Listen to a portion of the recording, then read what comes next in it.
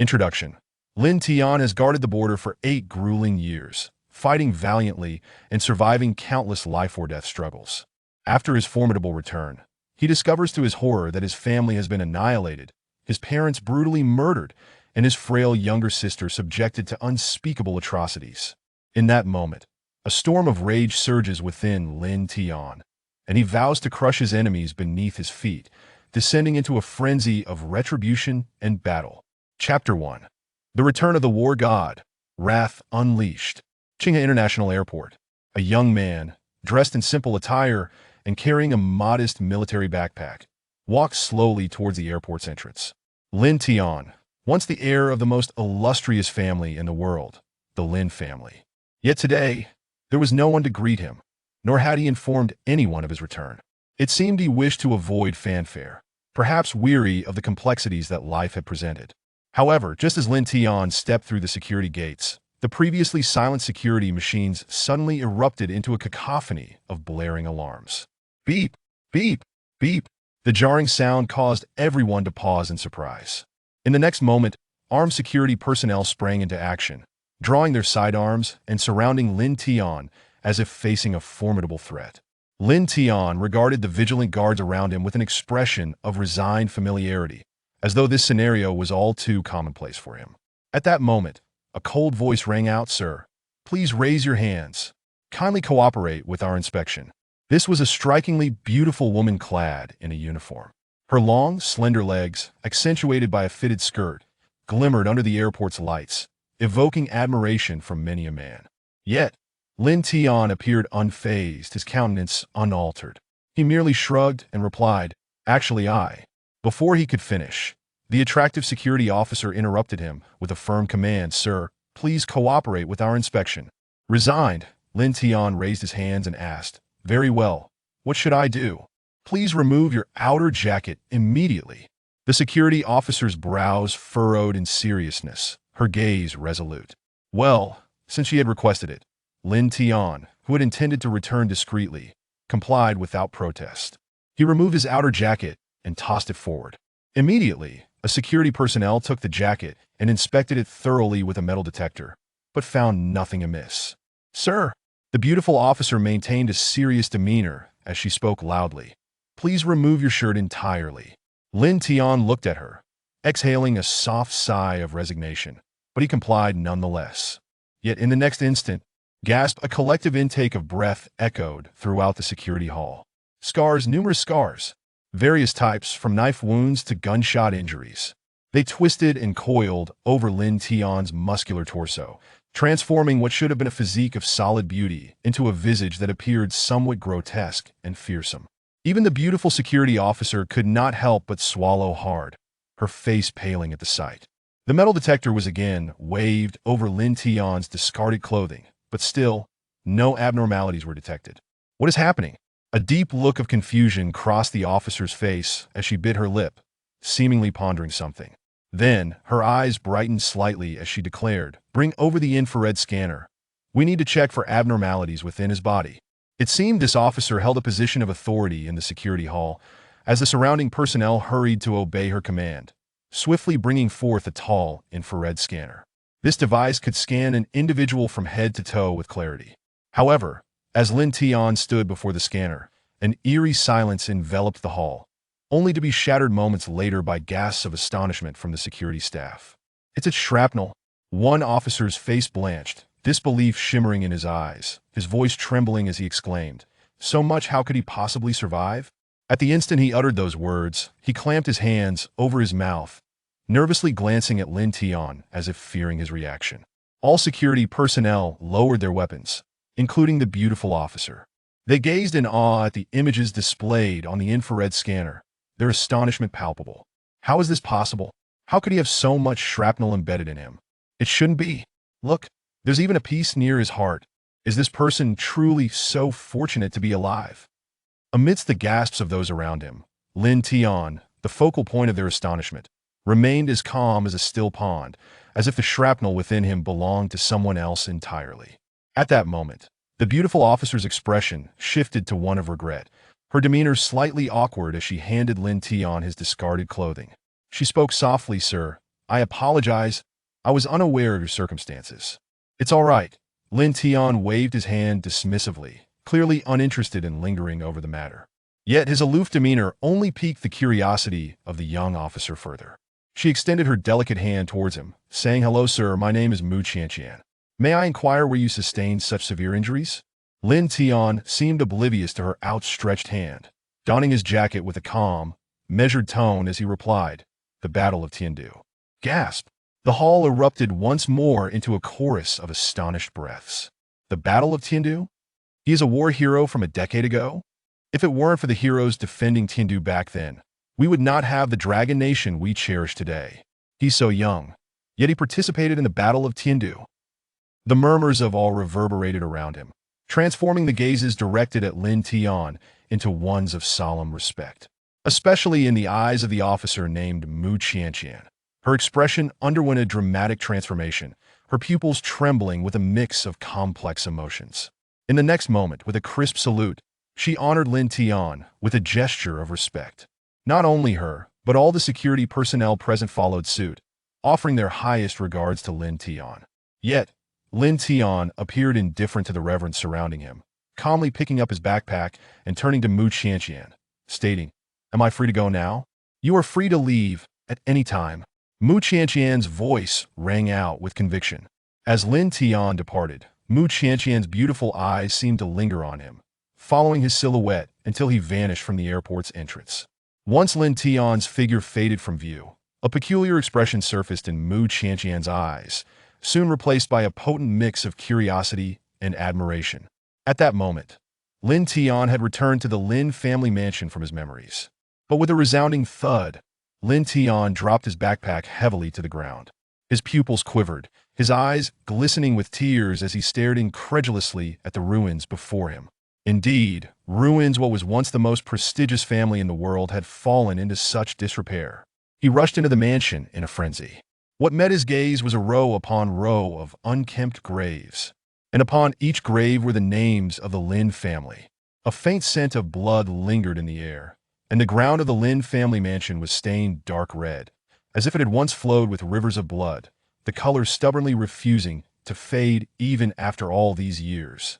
Lin Tian's body trembled violently, his red-rimmed eyes reflecting a sorrow akin to a sea of corpses, tears streaming uncontrollably down his cheeks.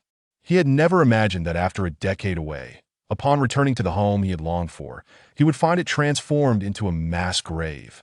Withered leaves brushed gently against Lin Tian's cheek in the wind. "My home? This what has happened?" His voice emerged raspy and strained, as if he had expended every ounce of strength. But just then, a piercing scream suddenly shattered the stillness. "Ah! What are you doing? Let me go!" Upon hearing that voice, a flicker of recognition sparked in Lin Tian's crimson pupils, trembling as he murmured, "Sister?" With a deafening bang, the ground beneath Lin Tian erupted, and in an instant he vanished from his spot. Chapter 2. Why the Massacre of the Lin Family?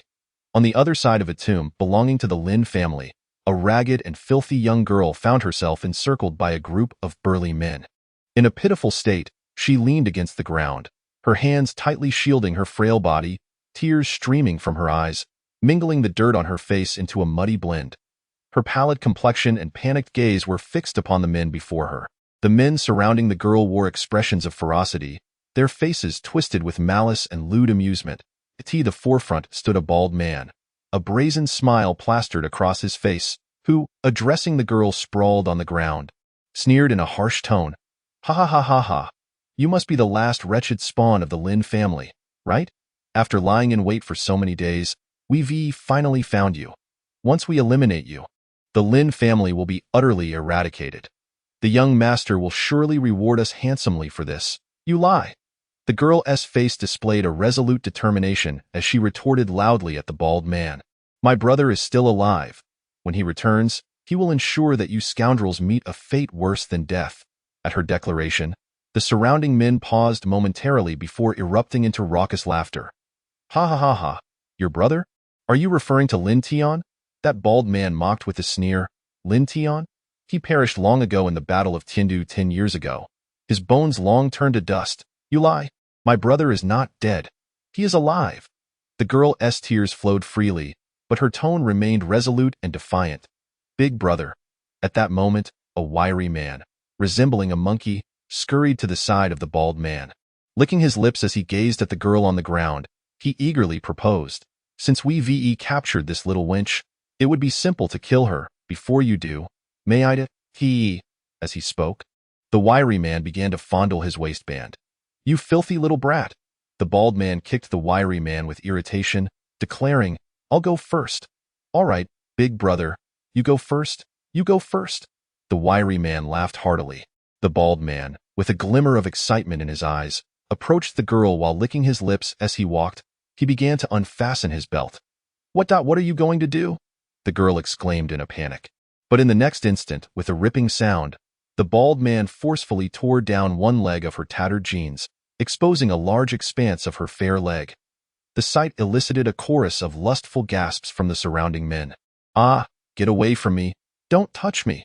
The bald man, still wearing that lewd grin, bellowed, "Little wench, do your utmost to serve your master." Upon concluding his words, he unexpectedly stripped off his trousers, revealing an unsightly and diminutive object. A pair of grotesque, large hands swiftly seized the young girl's ankle. At that moment, a piercing sound sliced through the air, as a massive stone slab hurtled directly towards the bald brute. This slab appeared exceedingly heavy, surely beyond the capacity of an ordinary person to lift. Even the act of raising it seemed laborious, yet someone was able to propel it with such alarming speed. In the next instant, with a resounding crash, the colossal stone slab mercilessly struck the bald man, exposing his grotesque features. Blood gushed from his mouth and nose, and the sheer force of the impact sent his body careening backward. "Big brother!" The surrounding onlookers gasped in astonishment at the sight of the bald man.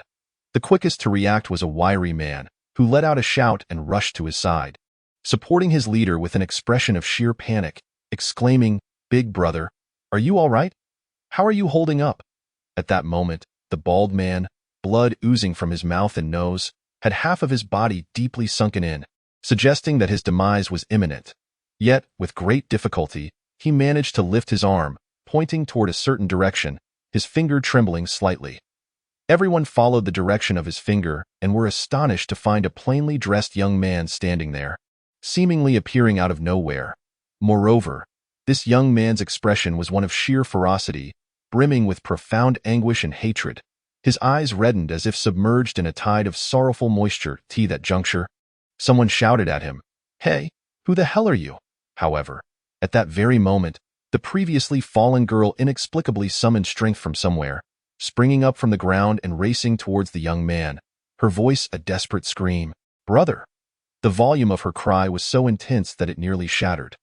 Yet, seemingly overcome by extreme weakness, she faltered after just a few steps, collapsing toward the ground. However, she did not meet the ground but rather fell into a watchful, warm embrace. "Brother, brother." The girl buried her head deeply into Lin Tian's chest, her frail arms wrapping tightly around his neck. Her sobs echoed throughout the ruins of the Lin family villa, as if she sought to unleash a decade's worth of pent-up anguish. Lin Tian held the girl closely, tears streaming down his face as he gently patted her back, murmuring softly, "Ming Ming, do not fear, brother is back, brother has returned."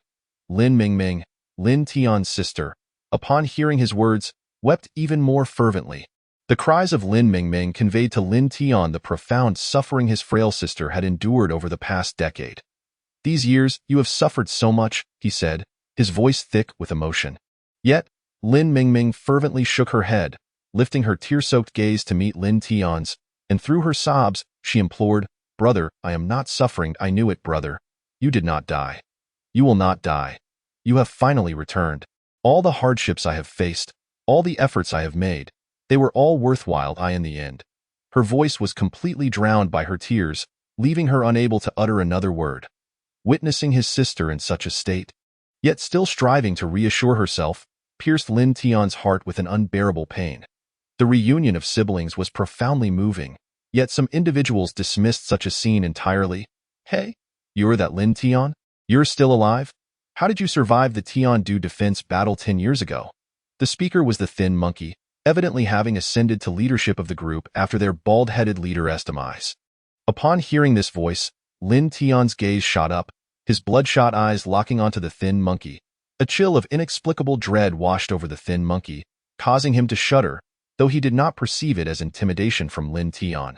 Instead, he provocatively pointed at Lin Tian and shouted, "Kid, since you're alive, why didn't you hide away and live in obscurity? How dare you return? Your timing is perfect. Today, we'll send both you and your sister to the afterlife. That will complete our mission nicely." At this, the thin monkey's tone shifted abruptly as he continued, "Of course, your sister will die a little later than you, allowing us brothers to enjoy her first." With that ominous declaration, a series of swift sounds echoed as several men simultaneously drew gleaming machetes, their disdainful gazes fixed upon Lin Tian. Calmly, Lin Tian patted his sister gently, pulling her behind him, and addressed the group before him. "Why do you seek to kill the Lin family?" "Why?" The thin monkey, upon hearing Lin Tian's question, scoffed derisively. "Ha! Your Lin family is nothing but filthy vermin, a waste of air in this world, and thus deserving of death. You should have witnessed the massacre of your family back in the day." Ah, the sound of Lin family members' desperate screams was truly delightful. Ha ha ha ha. The demise of the Lin family appeared to be an exceedingly exhilarating affair for them. At that moment, a man with thick black glasses and furtive eyes, sporting a lewd grin, spoke up. "By the way, today seems to be old Master Feng's birthday, does it not? We have fortuitously encountered the last two wretches of the Lin family. If we were to eliminate them and present their severed heads as a gift to old Master Feng, surely he would bestow upon us grand rewards." This proclamation elicited a chorus of agreement from several onlookers. However, the gaunt figure interjected. "Hold your horses. Let us first deal with this Lin Tian and that Lin Mingming, and have some fun before proceeding." Their words suggested that Lin Tian and his kin were already like fish on a chopping block, ready for slaughter. Listening to their taunts and witnessing the malevolent grins upon their faces, Lin Tian's fury ignited, causing his hair to bristle with rage. With a thunderous bang, he vanished from his sister Lin Mengming's protective stance, hurtling towards the group armed with glistening blades. In a panic, she cried out, "Brother, be careful," but in the next instant, her voice was abruptly silenced. She watched in disbelief as her brother plunged headlong into the midst of their assailants. Yet, instead of being overwhelmed, he unleashed a series of explosive sounds. As the attackers were sent reeling back, blood gushing from their mouths and noses like kites severed from their strings, in the blink of an eye, they all met their demise. Lin Mingming stood frozen, astonished at her brother's newfound prowess. Now, only one assailant remained alive, the previously imposing bald man, whose body was grievously shattered. Though he clung to life, his end was imminent. Lin Tian approached him slowly, step by step. The bald man gazed up at Lin Tian, his eyes now filled with sheer terror, his pallid complexion rendered even more ghastly by the blood smeared across his face. Please, don't kill me," he stammered, desperation lacing his voice. Lin Tian stood beside the bald man, lowering his head, his icy gaze seemingly capable of piercing through the very essence of the man, looking down at him with merciless intent. Lin Tian remained silent, yet the bald man's halting words, interspersed with blood, escaped his lips. "The Lin family, their affairs have nothing to do with me. I am merely following orders from the young master of the Feng family." With a decisive snap, the bald man's voice was abruptly silenced. Upon hearing the name of the Feng family's young master, Lin Tian lifted his right foot and forcefully brought it down upon the bald man's face. In an instant, the man's head exploded like a watermelon. Witnessing this gruesome spectacle, Lin Mingming felt a tumultuous wave surge within her stomach. After all, she was but a young girl, and such a repugnant sight naturally elicited a visceral reaction. However, there was not a trace of sympathy in her eyes, for she knew that this group of people deserved to perish. At this moment, she gathered her thoughts and redirected her gaze towards her long-cherished brother, Lin Tian. She noticed that her brother was trembling slightly, his breath erratic, and concern filled her heart. Without hesitation, she hurriedly made her way towards him, taking small, quick steps. Meanwhile, Lin Tian was consumed by a raging anger. His mind fixated solely on the words the young master of the Feng family. The murderous intent within him seemed almost uncontrollable. Just then, he felt a wave of soothing coolness emanating from his palm. In the next moment, Lin Tian's body shuddered slightly, and his vision cleared. He then beheld his sister, her face etched with concern. a warmth he had not felt in a long time blossoming in his heart. Lin Tian's heart began to calm. He turned and embraced his sister tightly, the two siblings quietly holding each other, savoring a moment of tranquility that belonged solely to them. Time seemed to stretch indefinitely, and Lin Tian suddenly realized that his sister was breathing evenly in his arms. Lin Mingming had fallen asleep against him. He noticed a faint glimmer of tears at the corners of her eyes, yet her face bore a semblance of happiness. A pang of tenderness surged within Lin Tian as he gently caressed her small face.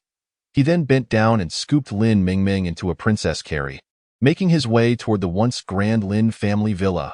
However, it had now been reduced to ruins. He found no intact bed nor a room that could shield against the wind in a corner.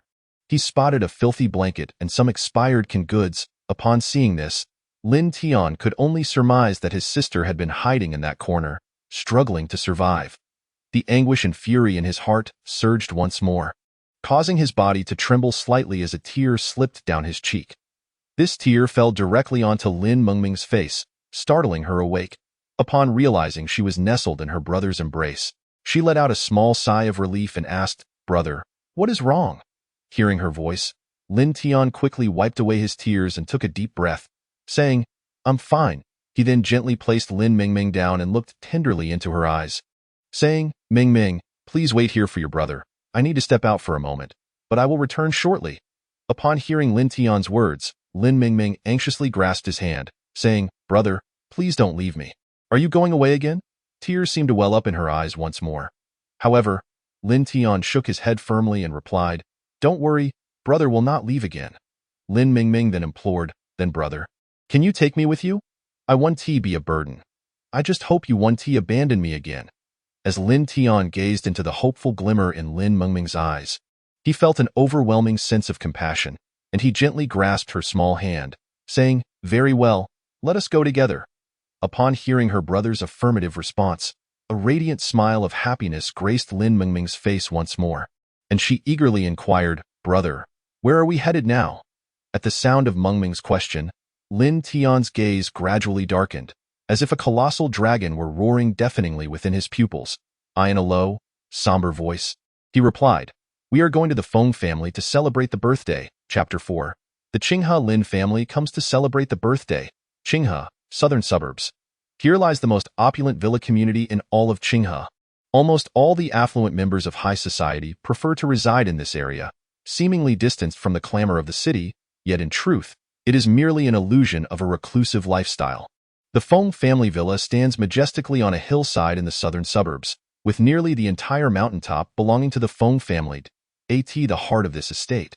A villa courtyard buzzes with activity, festooned with lights and decorations, evoking the atmosphere of a grand festival. The reason is simple. Today marks the 80th birthday of the current head of the Feng family, Feng Zhangfeng. At this moment, Feng Zhangfeng, clad in a resplendent red tang suit, radiated joy as he sat in the main seat of the Feng family villa's hall. He observed the throngs of guests arriving to extend their birthday blessings. At the entrance of the hall, a servant with a booming voice was continuously announcing the gifts. On behalf of the chairman of Nanhai Group, a heartfelt gift for Old Master Feng, 2 jade cabbages weighing 10 jin. On behalf of the chairman of Dongfeng Pharmaceuticals, a heartfelt gift for Old Master Feng, 5 rejuvenating pills. On behalf of the chairman of Jianghai's premier garment factory, a heartfelt gift for Old Master Feng, a cash gift of 1 million. Such announcements echoed throughout the venue, and Feng Zhangfeng wore an unceasing smile at the sight of these lavish tributes. However, in the next moment, the servant's voice suddenly transformed, adopting a low, hoarse tone imbued with an ominous intent, reverberating through the entire Feng villa like the roar of a lion. The Qinghe Lin family has arrived to celebrate Old Master Feng's birthday. This voice boomed like thunder, resonating in the air above the Feng villa, lingering and refusing to dissipate. Upon hearing this declaration, all present were momentarily stunned, instinctively turning their gazes toward the entrance. The Qinghe Lin family? It had been many years since this name had graced their ears. The Qinghe Lin family had suffered a tragic annihilation years ago, their entire clan perishing. Even though their lineage had been reduced to ruins, becoming a desolate graveyard for the Lin family, how audacious it was for someone to proclaim the name of the Qinghe Lin family on the occasion of Old Master Feng's 80th birthday. What ill omen was this? Was it a curse, foretelling the Feng family's doom on the same day that befell the Lin family. Seated at the head of the table, Feng Zhengfeng grasped the armrest tightly, springing to his feet with a sudden intensity. His brow furrowed, and waves of fury surged in his eyes. If others could sense the ominous air, how could he, the master of the house, remain oblivious? Moreover, unbeknownst to others, the Feng family was, in fact, an accomplice in the infamous massacre of the Lin family from years past. Was this not akin to delivering a resounding slap to the face of Feng Zhengfeng at his own birthday banquet? At this moment, several members of the Feng lineage rushed forth to console Feng Zhengfeng. Among them, a middle-aged man coldly commanded, "Feng Jiang, go and investigate what is truly happening." A slick-haired, effeminate young man stepped forward. Feng Jiang, the third-generation scion of the Feng family, was none other than the eldest son. He was well aware of the connection between the Lin family massacre and his own clan. Moreover, he was a principal participant. It had been Feng Jiang who dispatched the group that had pursued Lin Mingming at the Lin villa. Anger flared in his eyes as he strode to the entrance of the hall, shouting towards the outside, "Who the hell dares to cause trouble at our Feng family? Have they lost their minds?" As his words echoed, the previously low, hoarse voice, a voice reminiscent of a lion, resounded once more. "Qinghe Lin family? Lin Tian? Lin Tian?" Gasps of shock reverberated throughout the hall, including among the Feng family members, as their eyes widened in disbelief and their pupils trembled. Lin Tian? Was he not the former young master of the Lin family? How could he still be alive? Had he not perished long ago? The crowd buzzed with whispers, and the members of the Feng family wore expressions of astonishment. T this juncture, Feng Jiang boldly retorted, "Come out, stop playing tricks. That bastard Lin Tian has been dead for 10 years. Buzz." Just as Feng Jiang's declaration left his lips, a sudden rush of air reverberated through the space. Feng Jiang's face blanched in terror as he beheld a massive black object materializing out of thin air, hurtling directly towards him. He instinctively shrieked and dove to the side. Boom! With a thunderous crash, a colossal coffin landed squarely in the center of the Feng family's hall, sending dust swirling into the air. It was at this moment that Lin Tian's voice rang out once more. "Feng Zhengfeng, is this birthday gift from the Lin family satisfactory for your 80th celebration?" Accompanying these words, Lin Tian's figure gradually emerged at the entrance of the hall, advancing step by step into the interior. "Scoundrel!" Feng Zhengfeng's voice erupted with fury. At that moment, gazing upon the coffin in the center of the hall, he trembled with rage, his face a tumultuous blend of colors. "Father, please, do not let your anger harm your health." The middle-aged man who had earlier sent Feng Jiang to ascertain the situation quickly interjected, attempting to soothe him, before turning his ire towards Lin Tian, pointing accusingly, "You audacious rogue! How dare you create a disturbance in my Feng family?" Meanwhile, Feng Jiang, who had narrowly evaded the coffin's assault, scrambled to his feet, his heart still racing with fear. Fixing his furious gaze upon Lin Tian, he seethed, gritting his teeth as he shouted, "You little brat! You're courting death. Someone, seize this blind fool immediately." Smack! Before he could finish his sentence, a sharp, resounding clap echoed through the air. A heart-wrenching scream of agony erupted from his lips, blood splattering in all directions. Lin Tian delivered a resounding slap to Feng Jiang's face, leaving half of it a grotesque mask of flesh and blood, sending him spinning through the air 3 full rotations before crashing heavily to the ground. His body convulsed, yet there were no signs of his intent to rise. "Jianger!" A woman's voice pierced the air in alarm. A rotund woman burst forth from the crowd, rushing to Feng Jiang's side. "Jianger, how are you? What happened?" The next moment, she shrieked, her complexion drained of color as she beheld the horrific sight of Feng Jiang's mangled face, revealing shards of bone beneath the flesh. She cried out again, her voice sharp with terror. "You bastard, I will kill you! I will kill you!" The woman lunged towards Lin Tian, her claws extended. Yet, in the very next instant, a similar sound echoed. Crack! With a sharp report, the plump woman executed a full 720-degree spin in midair. Blood sprang forth as she fell heavily to the ground, utterly silent. Witnessing this spectacle, the members of the Feng family standing at the back of the hall were filled with rage. The previous middle-aged man stepped forward, his voice hoarse with fury. "You little brat, how dare you strike my son? Attack my woman? Someone, kill him, kill him!" As his words fell, the servants and bodyguards of the Feng family surged forward, weapons in hand. Facing their encroachment, Lin Tian clenched his fists tightly. With a thunderous boom, the ground beneath him shattered in an instant. His body transformed into a streaking dragon, and the air was filled with continuous cries of anguish. The dozen or so members of the Feng family who charged forth found themselves sprawled on the ground in the blink of an eye. The onlookers were left aghast. Could this be the feat of an ordinary person? It was then that Feng Zhengfeng's gaze sharpened, exclaiming in shock, "A martial artist? He is actually a martial artist? Quickly, fetch Mr. Chun." Chapter 5. The Massacre of the Lin Family, Your Share as Well? At this moment, Lin Tian stood unscathed at the very center of the Feng family's hall. Surrounding him lay a multitude of bodies. This group had not even approached Lin Tian before they met their inevitable fate. Meanwhile, the guests attending Feng Zhengfeng's birthday banquet were left in a state of stupor, mouths agape, eyes wide with terror as they stared at the imposing figure of Lin Tian. Lin Tian paid no heed to the fearful gazes around him. On the ground, the previously struck Feng Jiang began to twitch slightly, slowly propping himself up. His face was a horrific sight, bloodied and mangled. Yet his eyes were vacant, wearing a look of utter bewilderment as if he were completely oblivious to the chaos that had unfolded. Thud, thud, thud. The sound of Lin Tian's footsteps resonated. Feng Jiang's hollow gaze gradually shifted towards the source of the sound, where he found Lin Tian approaching him with an expressionless demeanor. As Lin Tian finally discerned the features of Feng Jiang. A menacing expression crept across Feng Jiang's face. Just as he attempted to speak, the intense pain coursing through him compelled him to let out a piercing scream. Ah! Hearing Feng Jiang's anguished cry, Feng Zhengfeng, Feng Jiang's grandfather, immediately exclaimed, "Jianger, are you all right? Are you okay, boy? What do you intend to do? Do not advance any further." Observing Lin Tian approach him, head bowed and expressionless, Feng Jiang felt a raspy voice pierce the air. Are you the eldest young master of the Feng family? The one who orchestrated the assassination of my sister?" Listening to Lin Tian's emotionally devoid voice, Feng Jiang, his bloodshot eyes fixated on Lin Tian, gritted his teeth against the excruciating pain and managed to utter, "You bastard. How dare you strike me? I am the eldest son of the Feng family. My family will ensure that you meet a fate worse than death." In that instant, as Feng Jiang's furious words echoed, Lin Tian's right foot had already reached Feng Jiang's face. With a dull thud, Feng Jiang's head exploded in an instant. "Jianger!"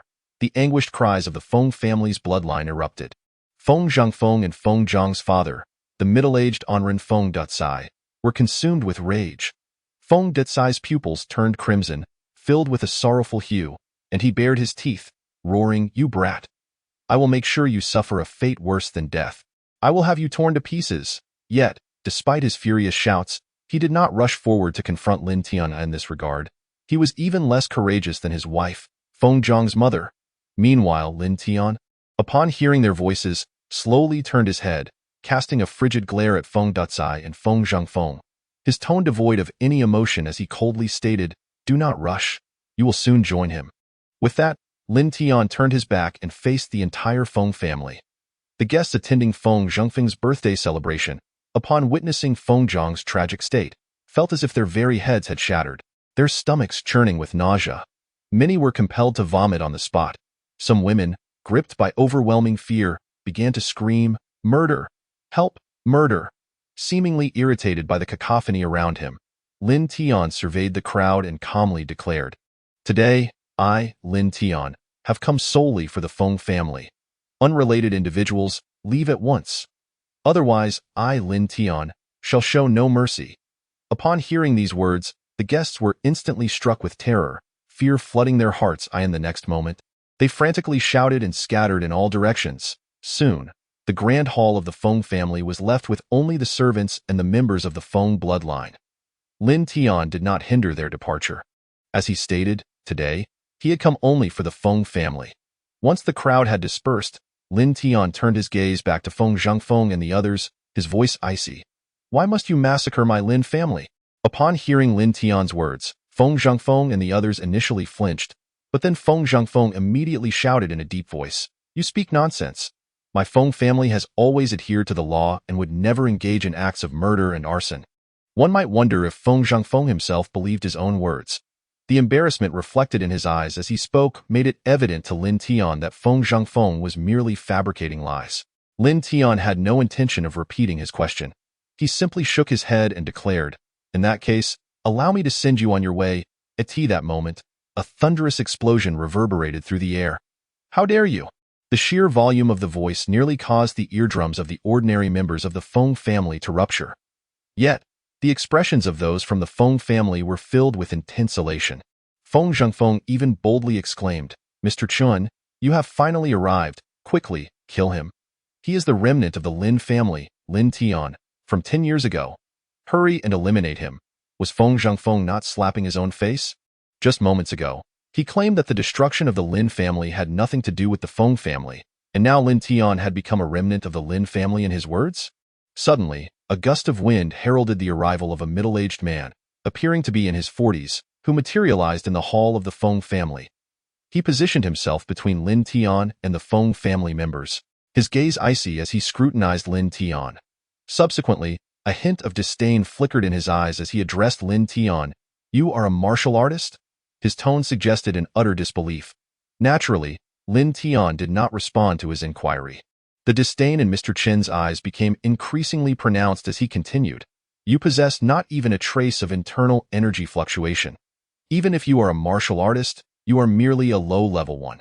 If you were not a remnant of the Lin family, a martial artist as feeble as you would hardly be worth my effort." His tone implied that engaging with a martial artist as worthless as Lin Tian would sully his hands. However, Lin Tian merely raised an eyebrow and replied, "So, you are also complicit in the massacre of my Lin family?" A mocking smile appeared on Mr. Chen's face as he retorted, "The members of the Lin family are nothing but filthy ants. Do not worry. I shall soon send you, this worthless one, down to reunite with them." After uttering these words, Mr. Chen's aura suddenly shifted. His clothing began to flutter as if stirred by an invisible wind, and he bellowed, "Die!" In an instant, he soared into the air, charging towards Lin Tian with lethal intent. The onlooking members of the Feng family displayed expressions of delight, as if Lin Tian had already transformed into a pitiful corpse in their eyes. Mr. Chen's fierce punch descended upon Lin Tian's face. Just as Mr. Chen and the Feng family members believed Lin Tian's head would burst like a watermelon, the next moment, a soft sound echoed, "Pop." Lin Tian effortlessly seized Mr. Chen's powerful fist with a single hand, as if it were a mere trifling matter. Mr. Chen, in a state of sheer terror, realized that all the strength he had unleashed had inexplicably dissipated in that very moment. Moreover, his entire form was firmly held in place by his opponent's solitary grip, rendering him utterly incapable of struggle. The onlookers from the Feng family, bewildered by the scene, wore expressions of astonishment. Feng Zhang's father, Feng Dicai, could no longer contain himself and exclaimed, "Mr. Chun, what are you waiting for? Quickly, eliminate him." As Feng Dicai's words echoed, a bone-chilling crack resounded. "Ah!" A scream akin to that of a slaughtered pig pierced the air. Yet, this agonizing cry did not emanate from Lin Tian. Chapter 6, Warrior, can you withstand a bullet? The harrowing scream was, in fact, expelled from Mr. Chen's throat. Lin Tian, with a single hand, had utterly crushed Mr. Chen's massive right fist. Fragments of bone and blood danced through the air. "Ah, my hand, my hand!" Mr. Chen clutched his mangled right hand, retreating hastily, veins bulging on his forehead. It was at this moment that the bewildered Feng family members finally comprehended the source of Mr. Chen's excruciating wail. His right hand was no more. All that remained on his arm was a gory mess. What? Feng Zhangfeng's gaze abruptly narrowed. He staggered back, unable to fathom the scene before him. He was fortunate compared to Feng Dicai and the others, who recoiled 3 steps, their faces etched with sheer horror. They were acutely aware of Mr. Chen's formidable prowess. The combined strength of all the bodyguards and servants of the Feng family could not match that of Mr. Chen alone. Yet, in this moment, after just one exchange with Lin Tian, Mr. Chen's fist had been obliterated. How could this be? How could a Lin Tian, who had vanished for a decade, possess such incredible strength? At this juncture, Mr. Chen trembled in agony, his eyes filled with dread as he nervously uttered, "Senior. Indeed, I failed to perceive your strength, and now, with a mere strike, you have rendered me incapacitated. Surely, you must be a senior." "Senior, You seek to eliminate the Feng family members, but I am not one of them. I am merely a guest of the Feng family. Not anymore, senior. If you wish to proceed with your intentions against the Feng family, please do as you wish. I shall not utter another word, I implore you. Spare me. The transformation in Mr. Chin's demeanor was nothing short of astounding, having shifted a complete 180 degrees. Just moments before, he had displayed overt disdain, intent on sending Lin Tian to join the spirits of the Lin family. Yet now, after a mere exchange, he was so eager to distance himself from the Feng family. The Feng family members were taken aback by his words, with Feng Dutsai bellowing, "Chun, what are you saying? We, the Feng family, have provided you with the finest of comforts, offering you the best of everything, and bestowing upon you a monthly stipend of 100,000. And now, you dare to sever ties with us?" Before he could finish his words, Mr. Chan interjected, "What nonsense are you spouting? Money and possessions were given voluntarily. I never asked you for anything, moreover. Taking a life demands retribution. You were complicit in the annihilation of the Lin family, and now that they have retaliated, it seems the scales have balanced." After delivering this remark, Mr. Chen disregarded the seething fury in the eyes of the Feng family and turned to Lin Tian with a disingenuous smile, saying, "Elder, surely you agree with this reasoning?" Meanwhile, Feng Zhangfeng, standing at the back, erupted in a furious roar. "Ah, Chun Zheng, you scoundrel! If my Feng family perishes today, you shall not escape unscathed. Do not forget your involvement in the affairs of the Lin family from years past." "You're talking nonsense," Mr. Chen, referred to as Chan Zheng, retorted with a fierce shout. Astonishingly, these two were squabbling amidst the presence of their common adversary, Lin Tian. Chan Zheng bellowed, "I know nothing of past events. Prepare to meet your doom. I shall take my leave." With that, he spun around and dashed towards a window in the hall as if fleeing for his life. At that moment, a chilling voice echoed, "Did I permit you to leave?" Upon hearing this, Chan Zheng trembled violently, his complexion drained of color, and beads of cold sweat erupted on his forehead. He dared not look back. His gaze was fixated solely on the vast window, consumed by a singular thought: escape. If he could just get out, he would survive. However, just then, the face of hope dimmed at a figure, reminiscent of a harbinger of doom, emerged beside the window. Lin Tian. In the next instant, Lin Tian raised his foot. With a resounding thud, Chan Zheng's chest collided with Lin Tian's foot. Blood spewed from Chan Zheng's mouth as he was sent hurtling backward, crashing heavily to the ground. Lying there, he coughed up more blood and, in a state of panic, looked up at the approaching Lin Tian, exclaiming in disbelief, This is the martial soldier's technique? You are a martial soldier from the northern region?" In the following moment, his pallid face shook in denial. "Impossible. Absolutely impossible. 10 years ago, the northern region's martial soldiers perished alongside the coalition of 30 nations in Tiandu. It is utterly inconceivable that one survived." Whether it was possible or not had become irrelevant. Lin Tian had already reached Chan Zheng. Lifting his foot high as he prepared to deliver a fatal blow, Chan Zheng, in a state of frantic desperation, cried out, "You cannot kill me. I am a member of the Blue Sichin family. If you slay me." But before he could finish, Lin Tian's right foot had already pierced through Chan Zheng's chest. As for what would become of Lin Tian after killing Chan Zheng, perhaps he could have a word with the king of hell in the underworld? After completing this grim task, Lin Tian slowly turned, casting his cold gaze once more towards the Feng family. The entire Feng family quivered in unison, followed by a series of thuds. Except for Feng Zhangfeng and Feng Datsai, every member of the Feng clan unexpectedly knelt before Lin Tian, frantically bowing their heads in a display of desperation. They fervently cried out, "Lord Lin Tian, we beseech you, do not take our lives. We acknowledge our wrongs. We truly understand our mistakes. We should never have pursued the Lin family. We are willing to atone. We will make amends to the Lin family." This group of individuals, in a moment of utter despair, had chosen to prostrate themselves before their adversary, pleading for mercy. After all, in their eyes, Chan Zheng was the strongest they had ever known. Yet, this so-called strongest had been effortlessly crushed. Could they, mere ordinary folk, ever hope to stand against Lin Tian? Meanwhile, Feng Zhangfeng and Feng Dutsai looked upon their relatives, infuriated by their act of submission to the enemy. "Scoundrels, stand up. Do you wretches even deserve to be called members of the Feng family? Yet, The kneeling members of the Feng family, faced with the imminent threat of death, were too consumed by their fear to heed such words. Some even turned to their leaders, imploring, "Elder brother, father, quickly, kneel and beg for mercy. At least we might survive. Life offers hope, you fools," Feng Zhangfeng shouted, but was suddenly seized by a violent coughing fit. With a splatter, he expelled a mouthful of old blood. "Father!"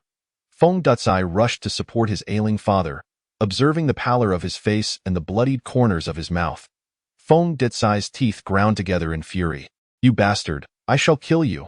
As he roared, he pivoted and seized a shotgun hidden beneath the table, aiming it directly at Lin Tian's head. A sinister smile crept across Feng Ducai's face as his eyes glowed with a savage intensity. Glaring at Lin Tian, he bellowed, "Lin Tian, you wretched spawn of the Lin family. Why did you not perish in Tiandu 10 years ago? The entirety of the Lin family is nothing but maggots. They do not deserve to exist in this world, and thus, you too must die. You worthless wretch, you shall meet your end. I concede you are a martial artist of considerable strength, but can you withstand a bullet?" With that, the air erupted with a deafening bang. The shotgun unleashed a barrage of pellets toward Lin Tian.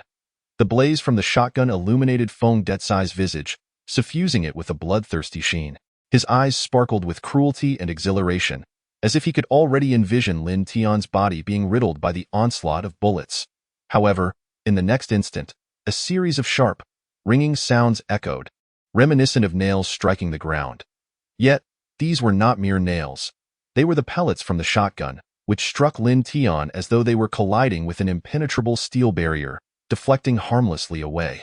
From beginning to end, Lin Tian stood quietly in place, his gaze calm as he observed the unfolding events. This is impossible, bang. With a face twisted in fury, Feng Ducai, crazed with madness, fired another shot at Lin Tian. Yet, the outcome remained unchanged. If Chen Zheng were still alive, he would undoubtedly be able to discern the truth. This was the protective aura of a high-level martial artist surrounding Lin Tian. High-level martial artists possess not only formidable offensive capabilities, but also formidable defensive abilities. This protective aura is a manifestation of that strength. Chen Zheng would have realized how naive he was to perceive Lin Tian as a mere wastrel.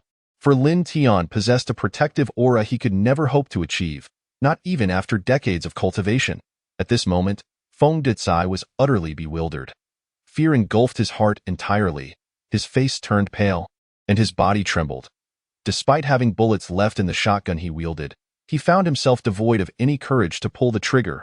Supporting himself against the table, Feng Zhangfeng, who struggled to stand by the side, witnessed the scene with despair evident in his eyes as he let out a mournful lament from the depths of his soul. The Feng family is finished. Just as his words fell, Lin Tian moved. With a thunderous boom, Lin Tian's right foot forcefully struck the ground. The bullets that had previously ricocheted off him and fallen to the floor soared into the air under the intense tremors. In the next moment, Lin Tian swung his right hand fiercely. The bullets shot forth instantaneously towards the direction of the Feng family members. The speed of their flight was astonishingly swifter than that of bullets discharged from a gun. Poo poo poo poo poo poo. An array of sounds erupted. Blood splattered across the grand hall of the Feng family. Every member of the Feng family, including Feng Ducai, with the exception of the birthday celebrant Feng Zhangfeng, fell to the ground, their bodies riddled with holes, limp and lifeless. Even those from the Feng family who had knelt in supplication were not spared. Feng Zhangfeng, pale and trembling, stood rooted to the spot, his face etched with despair as murky tears streamed down his cheeks. He watched helplessly as his kin perished before his very eyes, utterly powerless to intervene. No. Feng Zhangfeng emitted a heart-wrenching roar of anguish. "Lin Tian, how could you be so cruel? Why? Why must you annihilate my entire family?" Feng Zhangfeng glared at Lin Tian, his eyes ablaze with fury. Lin Tian, regarding Feng Zhangfeng, retorted sharply, his voice deafening, "Cruel? When you annihilated my Lin family, did you ever consider this day?" Feng Zhangfeng, of course, had no answer to Lin Tian's question. Instead, he stammered in disbelief. The events of that time were meticulously concealed. No one knows the truth of the past. How could you know my Feng family was involved? Who told you? Even at this juncture, Feng Zhangfeng still clung to such inquiries. In truth, No one had informed Lin Tian it was merely that Feng Jingfeng's own grandson had dispatched individuals to hunt down his sister, Lin Mingming, that Lin Tian discovered the connection between the Feng family and the extermination of the Lin family. It appears that Feng Zhangfeng is entirely oblivious to the actions of his own grandson, Feng Jiang. Lin Tian, of course, refrained from responding directly to Feng Zhangfeng's inquiries and instead posed a question of his own. Who else was involved in this matter back then? Lin Tian was acutely aware that his Lin family was once the foremost clan in the world, and with the strength of the Feng family at that time, let alone in the present, they could never hope to extinguish the Lin family. Thus, the incident that led to the downfall of the Lin family must have involved other accomplices. However, it seemed that Feng Zhangfeng did not hear Lin Tian's question at all. He continued to ramble. I understand now, I understand. It was that little wretch from the One family who told you, wasn't it? Back then, we invited the One family, but they rejected us. We should have eradicated them as well to prevent future troubles. Oh, how I regret it. How I regret it. The mention of the One family caused Lin Tian to raise an eyebrow slightly. The Qinghe family? Lin Tian was certainly familiar with them. He recalled that 10 years ago, before leading the northern border martial troops northward, he had a marriage contract with the One family. His fiancée was none other than the second young lady of the One family. He and his betrothed, Wen Shanshan, had grown up together, having made a pact long ago. However, he had been away for a decade and had no idea how Wen Shanshan was faring now. Just then, an unusual noise interrupted Lin Tian's thoughts. He noticed that the old man, Feng Zhangfeng, had bent down to pick up the shotgun that Feng Dezai had used against him, but rather than aiming it at Lin Tian, he placed it against his own head. He intended to take his own life. Upon witnessing this scene, Lin Tian's body transformed into a streak of light. With a swift motion, he kicked the shotgun from Feng Zhangfeng's grasp. Feng Zhangfeng gazed at Lin Tian with despairing eyes, his voice hoarse as he cried out, Am I not even allowed to end my own life? Lin Tian's voice, devoid of any emotion, replied, Old Master Feng, do not forget the longevity gift I bestowed upon you. After uttering these words, Lin Tian seized Feng Zhangfeng by the neck. Amidst Feng Zhangfeng's anguished screams, his body traced a beautiful arc through the air. With a resounding crash, he landed heavily in the cold coffin that had been prepared for him. The force of the impact shattered his internal organs, blood oozing from his 7 orifices, his eyes wide with despair. Refusing to close, with a thunderous sound, the coffin lid slammed shut. Emotionless, Lin Tian stepped over the bodies of the Feng family members, one by one, as if the events transpiring around him were entirely unrelated to his existence. With a tranquil demeanor, he strode out of the Feng family hall. Outside the grand estate, Lin Mingming, anxiously waiting, finally caught sight of her brother emerging unscathed. Tears of concern streamed down her face as she called out, Brother! Her melodious voice floated into Lin Tian's embrace like a returning swallow. Lin Tian gently embraced his sister's delicate form, tenderly stroking the silky hair of Lin Mingming while softly murmuring, It is all over now. The Feng family has received the punishment they deserved. Everything is fine. Lin Tian had just departed from the Feng residence. Meanwhile, in an upscale residential complex, a beautiful security guard named Mu Qianqian, still clad in her uniform, stepped into the elevator to return home. Upon entering her spacious flat, she discovered her father seated prominently in the center of the living room. On the adjacent sofa sat a middle-aged man, of similar age to her father, with a warm smile gracing his face. Upon seeing this man, Mu Qianqian's expression brightened with surprise as she spoke. Uncle Su, have you come to keep my father company for tea? Su Qiandu, the wealthiest man in Qinghe, Chapter 8. That man has returned? Mu Qianqian's father, Mu Fenghua, was the former head of the safety management department in Qinghe and had since retired. The relationship between the wealthiest man in Qinghe and Mu Fenghua was purely one of friendship, devoid of any entanglements of interest.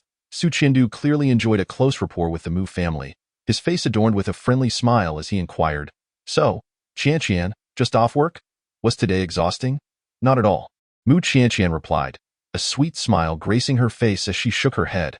However, she swiftly shifted the conversation, saying, Dad, Uncle Su, I encountered a rather peculiar individual while inspecting the Qinghe International Airport today. Oh. Su Qiandu and Mu Fenghua exchanged glances, both displaying a spark of interest in their eyes. Mu Fenghua, with a hint of curiosity, asked, What sort of person could pique our Qianqian's interest? At this moment, Mu Qianqian settled onto the sofa, wrapping her arms around her father's as she replied, "It was a young man." Before she could elaborate further, Su Chindu, wearing a teasing smile, interjected, "Could it be that our Qianqian has taken a liking to someone?" Ha ha ha. Hearing Su Chindu's jest, Mu Qianqian's cheeks flushed slightly as she playfully retorted, "Uncle Su, what nonsense are you talking about? How could one develop feelings for a stranger met just once? Even if I did, I feel I am not worthy of him, Dado." Both Su Chindu and Mu Fenghua expressed surprise at Mu Qianqian's words. Did she truly believe herself unworthy? Who was Mu Qianqian, after all? The daughter of the highest-ranking official of the Qinghe Safety Department, and the niece of the wealthiest man in Qinghe in the future, she was destined to ascend to a high-ranking position within the safety department. With such a background, was there truly anyone in Qinghe she deemed unworthy of? As Mu Qianqian recalled the moment Lin Tian set off the security alarm at the checkpoint, memories of admiration filled her eyes. She had intercepted him, only to discover an astonishing number of metal fragments embedded within his body, so many that it was nothing short of a miracle he had survived. Upon hearing Mu Qianqian's narration, the astonishment in Su Chindu and Mu Fenghua's eyes became increasingly pronounced. Mu Fenghua immediately inquired, "Is it truly possible that such a person exists, and at such a tender age of merely over 20? How did he acquire those fragments of shrapnel?" Listening intently to her father's question, Mu Qianqian met his gaze with utmost seriousness and replied, 10 years ago, during the Battle of Tiandu." "What?" Both Su Chindu and Mu Fenghua gasped in unison, their disbelief palpable. "Impossible!" In that moment, Mu Fenghua confidently declared, "Over 20 years old, and survived the Battle of Tiandu a decade ago. That means he must have participated while barely in his teenage years. How can that be? Qianqian, you have been deceived." As Mu Qianqian was about to clarify that deception was impossible, suddenly, with a sharp crack, Su Chindu seized Mu Fenghua's hand. The abruptness of Su Chindu's action captured the attention of the father-daughter duo.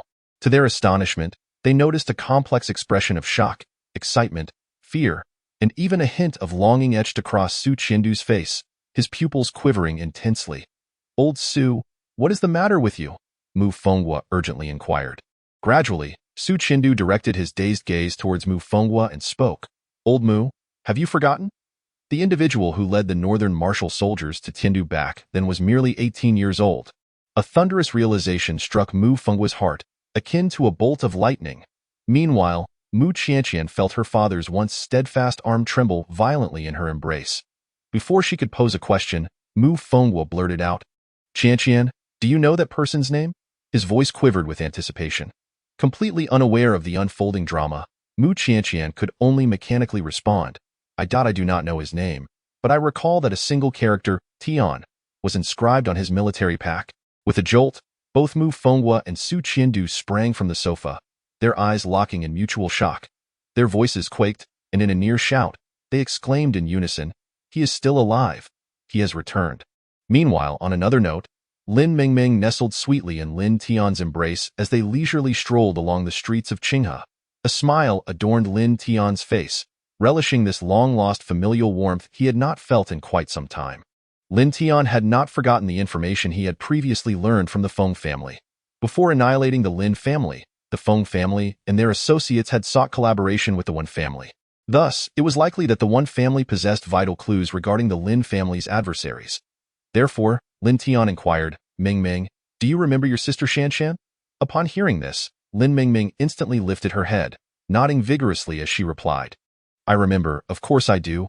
Over the years, I have managed to persevere, thanks in no small part to the considerable support of my dear sister, Shanshan.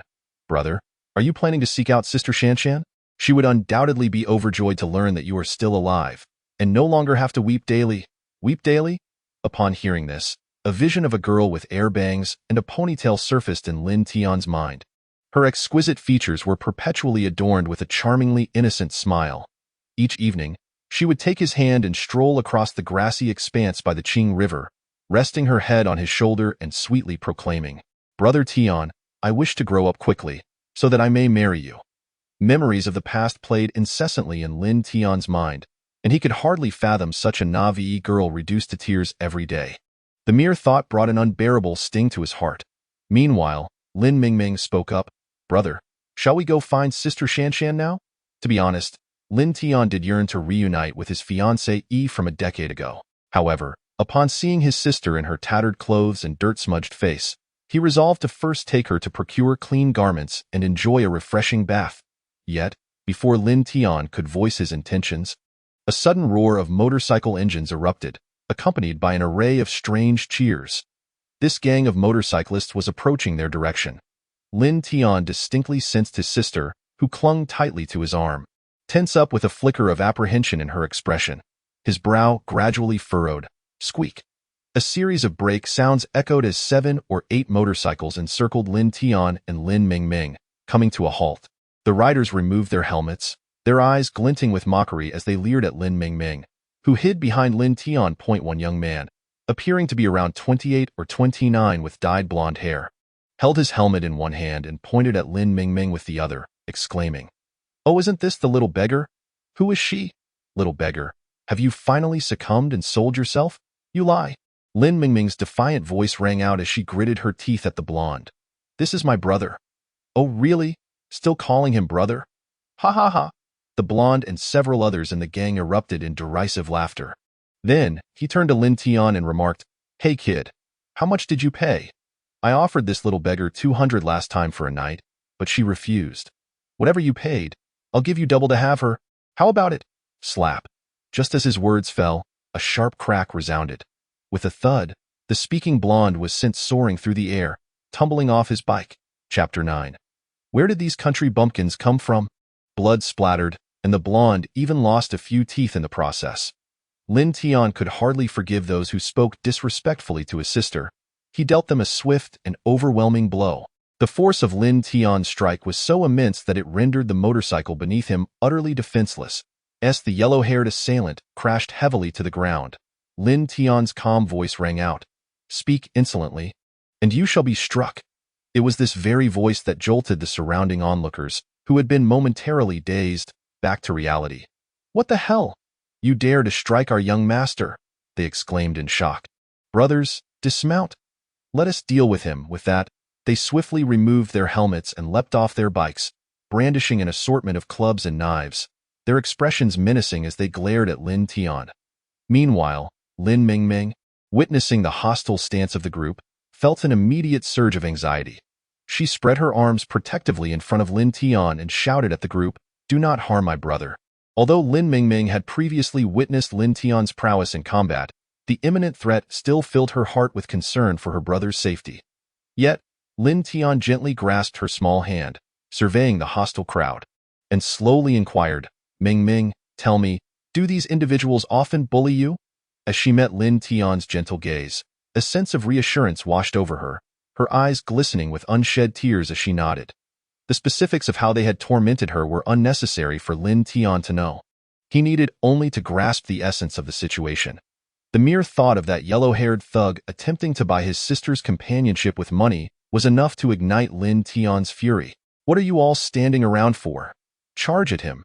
Beat him so badly he won't even recognize himself," he roared. "How dare he strike me? I'll make him learn the meaning of death." In the distance, the yellow-haired thug, struggling to rise from the ground, glared at Lin Tian with rage in his eyes, shouting furiously. The faces of the surrounding men glinted with bloodlust, and one of them snarled, "Kid, don't blame us. Blame your own ignorance. How dare you provoke the young master of the Knife Alliance? You're as good as dead, brothers. Attack," he commanded. With that, the 6 or 7 men, wielding their makeshift weapons, charged menacingly toward Lin Tian. However, Lin Tian quickly discerned that these ruffians were nothing more than common thugs, lacking any martial prowess. Unfazed by their assault, he gently patted Lin Mingming's hand, soothing her fears. Then, with a soft whoosh, Lin Tian's figure transformed into a blur, creating a gust of wind in his wake. The sounds of impact echoed as he appeared behind the group, followed by a cacophony of screams. The 6 or 7 individuals who besieged Lin Tian astonishingly failed to discern his movements, each one collapsing to the ground, devoid of any sound, and of course, Lin Tian did not slay them. Rather, he left them with an indelible shadow that they would never forget. For instance, one man's right arm had become entangled with his left leg, while another's left arm was lodged within the posterior of yet another. Such grotesque and pitiable scenes left the distant Huang Mao. Sitting on the ground, pale as a ghost, with a heavy gulp, he swallowed hard, At that moment, Lin Tian had already approached Huang Mao. The latter could hardly fathom the immense strength of his opponent. The subordinates he had brought along were utterly incapable of enduring even a single strike from Lin Tian. Yet, his eyes still flickered with rage as he bellowed at Lin Tian, "You brat! You've chosen the wrong path. How dare you strike my Knife Alliance members and even challenge me? Let me tell you, you shall not escape Qinghe. That woman behind you will be nothing but my plaything." Upon hearing this, Lin Tian's brows furrowed in discontent. Gazing at Huang Mao, who was gritting his teeth in fury, Lin Tian gently shook his head and replied, "It seems you no longer require this." With a swift motion, Lin Tian's right leg stirred a tempest, transforming into a blur. A resounding crack echoed as a piercing scream, reminiscent of a woman's wail, erupted from Huang Mao's throat. Veins bulged on his forehead, and his eyes bulged in terror. He curled up on the ground, resembling a boiled shrimp, clutching his groin with both hands, which now bore witness to a profusion of blood. "You bastard." His words faltered, as the agony proved too overwhelming. His eyes rolled back, and he fainted, frothing at the mouth. Regardless, it seemed that this Huang Mao would no longer be able to engage in activities typically reserved for men. Furthermore, if no one discovered his unconscious form in a timely manner, he would likely bleed out and perish here. However, what did his fate matter to Lin Tian? Meanwhile, Lin Tian had turned, taking Lin Mingming's hand, guiding her across the fallen bodies, softly reassuring her, "Mingming, fear not, brother is back. And no one dares to bully you any longer." Hearing Lin Tian's voice, Lin Mingming's face radiated with joy. She clung tightly to his arm, her voice ringing with innocence. "I'm not afraid. As long as brother is by my side, I have nothing to fear." In another place, in the city of Lanhai, not far from Qinghe, the scale and infrastructure of this city were quite comparable to that of Qinghe at that moment. Within a villa on the outskirts of the city, a heart-wrenching cry pierced the air. "No, Jing Er, why has my Jing Er's spirit tablet shattered? Who dares to slay a member of the Qin family? Someone, investigate at once. Jing Er perished in Qinghe. The murderer must be in Qinghe." In the Chun family, a desire for vengeance burns fiercely, wishing to see him torn to shreds. Within the upscale residential community of Qinghe, a frantic figure hastily approached the door of Mu Qianqian's residence. As the door swung open, Su Qiandu and Mu Fenghua stood at the threshold, their expressions laden with urgency. A breathless man, seemingly Su Qiandu's secretary, spoke without pausing to catch his breath. "President Su, I have located the person you sought. He has entered the Junlin Tianxia department store with a young lady just moments ago."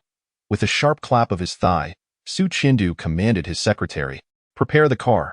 I must meet him at once." Meanwhile, inside the Junlin Tianxia department store, Lin Mingming clutched her brother Lin Tian's hand, her face aglow with excitement as she exclaimed, "Brother, it has been 10 years since we last visited Junlin Tianxia." Lin Tian, guiding his sister with a tender smile yet saying nothing, led her directly into an opulent clothing store. Upon entering, he turned to her and said, "Ming Ming, which one do you like? I will buy it for you." Upon hearing this, Lin Mingming's tone shifted to one of nervousness as she replied, "Brother, the clothes here are far too expensive. We don't have no money." She spoke. Her gaze wandered curiously and appreciatively around the store, eventually fixating on a pristine white dress displayed on a pedestal in the center. However, she quickly shook her head, redirecting her attention to Lin Tian, and urged, "Brother, let us leave. This is not a place for us." Yet this time, Lin Tian did not acquiesce to his sister's wishes. Instead, he stepped forward and instructed the store attendant, pointing at the dress where Mingming's eyes had lingered, "Please wrap this dress up for me." Just then, a sharp, piercing voice cut through the air from behind them. "Who is this country bumpkin daring to compete with me for clothing?" Chapter 10. Is it possible to wrap up this dress now? Upon hearing that shrill voice, Lin Tian raised an eyebrow slightly. At that moment, a store attendant, who had been absent since their entry, suddenly appeared from an unknown corner, exclaiming, "Oh my, isn't this our esteemed Miss Zhang? What a surprise to see you here today. We have eagerly awaited your presence." A heavily made-up woman entered the store, clad in a black dress, swaying her hips with an air of arrogance, flanked by 2 robust men in black, clearly bodyguards. Theo Lin Tian's discerning eye. The makeup on her face suggested that with a single slap, he could send her sprawling with a bag of flour. Though merely in her 20s, the excessive makeup aged her considerably, giving her the appearance of someone well into her 30s. However, the previously indifferent shop assistants, who had witnessed Lin Tian and Lin Mingming enter the store, now appeared as if they had feasted on honeyed delights, their faces adorned with obsequious smiles as they eagerly gathered around. Young Miss Zhang, sensing the attentiveness of the staff, displayed an air of haughty delight, even casting a provocative glance at Lin Tian and Lin Mingming. Subsequently, in a tone that dripped with condescension, she addressed the shop assistants, saying, "That piece of clothing, it must be a new arrival in your store. Correct? Please wrap it up for me." The garment she referred to was the very one Lin Mingming had admired earlier, which Lin Tian had instructed the staff to package. However, he had not received a response from them. At this moment, the shop assistants, wearing sycophantic grins, were quick to respond. One of them exclaimed, "Young Miss Zhang, your discerning eye is truly remarkable. This garment is a limited edition, the only one in the entire Qinghe, and it fits you perfectly. I shall wrap it up for you at once." Initially, Lin Tian was indifferent to this woman seizing the garment. If she fancied it, let her have it. After all, he was not one to stir up trouble. And being a clothing store, it was improbable that there was only a single piece of the same style. However, when the shop assistant declared that there was but this one piece in all of Qinghe, the notion of first come, first served should certainly hold some weight. Thus, Lin Tian politely interjected, "I beg your pardon, but it seems we were the first to express interest in this garment and have already decided to purchase it, so." His tone remained courteous, grounded in reason. Yet, upon hearing Lin Tian's words, young Miss Zhang's brows furrowed instantly, and she directed her ire at the shop assistant. "What kind of establishment is this? How can you allow just anyone to waltz in and snatch away the garments I have set my eyes upon?" It was as if she could not be bothered to engage Lin Tian directly, opting instead to unleash her frustration upon the assistant. Upon hearing her outburst, the shop assistant turned sharply and, frowning, looked at Lin Tian. "When did you arrive? I did not see you. What do you mean you wanted this garment? I did not hear anything. First come, first served. This garment is meant for young Miss Zhang. What right do you have to claim it?" Lin Tian's brows slowly knitted together at such blatant distortion of truth. After the shop assistant finished speaking, young Miss Zhang let out a derisive laugh. "Ha! Where did this bumpkin come from? Does he even have the means to shop here? Can he afford it? Is he buying with his face or his life?" Her tone dripped with disdain, provocation, and a palpable sense of superiority. Meanwhile, Lin Mingming, hiding behind Lin Tian, was incensed by the arrogance displayed, particularly at the insult to her brother, who had once been the scion of the most illustrious family in the land. How could he be subjected to such indignity? She herself may endure grievances without concern, but her brother must never be wronged. Thus, with a defiant tilt of her neck, she boldly declared, "You are the true country bumpkin. You shall not insult my brother." It was as if Lin Mingming's mere utterance ignited a tempest within Miss Zhang, who, with a piercing shriek, exclaimed, "How dare you, you little wretch? You have the audacity to insult me? Are you seeking death?" Upon hearing Miss Zhang's words, Lin Tian was stirred into action. In a one, not even Lin Mingming, who had been holding on to him, could discern his movement. A sharp crack reverberated through the establishment. Stumbling back, Miss Zhang appeared to lose her balance, taking 3 unsteady steps before crashing heavily to the ground. A vivid crimson imprint of 5 fingers marred one side of her face. Stunned by the slap, her pupils glazed over in disbelief. Her 2 bodyguards and the shop staff were taken aback, exclaiming, Miss Zhang." They were bewildered, frantically gathering around her. It was at this moment that Lin Tian's calm voice resonated. "Such insolence! A slap is warranted." He then casually waved his right hand, shaking off the flour that had clung to his palm. "It was you who struck her." The bodyguards glared at Lin Tian in fury, finally comprehending the situation. At this juncture, Miss Zhang regained her composure, only to burst into tears, her eyes brimming with deep resentment as she pointed an accusatory finger at Lin Tian, shrieking, "You scoundrel! How dare you hit me? Do you even know who I am?" She then roared at her bodyguards, "You 2 useless louts, why are you still standing there? Go and kill him. Kill him. What kind of young lady is this, who immediately resorts to threats of murder?" Upon receiving their orders, the bodyguards, fists clenched, advanced menacingly toward Lin Tian. One of them threatened, "You little brat, how dare you strike our young lady? It seems you are tired of living. Even if you kneel and beg for forgiveness now, It would be too late. Ah, with that, he charged toward Lin Tian, screaming. Sighing deeply, Lin Tian swiftly raised his right foot, tracing a graceful arc through the air. Bang! Two distinct sounds echoed. Two cries of anguish followed, accompanied by the splatter of teeth and blood as the two men were sent flying, crashing heavily to the floor, unconscious after a brief struggle. The staff and the still swollen Miss Zhang were left in stunned silence, especially Miss Zhang, who was acutely aware that both of her bodyguards were meticulously selected experts. How could they allow such an inconspicuous young man to dispatch one of them with a single move? Before they could fully comprehend the situation, Lin Tian's voice resonated. Now, can you please wrap this garment for me? Chapter 11. Kneel and call me Grandma. Lin Tian's tone was effortlessly nonchalant. Can you wrap this piece of clothing for me now? It was as if the preceding events had no bearing on him whatsoever. It was precisely Lin Tian's voice that finally snapped this group back to reality, of course, before the store clerks could respond. Miss Zhang had already erupted in a fit of hysteria. You bastard! How dare you strike me and my people? I will ensure that you do not leave Junlin Tianxia department store alive. As she spoke, she rummaged through her handbag and swiftly dialed a number, which was quickly answered. The next moment, her previously sharp tones softened into a plaintive, almost whimpering voice as she exclaimed into the phone. Qin Tian, where are you? I've been bullied. I'm being harassed at Junlin Tianxia department store.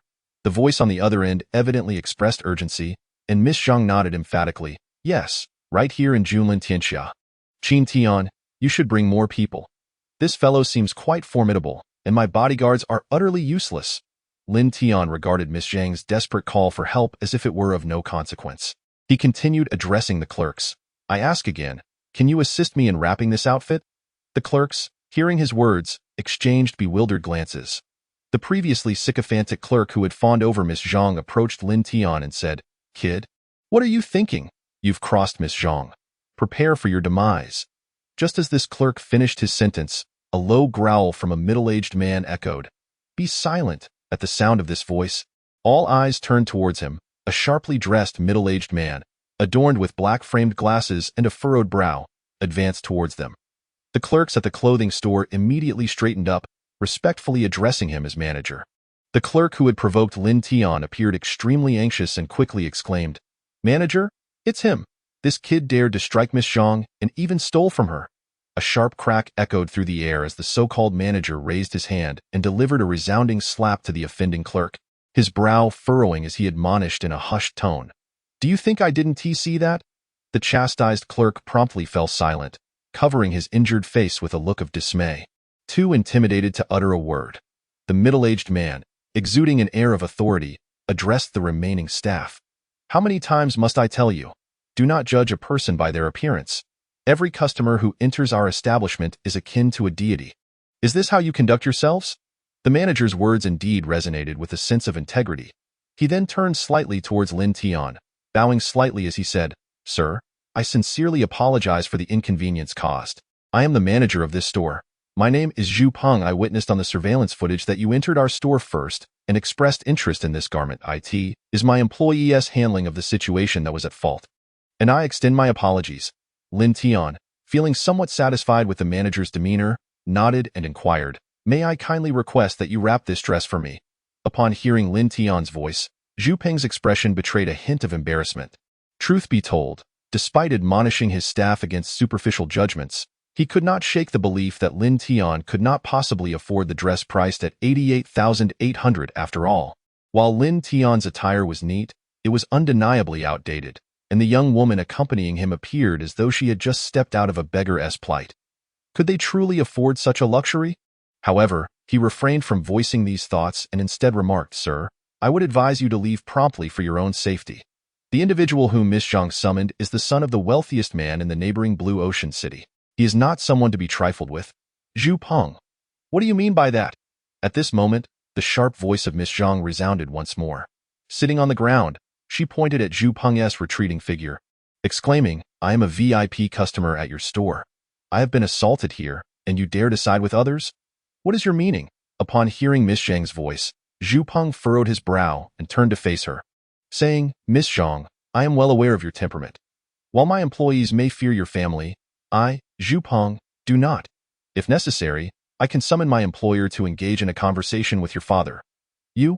Upon hearing Zhu Peng's words, Miss Zhang gritted her teeth, but chose not to utter another word.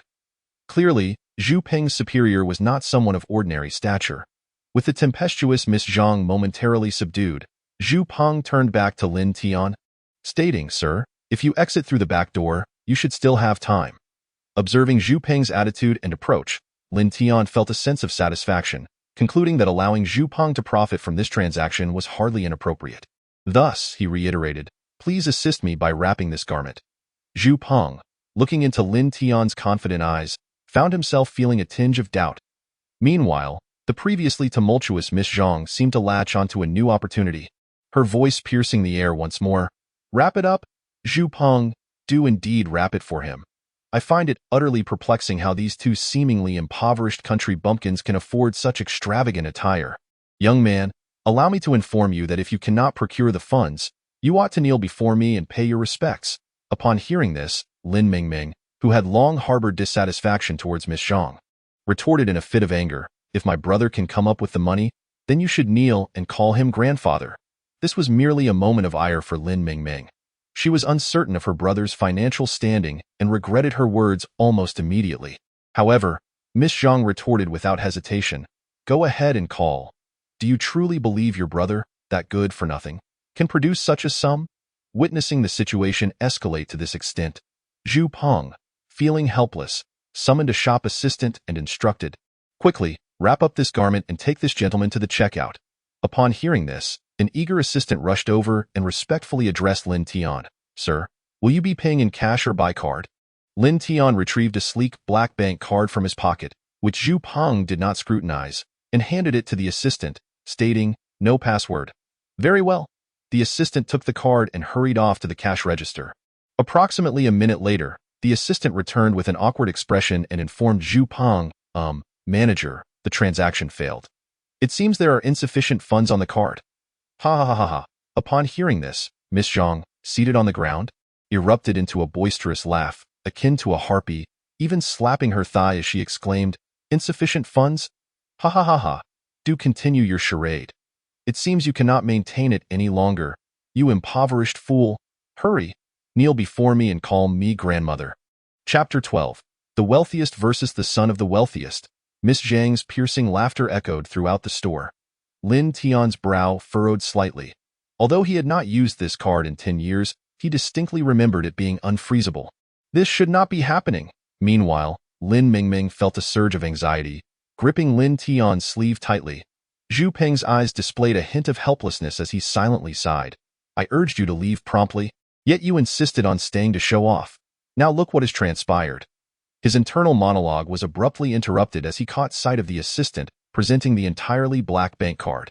Zhu Peng's eyes widened in shock as he exclaimed, "This is..." He swiftly snatched the card from the assistant's hand and commanded loudly, "Go! Quickly retrieve the POS machine from my office." The assistant, bewildered by the sudden turn of events, dashed towards the back of the store in a flurry. Clutching the card with both hands, Zhu Peng gazed incredulously at Lin Tian, who appeared as an ordinary individual, feeling his body involuntarily tremble with anticipation.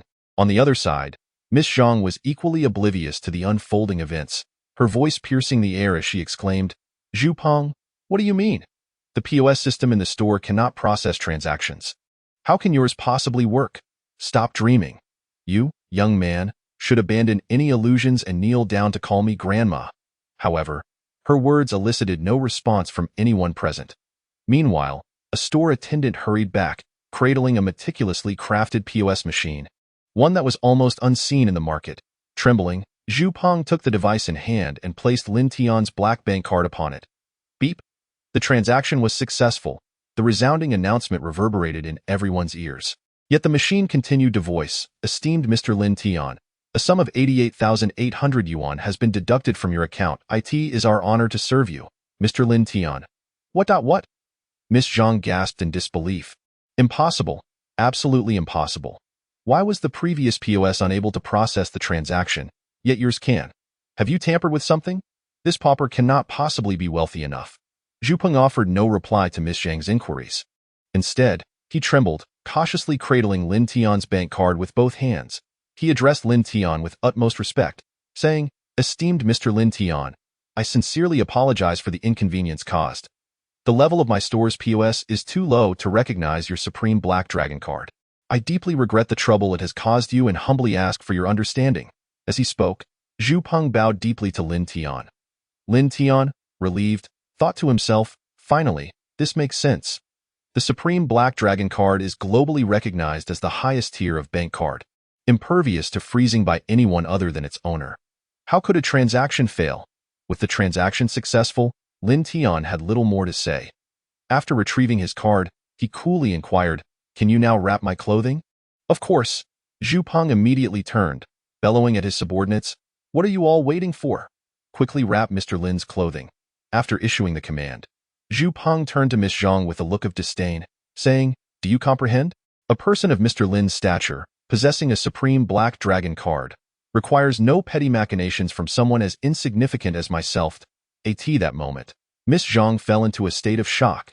As the daughter of a prominent family, she was familiar with the highest tier of bank cards, even if she did not possess one herself. The notion that this seemingly destitute young man could own a Supreme Black Dragon card was unfathomable. Impossible, it cannot be. He is merely a pauper, unable to possess such a prestigious card. Just then, a young man's voice echoed from outside the shop, "Who has a Supreme Black Dragon card?" Upon hearing this, Zhu Peng's brow furrowed in concern. Seated on the ground, the bewildered Miss Zhang revealed an endless surprise. The previously sharp voice had vanished, replaced by a soft, plaintive cry.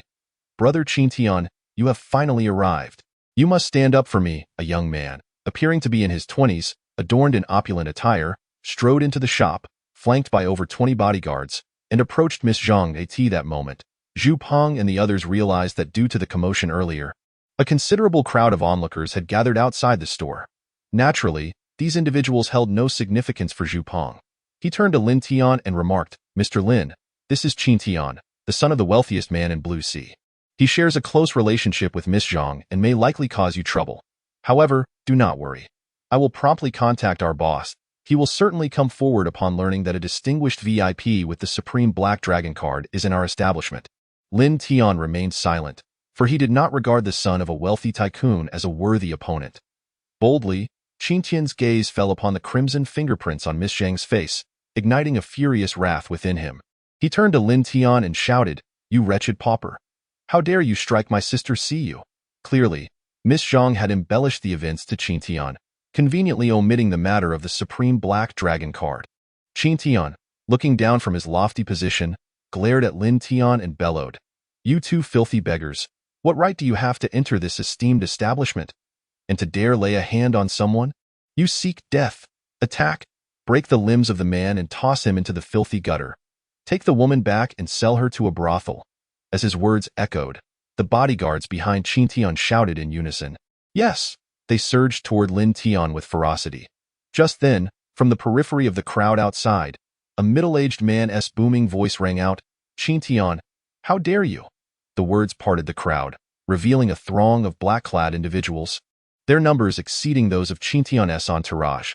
They stormed into the shop, fiercely separating Qin Tian's bodyguards from Lin Tian and Ming Ming, glaring at them with indignation. Amidst the black-clad figures, Su Qiandu, the wealthiest man in Qinghe, strode in confidently. Upon seeing Su Qiandu, Zhu Peng was momentarily taken aback and instinctively exclaimed, "Mr. Su?" Qin Tian, equally stunned, responded, "Uncle Su?" A ripple of excitement coursed through the crowd outside, filled with murmurs and discussions. "Is that really Su Qiandu, the wealthiest man in Qinghe? My goodness, I've only seen him in the news before. I can't believe I'm seeing him in person today. Is it truly him? What brings him to Junlin Tianxia? The tycoon is shopping at Junlin Tianxia, and so am I, which means I am equivalent to a tycoon. You must be joking." Silently observing, it seems something monumental is about to transpire. Before them, the illustrious Su Qiandu, renowned for his high status and prominence, strides purposefully towards Qin Tian, who wears a bewildered expression. With an elevated right hand, Su Qiandu delivers a resounding slap, forcefully striking Qin Tian. Chapter 13. The old servant bows to his master. The crisp sound reverberates, leaving everyone in a state of shock. This distinguished tycoon of Qinghe has made a sudden appearance, and within moments, He has dealt a severe blow to a mere youth? What is happening? The onlookers outside the shop exchange bewildered glances, initially believing it to be a mere altercation over clothing, only to realize the tycoon himself has been drawn into the fray. But wait, isn't the tycoon supposed to be attending a bidding conference today? Such a significant event for Qinglong commerce, how could he abandon it to come here? Indeed, I heard that the amount at this bidding conference is a staggering 3 billion. For a project of such magnitude, the tycoon has chosen to neglect it and rush here instead? Hold on, could it be that the one being struck is none other than the son of the Blue Sea Tycoon? The esteemed Qin Tian? Is this for real? Yet, it seems that only Su Qindu would dare to openly slap the son of the Blue Sea Tycoon, wouldn't he it? Is Su Qindu truly willing to offend the Blue Sea Tycoon for the sake of those two siblings? Surely, they cannot be of his bloodline. There are indeed many imaginative minds at play, yet no matter how they speculate, they cannot fathom the truth. Su Qindu's slap is laced with deep-seated animosity, leaving a trace of blood at the corner of Qin Tian's mouth. Clutching his bruised cheek, he gazes incredulously at Su Qindu and exclaims, "Su Qindu, what the hell do you mean by this?" His father S standing in blue sea mirrors Su Qindu S in Qing'ai in private. He would naturally address Su Qindu as Uncle Su, yet that does not imply a close relationship. Now, to be met with such unprovoked aggression is intolerable, prompting Qin Tian to erupt in fury. After all, he has his own father to back him, who stands on equal footing with Su Qindu. Thus he feels no fear. Su Qindu regards Qin Tian with a frigid gaze, his tone devoid of any emotion as he commands, "Take your people and leave." His words lack any semblance of compassion. How could Qin Tian endure this? Having been struck, would he simply retreat? If word of this spreads, how could he maintain his dignity as the son of a tycoon? He retorts angrily, "What if I refuse?" The threat is palpable, yet would Su Qindu be intimidated? A mere brat? He looks directly at Qin Tian, icy disdain in his voice. "Do not forget, this is Qinghe." Upon uttering these words, the group of black-clad men behind him steps forward menacingly, their presence overwhelming. The bodyguards accompanying Qin Tian reveal expressions of uncertainty. Though his heart seethes with resentment, he understands all too well that the situation is dire. This is Qinghe, not his own Blue Sea. Thus, he let out a heavy cold snort, casting a glance over Su Qindu to Lin Tian behind him and declared, "You, young lad, I shall remember you." Without a moment's hesitation, he turned around and commanded, "Let us depart." Su Qindu did not attempt to stop Qin Tian's departure, for he had more pressing matters awaiting his attention. Meanwhile, the eldest daughter of the Zhang family, upon Su Qindu's appearance, stood utterly dumbfounded. The Zhang family indeed boasted a formidable reputation, yet it paled in comparison to the wealth of the richest man in Qinghe. She found herself unable to even engage Su Qindu in conversation. To her dismay, she witnessed her summoned brother, Qin Tian, being effortlessly dismissed by him. How could she muster the courage to utter another word? Su Qindu, who dared to confront Qin Tian, rendered her insignificant. Thus, she lowered her head, remaining silent, and followed closely behind Qin Tian in a state of panic. However, just as she was about to step out of the clothing store, Lin Mingming's voice rang out from behind. "Hey, that Miss Zhang, you haven't knelt down and called me grandpa yet." Upon hearing this, Miss Zhang's body trembled violently. Yet, she seemed to disregard the comment entirely and quickened her pace. At that moment, she heard Su Qindu's voice. "You are Zhang Siyu, are you not?" Zhang Siyu's body shook once more, her complexion drained of color, as she nervously turned to face Su Qindu, lowering her gaze submissively. "Yes, Mr. Su, I am Zhang Siyu." Su Qindu let out a cold snort and said, "I do not care what agreements you may have made previously, but I advise you to comply." Zhang Siyu's pupils dilated suddenly, a flicker of panic and resentment surfacing in her eyes. Kneeling and addressing that impoverished man as grandpa? Absolutely not. It would be a grave insult to her, Zhang Siyu, and to the Zhang family. Yet, she dared not oppose Su Qindu and could only cast a pleading glance towards Qin Tian. At that moment, Qin Tian's eyes also reflected resentment as he glared deeply at Su Qindu, though he remained silent. After all, this was Qinghe, not Lan Haihe. Observing Zhang Siyu's prolonged inaction, Su Qindu coldly laughed and declared, "Bring forth all investments related to the Zhang family and retract them immediately." "No." Zhang Siyu gasped in shocked eye in all of Qinghe. Nearly every prominent family had a cooperative relationship with the richest man, Su Qindu. They sought to cling to the wealth of the tycoon. If all of Su Qiandu's investments in the Zhang family were withdrawn because of her, it would spell disaster for them. Without a doubt, Su Qiandu and the Zhang family would not spare her. Thud. In an instant, Zhang Xiu knelt down decisively, crying out towards Lin Tian, "Grandpa, I was wrong, Grandpa. I was blind and should not have competed with you for clothing. Grandpa, I was wrong. Please forgive me." With each utterance of Grandpa, Qin Tian's expression darkened further, for it was he who had summoned her to support her.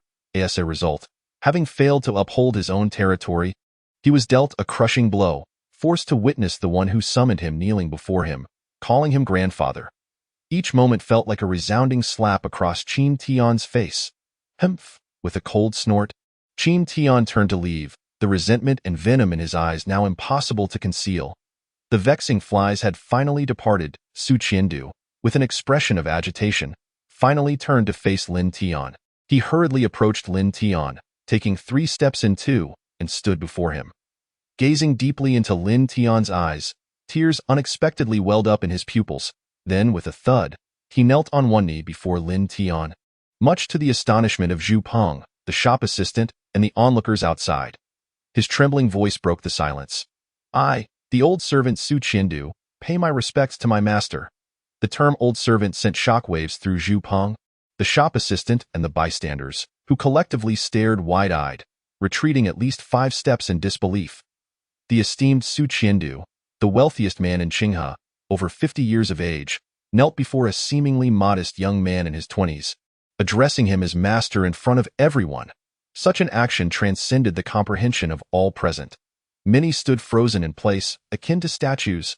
Others rubbed their eyes in disbelief, as if they could not trust their own vision or hearing. At this moment, Lin Tian, with an impassive expression, regarded the kneeling Su Qiandu, his demeanor unchanged, merely turning to Zhu Peng, the store manager, and stating calmly, "May I borrow your office?" Zhu Peng, already in a state of shock, nodded vigorously at Lin Tian's words, stammering, "Why, yes." Subsequently, Lin Tian, holding his sister's hand, made his way toward Zhu Peng's office. Upon reaching the door, he issued a terse command, "Su Qiandu, roll in." Chapter 14. Dare to strike me? I'll tell my father. Lin Tian's low, fury-laden roar reverberated, as though awakening Zhu Peng and the crowd of onlookers from their stupor. However, as they regained their senses, the sight that met their eyes was none other than the wealthiest man in Qinghe. Su Qiandu, curled up on the ground, rolling toward the depths of the shop and into the office. He was indeed rolling on the floor. This left the onlookers in a state of despair, having just emerged from shock, only to be plunged back into astonished stupor once more. Inside the office, there sat Lin Tian on the sofa, alongside Lin Mingming, and the wealthiest man in Qinghe, Su Qiandu, who remained on one knee before them. Su Qiandu, without needing Lin Tian to prompt him, began to wail loudly, tears streaming down his face. "Master, I am guilty, the old servant is guilty." Lin Tian, with no discernible expression, narrowed his eyes slightly as he regarded Su Qiandu and slowly inquired, "What crime have you committed?" Su Qiandu, with a heavy thud, slammed his forehead onto the ground, lamenting, "Master, the humble servant is deeply grateful for the master's benevolence, having soared to great heights in business, now holding the esteemed title of the wealthiest in Qinghe. However, 10 years ago, during the tragic annihilation of the Lin family, the humble servant was utterly powerless. At that time, I was abroad attending a summit when I suddenly received the shocking news about the Lin family. I rushed back to Qinghe without delay, only to find that by the time I arrived, the Lin family had already met their fate." Thud. Su Qiandu once again forcefully struck his head against the ground, bowing deeply to Lin Tian.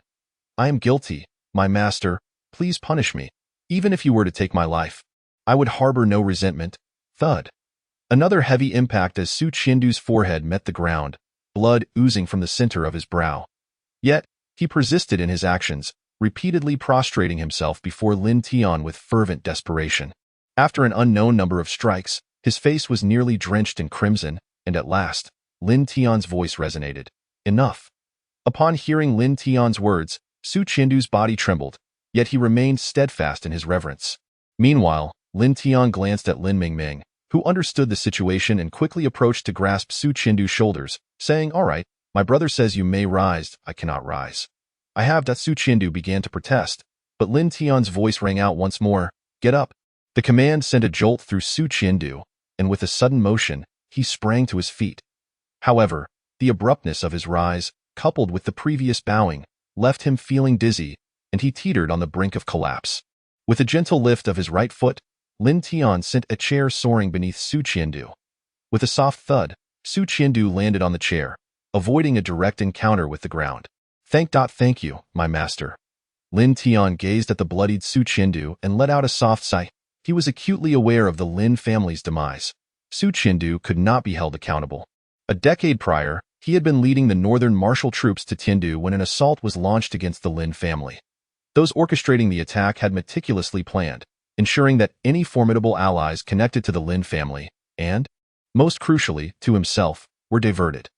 Thus, Su Qiandu had fallen into their trap, rendering him unable to assist the Lin family in their time of need. Observing Su Qiandu's bloodied visage, Lin Tian shook his head slightly, then raised his right middle finger. With a flash, a silver needle materialized and firmly embedded itself in the center of Su Qiandu's forehead.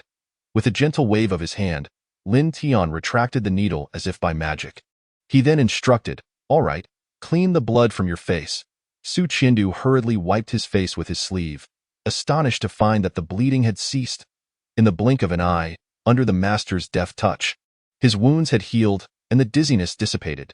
Truly, he is a master of unparalleled prowess. Su Qiandu's gaze towards Lin Tian was filled with fervent admiration. On this occasion, Lin Tian's voice resounded once more. Over the years, have any revelations emerged regarding the Lin family? Su Qiandu's face instantly contorted with a tinge of anguish. No seemingly apprehensive of inciting Lin Tian's wrath, he hastily continued, "Master, that group from years past operated with such meticulous precision that not a shred of information could be unearthed. It appears only those who were active during that time possess any knowledge. However, Master, the Qinghaowen family seemingly declined those individuals' invitations to assault the Lin family. They may indeed hold a wealth of information.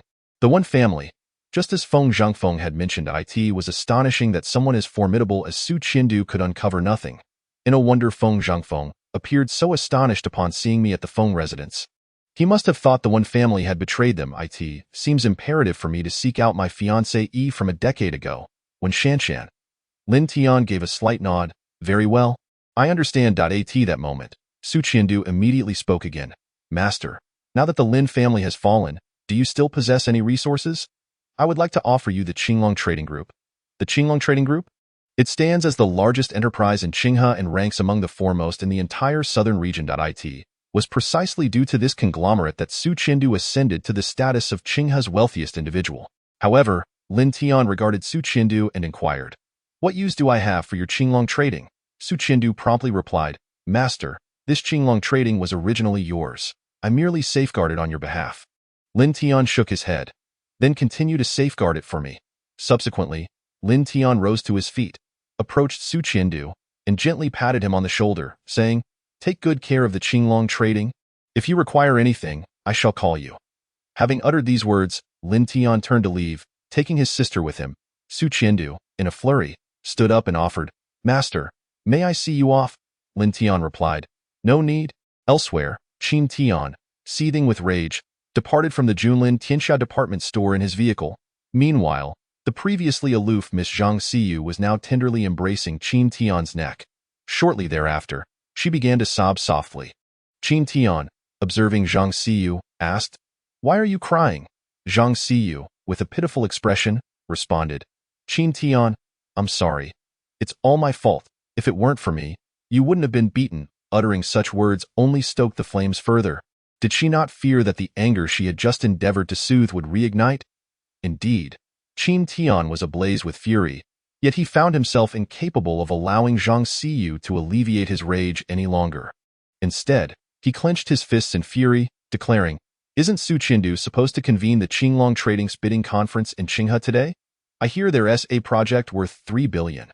This is a pivotal task for Qinglong Trading this semester. Why is he not attending his own bidding conference and instead here?" The son of the richest man had long been aware of today's bidding conference held by Qinglong Commerce. Logically speaking, Su Qiandu should be exceedingly occupied at this moment. Why, then, Does he possess the leisure to be here? Of course, although Qin Tian speculated, the sting of the slap on his face still burned fiercely. Su Qiandu, that scoundrel dares to strike me? Humph. I shall seek my father's assistance. Chapter 15. Thank you for taking care of my son. After leaving the clothing store, Lin Tian strolled through the mall with his sister, purchasing some essential items. No further incidents akin to the previous one occurred. After all, the grandeur of this place was overwhelming, and as Lin Tian held his sister's hand amidst the bustling crowd, they attracted various respectful and curious glances. Currently, Lin Tian found himself seated in a luxurious suite within a hotel. The sound of running water echoed from the bathroom, where Lin Mingming was taking a shower. Naturally, the bathroom door remained ajar, as Lin Mingming seemed concerned that Lin Tian might quietly slip away. This predicament was quite challenging for Lin Tian, for the bathroom was constructed of transparent high-tech glass. Should the door be closed, the glass would transform into frosted privacy glass, rendering the interior invisible from the outside. However, with the door left open, the scene within was fully exposed to anyone outside, especially considering that the person bathing was none other than his own sister. Throughout the ordeal, Lin Tian maintained a demeanor of utmost propriety, eyes fixed on the floor, not daring to glance up, for the sights within the bathroom were rather difficult to articulate. Fortunately, it wasn't long before he heard his sister's voice. Brother, the sound of her voice, Lin Tian lifted his gaze, and the sight before him brightened instantaneously. Lin Mingming emerged, freshly cleansed, adorned in the latest limited edition dress. She appeared pure and charming, exuding a natural grace, as if she had stepped forth from a painting. Previously, Lin Mingming's innate beauty had been obscured by the lack of suitable attire, leaving her looking rather disheveled. Now, however, it seemed as though Lin Tian had elevated himself by merely standing beside her. Rising to his feet, he took his sister's hand and gazed upon her delicate features, softly inquiring, "Are you tired? If so, you may rest for a while." "I'm not tired," Lin Mingming replied cheerfully, shaking her head, before asking, "Brother, are we going to find Sister Shanshan next?" Lin Tian nodded. Indeed, he was set to meet when Shanshan, this former fiancée from a decade ago, filled Lin Tian's heart with a tinge of apprehension. After all, they had shared a close bond 10 years prior. Yet, with the passage of time, he knew not how she had fared or whether she was well. Initially, Lin Tian had no intention of intruding upon Wen Shanshan's life. After all, he had vanished for a decade, and she should have carved out her own existence by now. However, with the Lin family annihilated and no word of their fate, the only potential source of information lay with the Wen family. Thus, meeting Wen Shanshan had become a necessity, as Lin Mingming escorted Lin Tian to meet Wen Shanshan. On the other side, Su Qiandu, having just emerged from a private hospital with his forehead bandaged, received a phone call from Lan Hai. Upon seeing the name Qin Feng displayed on the caller ID, his brow furrowed slightly, a flicker of displeasure appearing in his eyes. He was well aware of the situation at hand. This Qin Feng was none other than the wealthiest man in Lan Hai, and also the father of Qin Tian, the very individual whom he had slapped previously. It seemed that the affluent heir, having been struck, had called his father to lament his plight. Now, the parent had come knocking at his door. Truly, Qin Feng would never amount to much. Su Qiandu answered the call directly, his tone laced with disdain as he inquired, "What is it?" Upon hearing that his son had been struck by Su Qiandu, Qin Feng was understandably enraged. However, given Su Qiandu's status as the wealthiest man in Qinghe, he initially intended to approach the conversation with a degree of politeness. To his surprise, the other party showed no inclination to reciprocate that courtesy. Qin Feng's tone swiftly turned frosty as he declared, "I hear you hit my son. I demand an explanation." "Your explanation? MGB. Su Qiandu retorted without hesitation, hurling a profane insult at Qin Feng over the phone. Stunned, Qin Feng found himself at a loss for words. Was this truly the manner of someone of Su Qiandu's high standing? Why was he resorting to such coarse language? Anger flared in Qin Feng's eyes as he coldly responded, "Su Qiandu, what the hell do you mean? Are you declaring war on Lan Hai?" The war they spoke of was, of course, a commercial conflict. Should two magnates engage in such a battle, the economic ramifications for both cities would be profound. Yet, Su Qiandu was wholly unfazed by Qin Feng's threats, boldly stating, "If you wish for war, I, Su Qiandu, will oblige. But I advise you to first understand what your son nearly did before taking aim at Qinghe." Upon hearing Su Qiandu's words, Qin Feng's gaze darkened slightly. As a man of his stature, He could not afford to be simplistic in his reasoning. What could his son have possibly done in Qinghe to provoke such ire from Su Qindu? Nevertheless, he maintained a facade of superiority as he replied, "Isn't my son merely trying to teach a country bumpkin a lesson in your Qinghe? Why are you so incensed?" "Country bumpkin." Su Qindu's voice dripped with derision and contempt as he coldly retorted, "Do you even know who this country bumpkin is that your son speaks of?" Qin Feng, taken aback, instinctively asked, "Who?" Su Qindu slowly enunciated two words, "Lin Tian." "What?" Qin Feng exclaimed in shock over the phone, his voice rising in pitch. How ironic it was that he had previously criticized Su Qindu's choice of words, only to find himself unable to contain his own reaction now. His voice trembled slightly as he slowly inquired, You mean, that man has returned?" Su Qindu, maintaining his customary aloofness, responded, "Do you truly believe I would jest regarding the affairs of that man?" With a heavy gulp, Qin Feng swallowed hard. He was acutely aware of how formidable the man named Lin Tian was. A decade prior, outside of their echelon, none knew that within the entire southern region's business sphere, Lin Tian's influence was all-encompassing. Moreover, the northern region's martial soldiers under his command were invincible. Were it not for Lin Tian's tacit endorsement, Qin Feng would undoubtedly never have ascended to the status of the richest in Blue Sea. Such matters were scarcely known. To the outside world, Lin Tian was merely the young master of the Lin family. Yet to their circle, he was the true sovereign. With a slight tremor in his voice, Qin Feng reiterated, Thank you." His gratitude was directed towards Su Qindu for his timely intervention, which had spared his son from a grave calamity. However, Su Qindu coldly interjected, "You owe your gratitude not to me, but to the master." Yes, Qin Feng, flustered, replied, "I shall immediately go to Qinghe to personally apologize to the master." Upon hearing this, Su Qindu stated directly, "There is no need. The master is currently preoccupied with more pressing matters regarding your son." Qin Feng, on the other end of the line, instinctively inquired, "What? Does the master have more significant concerns at present?" Su Qindu's calm voice resonated, "The one family." A sharp intake of breath escaped Qin Feng upon hearing those two words. He quickly grasped the situation. The master intended to investigate matters from the past. However, would the one family divulge anything to the master? Su Qindu, emulating Lin Tian's icy demeanor, replied, "If the one family proves to be ungrateful, then their existence in this world is rendered unnecessary." Qin Feng fell into a profound silence, ensnared in the same terror that had once gripped Su Qindu. Even the busy tone echoing through the phone could not return his thoughts to the present. Su Qindu refrained from further discourse with Qin Feng, for he had more pressing matters to attend to. After ending the call, he turned to his subordinate and inquired, "Is everything prepared for today's bidding meeting?" The subordinate, resembling Su Qindu's secretary, promptly responded, "President Su, everything is ready. All documents and contracts have been delivered to the venue. Furthermore, as per your instructions, the winning bid has been predetermined for Wensi Group of the One Family, Su Qindu nodded in satisfaction.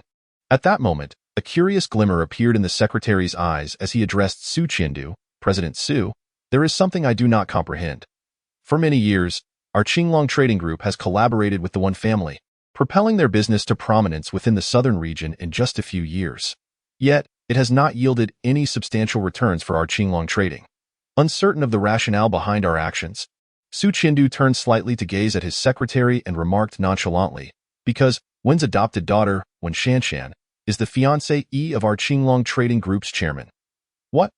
The secretary's eyes widened in astonishment as he fixed his gaze on Su Qindu, exclaiming, "Mr. Su, the chairman of Qinglong Trading is none other than you."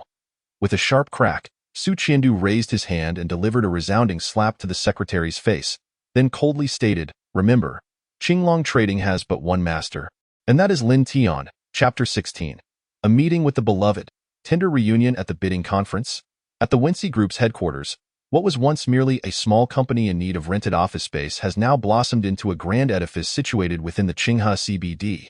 Thanks to the quiet support of the Qinglong Trading Group over the years, Lin Tian remained oblivious to this fact, unaware that it was Su Qindu's initiative, driven by the knowledge that Wen Shanshan was Lin Tian's fiancée. At that moment, a young woman clad in flat shoes, denim jeans, and a crisp white shirt, cradled a stack of thick documents in her hands while anxiously speaking into her phone, beads of sweat glistening on her forehead. As she hurriedly exited the building, She carefully reassured the person on the other end. "Mom, please don't worry. I've left the headquarters and have gathered all the materials, I assure you. I won't be late for today's bidding conference." However, the voice on the other end was far from pleasant. "Don't call me Mom. I've told you, you're just a stray child we picked up, and can you move a little faster? If you dare to be late, I swear I'll make you regret it." When Shanshan's face reflected a mixture of pain and helplessness at her mother's tone. Yet, she seemed accustomed to such treatment. Softly murmuring, "Mom, please calm down. I admit I've made mistakes, but I promise I won't be late. So please don't worry." Just as she finished her sentence, she faintly heard a voice calling from behind. "Shanshan?" Upon hearing her name, when Shanshan froze in her tracks, her pupils dilating in shock. Numerous people called her Shanshan, yet none compared to the enchanting quality of that particular voice, a voice she had longed to hear for the past decade. The woman on the phone continued to rant, but it seemed as if when Shanshan could no longer hear her, she stiffly turned around, and her body trembled violently. With a crash, the stack of documents she held tumbled to the ground, and the phone clutched to her ear fell with a thud. In the next moment, a piercing scream erupted from when Shanshan's lips, filled with exhilaration, surprise, and the joy of reunion. Passers-by turned their heads, gazing at her as if she were a spectacle, marveling at the sight of when Shanshan in her current state of disbelief. However, when Shanshan remained utterly unconcerned with the gazes of those around her, tears streaming uncontrollably down her cheeks, with arms outstretched, she dashed forward in a frenzy. A resounding thud echoed as she fell into the embrace she had long yearned for. That longed-for figure was none other than Lin Tian. At that moment, Lin Tian's eyes also appeared somewhat dazed. Gently wrapping his arms around her, he held Wen Shanshan close. Initially, he had thought that after 10 years apart, Wen Shanshan would have carved out her own life. Yet, it seemed that throughout this decade, she had been waiting for him. A profound tenderness glimmered in Lin Tian's eyes. Meanwhile, he could distinctly feel that his clothing had become soaked with Wen Shanshan's tears. Finally, Lin Tian held Wen Shanshan tightly in his embrace. Lin Tian Gij, I always knew you weren't dead. I knew you would come back. Lin Tian Gij, you have finally returned. This isn't just a dream, is it? Are you here to marry me? Wen Shanshan's first question upon seeing him was, astonishingly, about their marriage. It was evident that her affection for him had not diminished over the years.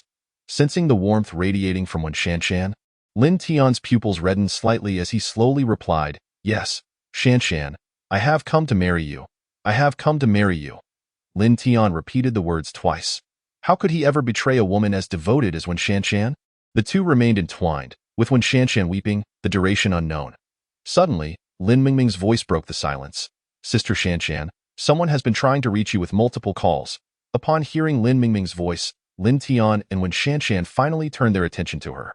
Lin Mingming had gathered the scattered documents and fallen phone that belonged to Wen Shanshan. Witnessing this scene, Lin Mingming gasped in alarm and exclaimed, "Oh no! There is an important bidding conference today. I need to rush home immediately." In a flurry, Wen Shanshan snatched the thick stack of documents and her phone from Lin Mingming's arms. Meanwhile, Lin Tian gently pinched Wen Shanshan's cheek and said, "It's all right. The matter at hand is urgent. You go ahead." However, before he could finish his sentence, Wen Shanshan grasped Lin Tian's hand and insisted, "No, Lin Tian Gij, you must come home with me. Mom and Dad will be so pleased to see you. For the past 10 years, they have been eager for me to marry, and now that the one who is to marry me has returned, they will no longer need to be upset with me daily." As she spoke, a hint of sadness flickered in Wen Shanshan's eyes. Yet, Lin Tian discerned an unsettling implication in her words, and his brow furrowed slightly. He understood that Wen Shanshan was, in fact, the adopted daughter of the one family. The identity of an adopted daughter within such a family serves merely as a tool to forge connections of, at that time, the one family sought to establish a betrothal with Wen Shanshan, primarily to secure favor with the formidable Lin family. Fortunately, Lin Tian possessed no peculiar predilections. He believed that whatever he cherished was the best, and the two shared a mutual affection. However, now the Lin family has been extinguished, and he has been missing for a decade. Wen Shanshan's parents likely wished to marry her off, but perhaps not to him. With this thought, Lin Tian perceived through Wen Shanshan's expression that her past 10 years had likely not been kind to her. Nodding in agreement, Lin Tian said, "All right, I will return with you." Upon seeing Lin Tian's nod, Wen Shanshan's smile brightened even further. Outside the grand residence of the one family, a young man dressed in a formal suit. His hair slicked back with shiny wax, stood anxiously to at that moment, when Shanshan's vehicle came to a slow halt at the entrance of the One Manor. He hastily approached, and upon seeing Wen Shanshan step out of the car, he unleashed a torrent of insults. "You illegitimate child.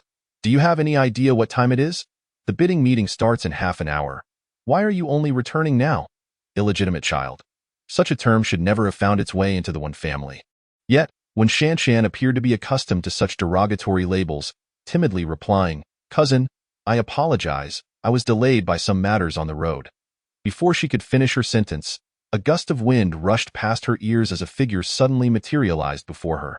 It was none other than Lin Tian'ai. The next instant, he raised his hand and delivered a resounding slap across her cousin's face. The sharp crack echoed through the air as when Shanshan's cousin was sent sprawling backward, tracing an elegant arc before crashing heavily to the ground. A spurt of blood, accompanied by 2 teeth, erupted forth. Chapter 17. Striking the small, only to have the large come seeking revenge? When Shanshan's cousin, could hardly fathom that he had merely intended to reprimand the wild girl taken in by his family when suddenly an individual appeared and dealt him a resounding blow. Groaning, when Yongqiang laboriously lifted his head, clutching his swollen cheek, glaring at the man who had struck him, his eyes ablaze with fury.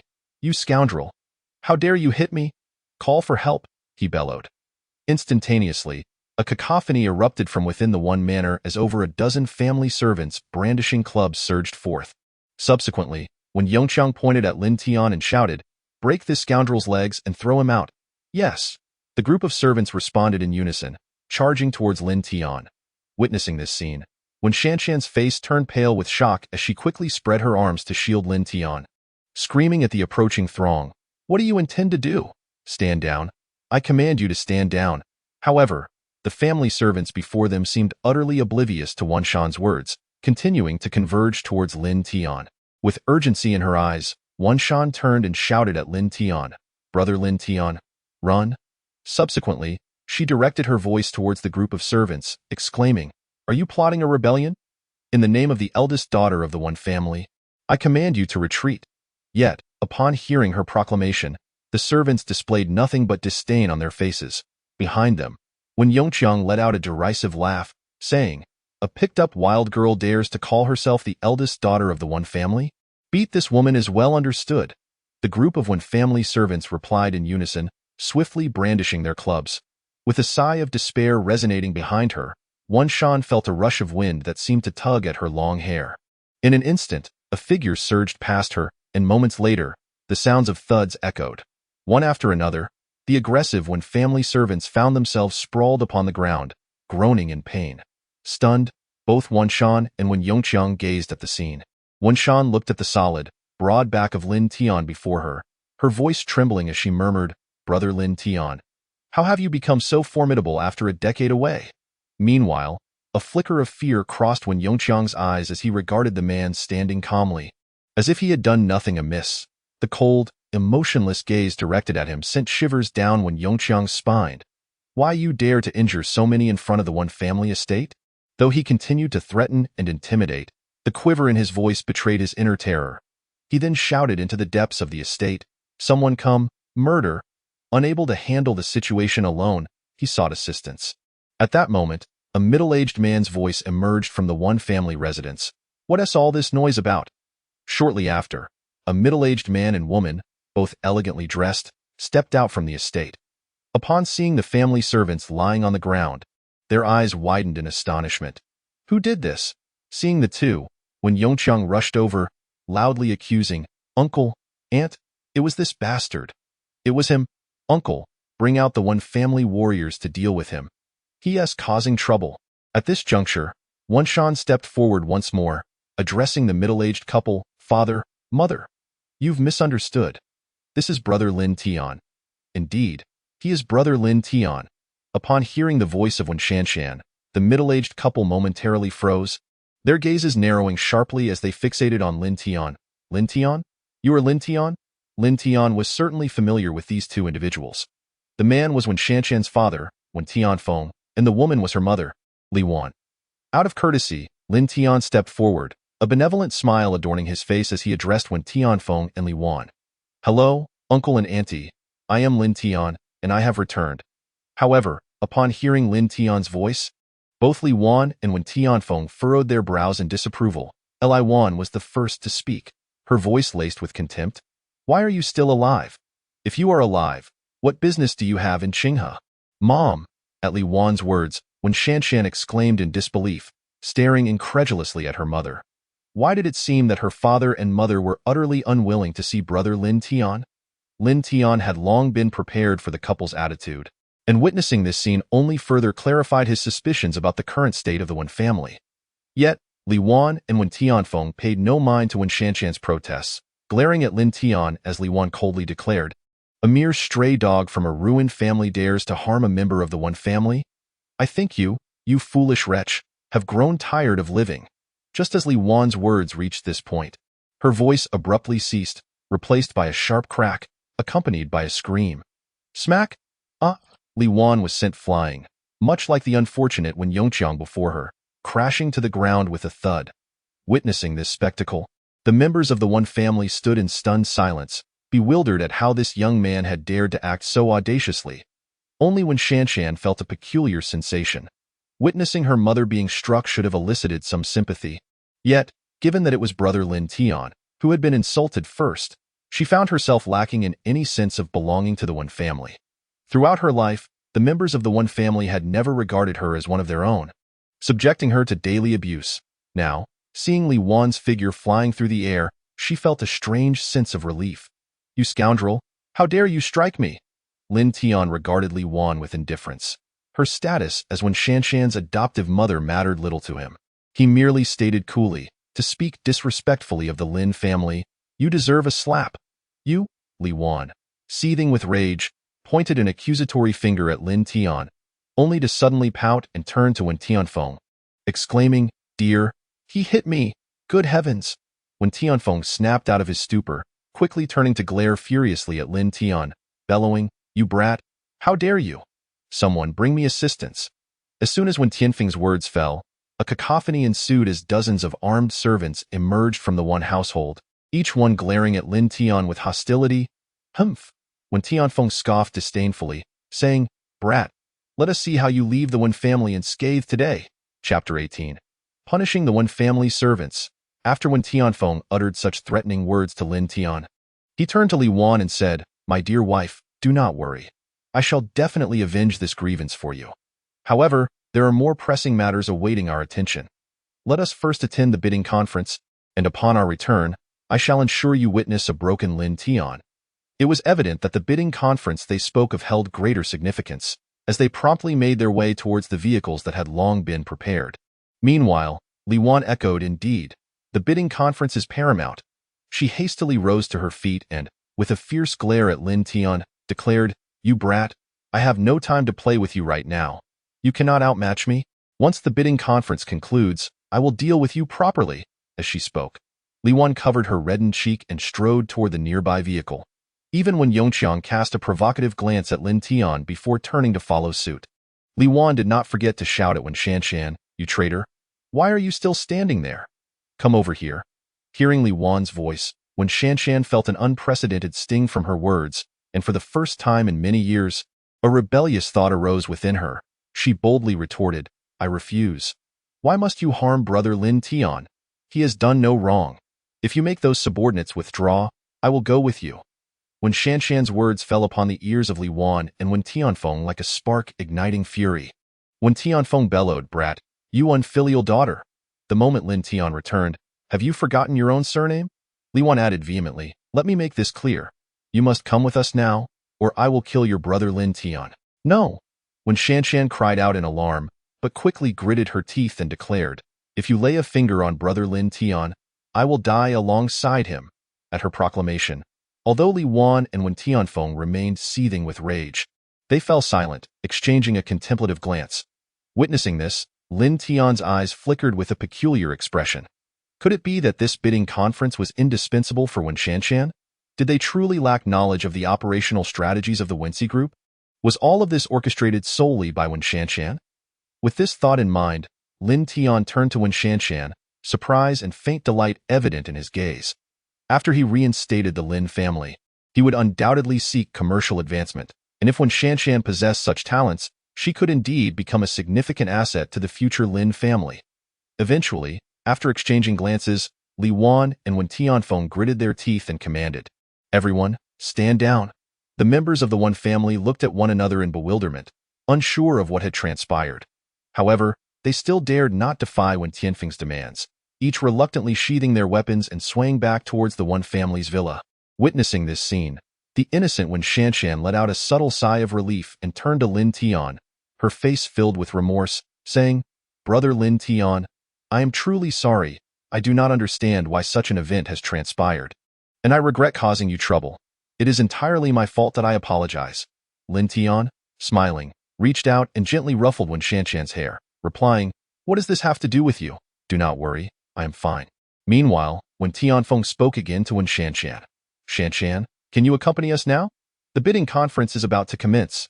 His voice was clearly strained, suppressing his fury while deliberately adopting a more pleasant tone. On the other hand, Wen Shanshan appeared conflicted, slowly nodding her head. To be honest, she did not wish to assist the Wen family. However, in her eyes, Wensi Group was like a child she had nurtured, and seeing it thrive was something she yearned for. Turning to Lin Tian, she said, "Brother Lin Tian, I am sorry." Lin Tian, fully aware of what Wen Shanshan intended to convey, merely waved his hand, saying, "Go on, I am fine." After receiving Lin Tian's affirmation, Wen Shanshan walked towards the Wen family's vehicle, glancing back 3 times. Li Wan's resentful gaze locked onto Wen Shanshan's retreating figure, her teeth clenched, thinking, "Just wait until the bidding concludes. I shall show you how I deal with you." Once Wen Shanshan had entered the vehicle, Li Wan slightly turned her head and cast a glance towards the interior of the villa, signaling discreetly. This gesture went unnoticed by others, yet Lin Tian observed it clearly, a faint smile curling upon his lips. The Wen family's vehicle then drove away with haste. Lin Tian turned to hold Lin Mingming's hand, softly instructing, "Mingming, close your eyes." "Huh?" Lin Mingming had no idea why her brother had made such a request, but the next moment, Lin Tian cheerfully said, "Brother will help your sister Shanshan teach their servants a lesson." With a whoosh, the group of servants who had retreated back into the Wen family rushed out again, surrounding Lin Tian once more. The leader among them glared menacingly, declaring, "Now that the troublesome person has left, Lin Tian, you have no one to back you. Are you prepared for your demise?" Lin Tian's lips curled slightly as he glanced at Lin Mingming, who now comprehended the meaning behind her brother's earlier words, understandingly closing her eyes. The next moment, a soft, buzzing sound echoed. Following that, Lin Mingming heard a series of loud thuds and chaotic noises, accompanied by the rising and falling of anguished cries. Before long, Lin Mingming heard Lin Tian's gentle voice beside her. "Mingming, let us depart." When Lin Mingming opened her eyes once more, she found herself amidst a scene where the ground was strewn with the Wen family servants, writhing in agony and howling. If Li Wan and Wen Tianfeng were to witness such a spectacle, their expressions would surely be quite remarkable. Qinghe International Conference Center. This is the largest conference center in Qinghe. Meanwhile, Wen Tianfeng, Li Wan, and Wen Shanshan arrived fashionably late. Upon their entrance, Su Qiandu, seated in a luxurious box on the 2nd floor of the conference center, slowly stood up, a faint smile gracing his lips. "The protagonists have arrived. Let the bidding commence." At this moment, as Li Wan and Wen Tianfeng entered the venue, they encountered a couple, with the husband immediately exclaiming, "Brother, sister-in-law, why have you only just arrived?" This man was none other than Wen Tianfeng's younger brother, Wen Tianyu. Wen Tianfeng shook his head and inquired, "So, how did your reconnaissance go?" A look of delight illuminated Wen Tianyu's face as he replied, "Brother, I have already spoken with Mr. Dong Tao. He said that our Wensi has once again been pre-selected." "Really?" Upon hearing this, both Wen Tianfeng and Li Wan's faces brightened with joy. Wen Tianfeng even spotted a plump man in the hall, nodding to him from afar and greeting him. The man responded with a smile and then patted the bank card that Wen Tianyu had discreetly slipped into his pocket. At that moment, Wen Tianyu seemed to notice something and suddenly exclaimed, "Sister-in-law, what happened to your face? Who hit you?" The mere mention of this ignited a fire within Li Wan's heart. It was none other than the worthless young master of the Lin family. "Lin Tian? Lin Tian?" When Tianyu paused in surprise, "Is that Lin Tian still alive?" Li Wan scoffed, "What of it? He remains nothing more than a useless stray dog." As she spoke, she turned and pointed a finger at Wen Shanshan. exclaiming, "Let me tell you, keep your distance from that worthless Lin Tian." Just as Su Qiandu descended the staircase, he overheard someone cursing his master as worthless, and his pupils instantly filled with rage. Chapter 19. Someone, throw them out. Su Qiandu's gaze, sharp as a blade, suddenly darted towards the source of the voice. He beheld Wen Shanshan's mother, furiously berating Wen Shanshan, and shockingly, her ire was directed at his own master. Lin Tian? At this moment Wen Shanshan, witnessing her mother insult her beloved, was filled with panic and cried out, "No, that's not true. Mom, brother Lin Tian is not a stray dog. He is truly remarkable." Silence. The voice that spoke was not Li Wan's, but that of Wen Shanshan's father, Wen Tianfeng. With a furrowed brow, he glared at Wen Shanshan and admonished, "Do you not see where we are? Raising your voice, showing no decorum at all?" "Exactly," chimed in Wen Tianyu with a sarcastic tone. "Is it merely because he has lost his family that he is deemed worthless? This Lin Tian, who was once the esteemed young master of the Lin family, now that the Lin family has fallen, what value does he hold?" On the other side, Wen Tianyu's wife chimed in, saying, "Indeed, it would be better to marry the young master of another family, at the very least. You, this wild girl, could still be of some assistance to our Wen family. You all, I will not permit you to speak of brother Lin Tian in such a manner." As Wen Shanshan's eyes brimmed with tears, Li Wan shouted sternly, "Hold it back. The bidding is about to commence. Do not embarrass me here." Was it not enough that they criticized Wen Shanshan for being a disgrace? They even forbade her from making a commotion. Hardly anyone paid heed to Wen Shanshan's words. Instead, the voices rebuking her were heard by almost everyone in the hall. Many expressed sympathy for Wen Shanshan's plight, their gazes revealing their compassion. Meanwhile, a cold snort escaped Su Qiandu's lips. "Humph, let us depart." He strode towards the elevated platform at the front of the bidding conference, accompanied by his secretary. Their presence instantly captivated the attention of all attendees. The host of the bidding, upon spotting Su Qiandu, promptly took to the microphone and announced, "Ladies and gentlemen, please take your seats. Today, the bidding event worth 3 billion is about to commence." 3 billion? Goodness, such an amount was evidently predetermined for the Wen family. It was evident that Su Qiandu had shown considerable benevolence towards Lin Tian, his fiancée. The Wen family members also took note of Su Qiandu's figure. "Hurry, hurry," Li Wan frantically urged Wen Shanshan. "Quickly take your seat. It is about to start, and I can hardly wait to sign the contract with Qinglong Trading." Excitement illuminated the faces of every member of the Wen family as they squeezed into the crowd and settled down. At this moment, Wen Tianyu, whether out of a desire to flaunt or for some other reason, leisurely remarked, "Sister-in-law, there's no need to rush. This 3 billion project is already ours." The moment when Tianyu uttered these words, he drew scornful glances from those nearby. Of course, some gazes reflected a sense of helplessness. Indeed, it was just as before. The Wen family had once again been predetermined. Though resigned, they could not suppress the bitter resentment bubbling within.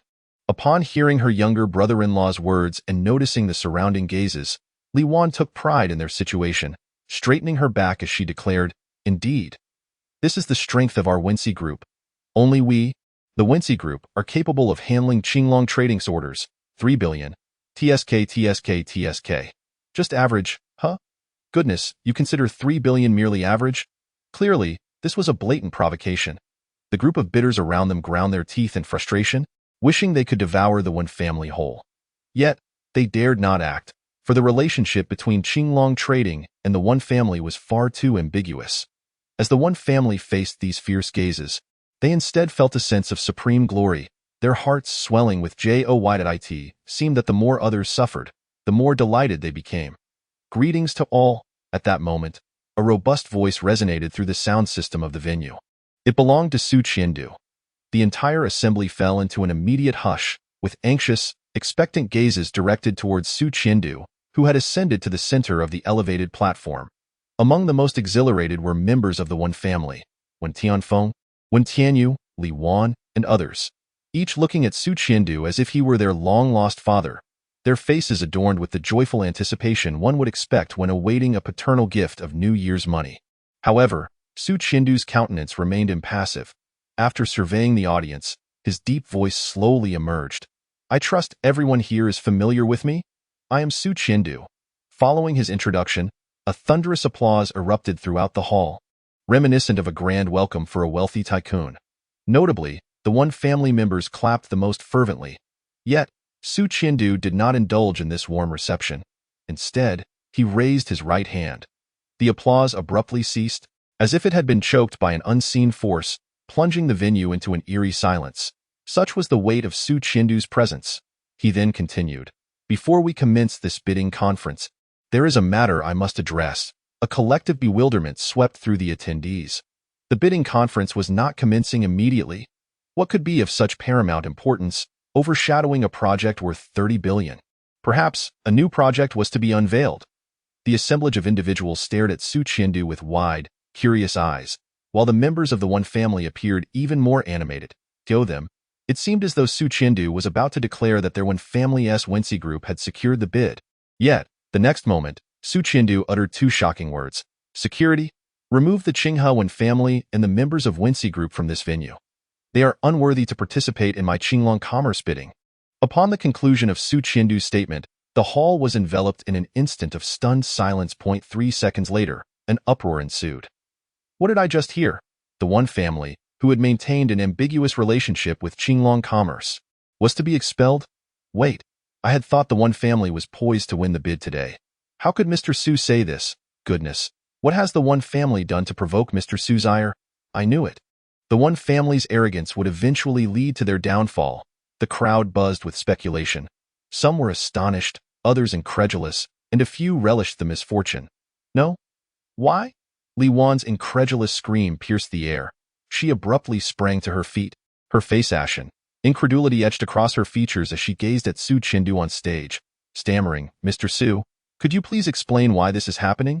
Was it not agreed that today's project was already assigned to our One family?" Assigned? Upon hearing the words emanating from Li Wan's mouth, Su Qiandu's fury intensified, prompting him to bellow, "I, for one, would rather designate a dog than bestow any favor upon your One family. Bring forth the guards and expel them at once." Chapter 20. What have we, the One family, done to provoke such wrath? Previously caught off guard by Su Qiandu's sudden decision, the security personnel were similarly bewildered.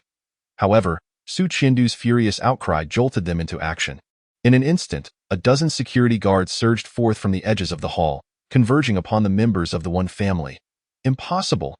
Absolutely impossible. At this moment, Wen Tianyu let out a piercing scream. This unforeseen turn of events doused the One family, who were on the brink of securing a lucrative 30 billion project, with a cold reality akin to a bucket of icy water poured over their heads. They were utterly confounded, unable to comprehend how circumstances had spiraled into such chaos. One by one, the guards began to hoist the One family members from the ground. Li Wan, suspended in midair, flailed her legs wildly, her eyes bulging with desperation as she emitted a series of sharp cries. "Release me! This is not how it should be. This deal was supposed to belong to our One family. It cannot be, it absolutely cannot." Meanwhile, when Tianfeng, though not struggling, wore a pallid expression, his eyes filled with incredulity as he called out to Su Qiandu on the elevated platform, "Mr. Su, you must be jesting, are you not? For so many years, our collaboration with Qinglong Commerce has been flawless. What on earth has transpired today?" Yet, Su Qiandu paid no heed to when Tianfeng, in his eyes, the One family had forfeited their right to exist in this world for daring to insult his master. Lin Tian. Seeing that Su Qiandu was utterly indifferent to him, when Tianfeng frantically scanned the crowd until he spotted the evasive Dong Tao, he shouted at the top of his lungs, "Mr. Dong, did you not assure me that our One family had secured the deal? How has it come to this?" Upon hearing Wen Tianfeng's words, Dong Tao, hidden among the crowd, was instantly stricken with shock. He leapt forth, shouting at the guards, "They are slandering us." Then, glaring at Wen Tianfeng, he thundered, "You fool! Your One family is on the brink of destruction. Do you wish to drag me down with you? Strike him. Mutilate his mouth." As a senior figure of Qinglong Commerce, Dong Tao's commands were swiftly followed by the guards, who began to rain blows upon Wen Tianfeng and indeed the entire Wen family. "Ah! Stop hitting! Don't strike my face! My mouth!" The hall echoed with the anguished cries of the One family members. Gradually, these cries receded as, in no time, the One family was unceremoniously expelled from the hall, leaving only Wen Shanshan behind. Wen Shanshan appeared to be an outsider, standing in place with a bewildered expression. utterly oblivious to the unfolding events. The group of security guards seemed to disregard her as a member of the Wen family, allowing her to be overlooked. However, once she regained her composure, she hastily pursued the figures of her family that had been forcefully expelled. Meanwhile, the hall had once again fallen into a profound silence, and no one dared to speak, for they could all sense that Su Qiandu, the wealthiest individual in Qinghe, was clearly incensed. At that moment, Su Qiandu's low, thunderous voice rang out once more, "Dong Tao." The anxious Dong Tao trembled violently, his complexion paling as he came to an abrupt halt, stammering, "Su Zong." Su Qiandu bellowed at Dong Tao, "Get over here." With that, he turned and strode away without a moment's hesitation, disregarding even the bidding conference for the 30 billion project. In his eyes, Lin Tian would always occupy the foremost position. After the Wen family was ejected from the venue, they continued to stir up trouble at the entrance, attempting to force their way back in. Ultimately, a multitude of individuals clad in black appeared, all hailing from Qinglong Commerce. Although the Wen family had now ascended to the ranks of the prestigious families in Qinghe, they dared not openly confront Qinglong Commerce, especially since it was Qinglong Commerce that had elevated them to their current standing. Thus, they were left with no choice but to return to their clan in disgrace. However, they did not encounter Lin Tian upon their exit. At that moment, Lin Tian believed that the bidding conference would extend for some time, and he could not simply wait idly. It would be more prudent to find a stable residence for his sister first, and once the Lin family was rebuilt, they could return home. It was unreasonable to remain in a hotel indefinitely. Consequently, Lin Tian was completely unaware of the incident that had led to the Wen family's expulsion from the bidding conference. Upon returning to the Wen family estate, Wen Tianfeng, Wen Tianyu, Li Wan, and Li Wan's sister-in-law sat, bruised and battered, on chairs, panting heavily. The surrounding attendants catered to their needs, while the only unscathed individual was Wen Shanshan, who stood in the center of the hall with a dazed expression. Meanwhile, Wen Yongqiang, who had remained at home, was alarmed to see his parents and uncle and aunt in such a state. Exclaiming in distress, "What on earth happened? Mom, Dad, Uncle, Aunt, what has transpired? Weren't you all attending the Qinglong Commerce bidding conference? How did it end up like this?" When Tianyu glared at his son and barked, "Get lost. Stop being an eyesore here. If you ask me, who should I ask?" Although he spoke harshly, after berating his son, he turned to his elder brother, Wen Tianfeng, and inquired, "Brother, why don't you call Mr. Dong and find out what exactly happened? Wasn't it agreed that our Wen family was already assured a position? How could they possibly force us out of the venue?" At this moment, Wen Tianfeng glared at his younger brother with palpable irritation and remarked, "And I was just about to inquire what that scoundrel was up to. Are we suffering the consequences merely because that rascal incited trouble?" No sooner had he uttered these words than his phone rang unexpectedly. Upon glancing at the caller ID, Wen Tianfeng was momentarily taken aback. In the next instant, he promptly answered the call, and his expression transformed into one of obsequiousness. He spoke in a delicate tone. Mr. Dong, it is a pleasure to finally receive your call. Remarkable, just a moment ago he was cursing Dong Tao as a despicable villain, and now, upon receiving a call, his demeanor has entirely shifted."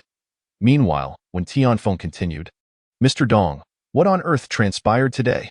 How dare you even ask me?"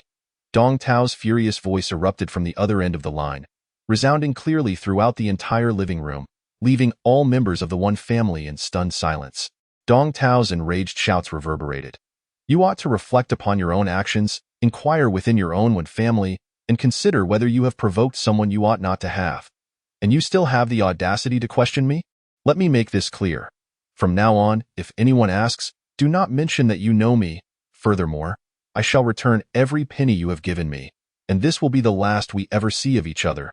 With that, a resounding click echoed as Dong Tao forcefully ended the call, leaving Wen Tianfeng in a state of bewilderment. Glancing around, he hesitantly spoke, "Have we truly crossed paths with someone we shouldn't have?" The other members of the Wen family, having heard Dong Tao's words, were equally perplexed. Li Wan shook her head and replied, "Surely not. Our Wen family has always been straightforward. How could we have offended anyone?" At that moment, Wen Yongqiang, standing to the side, cautiously ventured, "Aunt, could this possibly be related to Lin Tian, who previously caused a commotion at our Wen residence?" Chapter 21. The Disappointment and Despair of Wen Shanshan. Wen Yongqiang's remark was not without merit, for he recalled that Lin Tian had previously stated that if it involved Qinglong Commerce, he could be of assistance to that time. None of the Wen family believed him. Indeed, no one believed it then, let alone now. Stop spouting nonsense. Li Wan remained silent, but when Tianyu, when Yongqiang's father, immediately lashed out with fury. Him? Lin Tian? The Lin family has long since perished. He is nothing more than a stray dog now. How could Mr. Su possibly have any association with Lin Tian? Get lost. Don't make me resort to violence. When Yongqiang clearly dared not defy his father, retreating timidly to a corner. However, his gaze fell upon Wen Shanshan. Well then, if I cannot provoke my father, I shall not hesitate to confront you, you illegitimate child. He pointed an accusing finger at Wen Shanshan, exclaiming, How come you bear not a single scratch? Speak. Is this matter in any way connected to you? Me? Upon hearing her brother's harsh accusations directed at her, Wen Shanshan was taken aback. I don't know, she stammered. The Wen family seemed entirely unwilling to afford her the opportunity to speak. Li Wan stood up abruptly, regarding Wen Shanshan with palpable disdain, and declared, Well, you wild girl. I was wondering why Mr. Su suddenly became so enraged, claiming we have provoked someone we ought not to have. It must be you, this unwanted wretch, who has stirred trouble outside, hasn't he it? Provoked Mr. Su. How typical. The entire Wen family expects everything of Wen Shanshan, yet in their eyes, she remains a mere unwanted wild girl. Now, after a few missteps, they have collectively heaped all the blame upon her. Feeling wronged, Wen Shanshan hastily waved her hands and exclaimed, I didn't do anything. I wasn't causing trouble. It was others who bullied me. How could I possibly dare to provoke anyone else? Although her words were a defense, they rang true. Despite being the adopted daughter of the Wen family, she was still regarded as their young lady. Yet, outside, no one treated her as the esteemed daughter of the Wen family. Everyone, like her relatives, regarded her as a mere unwanted servant girl. At this moment, regardless of her attempts at justification, the Wen family had found a scapegoat. When Tianyu also pointed an accusatory finger at Wen Shanshan, bellowing, You wild girl, have you done something wrong and still lack the courage to admit it? If you haven't offended Mr. Su, why would our family be cast out? Wen Shanshan felt tears welling in her eyes. She had no understanding of the unfolding situation, yet everyone was fixated on her. Humph. Out of words, are you? It's you. At this juncture, when Yongqiang fanned the flames further, was Wen Shanshan truly left speechless? She had no idea how to defend herself against her relatives. Reluctant tears streamed down her cheeks, falling softly to the ground. Then, when Yongqiang spoke again, Do you still have the audacity to cry? It's because of you that my father, mother, and my uncle and aunt have been harmed. You must bear this responsibility. You need to find a way to resolve this issue today. His words seemed to ignite a spark in Li Wan, who pointed an accusatory finger at Wen Shanshan and shouted, Exactly. Quickly present a solution. Otherwise, I'll strip you bare and beat you soundly. The weeping Wen Shanshan could utter nothing, only shaking her head in despair. I don't know at that moment, when Yongqiang's eyes gleamed with a hint of mischief, and a lewd smile crept onto his lips as he said, Aunt, I do have a suggestion, though I wonder if you would be willing to part with your daughter. Upon hearing Wen Yongqiang's voice, Li Wan scoffed coldly. What is there to hesitate over a picked-up girl? Fine. When Yongqiang nodded emphatically and remarked, Madam, you see, the reason you and uncle have kept this wild girl, Wen Shanshan, is surely due to her beauty and good figure, with the intention of using her to curry favor with the powerful. Am I wrong? Now, who could have anticipated that she would provoke Mr. Su? However, despite Mr. Su's advancing years, he remains a man, and I must say, he appears to be in fine health. Why not let this Wen Shanshan accompany him? As he spoke these words, a suggestive glimmer flashed across Wen Yongqiang's face. The members of the Wen family were momentarily taken aback, exchanging glances. Li Wan and Wen Tianfeng shared a look, and Li Wan spoke up. Are you suggesting that this wild girl should spend the night with Mr. Su? Wen Yongqiang nodded vigorously, not just one night. Whatever time Mr. Su requires, let her stay with him. This way, not only will today's issue be resolved, but our Wen family can also be forever bound to Qinglong trading. After Wen Yongqiang finished speaking, Li Wan and Wen Tianyu's eyes instantly sparkled with excitement. What a brilliant idea! Suddenly, a heart-wrenching voice pierced through the air. No, I refuse to accompany that man. I want to marry brother Lin Tian. I want to marry brother Lin Tian. Silence! Li Wan raised her right hand, poised to deliver a fierce slap to Wen Shanshan's face. Yet, To everyone's surprise, when Yongqiang swiftly intervened to protect Wen Shanshan, looking at his aunt and saying, "Please, don't hit her. What if Mr. Su loses interest if she gets injured?" "Indeed," Li Wan frowned, glaring at Wen Shanshan. "Let me make this clear. Today, whether you like it or not, you will accompany Mr. Su. Otherwise, I will drag you to the backyard, disfigure your face, and break your limbs.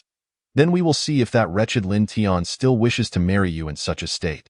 When Shanshan's face turned pale, her pupils dilating with terror as she shook her head repeatedly, muttering, "No, I don't want to." She cast a pleading glance towards Wen Tianfeng, who sat silently in the back.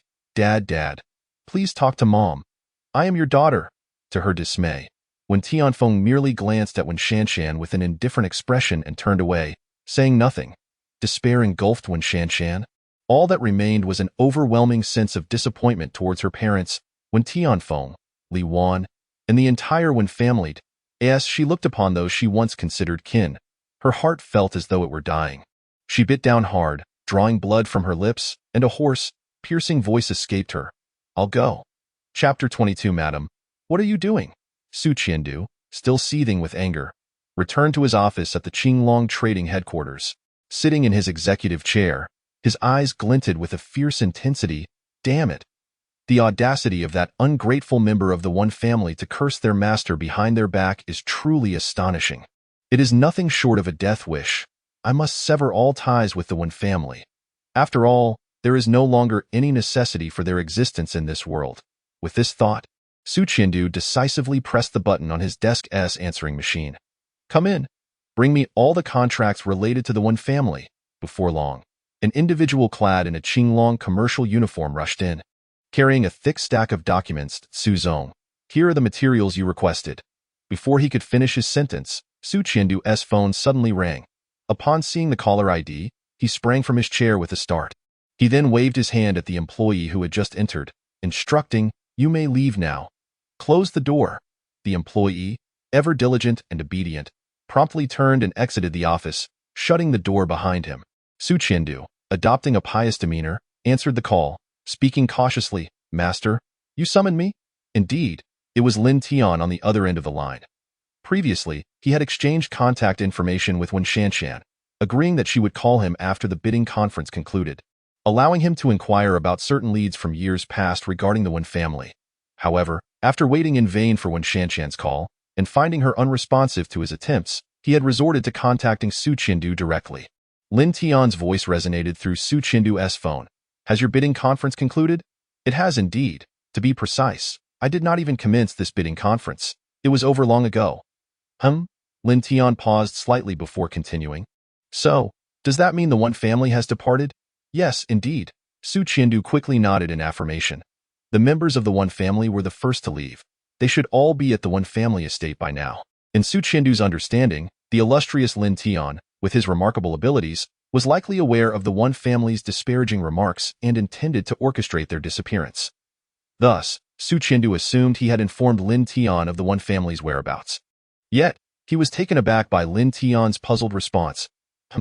It concluded long ago? How peculiar. Without elaborating further, Lin Tian abruptly ended the call. Su Qiandu, listening to the busy signal, felt a twinge of curiosity. What could be so peculiar? However, before he could ponder this further, the answering machine on his desk chimed again. "Su Zong, the eldest daughter of the One family, Wen Shanshan, requests an audience." "Wen Shanshan?" Su Qiandu's pupils contracted once more. Wen Shanshan is the fiancée of the master. Although the One family no longer warranted existence, Wen Shanshan was a different matter altogether. Su Qiandu was well aware of the bond shared between Wen Shanshan and Lin Tian. Moreover, Wen Shanshan was not of the Wen family's bloodline. Therefore, in a strict sense, she could not be considered a member of the Wen family. Su Qiandu rushed to the side of the answering machine and exclaimed loudly, "Please invite Miss Wen Shanshan in." Before long, Wen Shanshan, whose eyes were still red from weeping, entered Su Qiandu's office. As the door closed behind her, Su Qiandu approached with a smile that seemed almost apologetic. However, in the next moment, with a thud, Wen Shanshan unexpectedly knelt straight before Su Qiandu. Good heavens!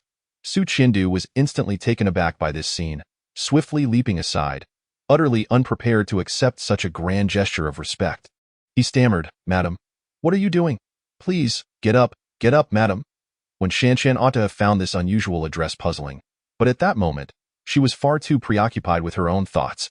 She had consented to her family's request to meet Su Qiandu, but to spend a night with him, that was absolutely out of the question. Thus, she intended to sincerely plead with Su Qiandu to spare her family. If he refused, she would rather face death than surrender her integrity to anyone other than Lin Tian. When Shanshan blurted out, "Mr. Su, I am truly sorry. Every fault lies with me. I am unaware of when I have offended you. I seek your forgiveness, Mr. Su." "Huh? Why are you kneeling on the ground, Mr. Su?" Before she could finish her apologies, she noticed that, at some point, Su Qiandu had also knelt down before her. Su Qiandu felt a pang of despair. "Oh my goodness. Why are you asking me why I'm on the ground? I wish to help you up, but I dare not touch you. Since you are kneeling, I can only prostrate myself." With this thought, Su Qiandu indeed lay flat on the ground, exclaiming loudly, "Madam, could you please rise? Do not remain on the floor. If you continue to kneel like this, my life will surely be forfeit." The scene in the office was exceedingly bizarre. Tears streamed down Wen Shanshan's face, yet her expression was one of bewilderment. "Madam, Mr. Su, what did you just call me? And why are you behaving this way?" Su Qiandu, still wearing a pained expression, shouted, "Please stand up. Once you rise, I will speak with you." Hearing his words, Wen Shanshan cautiously stood up. Su Qiandu then exhaled deeply, supporting himself on the ground as he slowly stood up. Rubbing his sore back while addressing Wen Shanshan, "Do you believe that my decision to expel the Wen family today is due to your actions?" Upon hearing this, a hint of desolation flickered in Wen Shanshan's eyes as she helplessly replied, "My family." The words family and kin sounded so harsh on her lips. "They all believe it is my fault. That's utter nonsense." Su Qiandu exclaimed loudly, startling Wen Shanshan. He continued, "Tell those people in the One family that this matter has nothing to do with you. The issue lies solely with themselves. They should take responsibility for their actions." Thus, Wen Shanshan had initially approached Su Qiandu with a resolute determination to face her demise. To her astonishment, after receiving an overwhelming gesture of respect from Su Qiandu, she left Qinglong Commerce in a state of bewilderment. Nevertheless, she firmly noted Su Qiandu's words in her heart, vowing to return and inform her family that, according to Mr. Su himself, she, Wen Shanshan, bore no responsibility in this matter. Meanwhile, in an upscale residential complex in Qinghe, Lin Tian had rented a place for himself and his sister. Lin Mingming stood at the doorway, clutching Lin Tian's hand and inquiring, "Brother, are you going to find Sister Shanshan?" Lin Tian looked at his sister, nodded, and replied with a smile, "Of course, for the One family possesses crucial clues regarding the annihilation of my Lin family." Lin Mingming nodded in response, saying, "Brother, please be careful." She added, "If possible, it would be best to bring Sister Shanshan back with you. I feel that the One family does not treat her well." Hearing her words, Lin Tian's brow arched slightly, and Lin Mingming could sense the underlying tension in his demeanor. A faint glimmer of coldness appeared in his eyes as he assured her, "Rest assured, if feasible, I shall bring her back." Chapter 23. What? Is there no man left in the One family? In the One family villa, Li Wan, applying ice to her eyes, gazed at the unharmed Wen Shanshan with astonishment, exclaiming, "How did you return? You didn't go at all, did you?" In response to Li Wan's inquiry, bolstered by Su Qiandu's explicit affirmation, Wen Shanshan confidently declared, "I met with Mr. Su." "Met with him?" Li Wan was momentarily taken aback. She quickly pressed on, "What did Mr. Su say? He didn't ask you to sleep with him, did he?" At the mention of such a proposition, a deep aversion flickered in Wen Shanshan's eyes. She resolutely stated, "Mr. Su informed me that the incident of my family being expelled from Qinglong Commerce today has nothing to do with me. I have not offended anyone. Rather, it is you, the members of the One family, who have provoked forces beyond your comprehension. Mr. Su also instructed me to convey to you, to act prudently." At this juncture, the mention of your One family from Wen Shanshan indicated her utter disillusionment with them. Upon hearing her words, Li Wan and the others were momentarily stunned. But then Li Wan erupted in fury, "You wretched child, what are you saying? How dare you tell us to act prudently?" On the other hand, when Tianyu coldly interjected, "Wen Shanshan, you didn't go at all, did you? The words you just spoke are purely your fabrication, aren't they?" When Yongqiang, with wide eyes, shrieked, "Well, you wretched child. How dare you use Mr. Su to insult us? I see you are truly tired of living." Subsequently, he turned to Li Wan and remarked, "Auntie, I see that when Shanshan is truly one who will not shed tears until faced with the coffin. At that moment, Li Wan's eyes seemed to blaze with fury. How delightful. It is because that wretched dog, Lin Tian, has returned, is it not? It is precisely because of him that you now dare to stand against us, even audaciously advising us to be cautious. Bring them forth. As Li Wan's words echoed, a flurry of movement ensued, with over a dozen servants from the one family rushing out, encircling the panic-stricken Wen Shanshan. She had not anticipated that events would unfold in such a manner. In her flustered state, she cried out, "This is what Mr. Su asked me to convey. I am not fabricating anything. Moreover, Brother Lin Tian is not a wretched dog." Even at this juncture, Wen Shanshan did not forget to advocate for Lin Tian. However, Li Wan was utterly unconvinced, scoffing disdainfully at such a time. "You still dare to speak for that wretched dog? Strip her of her garments and beat her mercilessly." "No. Please, no." When Shanshan clutched her chest tightly, emitting a desperate scream. When Yongqiang wore a lewd grin, rubbing his hands together as he approached Wen Shanshan, saying, "Allow me to take charge of the disrobing." He, with a sinister smile plastered on his face. When Yongqiang reached out his malevolent hands towards Wen Shanshan. But just then, a resounding crash echoed through the air. A heavy door panel came hurtling towards the hall of the one family without warning. In the next instant, with a resounding thud, it struck Wen Yongqiang squarely in the face. A chilling scream erupted as Wen Yongqiang was propelled backward, crashing heavily to the ground. He coughed up a mouthful of blood, gushing from his mouth and nose. "Yongqiang!" A woman's voice cried out in alarm, as Wen Tianyu's wife rushed toward her son. Meanwhile, Wen Tianyu, Wen Tianfeng, and Li Wan sprang to their feet, collectively shouting toward the entrance of the hall. "Who goes there?" A resonant, chilling voice echoed back. "From the Qinghe Lin family, Lin Tian? Lin Tian? Brother Lin Tian." When Shanshan felt as if she had just heard the most melodious sound in existence. Joy surged within her as she turned around, the speed of her motion causing tears to spill from the corners of her eyes. There stood Lin Tian, tall and imposing, striding confidently towards them, step by deliberate step. In the courtyard, the one family's servants brandished their clubs, glaring fiercely at Lin Tian, yet none dared to advance against him. The reason was simple. The heavy door, which required the effort of two to even open, had been effortlessly kicked aside by Lin Tian, crashing into the hall with tremendous force. This was clearly no ordinary strength. "Ah, so it is you, the wretched dog." Li Wan's voice pierced through the air, sharp and accusatory. "How dare you return to our one family? Do you dare to harm my nephew? You are truly courting death. Everyone from the one family, listen closely. Attack. Break his limbs and toss him into the streets to beg."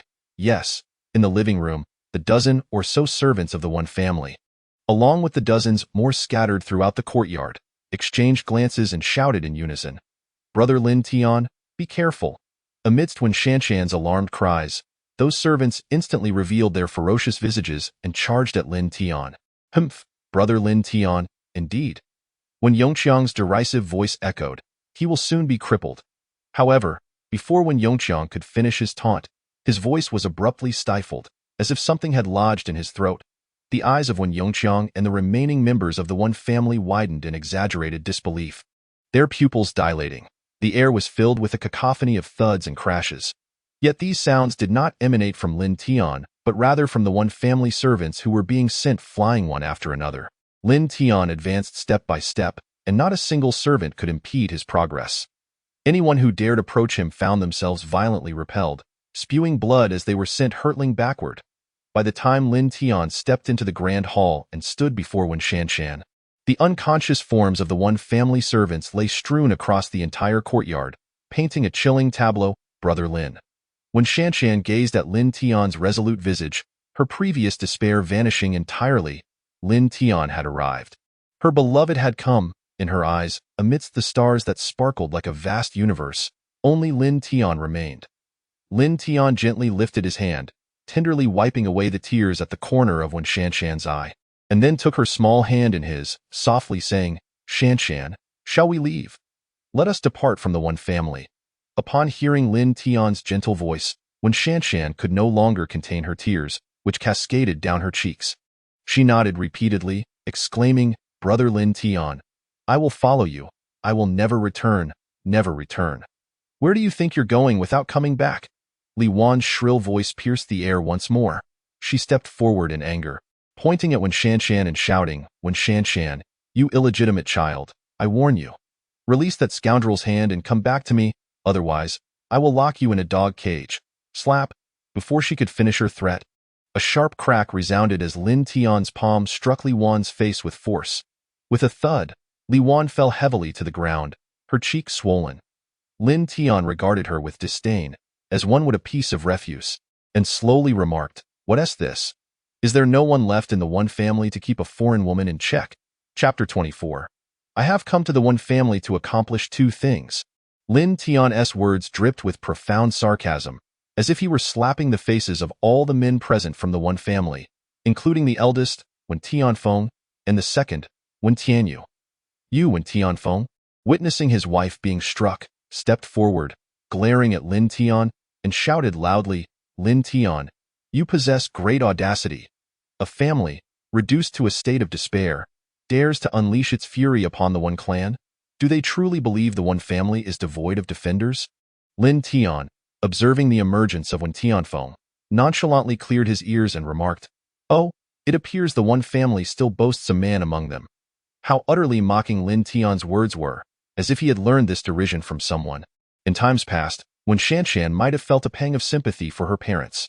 However, at this juncture, she understood her position as an adopted daughter, well aware that this group had never regarded her as family over the years. Thus, in her eyes, she had become entirely indifferent. At that moment, Li Wan's voice, filled with despair, slowly emerged. You dare to strike me?"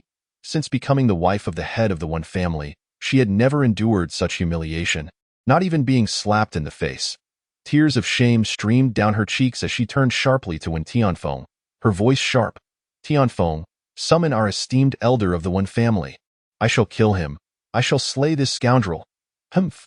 Wen Tianfeng also let out a cold snort and, facing the back of the hall, fervently called out, "Elderly, please, take action and punish this ruffian from the Lin family." As soon as Wen Tianfeng's words fell, a melodious sigh resonated. Alas! Following this, a gentle breeze swept through, and an elderly man with a white beard floated gracefully from the back of the hall, landing softly in the heart of the One family's domain. Upon his arrival, Li Wan hastily scrambled to her feet, bowing deeply alongside her husband and Wen Tianyu, imploring, "Esteemed elder, please take action and uphold justice for our One family." This elderly, was evidently a martial artist of considerable prowess. He narrowed his eyes, gazing at Lin Tian, who stood unfazed before him, and slowly inquired, "Did you strike down these servants of the One family?"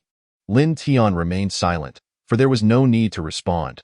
The elder nodded slowly, adding, however, "To possess such strength at a young age is indeed a commendable trait. What a pity! Had you not provoked the One family, I might have taken you as my disciple, but now—" Humph! With a disdainful snort, a formidable pressure emanated from elderly, swiftly sending the surrounding members of the One family reeling backward. The overwhelming force surged toward Lin Tian, enveloping him in mere moments. Feeling the relentless pressure closing in, Lin Tian's demeanor shifted not in the slightest. He merely stated, "If this is all you can muster, you may not truly qualify as my master." Humph!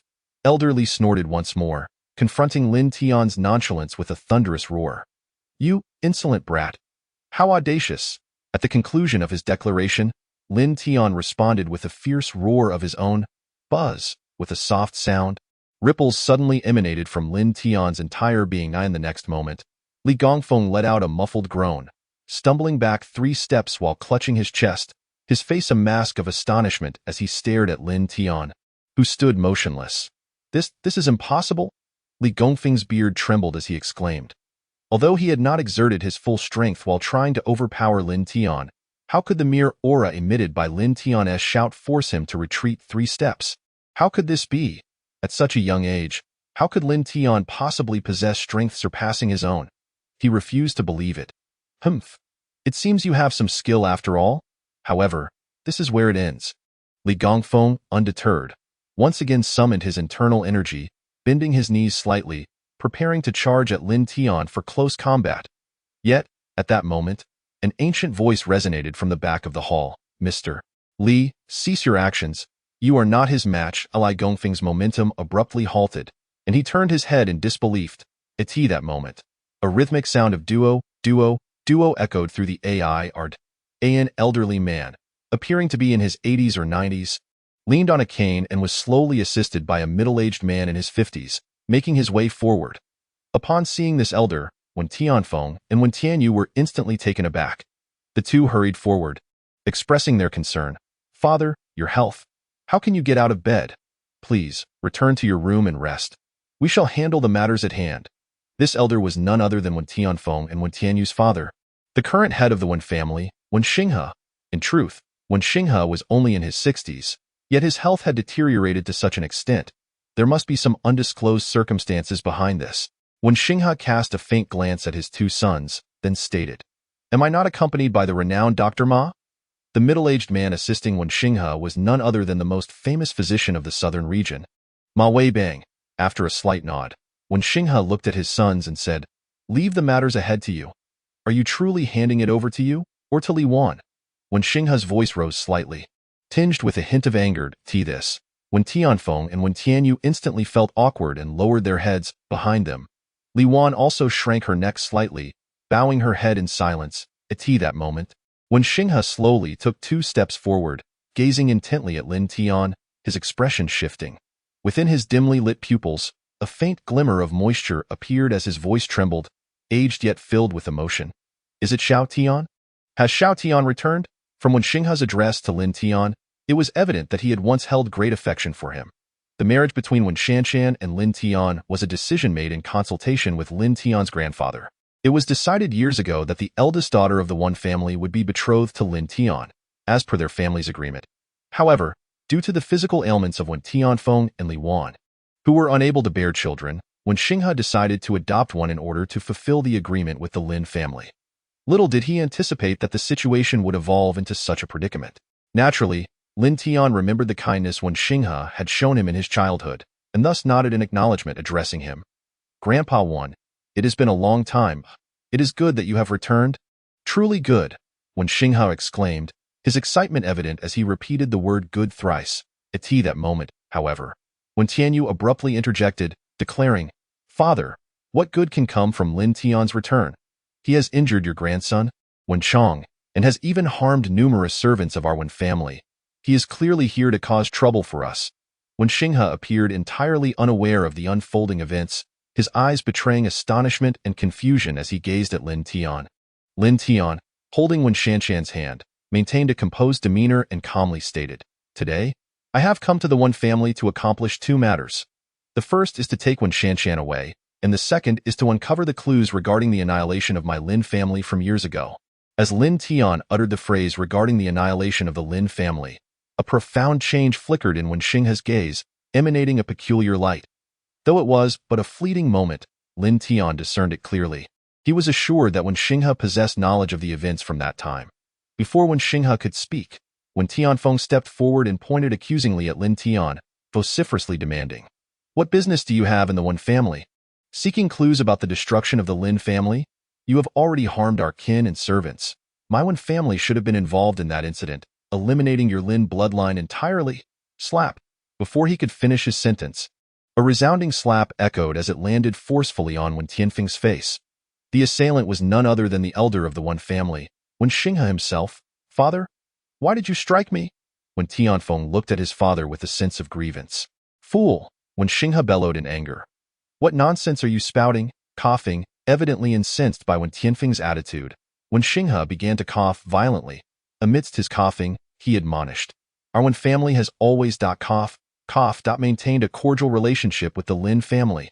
How could we cough, possibly be involved in the annihilation of the Lin family?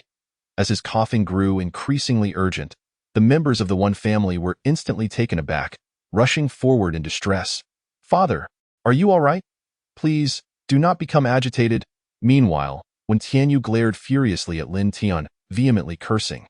This is all you're doing, you rogue. Look at how you have distressed our elder. If anything were to happen to him, the Wen family shall ensure your utter destruction.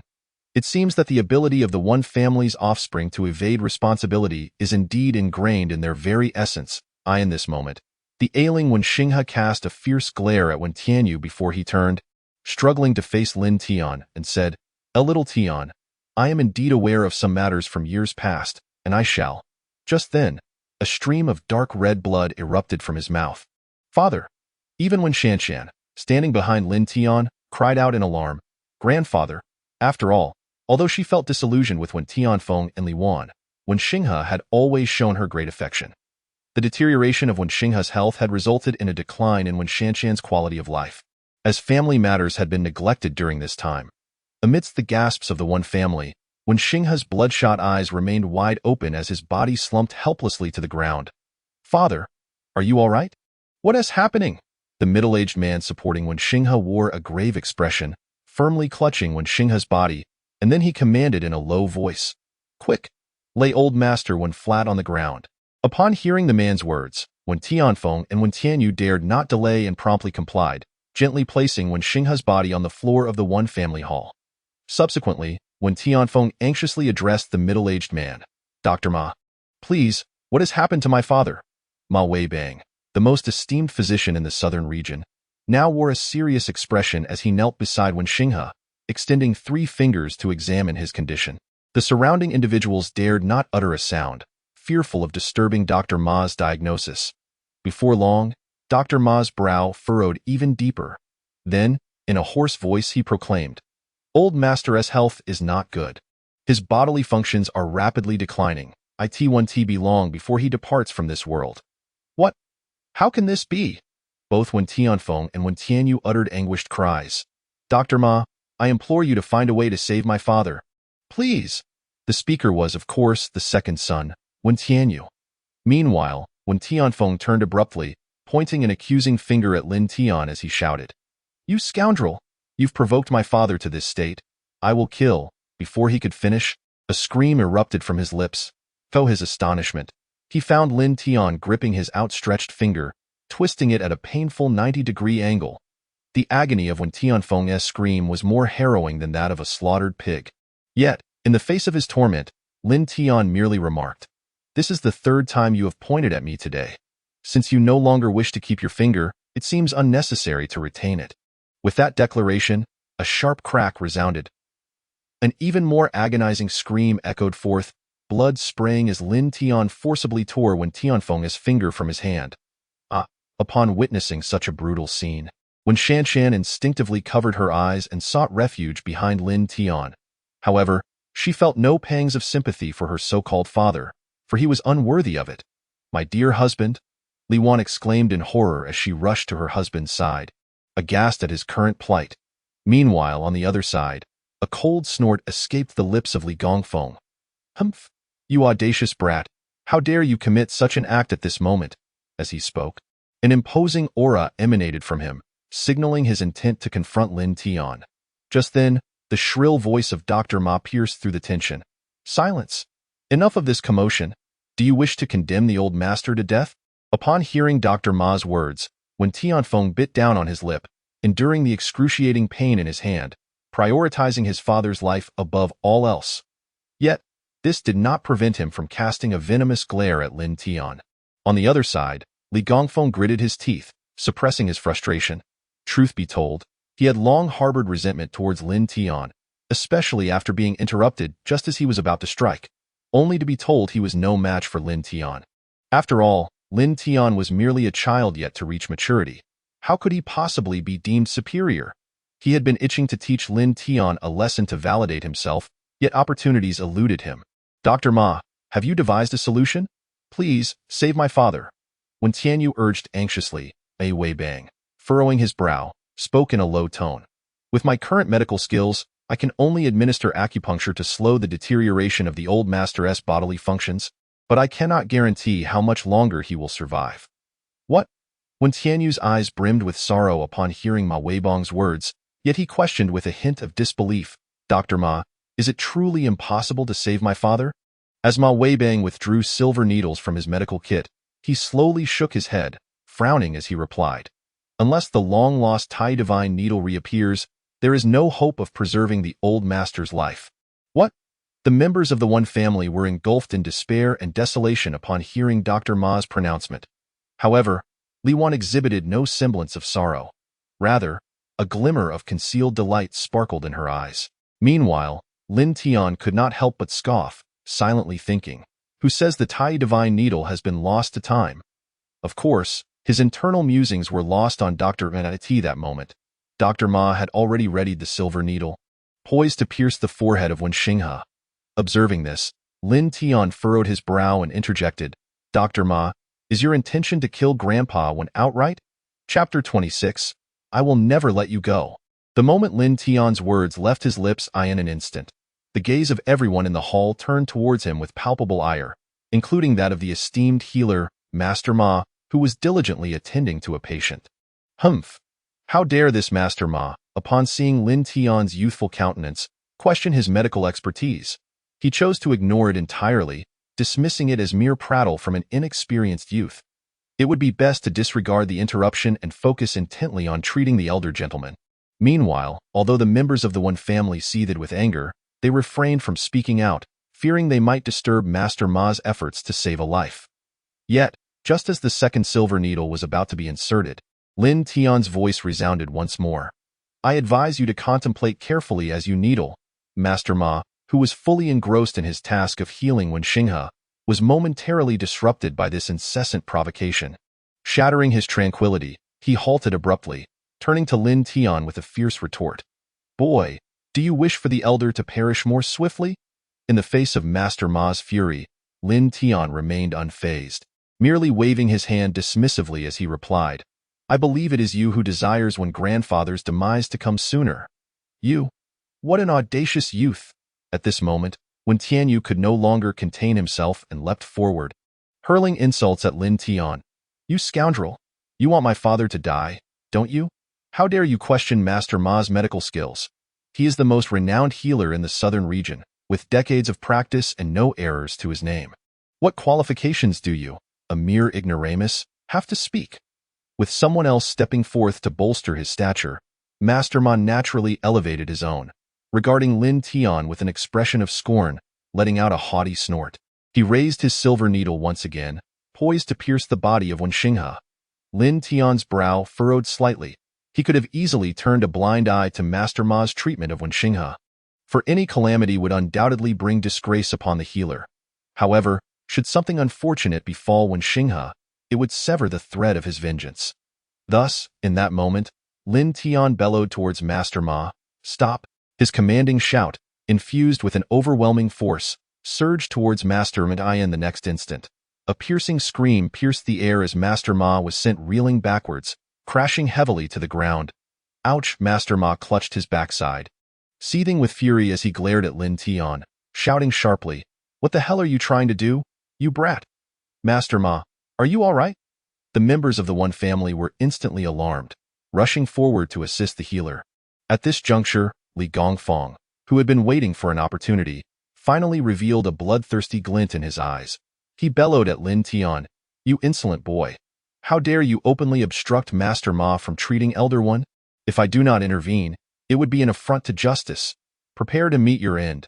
At this moment, Li Gongfeng's eyes sparkled with excitement, as he finally seized the opportunity to take action against Lin Tian. He could prove his own strength. No longer would others regard him as inferior, despite having spent years as a martial artist, to a mere boy who had yet to reach maturity. Humming with intensity, his entire body surged forward across the ground towards Lin Tian, even causing the air to resonate. Yet at that moment, Lin Tian remained utterly indifferent to Li Gongfeng. With a disdainful snort, he commanded, "Get lost." Subsequently, he swung his right hand with considerable force in the next instant. A resounding thud echoed as Lin Tian's fist struck Li Gongfeng's chest, leaving him completely defenseless. Li Gongfeng, witnessing this scene, the members of the Wen family gasped in astonishment once more. Li Gongfeng crashed heavily to the ground, his face pale, clutching his chest in sheer terror as he gazed at Lin Tian, who stood unharmed. "No, he can't be. This is impossible." In that moment, Li Gongfeng truly felt the overwhelming strength of Lin Tian. The previous clash had merely been one of imposing presence, failing to instill any significant psychological pressure upon him. Yet now, with a mere wave of Lin Tian's hand, he had been grievously injured, and judging by Lin Tian's demeanor, It appeared he had not even exerted his full strength. How could such a trivial strike bring him to this state? The words of the old master when echoed in Li Gongfeng's mind once more. You are no match for him. How could he have ever doubted that assertion? Now it seemed, even if Lin Tian sought his life, it would be effortless. In that moment, he felt as though all his years of martial training had been in vain, for he was utterly outmatched by a youth barely in his 20s. With a reluctant gasp, more blood erupted from Li Gongfeng's mouth. Meanwhile, Lin Tian remained indifferent to Li Gongfeng's thoughts, striding directly towards Wen Xinghe, who lay in the center of the hall. The members of the Wen family, including Wen Tianfeng and Wen Tianyu, watched Lin Tian with fear in their eyes, retreating in haste. They were well aware of Li Gongfeng's prowess. He was a bona fide martial artist, capable of feats beyond the reach of ordinary individuals. Yet now, even Li Gongfeng had been effortlessly sent flying by Lin Tian with a single hand. Just how formidable was Lin Tian? As Lin Tian approached Wen Xinghe, the distant figure of Physician Ma, rubbing his rear, shouted in alarm, "What are you planning? Are you going to harm old Master Wen? Quickly, stop him. Don't let him near old Master Wen." Hearing Physician Ma's frantic cries, Wen Tianfeng and Wen Tianyu simultaneously shouted, "Lin Tian, what are you doing? Stay away from my father. Get lost." Though they uttered these words, neither brother took a step forward. Wen Tianfeng's index finger was already rendered useless, and Wen Tianyu feared becoming a reflection of his elder brother's plight. Realizing that they were powerless to impede Lin Tian's advance, Wen Tianfeng's gaze shifted to Wen Shanshan behind Lin Tian, and he bellowed once more, "Wen Shanshan, you treacherous wretch! Are you no longer a member of the Wen family? Will you just stand by and watch as Lin Tian takes your grandfather's life?" At this moment, you suddenly remember Wen Shanshan. You now regard Wen Shanshan as one of your own? In the past, how could you have cast her into a dog cage? Over here, Wen Shanshan is uncertain of Lin Tian's intentions, gazing at him with a mix of curiosity and hesitation, yet she remains silent. Lin Tian seems to sense her gaze, slightly turning his head and softly addressing her. "Shanshan, I can heal Grandpa Wen. Do you believe me?" Upon hearing Lin Tian's words, Wen Shanshan feels no doubt, nodding vigorously as she replies, "Brother Lin Tian, I believe you." Listening to her, Wen Tianfeng erupts in fury, his voice rising in a fierce shout. "Wen Shanshan, you ungrateful wretch! I admit we have treated you poorly, but your grandfather has cared for you deeply since childhood. Is this how you repay him?" At this moment, Wen Shanshan steps forward, shedding her usual timidity, and boldly looks at Wen Tianfeng, declaring, "It is precisely because I wish to repay my grandfather that I must heal him. Moreover, I trust Brother Lin Tian. He would never harm Grandpa. I believe in Brother Lin Tian. He can save Grandpa. He is far superior to that so-called Dr. Ma.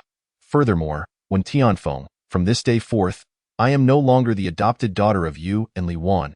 If you dare to call me a wretch again, I will not let you off the hook." Chapter 27. Could this truly be the Tai Divine Needle? Wen Shanshan's demeanor astonishes not only Wen Tianfeng and Wen Tianyu but even Li Wan, their eyes wide with disbelief and fear. When have they ever seen Wen Shanshan like this, speaking to them with such conviction? The former Wen Shanshan was always timid and submissive, yet now she dares to address Wen Tianfeng and Li Wan by their names. She boldly declares that she is no longer their adopted daughter and even threatens Wen Tianfeng, warning him that should he call her a wretch again, he shall not escape her wrath. After a brief moment of shock, a sinister expression crosses Wen Tianfeng's face. He cannot fathom that the previously meek Wen Shanshan could pose any threat to him. How could she not let him off the hook? He roars back at her. "Very well. You treacherous thing, without the Wen family, what are you?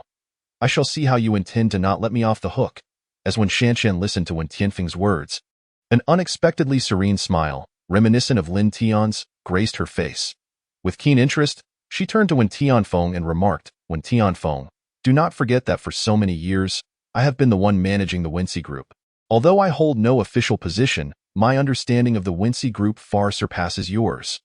Likewise, I am well aware of how to lead the Wincy Group to its utter demise, and how to bring about your ruin." Wen Tianfeng, what? Upon hearing Wen Shanshan's words, Wen Tianfeng's brows furrowed sharply, a flicker of panic and dread evident in his eyes. He realized that what she said was undeniably true.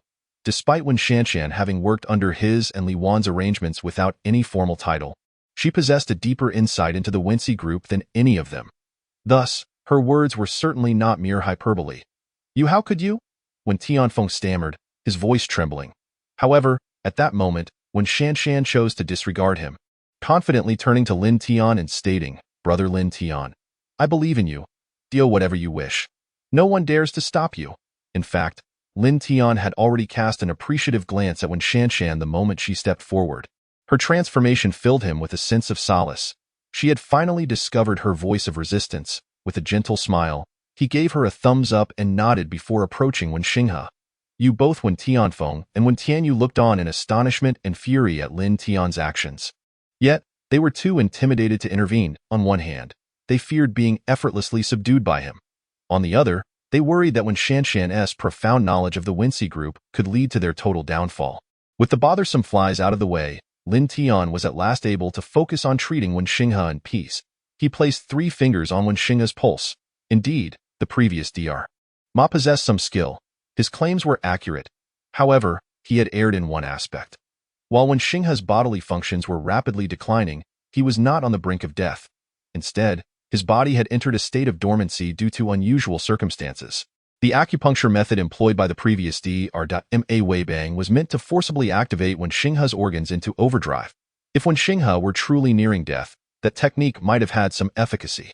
However, at this stage, such treatment would undoubtedly lead to immediate demise. At this point, Lin Tian hesitated no longer. He gently closed his eyes to regulate his breathing. The next moment, a humming sound filled the air, like the rush of wind. Lin Tian's right hand suddenly lifted, revealing a glimmering silver light between his index and middle fingers. Most remarkably, this silver gleam was accompanied by a subtle fluctuation of air currents, as if Lin Tian was channeling the vital energy from within his body through his fingertips.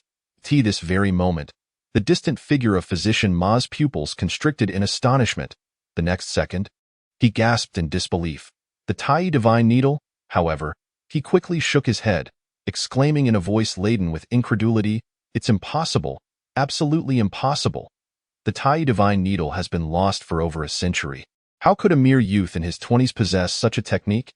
Yet, in the blink of an eye, Lin Tian's right hand struck decisively at the center of Wen Xinghe's brow.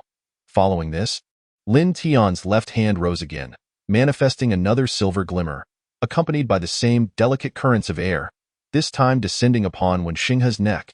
He alternated between his left and right hands, each punctuating the air with a precision that resonated with the atmosphere around them.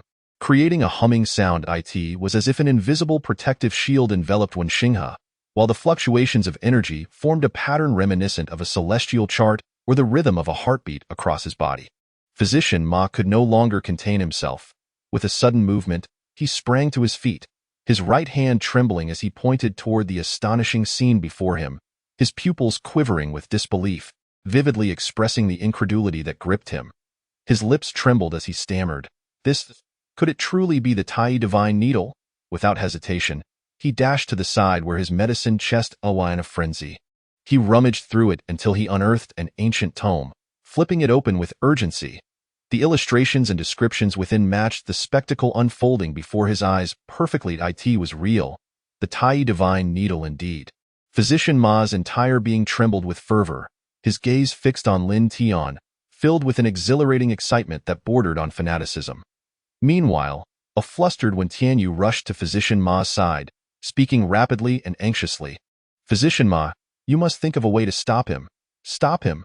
Physician Ma turned to Wen Tianyu, bewildered. "Stop what?" Wen Tianyu pointed vehemently toward Lin Tian. "Stop that scoundrel from harming my father." Just then, a sharp crack echoed through the air as Physician Ma raised his hand and delivered a resounding slap to Wen Tianyu's face. Of course, the force of Physician Ma's strike paled in comparison to Lin Tian's prowess. Yet it left Wen Tianyu momentarily stunned. "You? Physician Ma? Why?" Despite the prominence of the One family's current status, Wen Tianyu, as a scion of the family, found his standing diminished in the presence of the South's foremost physician. In a fit of rage, Dr. Ma glared at Wen Tianyu and exclaimed, "You would have me prevent Dr. Lin from saving Elder One? Do you wish for your father to perish?" Wen Tianyu was momentarily taken aback by Dr. Ma's words. Chapter 28. "Dr. Ma, why are you kneeling on the ground?" Upon hearing Dr. Ma's statement, it was not only Wen Tianyu who was left in shock. Even Wen Tianfeng was rendered speechless. Indeed, what had transpired? How could Lin Tian, previously a mere figure, now be referred to as Dr. Lin. Did this have something to do with what Dr. Ma had just mentioned regarding the legendary tying needle? They recalled that Dr. Ma had stated only the long-lost tying needle, which had been absent for a century, could save their father.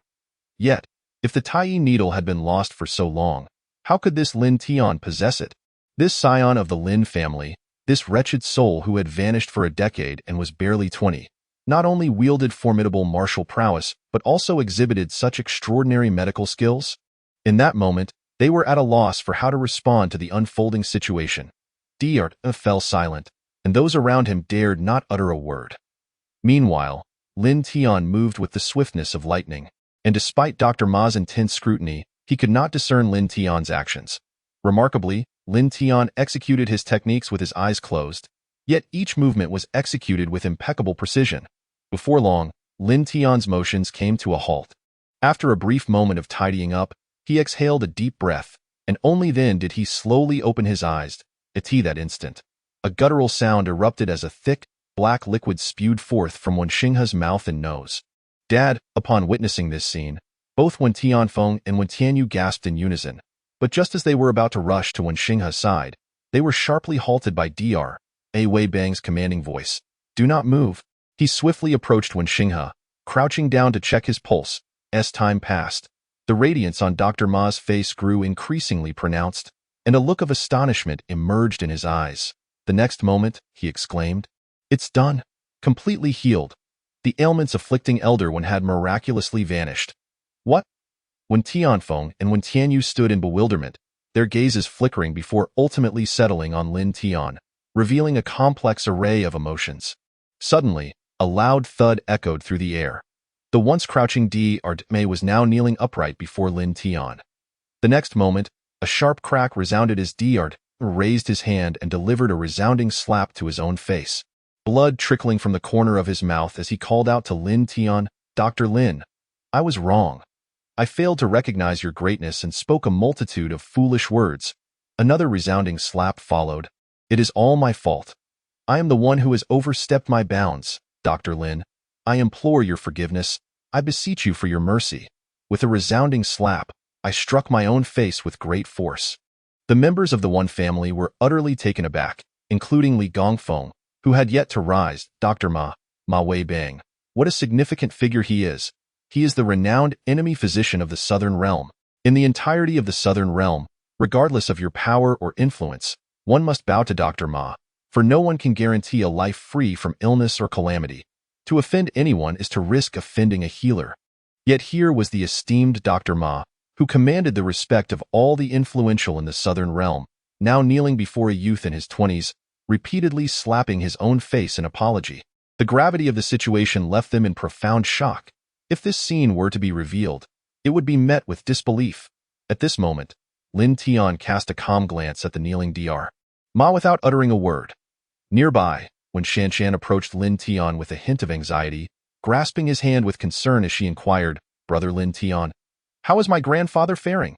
Lin Tian smiled gently and pinched Wen Shanshan's small face, reassuring her, "Rest assured, Elder One is now out of danger and should live for several more decades." Wonderful! Upon hearing Lin Tian's response, Wen Shanshan's face blossomed with joy. She tightly embraced Lin Tian's arm and declared, "I knew you could do it, Brother Lin Tian." Meanwhile, the still kneeling Dr. Ma gazed at Lin Tian with eyes full of admiration. In the next moment, with a loud thud, he bowed his head deeply to Lin Tian. This act elicited a peculiar expression from Lin Tian. Moments later, Dr. Ma's voice rang out, "Dr. Lin, I am Ma Wei Bang, and I humbly request to be accepted as your disciple. I am willing to serve you diligently, enduring any hardship without hesitation." What a spectacle! The foremost physician of the Southern Realm openly sought to take a youth in his 20s as his master, particularly in the realm of medicine. One could only imagine the reactions of the uninformed onlookers if this were to spread. Even now, the members of the One family stood agape, their mouths wide open and eyes bulging, utterly speechless. Lin Tian regarded Ma Wei Bang with a strange expression, asking, "What are you doing?" "I do not take disciples." Undeterred by Lin Tian's rejection, Ma Wei Bang persisted, "Dr. Lin, is it because I am unworthy?" "Indeed," Lin Tian affirmed bluntly, nodding his head. His words were devoid of any hesitation. How could such a remarkable figure as the foremost physician of the southern realm be deemed unworthy to be Lin Tian's disciple? Ma Weibang's expression turned awkward, his eyes twitching with embarrassment. Yet, he bore no resentment towards Lin Tian, for he recognized the truth in those words. He truly was unworthy. Thus, he spoke again in a loud voice. Dr. Lin, I do not seek to become your disciple. I would gladly serve as your attendant, your subordinate, or even your servant. I implore you, take me with you. Goodness, Ma Weibang is actually willing to become Lin Tian's servant just to stay by his side. TSK. Ma Weibang is truly willing to invest greatly. However, Lin Tian merely shook his head lightly and replied, I have never lacked servants. This yet another rejection for Ma Weibang. A profound disappointment flickered in Ma Weibang's eyes. He was utterly at a loss as to what else he could say to sway Lin Tian. Yet, upon hearing Lin Tian's words, a peculiar expression appeared on the faces of Wen Tianfeng and Wen Tianyu. Each secretly lamented. You, a stray dog of the Lin family, dare to claim you are never short of servants? How laughable, however, they only dared to voice such thoughts in their minds, fully aware that they could not contend with Lin Tian. Moreover, Lin Tian genuinely possessed formidable medical skills. Nevertheless, in their eyes, Lin Tian was merely this. Just as Ma Weibang was contemplating another desperate attempt, a sudden, raspy cough interrupted the air. Cough, cough, cough. The aged voice of Wen Xinghe abruptly drew everyone's attention. Father! Dad! Amidst the exclamations of Wen Tianfeng and Wen Tianyu, the previously unconscious Wen Xinghe slowly pushed himself up from the ground, dazedly shaking his head and murmuring, What is this? What happened? Why am I lying on the ground? At this moment, the ever-eager Wen Shanshan stepped forward, her face alight with joy, exclaiming, Grandfather, how do you feel? Are you comfortable? You suddenly coughed up blood and fainted, but it was brother Lin Tian who saved you. As Wen Shanshan's words registered, Wen Xinghe froze for a moment, and in the next instant, he rose from the ground, exclaiming with delight, I feel an inexhaustible energy coursing through me. What is happening? It feels as though my body has returned to its youthful state. Overjoyed, Wen Xinghe resembled a child of 50 or 60 years. However, his gaze narrowed slightly as he turned to Ma Shunyi, bewildered, and asked, Why are you kneeling on the ground? Chapter 29. The sky of the southern realm is collapsing. Upon hearing Wen Xinghe's innocently posed question, Ma Shunyi's expression twitched with unease. Why am I kneeling? Am I not begging to be accepted as a disciple? Yet, he remains completely unmoved, and I dare not rise. Yet, how could Ma Shunyi voice such a humiliating truth? Thus, he remained silent. Meanwhile, Wen Xinghe had directed his astonished gaze towards Lin Tian, a look of delight illuminating his features as he inquired, I heard from Shanshan that it was you, little Tian, who cured my ailment? Lin Tian regarded Wen Xinghe with a calm smile, nodding slowly in affirmation. Observing Lin Tian's nod, Wen Xinghe's expression revealed a hint of excitement as he stepped forward and grasped Lin Tian's hand, his murky eyes glistening with unshed tears. Xiao Tian, he said, you have no idea why illness has plagued me for a decade. For 10 long years, I have sought the counsel of countless renowned physicians, all of whom have been utterly powerless against my affliction. Even the esteemed divine Dr. Ma from the southern region could only manage to prolong my miserable existence through medication. Who would have thought that upon your return, you would save my life? You are the benefactor of Wen Xinghe, indeed, the benefactor of the entire Wen family. The phrase the benefactor of the entire Wen family caused Wen Tianfeng and Wen Tianyu to exchange bewildered and awkward glances. How could the very person they had perpetually ridiculed and looked down upon be regarded as a benefactor by their father? Was this not a resounding slap to their faces? However, their faces had already borne the brunt of humiliation. Enduring a few more blows had become nothing out of the ordinary, a matter to which they had grown accustomed. Meanwhile, Lin Tian regarded the fervent Wen Xinghe before him and calmly remarked, Grandfather Wen, now you may enlighten me as to what transpired back then. Indeed, Lin Tian would never forget the purpose of his visit to the Wen family. He sought the clues surrounding the tragic annihilation of his Lin family. He was aware that the Feng family had been responsible for this calamity and had since been eradicated. However, with the downfall of the Feng family, the trail of evidence had gone cold. Now, he could only place his hopes on the venerable elder before him. When Xinghe's gaze narrowed slightly upon hearing Lin Tian's words, a serious expression dawning upon his countenance as he slowly replied, Xiao Tian, Do you truly wish to know? Lin Tian's eyes sparked with intensity as he nodded emphatically. Of course. Witnessing Lin Tian's resolute demeanor, Wen Xinghe made a silent decision in his heart, nodding in agreement as he said, Xiao Tian, I do not possess extensive knowledge of the events from back then. However, I do know that on the eve of the Lin family's tragic demise, 4 prominent families sought my counsel. 4 prominent families. Lin Tian's eyes narrowed with intrigue. Who are they? In response to Lin Tian's inquiry, Wen Xinghe promptly divulged the Qinghe Feng family, the Qinghe Luo family, the Qinghe Zhang family, and the Lan Haichen family. The names Feng, Luo, Zhang, and Chen rolled off Lin Tian's tongue as he enunciated them with simmering resentment, his gaze ablaze with a vengeful fire. Wen Xinghe nodded gravely, explaining, among these 4 families, the Feng family is the weakest, lacking any martial practitioners, while the strongest is the Lan Haichen family, a lineage steeped in martial tradition, boasting abundant resources and training numerous warriors. However, he paused, a shift in tone evident. I believe the true leader among these 4 families is not the powerful Qin family, but rather the Qinghe Luo family. Lin Tian's eyes glimmered with confusion upon hearing Wen Xinghe's assertion. Grandfather One, what leads you to that conclusion? At this moment, Wen Xinghe slowly spoke, I have the feeling that the matter concerning your Lin family is not solely the doing of these 4 prominent clans. Upon hearing these words, Lin Tian's gaze sharply narrowed. Could it be that others were involved behind the scenes? Were there more participants in the downfall of the Lin family? Wen Xinghe's voice continued unabated. Considering the formidable strength of the Lin family, which is the foremost clan in the realm, even if all 4 clans were to join forces, they would undoubtedly be no match for the Lin family. Through my past interactions with the Luo family, I have discerned that the Luo family seems to have certain connections with some powerful factions. Therefore, I believe that the true orchestrator must be the Qinghe Luo family. Qinghe Luo family. Lin Tian silently repeated the name of this clan in his mind. He recalled that 10 years ago, before he entered the Northern Territory to train as a warrior and participated in the defense of Tiandu, this Luo family had always been nothing more than sycophants trailing behind the Lin family, incessantly flattering them and singing their praises. It was astonishing to realize that the most rebellious of Qinghe was indeed this Luo family. Lin Tian's fists were clenched tightly, and an overwhelming aura seemed to be on the verge of escaping from his very being. When Shanshan, closest to Lin Tian, immediately sensed the disturbance and gently grasped his large hand. It was as though the warmth transmitted from Wen Shanshan gradually calmed Lin Tian's trembling heart. A hint of sorrow appeared in Wen Xinghe's eyes as he said, Initially, they sought me out, hoping I would lead the one family in the effort to eradicate the Lin family, which I resolutely refused. Subsequently, I endeavored to relay the information in advance, allowing the Lin family to prepare. But they imposed a complete blockade on the one family, preventing anyone from leaving. Even communication through phone and internet was severed.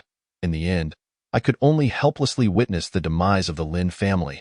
As he reached this point, tears of anguish welled in Wen Xinghe's eyes, and in the next moment, he looked skyward and cried out, Oh, elder brother, I am so sorry. Xinghe is truly sorry. The elder brother he referred to was, of course, Lin Tian's grandfather. At this moment, Lin Tian could discern that Wen Xinghe was expressing genuine emotion. It was not an act.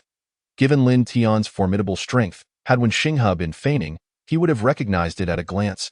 And if that were the case, the one family could indeed have vanished from this world. Lin Tian spoke slowly, Grandpa One, I understand now, thank you. After uttering these words, Lin Tian did not linger, taking Wen Shanshan's hand and turning to walk towards the exit of the one family. It seemed that Wen Xinghe sensed something, and he hurriedly called out, Xiao Tian, what are you planning to do? Lin Tian did not respond, continuing to walk calmly towards the outside. Wen Xinghe quickly took a couple of steps forward and said, Xiao Tian, please do not act rashly. I understand you hail from the Northern Territory warriors, but you alone cannot contend with so many clans. Northern Territory warriors?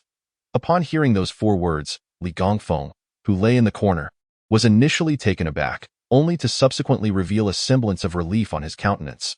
The shock stemmed from the realization that the northern martial soldiers had perished a decade ago. The relief arose from understanding why he was no match for Lin Tian. It was because the latter hailed from the northern martial soldiers.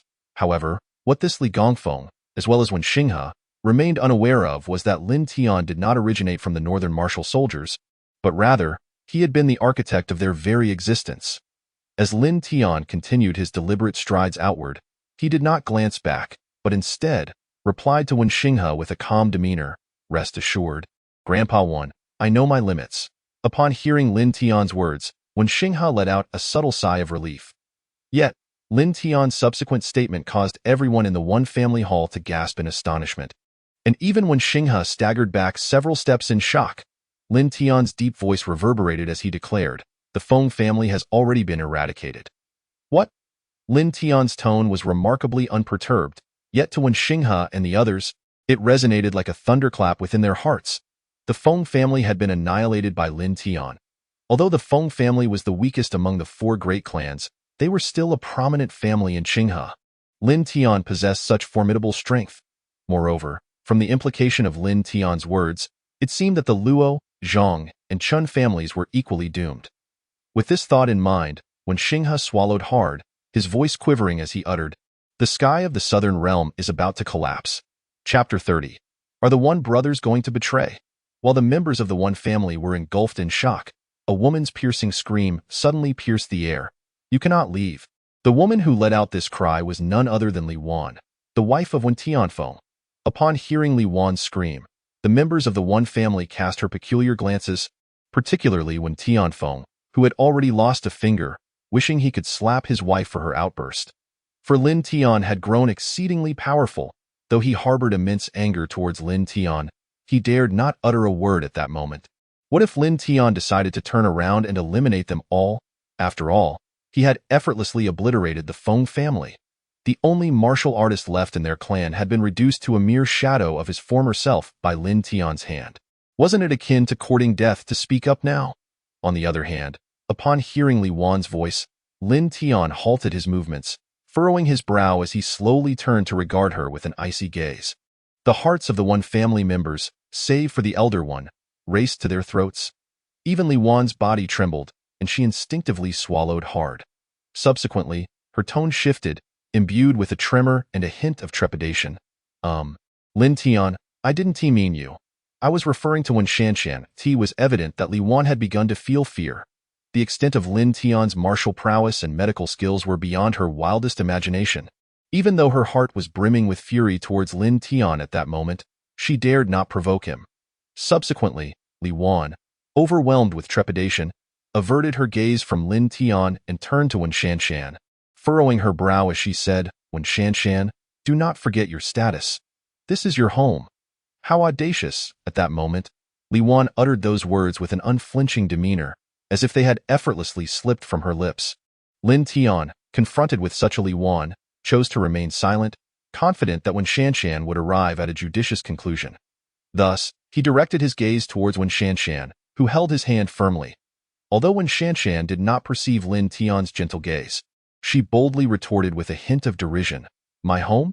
Ask yourself, inquire of your husband, question your little uncle's family. Has there ever been a day when you regarded me as one of your own?"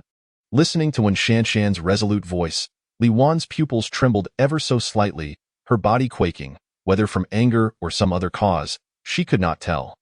Wen Shanshan's powerful words did not waver. She declared with clarity, "In the entire Wen family, only Grandpa truly considers me family, and only he has the right to say such things." She then turned to Wen Xinghe, wearing a look of helplessness, and said, "Grandpa, it seems I can no longer stay by your side to serve you. I must leave with Brother Lin Tian. Please forgive me." Upon hearing this, Wen Xinghe did not hesitate. He immediately responded, "Shanshan, what nonsense are you speaking?" He took 2 steps forward, grasped Wen Shanshan's hand, and continued, "Grandpa knows that over the years, you have endured too much injustice in this family." As he spoke, his eyes reflected profound sorrow. He then added, "You were always meant to be with Xiao Tian. Now that he has returned, it is only natural for you to leave with him." "Dad!" Upon hearing Wen Xinghe's words, Li Wan let out another shriek. "Be silent." Wen Xinghe swiftly turned and admonished Li Wan, raising his palm in warning. With a resounding slap, he struck her face, causing her to stagger backward, her eyes wide with terror. Ignoring Li Wan's presence, Wen Xinghe turned apologetically to Lin Tian, saying, "Xiao Tian, I apologize for the trouble these people have caused you." Lin Tian, looking at Wen Xinghe, slowly shook his head, choosing not to elaborate further. Wen Xinghe then addressed Wen Shanshan, "Shanshan, Please remember to notify Grandpa about your wedding with Xiao Tian. I wish to witness your marriage with my own eyes. Hearing Wen Xinghe's words, tears of gratitude welled up in Wen Shanshan's eyes, and she earnestly nodded, saying, "Rest assured, Grandpa, I will surely return to visit you." Ultimately, Wen Shanshan was taken away by Lin Tian. If we do not take action, shall we allow Wen Shanshan to endure such humiliation within this family? The One family. Old Master One, having just recovered from a severe illness, has retreated to his chamber for rest, while Wen Tianfeng has sought the aid of physician Ma to dress his wounds. Regrettably, the severed finger cannot be reattached. Furthermore, Wen Yongqiang, who was grievously injured by Lin Tian, lies in a state of unconsciousness, currently receiving treatment and care from physician Ai in the grand hall of the One family. The atmosphere remains as grim as before. Wen Tianfeng, Wen Tianyu, and Li Wan, the sisters-in-law, sit together, their expressions dark, each bearing bruises and fresh wounds. Humph! Wen Tianyu let out a cold snort, his face twisted with resentful fury as he exclaimed, "That bastard Lin Tian! How dare he beat my son to such a state? We may not be his match now, but mark my words, one day I shall repay him in kind, that scoundrel Lin Tian." Beside him, Li Wan chimed in, "Lin Tian had the audacity to forcibly take Wen Shanshan in front of us. That ungrateful wretch. How could she leave with that scoundrel so easily? It infuriates me." Hearing Li Wan's words, Wen Tianfeng shot her a sidelong glance, silently thinking, "Why didn't you voice such sentiments in front of Lin Tian? You were calling him young Master Lin just moments ago. Now you wish to play the hero?" Yet, he refrained from uttering these thoughts at that moment. A glimmer of cold amusement flickered in Wen Tianfeng's eyes as he slowly remarked, "Tianyu, there is no need to be overly anxious regarding Lin Tian. Our inability to confront him does not imply that others cannot." Wen Tianyu, taken aback by his brother's words, instinctively inquired, "Brother, what do you mean?" Wen Tianfeng's gaze darted, and he continued, "Isn't Lin Tian seeking revenge against the Luo, Zhang, and Qin families? Just imagine, if we were to inform these three families that a remnant of the Lin family still lives, what do you think their reaction would be?" Upon hearing Wen Tianfeng's words, a spark of brilliance ignited in Wen Tianyu's eyes. In the next moment, the two brothers exchanged glances and erupted into a shared, arrogant laughter, as if they could already envision Lin Tian's lifeless body sprawled in the streets. Chapter 31. Kid, I have finally found you. Wen Tianfeng wasted no time. He turned sharply and called out, "Bring someone here."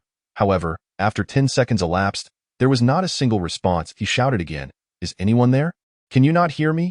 Still, silence prevailed. Damn it. Just as Wen Tianfeng was about to lose his temper, Wen Tianyu suddenly seemed to recall something and said, "Brother, it seems our servants have all been dealt with by Lin Tian." Upon hearing his brother's words, Wen Tianfeng's face flushed with embarrassment, an awkward expression crossing his features. Ahem. After clearing his throat twice, he spoke with a fierce tone, "Rest assured, the harm he has inflicted upon us shall be repaid with interest." He then stood up, making his way to a corner where he discovered a thick notebook resembling a telephone directory. Returning to his previous position, he produced his mobile phone. Under the expectant gaze of Wen Tianyu, Wen Tianfeng dialed the first number. The call was quickly answered, and a voice that sounded somewhat aged and hoarse emanated from the other end. "Hello?" Wen Tianfeng immediately replied with respect, "May I inquire if this is the head of the Qin family from Qinghe?" There was a brief pause on the other end, followed by a hint of displeasure in the voice as it responded, "Who are you? How did you obtain my number?"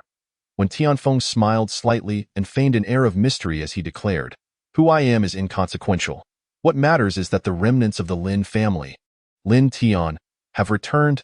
With a thunderous sound, a reaction burst forth from the other end, as if someone's imposing aura had erupted, startling even Wen Tianfeng. Almost immediately, an enraged roar was heard, "Impossible! Lin Tian perished in the Battle of Tiandu 10 years ago." Wen Tianfeng took a moment to compose himself before continuing. Not only has Lin Tian returned, but on his very first day back, he annihilated the entire Feng family. What? The head of the Qin family erupted with a furious hiss. Recognizing the impact of his words, Wen Tianfeng seized the moment to conclude, "That is all I wish to convey. I bid you farewell." With a decisive click, he hung up the phone. Wen Tianyu, observing his brother end the call, inquired directly, "Brother, how did it go?" A satisfied smile adorned Wen Tianfeng's face as he replied, "I could sense that the head of the Chen family is seething with rage, as if Lin Tian had slain his own son." Really? A glimmer of surprise flickered across Wen Tianyu's face. Wonderful. I am eager to witness how Lin Tian meets his demise. His expression twisted into a menacing grin, as if he believed Lin Tian would soon be without a grave. Meanwhile, when Tianfeng remarked, I shall now contact the heads of the Luo and Zhang families. They surely haven't fallen victim to Lin Tian's wrath, have they?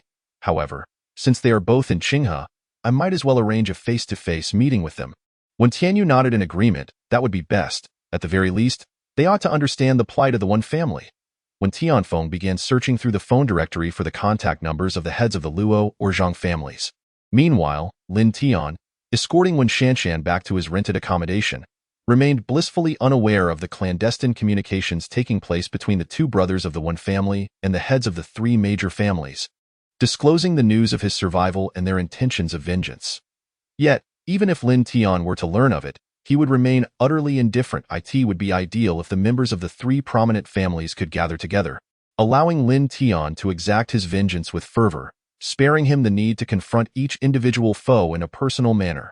At this moment, when Shanshan, of course, was oblivious to the tumultuous events unfolding within the one family villa. For the one family had, in essence, become a distant memory to her. All she knew was that this very moment marked the happiest time of her life thus far. She was free from the burdensome affairs of the corporate world and the reproaches and punishments from her elders at home. Instead, she was accompanied by a man she cherished deeply, who reciprocated her love, as they meandered through the familiar yet alien streets of Qinghe. Lin Tian led Wen Shanshan towards the upscale apartment complex he had rented. Their pace was leisurely, as though they were savoring a fleeting moment of tranquility. Occasionally, when Shanshan's gaze would drift towards Lin Tian, her eyes brimming with profound affection. Though they walked slowly, every journey must eventually reach its destination. Before long, the grand entrance of the luxurious community came into view. Just then, a graceful figure emerged from within the complex. Upon spotting Lin Tian, her eyes widened in surprise, and an unmistakable excitement flickered across her features. In the next moment, she hurriedly approached Lin Tian and Wen Shanshan, stopping abruptly in front of Lin Tian. With a crisp salute, she exclaimed, "Sir, we meet again." Observing the woman's salute and her words, it was evident that she was a trained public servant from some official capacity. Lin Tian, intrigued, inquired, "Do you know me?" Upon hearing his question, the woman's face flushed with embarrassment and helplessness. Yet, undeterred, she replied, "Sir, you may have forgotten, but I was the one who stopped you at the airport security check today." Mu Qianqian. "Oh, it's you?" Lin Tian responded, a look of realization dawning upon his face. Mu Qianqian, adorned with a delighted smile, recognized that Lin Tian had finally remembered her and was about to speak. However, to her astonishment, Lin Tian merely turned away, pulling his companion along, completely disregarding her. As they continued towards the entrance of the complex, Mu Qianqian stood frozen, bewildered by the situation. Why was he so aloof? Was he still upset over the incident at the airport involving the security equipment? That had indeed been her oversight, but she had already apologized. In truth, while Lin Tian had a fleeting impression of Mu Qianqian, it was nothing more than that. Thus, he saw no reason to extend warmth towards her. He preferred to escort his fiancée home without delay. Just as they had taken a few steps away, the sudden roar of engines filled the air. 7 or 8 unmarked vehicles appeared, blocking Lin Tian and Wen Shanshan's path, followed by a sinister voice declaring, "Kid, I finally found you." Chapter 32. Who was your father that your mother did not tell you? My boy, I have finally managed to track you down. Haven Ti? Accompanied by this sinister voice, dozens of men clad in black, wielding sticks and long knives, suddenly surged forth from the several unmarked vehicles before him.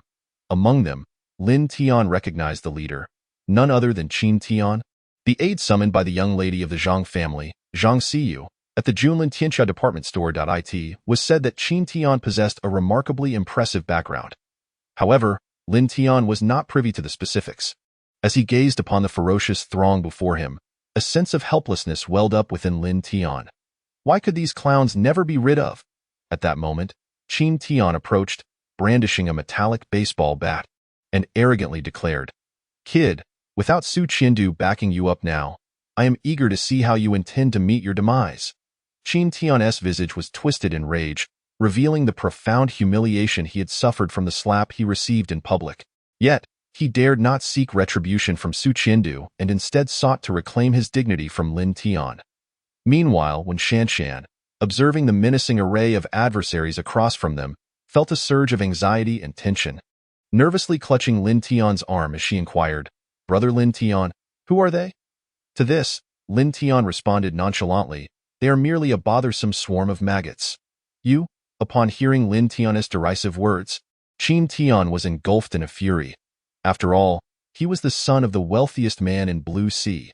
How could anyone dare to insult him so brazenly in his presence? With a grimace, Qin Tian bellowed at Lin Tian, "You dare to insult me, you brat? Do you know who my father is?"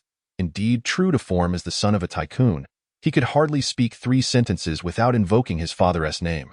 However, Lin Tian, unfazed, casually dug at his ears and retorted, "Who is your father? What? Did your mother fail to inform you?"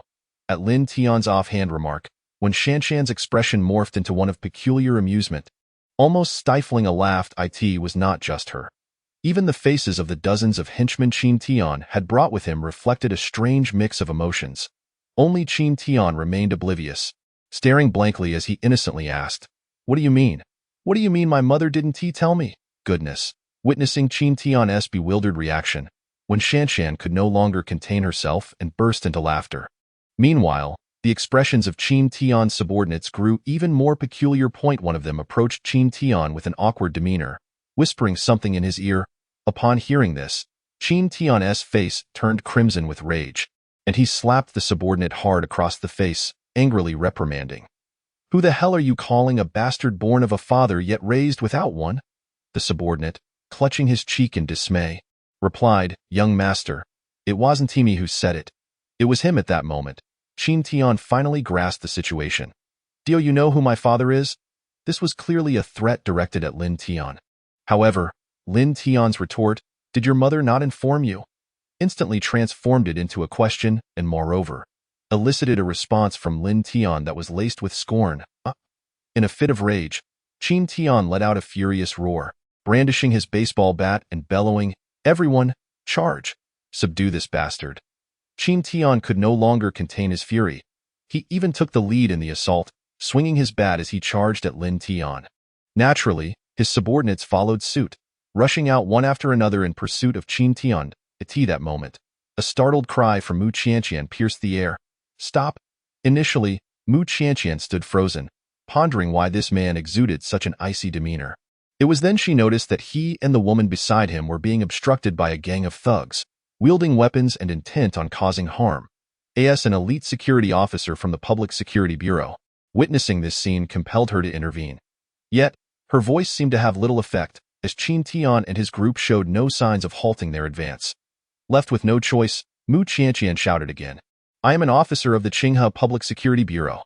The weight of those 5 words proved to be formidable indeed, as the group led by Qin Tian abruptly ceased their advance. It was at this moment that Mu Qianqian positioned herself between Lin Tian and Qin Tian's gang, glaring fiercely at them and asserting, in broad daylight, "You dare wield weapons and attempt to commit violence in the streets? Everyone, come with me." Dressed in plain clothes, without even a sidearm, her words still carried a certain gravitas, yet the impression they left was somewhat lacking. The expressions of Qin Tian and his cohorts became peculiarly distorted. Especially Qin Tian, who then addressed Mu Qianqian, "You are from the Public Security Bureau. Where's your evidence? Your credentials?" Hearing Qin Tian's inquiry, Mu Qianqian found herself momentarily at a loss for words. Normally, even in casual attire, she would carry her identification, but today, having merely stepped out to purchase a bag of laundry detergent, she had not anticipated encountering such a situation and was indeed without any form of identification. In that instant, seeing Mu Qianqian's silence, Qin Tian and his gang regained their bravado, loudly declaring, "Little girl, you're quite the pretender, aren't you? You really had us fooled. Are you certain you wish to meddle in affairs that do not concern you? Very well, I shall deal with you as well. Charge." Qin Tian once again swung his baseball bat with fervor, and his several dozen lackeys surged forward. Mu Qianqian exclaimed in alarm, but being trained, she quickly assumed a defensive stance. Not forgetting to turn to the bystanders, she urged, "You all, flee. Call the police." Then, emitting a fierce cry, she charged to meet the oncoming throng. She, a woman, stood resolutely before dozens of ruthless assailants, displaying not a trace of retreat, a testament to the profound teachings instilled in her by her father. Yet, she was merely a security officer from the Public Safety Bureau, capable of confronting an individual or perhaps 2 or 3 adversaries, but utterly unable to resolve the situation swiftly. Soon, she found herself ensnared. The remaining assailants had no interest in her. They surged relentlessly towards Lin Tian. However, Lin Tian remained immovable, not shifting even an inch. Witnessing this scene, Mu Qianqian cried out in desperation, "Run! What are you waiting for?" Yet, as her urgent voice echoed, she was suddenly struck dumb. She realized that the previously aloof gentleman had transformed into a mere shadow, weaving through the throng of assailants with astonishing agility, all while maintaining his grip on the hand of the ordinary woman, Wen Shanshan. Subsequently, a cacophony of sounds erupted as the multitude of armed thugs besieging Lin Tian were effortlessly toppled one by one. Some collapsed, eyes rolled back, unconscious. Others writhed on the ground, clutching their twisted arms and legs, emitting wails akin to those of slaughtered pigs. How could he be so formidable? Even if he were a veteran of the Heavenly Capital Defense War, how could he single-handedly dispatch so many attackers, while also escorting an ordinary woman, without sustaining a scratch? In that fleeting moment of Mu Qianqian's astonishment, a resonant sound pierced the air as Qin Tian, with a menacing expression, swung a baseball bat down upon her head with brutal force. A thunderous crash resounded. Blood trickled slowly down Mu Qianqian's forehead. Chapter 33. Old servant, greetings to the master. Yet, Mu Qianqian felt not the slightest sting of pain, for the blood was not her own. My hand, my hand! Qin Tian screamed in agony, resembling the wails of a slaughtered pig. This blood belonged to him. Lin Tian, observing Mu Qianqian's dazed state as she was on the brink of a fatal blow, felt compelled to intervene, especially since she had addressed Su Qiandu as Uncle Su, indicating a favorable relationship with him. Thus, he simply raised his foot and delivered a swift kick, a baseball bat, which had fallen to the ground, shot towards Qin Tian's raised arm like a bullet. The bat struck Qin Tian's forearm with tremendous force, bending it at an angle exceeding 90 degrees, even breaking the bone, which pierced through the skin, sending blood splattering onto Mu Qianqian's face. It was at this moment that Mu Qianqian finally reacted, realizing that had it not been for Lin Tian's intervention, she would have undoubtedly succumbed to severe injury and unconsciousness. Ignoring the pitiful state of Qin Tian, she turned to Lin Tian, her voice trembling as she stammered, Thank you." Lin Tian paid no heed to her gratitude, merely gesturing dismissively as he said, "You are from the Public Safety Bureau, correct?" Mu Qianqian mechanically nodded in response. Then Lin Tian spoke indifferently, "I shall leave these individuals in your capable hands. I have other matters to attend to." As he spoke, he turned on his heel, seemingly unaffected by the preceding events, and, hand in hand with Wen Shanshan, strode towards the entrance of the community. This left Mu Qianqian standing in place, utterly bewildered, alongside the motionless figures scattered on the ground. Gazing at Lin Tian's retreating silhouette, Mu Qianqian was engulfed by a profound sense of shock. As the son of Mu Fenghua, during his studies at the Public Security Management Academy, he had always excelled in martial arts. He believed his combat skills could rival those of soldiers in the military. Yet, here was an opponent who had once fought in the Battle of Tiandu. How was it that his martial prowess seemed to pale in comparison, akin to a child's play? Was this what they referred to as mere flashy moves? For a moment, Mu Qianqian found herself steeped in self-doubt. At that instant, a piercing cry interrupted her reverie. "Ah, sire! Call an ambulance for me, please!" Qin Tian's anguished screams shattered the silence. Furrowing her brows, Mu Qianqian turned, only to discover that the arm of the one who screamed had morphed into a grotesque form, causing a wave of nausea to wash over her. Swiftly, she retrieved her phone and dialed the number of her agency. Meanwhile, Lin Tian had already guided Wen Shanshan into the upscale community. Unbeknownst to them, the unfolding scene outside had caught the eye of a middle-aged man. This man was none other than Mu Qianqian's father, Mu Fenghua. At that moment, Mu Fenghua stood by a massive floor-to-ceiling window in his home, trembling uncontrollably, his eyes alight with fervor, even glistening with moisture. Beside him, a middle-aged woman, evidently his wife and Mu Qianqian's mother, observed her husband's state with concern and exclaimed, "Old Mu, what is the matter?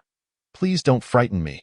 In response, Mu Fenghua turned, gripping his wife's hand tightly, and with a quavering voice declared, "He has returned. He has truly returned. That must be him." These words echoed incessantly within Mu Fenghua's mind. His wife looked at him in confusion, completely unaware of the unfolding events. However, before she could inquire further, Mu Fenghua, in a fit of fervor, dashed out the door without even changing his slippers. On the other side, Lin Tian had returned to the apartment he had rented.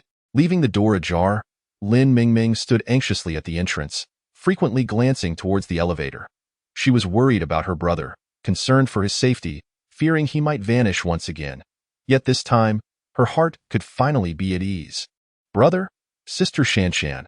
Upon seeing her brother and future sister-in-law emerge in the corridor, Lin Mingming could no longer contain her excitement and rushed out with a joyful exclamation. Certainly, she enveloped Wen Shanshan in a grand embrace, her eyes sparkling with excitement and joy as she exclaimed, "Sister Shanshan, you have truly been brought back by your brother. Sister Shanshan, since you are here, please don't leave again. The one family does not treat you well." Listening to Lin Mingming's heartfelt words, Wen Shanshan felt a surge of emotion within her. Holding the petite figure of Lin Mingming tightly, she nodded vigorously and replied, "Rest assured, I will not return. I wish to stay by brother Lin Tian's side forever." Lin Mingming immediately chimed in with a bright voice, "So do I." Meanwhile, Lin Tian gazed at his fiancée and sister with a warm, affectionate smile, once again feeling the comforting embrace of family. With a chuckle, he waved his hand and said, "Let us not linger in the hallway. Let us return inside to converse." Upon entering the room, Lin Tian casually pushed the door, which swiftly closed behind them. Just as the door was about to shut completely, a startled exclamation echoed from the corridor. "Master!" Bang! The door slammed shut. "Ouch!" came a cry of pain.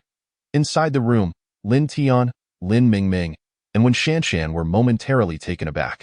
Curiously, Wen Shanshan inquired, "Did you hear that sound just now?" Lin Mingming nodded. "It seemed like someone fell outside the door."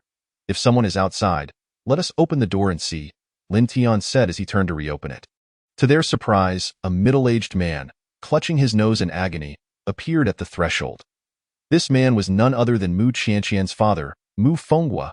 It dawned on the trio inside that it was not merely a fall. He had evidently collided with the freshly closed door. With kind hearts, Lin Mingming and Wen Shanshan quickly expressed their concern. "Sir, are you all right? Do you need to go to the hospital?" Upon hearing the voices of the two women, Mu Fenghua's demeanor shifted instantly. His arms fell limply to his sides. Blood streamed from beneath his nose, yet he paid it no mind. Instead, he knelt before Lin Tian, raising his voice to proclaim, "Old servant Haizi pays homage to the master." With a resounding thud, he bowed deeply to Lin Tian. Hiss! When Shanshan's pupils dilated in shock, her breath hitching. Who is this man? Why does he refer to himself as an old servant before her fiancé and bow so deeply? Of course, Lin Mingming had witnessed such a spectacle before. During their encounter at Junlintian Tower, Su Qindu had performed a similar display. Though she had seen it, she could not conceal her astonishment. Just how many servants does her brother have? Lin Tian regarded Mu Fenghua with an expression of calm composure. Turning to Lin Mingming and Wen Shanshan, he said softly, "You too should return inside. I have some matters to attend to." Wen Shanshan was still processing the situation, but Lin Mingming had already taken her hand, leading her further into the room. "Sister Shanshan, come with me." After watching Lin Mingming and Wen Shanshan enter the inner chamber, Lin Tian remained, contemplating the unexpected turn of events. A flicker of fury ignited within Lin Tian's pupils as he abruptly lifted his right foot. With a resounding thud, he delivered a powerful kick to Mu Fenghua. "Ah!" Mu Fenghua let out a piercing scream, his body soaring from the entrance of Lin Tian's residence, tracing an arc before crashing heavily against the wall at the opposite end of the corridor. Lin Tian's voice, cold as ice, echoed. "You, the highest authority of the Public Security Administration, where were you when my Lin family was annihilated all those years ago?" Chapter 34. The disappearance of the Shin family? The fate of my aunt. The commotion outside startled Lin Mingming and Wen Shanshan, who had just entered the room.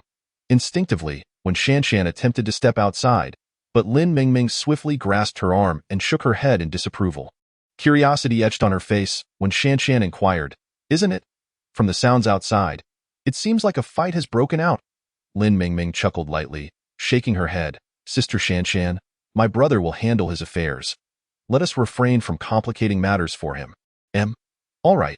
Though a tinge of worry lingered in Wen Shanshan's heart for Lin Tian, she considered that if Lin Tian's own sister was so assured, what more could she say? Thus, she chose to remain in the room with Lin Mingming. Meanwhile, in the corridor outside, a spray of crimson erupted from Mu Fenghua's mouth, his countenance instantly paling. Yet, without a moment's hesitation, he scrambled to his feet, crawling on all fours towards Lin Tian with urgency. Once in the hallway, he lamented sorrowfully, "Master, this old servant has sinned. Please, punish me as you see fit. I shall accept any retribution." Observing the pitiful figure of Mu Fenghua, tears and snot mingling on his face, Lin Tian's brows furrowed in anger. However, he had no intention of punishing Mu Fenghua. With the foresight granted by Su Qiandu, it was evident that when the Lin family was destroyed, Mu Fenghua was likely not present in Qinghe. Had he been, the circumstances surrounding the Lin family's demise would not have been so enigmatic. Lin Tian was not one to judge without discernment. Thus, he frowned and coldly uttered, "Get in here and cease this disgrace." With that, he turned and strode back into the room, while Mu Fenghua remained on the ground, crawling into Lin Tian's rented apartment. The door slammed shut with a resounding thud. Although the corridor had fallen silent, the two neighboring households adjacent to Lin Tian's were anything but tranquil. The earlier ruckus had been far too loud to ignore. The occupants of both homes had already gathered at their doors, peering through the peepholes to assess the situation. At that moment, witnessing Mu Fenghua crawling into the abode of a young man like a dog left both households in disbelief. One wife, utterly perplexed, turned to her husband and exclaimed, "Darling, did I just see that correctly? The person just now, could it be Mr. Mu?" After all, Mu Fenghua was the former highest-ranking official of the Qinghe Public Security Department. The reputation of the Qinghe populace remains remarkably high in their eyes, and thus, they certainly recognize him. At this moment, the husband within the household wore a countenance akin to one who had seen a ghost. He stiffly nodded, then immediately shook his head, only to nod again, tremblingly uttering, "It is him." Who is that young man?" This individual was so astonished that he struggled to articulate his thoughts. A similar scene unfolded in another neighbor's home. However, regarding the reactions of these individuals within their abodes, neither Lin Tian nor Mu Fenghua was the slightest bit concerned. Particularly Mu Fenghua, who could present himself with an air of nobility before others.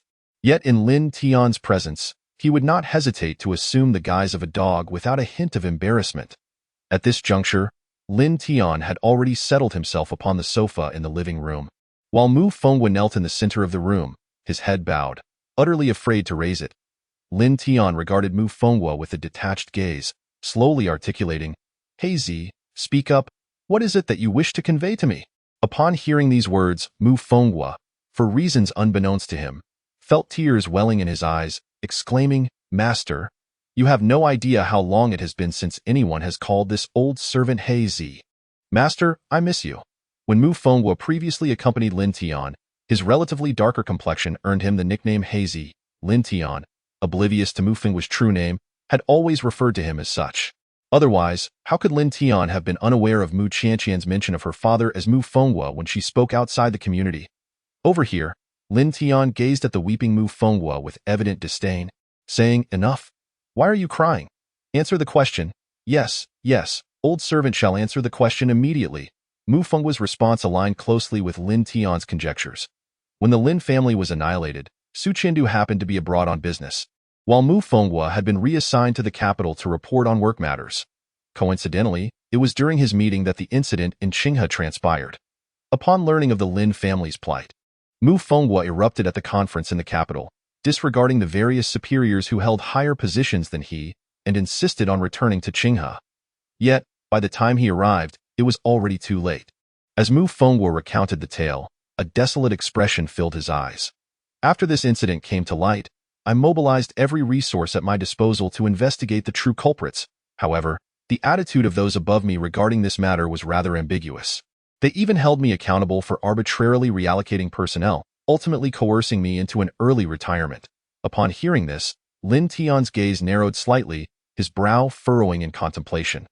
From Mu Fenghua's words, it seemed that those in higher authority were also implicated in this affair. The sound of Lin Tian's iron fists clenching together echoed ominously. "Bastards!"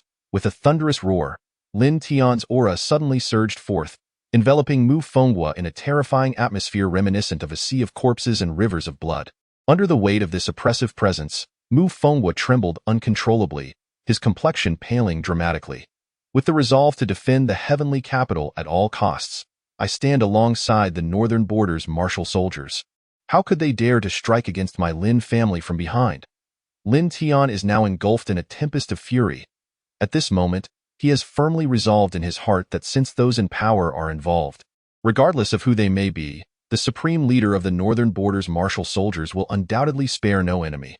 Meanwhile, Mu Fenghua has remained silent, utterly intimidated by Lin Tian's formidable presence, rendering him speechless.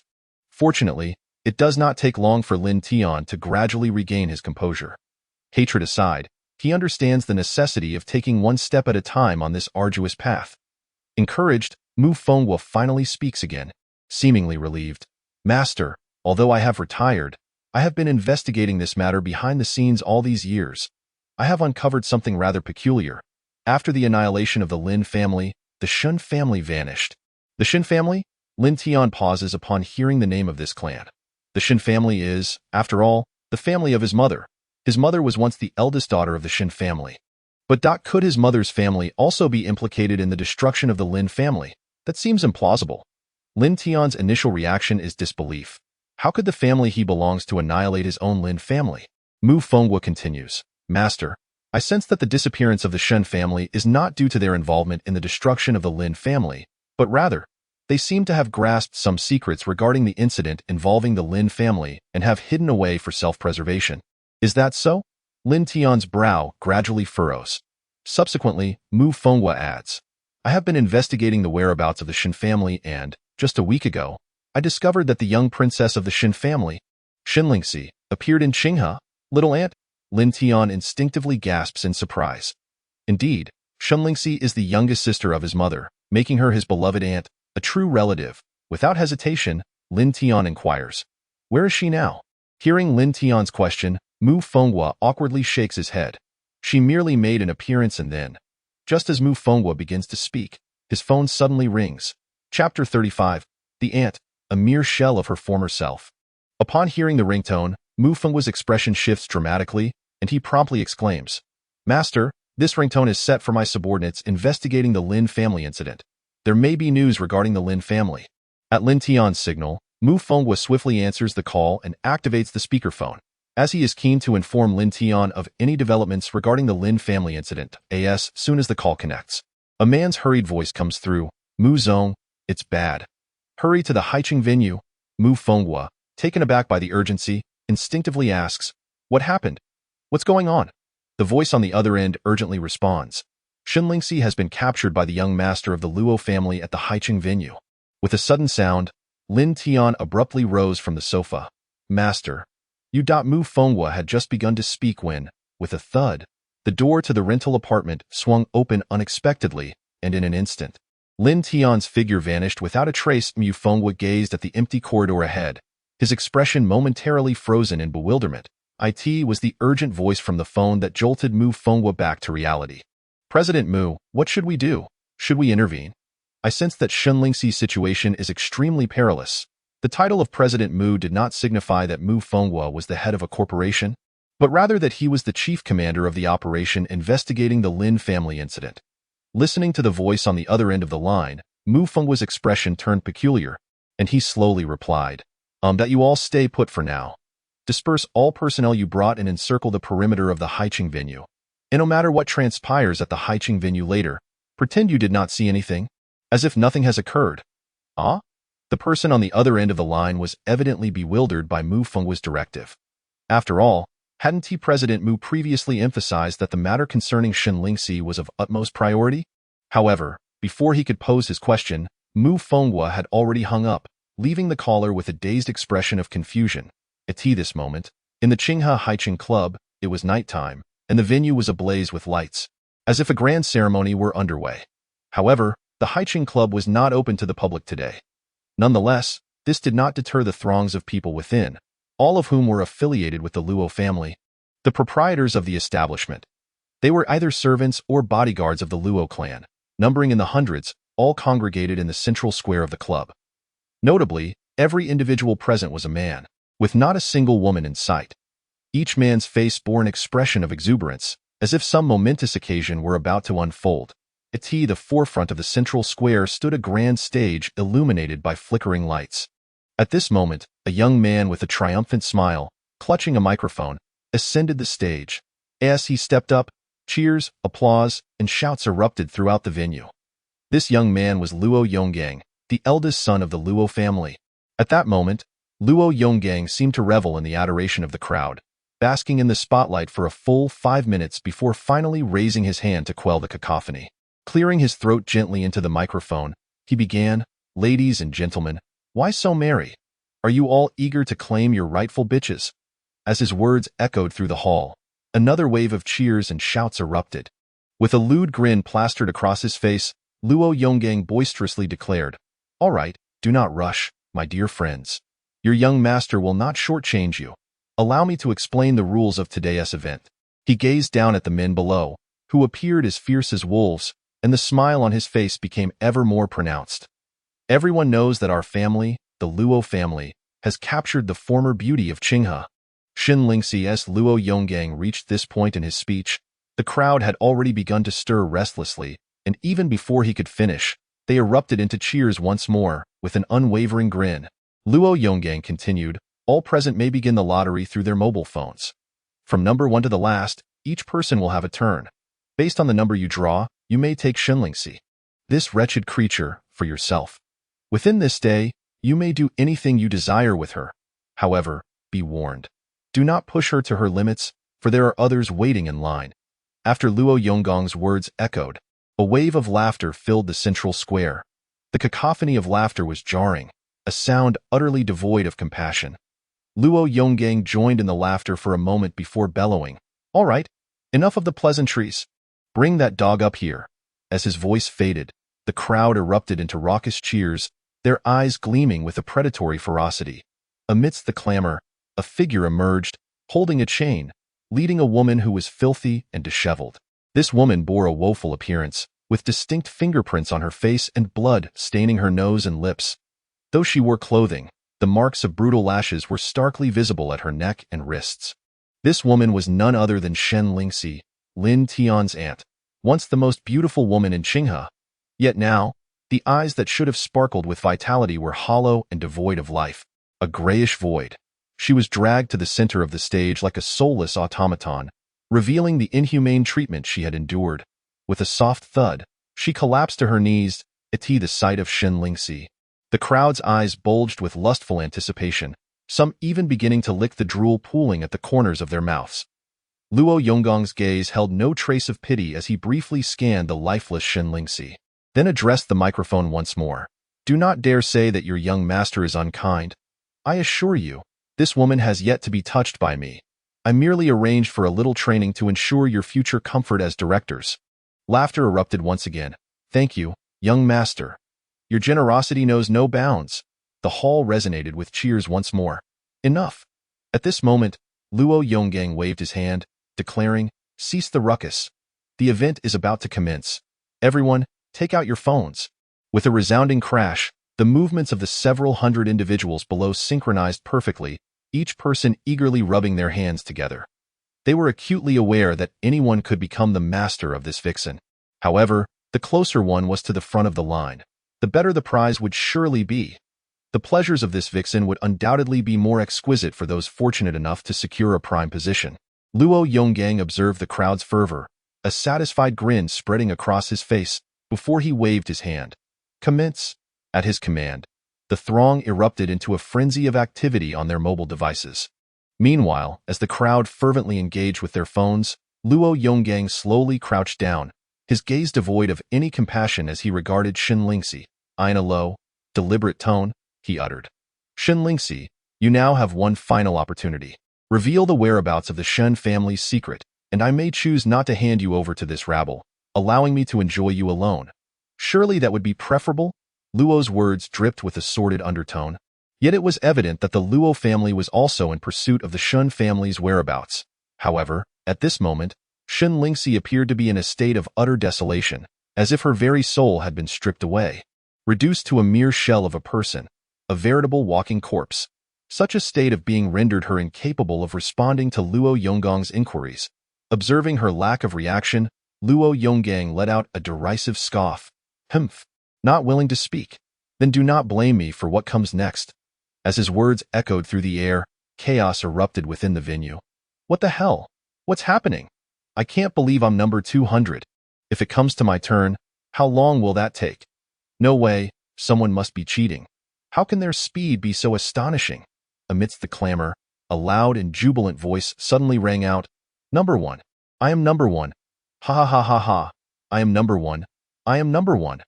The speaker leaped with exuberance, eliciting a myriad of gazes from the crowd, some filled with envy, others with jealousy, and even some with venomous hatred.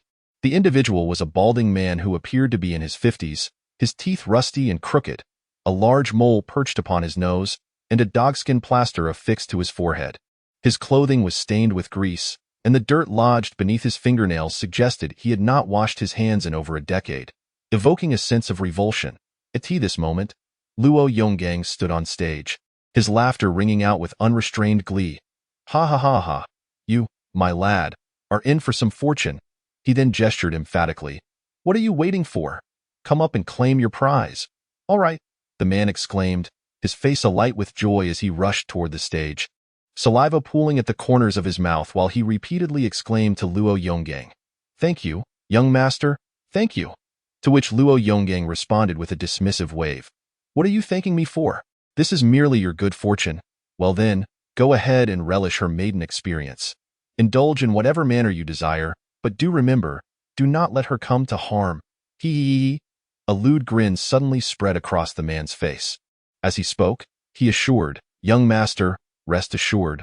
I understand, I will surely leave some good things for my brothers later. While rubbing his hands eagerly, he approached the crumpled figure of Shun Lingxi, who sat helplessly on the ground. Upon reaching her, he licked his lips and said, Little beauty, fret not. I shall take good care of you. Ha ha ha. At this moment, Lingxi was utterly unresponsive, nearly lost in a stupor. Perhaps this was for the best. One cannot be submerged in endless despair yet again at such a time. Meanwhile, the man could no longer contain himself and slowly extended his filthy, grimy hand toward Shin Lingxi's delicate, pale face. Just as his fingers were about to make contact, a sudden sound akin to a breaking wind pierced the air. Then, an enormous sign emblazoned with the words Qinghe, Haiqing Meeting Hall streaked across the sky in a swift arc, crashing down violently toward the balding man. Good heavens! Upon witnessing this scene, Luo Yonggang instantly rolled to the side to evade the impending disaster. Although he successfully dodged, the unfortunate man standing beside Shin Lingxi was not so lucky. A resounding crash echoed, a scream erupted abruptly. The massive sign struck with force upon the man's back, sending him hurtling through the air, blood gushing from his mouth and nose, falling to the ground, lifeless. Gazing at the man sprawled in a pool of blood, Luo Yonggang's face turned pale, beads of sweat forming on his forehead. Trembling with dread, he scrambled to his feet and shouted into the microphone, Damn it! Who the hell did this? Not only he, but the several hundred individuals below also furrowed their brows, eyes filled with shock and anger as they scanned the surroundings. At that moment, a voice, as if emerging from the depths of hell, gradually echoed through every corner of the Qinghe Haiqing Meeting Hall. Qinghe Lin family, Lin Tian. The voice boomed like thunder from the heavens, resonating endlessly. Upon hearing this, Luo Yonggang's gaze narrowed, and he shouted in disbelief, Impossible! The Lin family has perished. That wretched Lin Tian died long ago during the defense of Tiandu. However, his words received no verbal response. Instead, the answer was a series of heavy footsteps, thud, thud, thud. Despite being the sound of a single person, it resonated so clearly in everyone's ears that the crowd of hundreds instinctively took 2 steps back, filled with trepidation. Thus, Lin Tian's figure appeared at the entrance of the Haiqing Meeting Hall.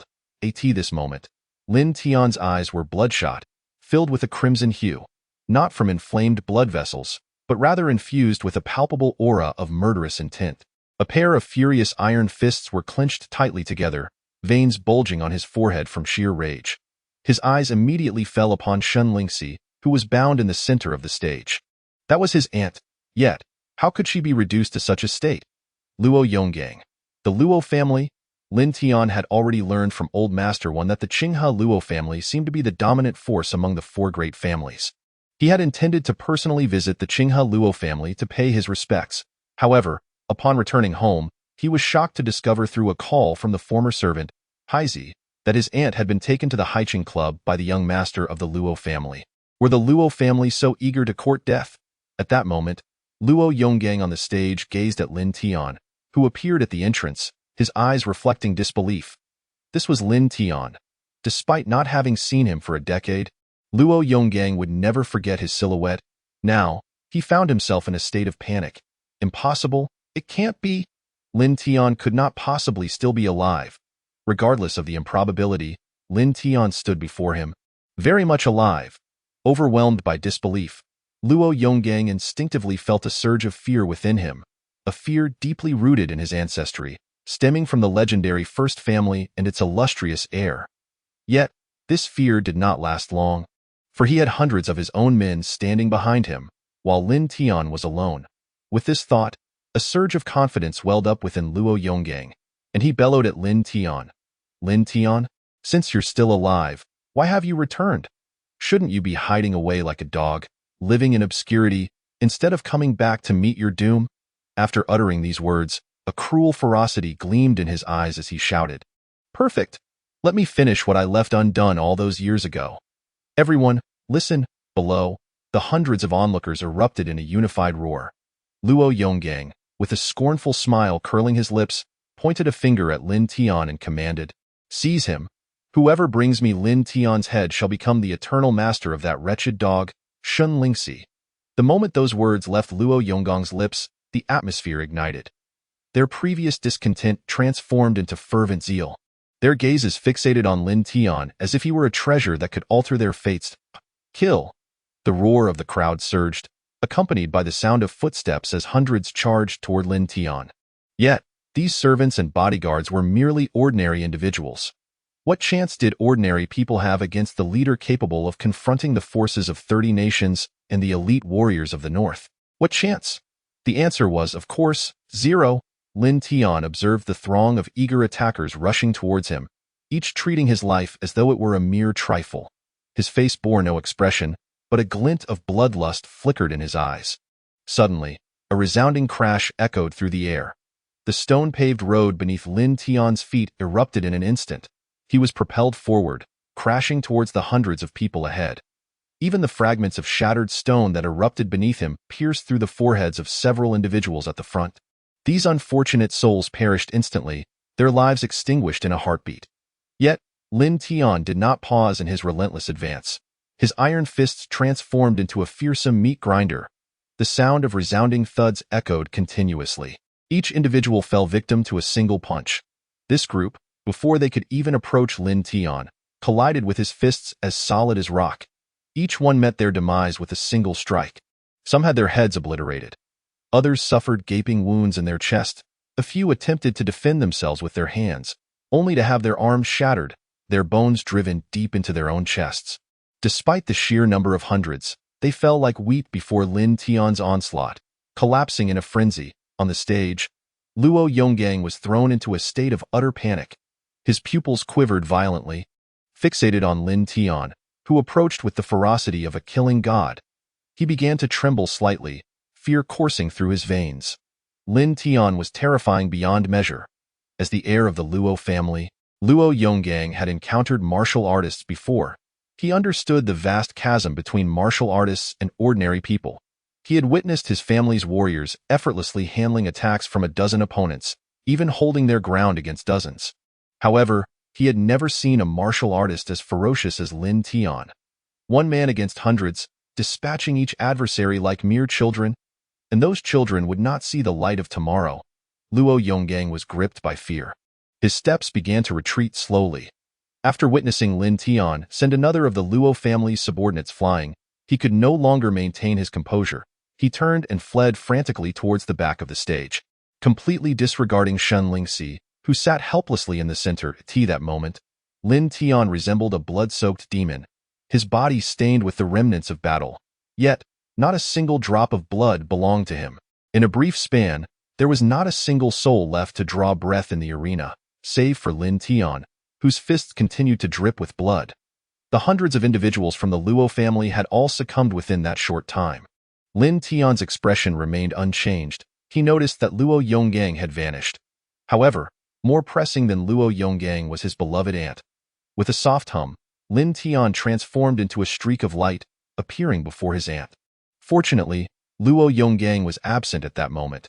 Had he been present to witness a man flying, he might have been terrified to death. Lin Tian crouched down, gazing at his aunt with a heart full of concern, and gently called out, "Aunt, Aunt, can you hear me?"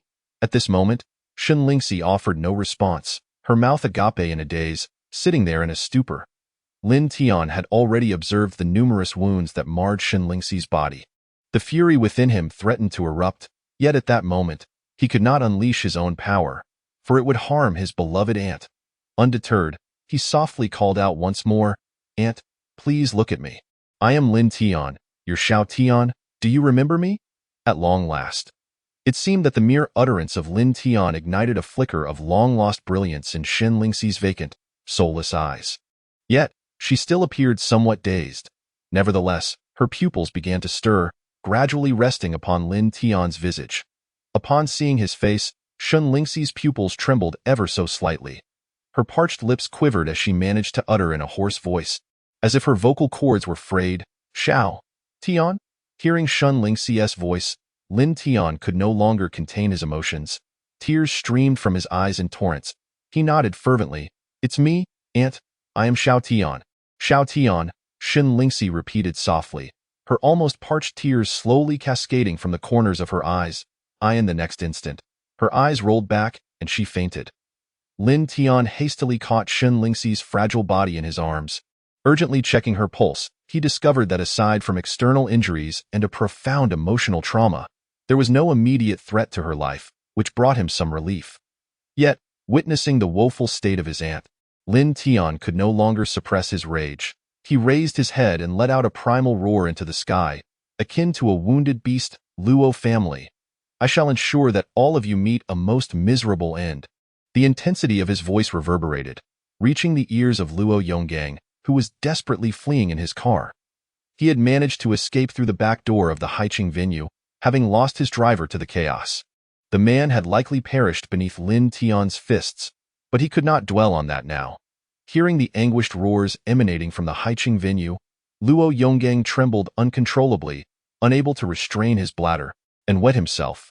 Yet at that moment, he cared not for such indignities. Gulping nervously, he muttered, "How can Lin Tian be so formidable? How can he possess such strength? Thank heavens I fled quickly." As he glanced back at the receding Haiqing venue, a look of bitter resentment once again crossed his face. "That vile Lin Tian, why are you still alive? Why have you returned and slaughtered so many of my family? You are truly cursed. No, I must swiftly return to inform the family that Lin Tian has returned, and we must mobilize all our forces to ensure that he is torn to shreds." His thoughts were grand, yet reality was painfully stark. Just as the words left his lips, a blinding beam of headlights momentarily plunged Luo Yonggang into darkness. In his panic, he heard the shrill screech of brakes, followed by a thunderous crash that reverberated through the air. As Luo Yonggang's vision faded to black, he lost all consciousness. Meanwhile, Lin Tian cradled his unconscious aunt in his arms, step by step traversing the lifeless bodies of the Luo family. He emerged from the venue in Haiqing. Just as he exited, a thunderous roar of an engine echoed in the air, followed by the screech of brakes. A heavily modified George Patton came to a halt before Lin Tian. The door swung open, and Mu Fenghua hurriedly descended from the vehicle. Rushing towards Lin Tian with a thud, he knelt down before Lin Tian, exclaiming loudly, "Master, He Zi has arrived. He Zi has captured Luo Yonggang, and he is currently in the car." Luo Yonggang? Upon hearing the name, a fierce rage ignited within Lin Tian's eyes. Without hesitation, he strode towards the approaching vehicle. However, at that moment, Mu Fenghua called out loudly, "Master, are you planning to kill Luo Yonggang?" Lin Tian slightly paused, turning his head to regard Mu Fenghua, and inquired, "What, are you afraid?"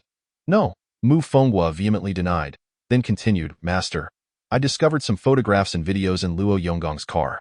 I believe that simply killing him would be far too lenient. He deserves to endure endless torment. Upon hearing Mu Fenghua's words, Lin Tian's brows furrowed immediately. He seemed to discern something from Mu Fenghua's expression. Those photographs and videos were likely related to his aunt. In a deep voice, Lin Tian then asked, "Where are they?" Mu Fenghua quickly replied, "They are in the car, master." "Please, get in."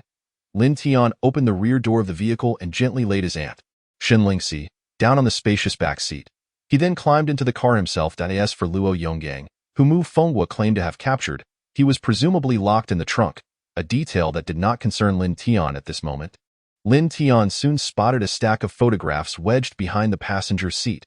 He reached for them, and the instant he glanced at the images, a terrifying aura radiated from his eyes. A violent ripple surged around him, causing even the stationary vehicle to tremble from within. His pupils were instantly tainted with crimson. As he had surmised, the subject of the photographs was none other than his beloved aunt, Shen Lingxi. However, in the photographs, Shen Lingxi was covered in wounds. In some images, she was gagged, tears of despair glistening in her eyes. In others, she was shown on the ground, a chain around her neck, eating from a dog bowl. Lin Tian could barely endure the sight of just 3 photographs before a deafening crash erupted from his grasp. The thick stack of photographs disintegrated into fine powder, scattering into the air. His entire being trembled slightly, and even his breathing grew somewhat erratic. At this moment, Mu Fenghua, who had just settled into the driver's seat, sensed the instability of Lin Tian's aura. He contemplated offering words of comfort but hesitated, fearing that his additional comments might ignite the flames of Lin Tian's wrath. Lin Tian's forehead was already marked by faint, protruding veins, yet his voice did not reverberate with fury. Instead, it emerged in a hoarse whisper as he slowly inquired, "Where is the video?" Upon hearing Lin Tian's words, Mu Fenghua hastily passed a tablet from the passenger seat to Lin Tian in the rear. As Lin Tian opened the device, he discovered that it contained nothing but a multitude of video files, hundreds. In fact, based on the earlier photographs, he could surmise the contents of these videos. To be candid, Lin Tian felt a pang of reluctance to click on these files, dreading the sight of his aunt in even more distressing circumstances. Nevertheless, he ultimately chose to open one of the shorter videos. As the video commenced, a woman's piercing scream erupted from the tablet. Recognizing that it was his aunt's voice, Lin Tian noted that her tone did not yet possess the roughness of despair. Shortly thereafter, a loud thud resounded, followed by the sight of his aunt, Shen Lingxi, being forcefully kicked in the chest, causing her to tumble out of the frame. Lin Tian's fists clenched tightly, and he ground his molars in anguish. Shen Lingxi, having fallen to the ground, scrambled to her feet, her face pale and her eyes filled with tears of desperation as she screamed toward someone off-screen, "Don't come any closer. Please, spare me, I beg you." Hearing his aunt's wretched pleas, Lin Tian felt tears of sorrow welling in his eyes. Then, the figure of Luo Yonggang emerged within the frame, his expression twisted with malice, a cruel smile etched across his lips. His gaze brimming with ferocity, he stepped forward and seized Shen Lingxi's hair. A chilling scream escaped her lips as Luo Yonggang yanked her head into the foreground. With a sadistic grin, he directed his gaze at the camera and said, "Look here, this video is being recorded. Rest assured, everything that follows will be documented. When the time comes, I will share this footage with everyone in Qinghe, so they can witness your current state." His laughter echoed with cruelty, and amidst it, Lin Tian faintly heard his aunt's voice, filled with despair. "No, please, no." A sharp crack resounded as Luo Yonggang delivered a resounding slap to Shen Lingxi's face, sending her crashing to the ground, lying sprawled on her back. Subsequently, Luo Yonggang spat on her and, with a taunting expression, addressed the camera. "To all who witnessed this video, whether from the Lin family or the Shen family, brace yourselves." As Luo Yonggang reached this point in his discourse, he appeared to have recalled something significant, subsequently donning a mocking smile as he spoke. "Oh, I almost forgot. All the bastards of the Lin family must have perished by now, right?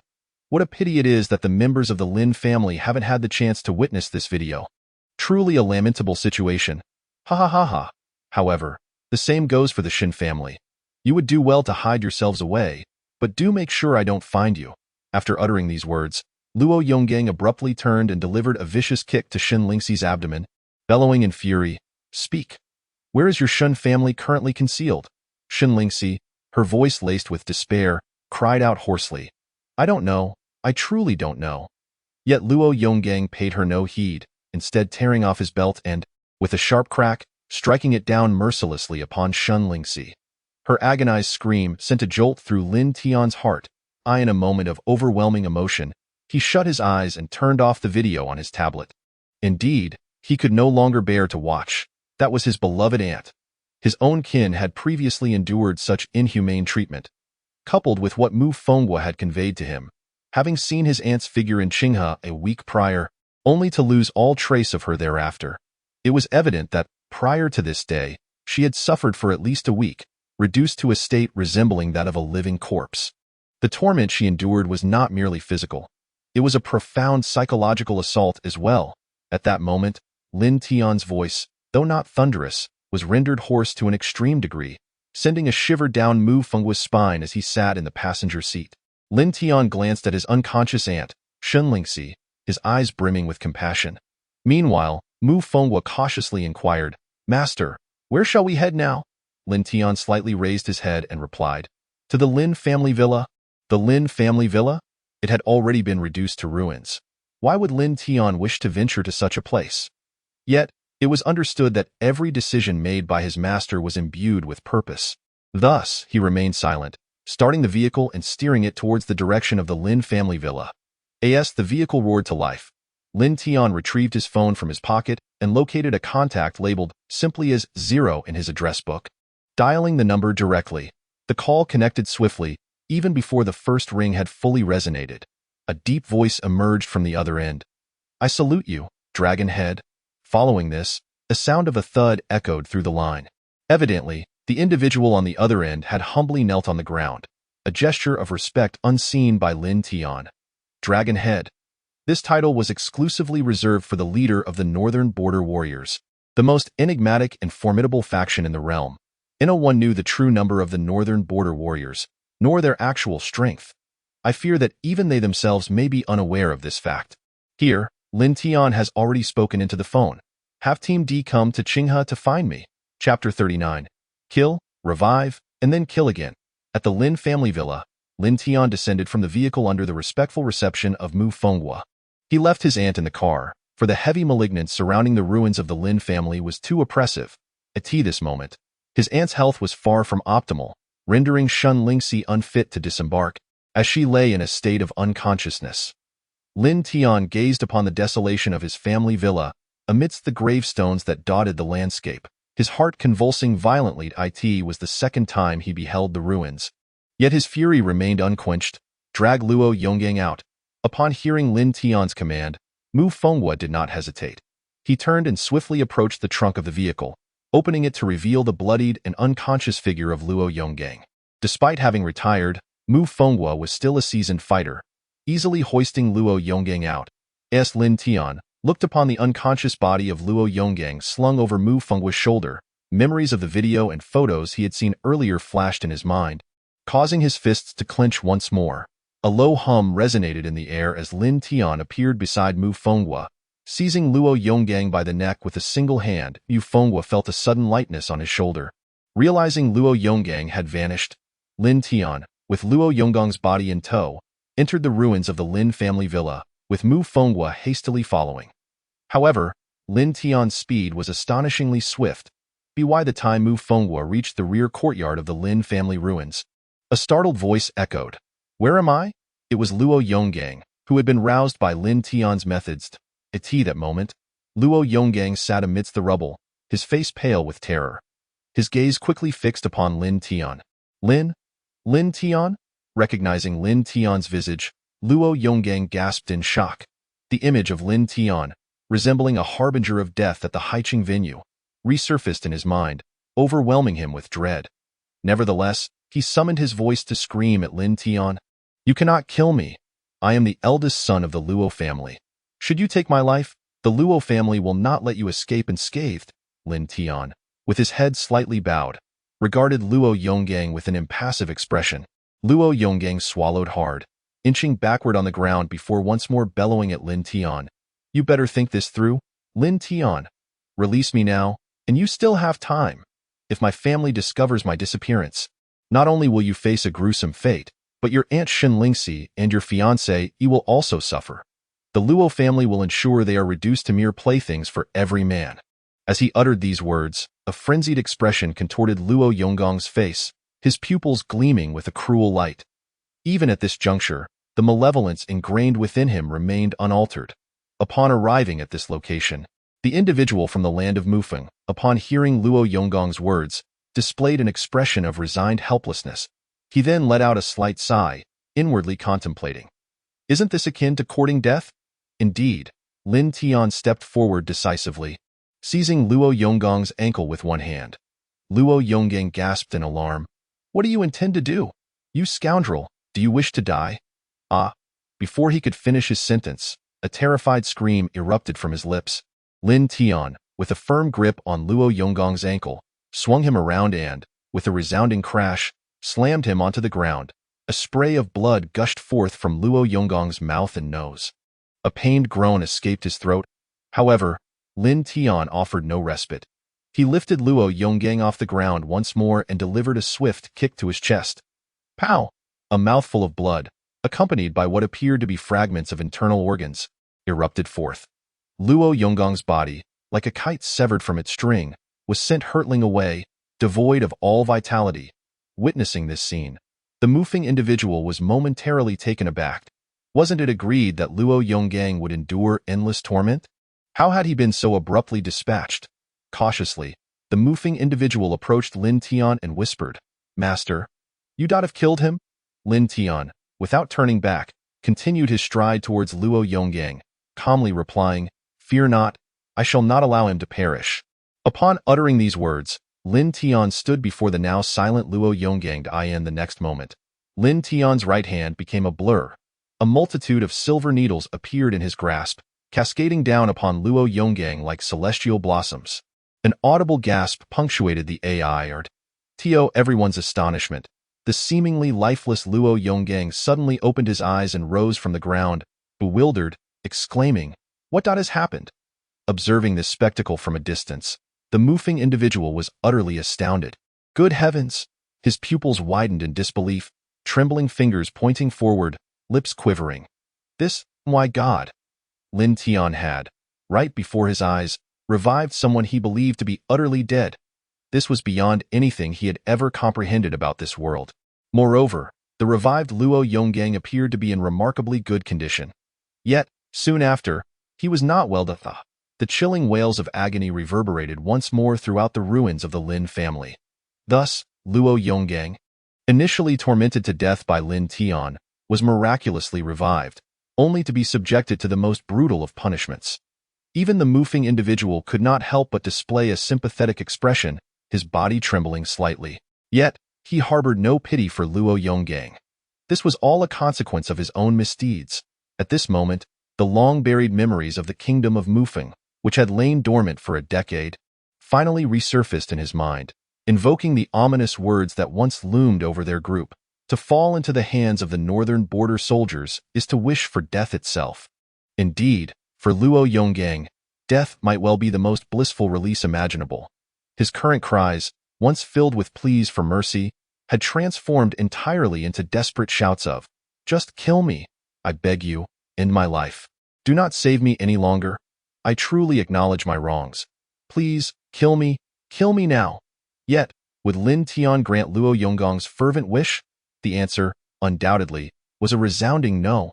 Meanwhile, as Lin Tian tormented Luo Yonggong, the entire Qinghe was engulfed in turmoil.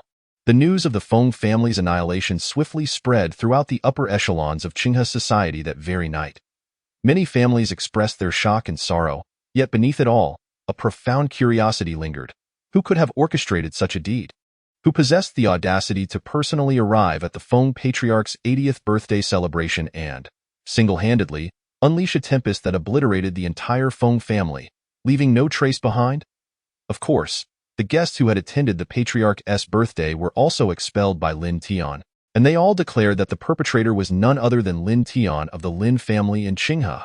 However, none among the elite families believed such claims. In their minds, Lin Tian had perished during the Heavenly Capital Defense War a decade prior. Surely, the individual responsible for the Feng family's downfall must be an impostor, masquerading under the Lin family name to seek personal vengeance. Understandably, the uninformed families would entertain such speculations. Yet, unbeknownst to all, the heads of two other prominent families, the Luo and Zhang families, had convened in the same private room of a tea house. Chapter 40. Corpses littering the ground, in Qinghe, at the Hongxing Tea House. Within a special private room on the top floor, two elderly gentlemen, appearing to be in their 60s or 70s, sat together. Although they bore the marks of age, their postures remained erect, and their eyes sparkled with vitality, exuding an almost imperceptible yet palpable aura that instilled a sense of unease in ordinary folk. Clearly, both gentlemen were martial artists. The elder with a more commanding presence was Luo Zhenyu, the head of the Luo family, while the other was Zhang Chaoyang, the head of the Zhang family. Zhang Chaoyang gently swirled his teacup and, addressing Luo Zhenyu in a hushed tone, inquired, "Brother Luo, did you also receive an anonymous call?" Luo Zhenyu nodded slowly in response. The anonymous call informed me of the Feng family's demise. At first, I could hardly believe it, yet it turns out to be true. Zhang Chaoyang nodded in agreement and continued. When I was summoned to meet here, I thought it might be a scam call. I never imagined the Feng family would truly encounter such a calamity. Subsequently, Zhang Chaoyang posed another question. "Brother Luo, who do you suppose was behind that phone call?" In this moment, Luo Zhenyu furrowed his brow and shook his head, saying, "There's no rush. We shall know shortly." Just as his words fell, the door to the private room swung open. Both Luo Zhenyu and Zhang Chaoyang lifted their gazes towards the entrance. A man clad in a black cap, with a mask obscuring his face, and donning a black trench coat, stepped inside. Notably, his right hand remained concealed within the pocket of his coat. Observing his attire, a sense of vigilance arose in both Luo Zhenyu and Zhang Chaoyang. However, they sensed no aura of a martial artist emanating from him, thus neither took action as of yet. Meanwhile, the man in the black coat approached the round table and respectfully addressed the two. "Greetings, Master Luo, Master Zhang. I am Wen Tianfeng from the Wen family, here to pay my respects." As he spoke, he removed his cap and mask, bowing deeply before Luo Zhenyu and Zhang Chaoyang. Upon seeing Wen Tianfeng, both Luo Zhenyu and Zhang Chaoyang exhibited expressions of surprise. Exchanging glances, Zhang Chaoyang spoke to Wen Tianfeng. "What brings you here?" His tone was far from cordial, even laced with a hint of coldness. After all, the relationship between the Wen family and their clans had never been amicable. Particularly, when the Lin family was annihilated, they had sought the Wen family's assistance, only to receive a resounding refusal. However, the one who had turned them down was not the junior Wen Tianfeng, but rather the elder Wen Qinghe. Unperturbed by Zhang Chaoyang's demeanor, Wen Tianfeng continued, "I trust both of you are aware of the news regarding the annihilation of the Feng family?" The two exchanged glances, and Luo Zhenyu replied, "If you have something to say, I suggest you do so swiftly. Our time is limited." When Tianfeng proceeded, "May I inquire if you know who was responsible for the Feng family's downfall?" Zhang Chaoyang, somewhat impatient, retorted, "Isn't it merely a self-proclaimed Lin Tian from the Lin family? This scoundrel is merely leveraging the name of the deceased to wreak havoc, fearing his identity will be unveiled. Fearing his identity will be unveiled." At Zhang Chaoyang's words, a hint of derision flickered in Wen Tianfeng's eyes. "What are you laughing at?" Observing Wen Tianfeng's smile, Zhang Chaoyang felt as though he was being mocked, prompting his tone to turn frigid. Subsequently, Wen Tianfeng spoke plainly, that individual harbors no concern about his identity being exposed, for he is none other than Lin Tian himself. "What?" At this revelation, both Luo Zhenyu and Zhang Chaoyang gasped in unison.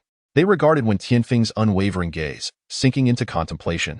Zhang Chaoyang boldly asserted, "Impossible. Was it not stated that Lin Tian perished in the encirclement of Tiandu a decade ago, perishing alongside the coalition of 30 nations?" On the other side, Luo Zhenyu spoke up, "Even if Lin Tian is not dead, it has been 10 years since he last emerged. Why return to Qinghe at this moment? His Lin family has been annihilated. Is he seeking death?"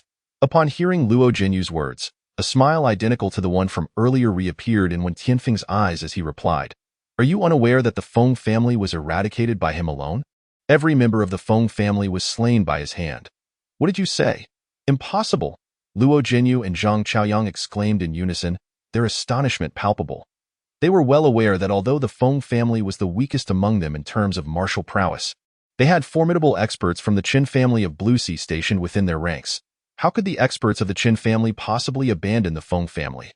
Could it be that the combined might of the Qin family and the entire Feng clan could not withstand Lin Tian alone? Lin Tian could not possibly be that powerful. This was the shared sentiment of Luo Jinyu and Zhang Chaoyang. However, when Tian Feng shook his head resolutely and said, "Believe it or not, Lin Tian is already aware that your Luo family and Zhang family are implicated in the massacre of the Lin family. He will undoubtedly seek vengeance against you. I advise you to unite and find a way to eliminate Lin Tian before the impending crisis strikes." With that, when Tian Feng stood up, turned to leave, and declared, "I've said all I needed to. What you choose to do is your own affair. I was never here today." Just as when Tian Feng was about to exit the private room, Luo Jinyu's hesitant voice resonated. "Why should we trust you? You and family had a close relationship with the Lin family in the past. How can you prove the veracity of your claims?" Upon hearing this, when Tian Feng slowly turned his head and, with deliberate slowness, drew out his right hand, which was missing a finger, Luo Jinyu and Zhang Chaoyang were taken aback by this revelation, and Zhang Chaoyang inquired, "Did Lin Tian do this?" When Tian Feng gazed at his mutilated hand, his eyes filled with deep resentment and rasped, "All because I pointed at him. He tore off my finger. Humph. Thus, I desire his death, the demise of this wretched cur, with no resting place." Having uttered these words, when Tian Feng did not linger, turning to leave as the door of the private room closed behind him, leaving two heads of families with expressions of doubt, Zhang Chaoyang then turned to Luo Jinyu and asked, "Luo brother, is what when Tian Feng said true? Is that Lin Tian really alive and returning to exact vengeance upon us? Not only has he returned, but his strength has also grown so formidable?" Luo Jinyu furrowed his brow, a contemplative look in his eyes, and slowly shook his head, saying, "I sense that when Tian Feng cannot be trusted. Perhaps that old rascal Wen Xinghe is up to some mischief." However, just as Luo Jinyu's words fell, the door of the private room was suddenly slammed open from the outside. Immediately, a servant's terrified voice echoed, "Master, it's terrible. The young master has gone missing." "What?" With a sudden jolt, Luo Jinyu sprang up from his chair. This servant was indeed one of the Luo family, and Luo Jinyu recognized him without a doubt. "You must be joking. Yonggang went to the Haiqin conference. Didn't he? How could he possibly be missing?" Luo Jinyu questioned anxiously. The servant, his face pale with fear, replied, "Yes, the Haiqin conference. It's a scene of carnage, bodies everywhere. It's too horrific, too horrific." Chapter 41. Unrest in Qinghe. "Quick, take me there." Following Luo Jinyu's piercing scream, only a bewildered Zhang Zhaoyang remained in the tea house's top-level private room. Watching Luo Jinyu and the Luo family members depart, Zhang Zhaoyang abruptly stood up with a glint of vigilance in his eyes and declared, "This is bad. It seems that when Tianfeng's words hold truth, we must prepare swiftly." With that thought in mind, Zhang Zhaoyang turned and left, evidently heading back to his own family. Meanwhile, en route to the Haiqin Club, a deafening roar erupted from the ICU of Qinghe First People's Hospital. "Damn it! Is this the work of that bastard?" A muscular bald man, clad in a tank top and shorts, stood there with bloodshot eyes and clenched fists, his arms so thick they rivaled the thighs of an average person. Inside the ICU, a young man, previously intent on persuading Lin Tian to relinquish Lin Mingming, lay unconscious with an oxygen mask, his vital areas elevated. This young man was none other than the heir of the Knife Alliance, who had been incapacitated by Lin Tian's kick, rendering him incapable of engaging in his former pleasures. The furious voice outside the ICU belonged to Lu Yidao, the Knife Alliance leader and the young man's father. At that moment, a flustered young member of the Knife Alliance burst from the hospital corridor. Addressing Lu Yidao, leader, according to the brothers who were with the young master, it was that little beggar often seen around the ruins of the Lin family. He had found a companion, and the young master attempted to buy the beggar from this companion, but unexpectedly, damn it! Lu Yidao's eyes widened with rage, his furious roar reverberating through the air. That was his only heir. If his heir was ruined, it meant the end of the Lu bloodline. This foolish boy, what kind of women could he not have? Why must he pursue a beggar?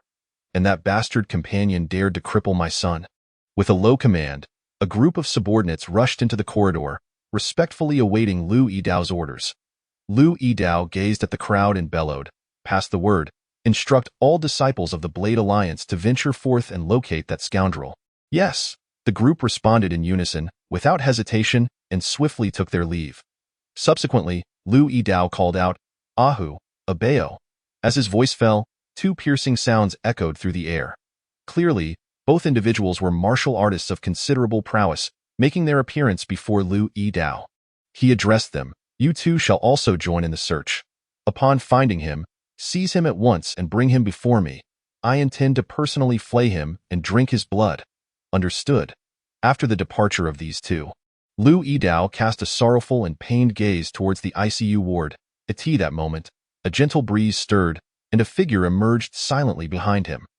This individual appeared to have materialized from the shadows, akin to a wraith, moving so lightly that even their footsteps were inaudible.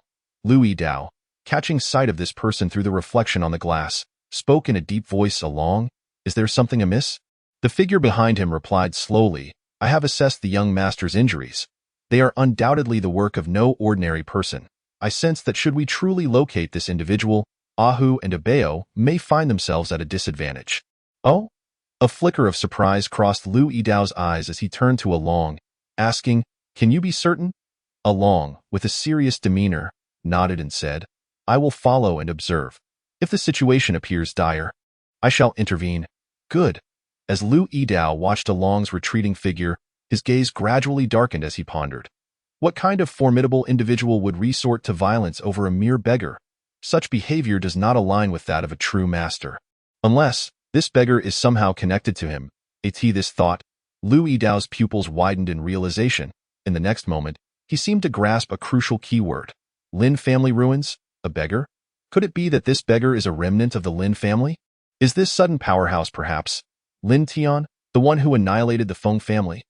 As the news of the Feng family's demise at the hands of the Qinghe Lin family and Lin Tian reached his ears, Lu Yidao, as the leader of the Blade Alliance, could not possibly remain ignorant. Initially, he suspected foul play, but upon linking it to the recent events in his own household, a serious expression settled upon Lu Yidao's face as he slowly retrieved his mobile phone. Meanwhile, within the Haiqing conference hall, Luo Zhenyu stood trembling slightly at the very spot where his grandson once stood. His eyes were filled with horror and anguish. The corpses below were none other than his own family as subordinates. "Father, where is Yonggang? What has happened to Yonggang?" A middle-aged man rushed into the Haiqing conference hall in a state of frantic anxiety.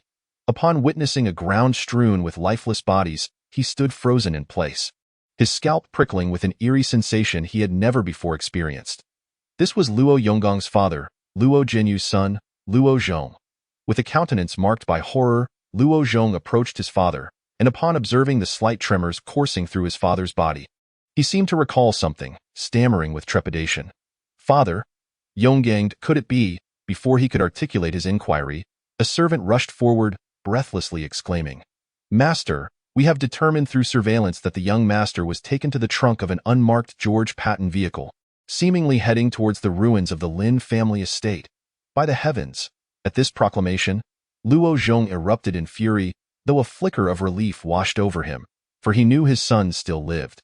"Bring them here," he commanded, as the gathered members of the Luo family responded in unison. With a sweeping gesture, Luo Zhong declared, "Let us depart. We must rescue our young master."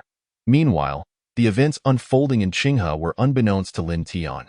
He was engaged in a relentless cycle of tormenting Luo Yonggang, only to revive him, and then torment him once more.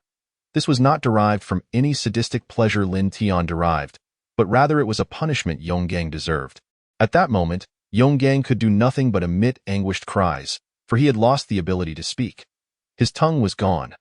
This, of course, was not the doing of Lin Tian, but a consequence of Yonggong's inability to withstand the cyclical torment, leading him to bite off his own tongue in despair.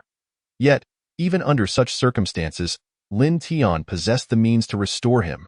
Now, Luo Yonggang appeared as a mere shell of his former self, pallid and devoid of spirit. Lin Tian repeatedly plunged Yonggong's head into the ruins. An enraged voice echoed from outside the Lin family villa. "Lin Tian, you scoundrel! Return my son to me." Chapter 42. Who granted you such confidence? Hearing this furious shout, Mu Fenghua instantly turned, a flicker of anxiety crossing his features, though it was overshadowed by a greater sense of wrath. He promptly addressed Lin Tian, stating, "Master, that was Luo Yonggong's father, Luo Zhong, the heir to the Luo family's next generation. It appears they have discovered our location and likely brought numerous reinforcements. Should I contact our subordinates? Upon hearing this, a serene smile graced Lin Tian's face, its curvature sharp as a blade. He replied nonchalantly, perfect timing. It saves me the trouble of seeking him out at the Luo family. And no sooner had he spoken than a thunderous explosion resonated, and Mu Fenghua found that Lin Tian's figure had vanished, leaving behind a massive crater at the spot where he had stood, a testament to the immense force with which he had departed. As the nation of Mufeng prepared to pursue, the voice of Lin Tian resonated through the heavens and earth. Haizi, keep an eye on Luo Yonggang. Do not let him escape. Upon hearing this, Mufeng paused his steps, turning to glance at the bloodied Luo Yonggang amidst the ruins, a slight grimace crossing his features. He mused, at this state, can Luo Yonggang truly run? That would be a miracle. Nevertheless, despite his thoughts, the task assigned by Lin Tian was not one he dared to neglect. At this moment, outside the dilapidated gates of the Lin family's ruins, the mountains were teeming with members of the Luo family, including several martial artists. After all, the Luo family was the mightiest clan in Qinghe, and even their patriarch was a formidable warrior. It was hardly surprising that some of their subordinates were martial artists as well. Luo Zhong stood at the forefront, hands on his hips, his face contorted with intense rage and malice, pointing at the ruins before him and bellowing. Lin Tian, you remnant of the Lin clan, I can't believe you survived the Battle of Tiandu a decade ago. Your family has been annihilated, and you are merely a stray dog of the Lin clan, daring to lay hands on my Luo family members? I demand you come out immediately and return my son to me. I might even show you mercy and allow you to keep your corpse intact. Otherwise, I shall ensure you meet the same fate as all the Lin family members, dying like a wild dog without a burial place. With a thunderous boom, the moment Luo Zhong's words fell, a cacophony erupted. The ground trembled as a torrent of debris surged towards Luo Zhong like a tsunami. What the? Luo Zhong exclaimed, his face blanching in shock. He swiftly leaped back, evading the onslaught. Though Luo Zhong, being a martial artist, managed to escape, the ordinary subordinates trailing behind him were not so fortunate. The air was filled with various sounds of distress and cries. The foremost subordinates seemed as if they had been caught in a hail of gunfire, their bodies riddled with countless small wounds, perishing on the spot. Witnessing this gruesome scene, Luo Zhong's rage escalated, and he howled once more. Lin Tian, you dare? As the dust and debris gradually settled, Lin Tian's figure emerged before them all. Upon seeing him, the surrounding crowd instinctively edged forward. Lin Tian stood calmly amidst the throng, his expression inscrutable, gazing down upon them as if he were sovereign over all. Lin Tian. Luo Zhong stepped forward, his gaze filled with venomous hatred, confronting Lin Tian. You still dare to harm others? Return my son to me. Lin Tian regarded the furious Luo Zhong and replied coolly, your son has already been offered as a tribute to the souls of my Lin family. What? At Lin Tian's words, Luo Zhong's eyes appeared as if they might explode with fury. You scoundrel!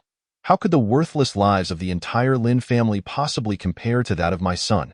You filthy bloodline, a family akin to maggots, how dare you allow my son to be mourned? Ah, I shall kill you. Come forth, everyone, seize him, and tear him to pieces to accompany my son in death.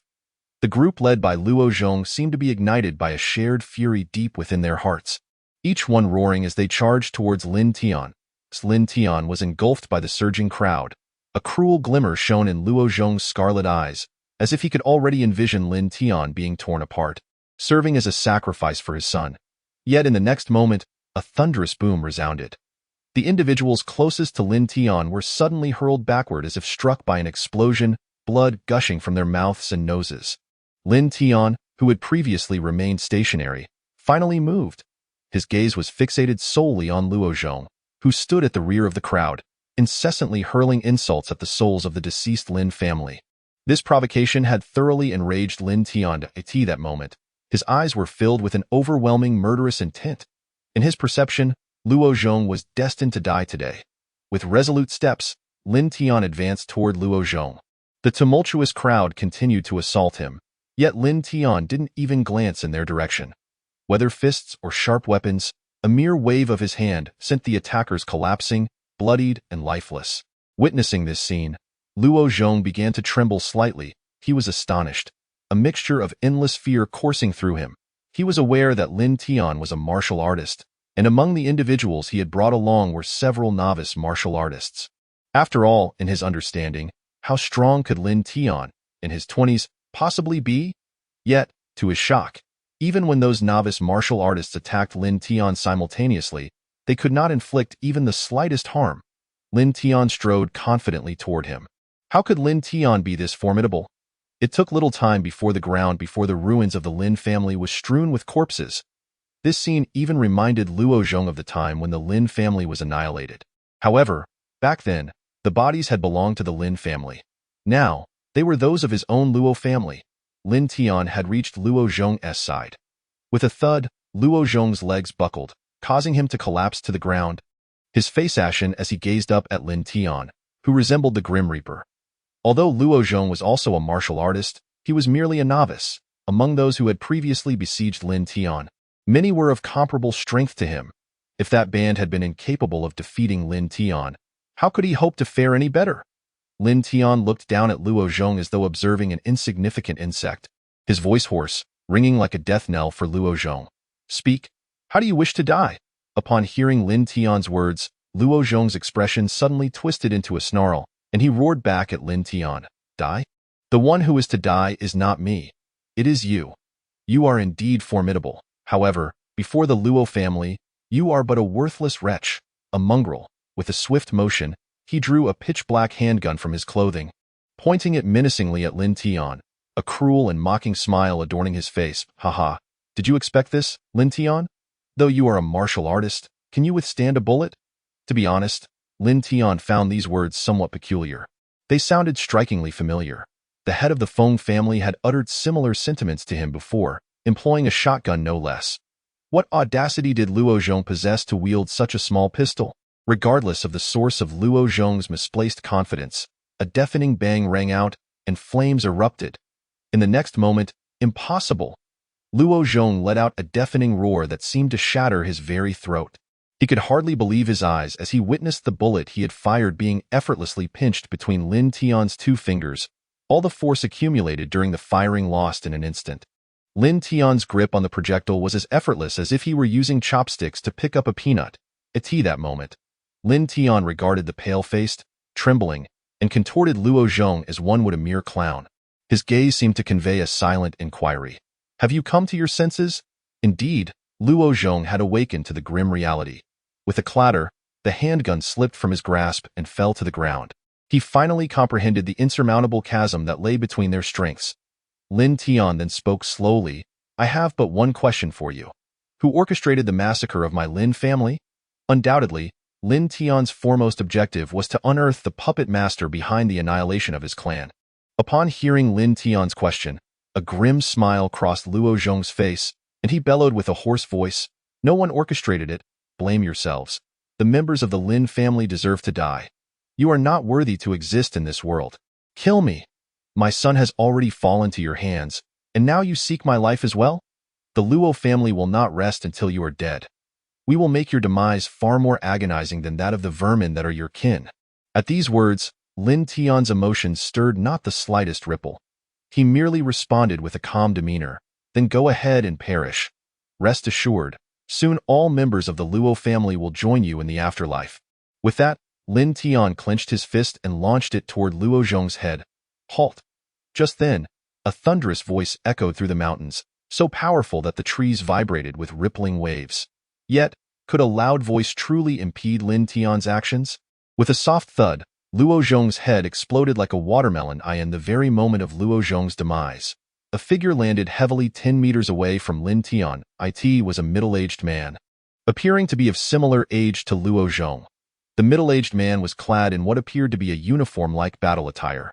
Gazing upon the shattered remains of Luo Zhong, his eyes flared with rage.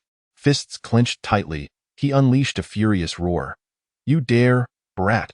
How audacious of you to kill in my presence! How audacious of me to kill in your presence! Lin Tian inquired coolly, observing the man, who was seething with fury. And who might you be? A member of the Luo family? Humph! The man scoffed disdainfully and bellowed at Lin Tian, Brat, today you shall surely die, and let it be clear why. I am Lu Tianyu, commander of the Qinghe battle zone, under the rule of the southern king of Zhennan. Luo Zhong was my dearest friend, and you dare to slay him before my very eyes? Are you prepared for your demise? Lu Tianyu, commander of the Qinghe battle zone? Lin Tian recalled that he had crossed paths with this southern king a decade ago. This southern king commanded the entire southern battle zone. Being the highest authority beneath the southern war god in the south, one could say he stood just below one and above thousands. However, with Luo Zhong now deceased, what could the arrival of a commander from the Qinghe battle zone accomplish?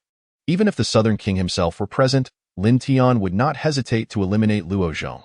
With an expression of indifference, Lin Tian addressed Lu Tianyu. As the commander of the Qinghe battle zone, why are you alone? Where are your warriors?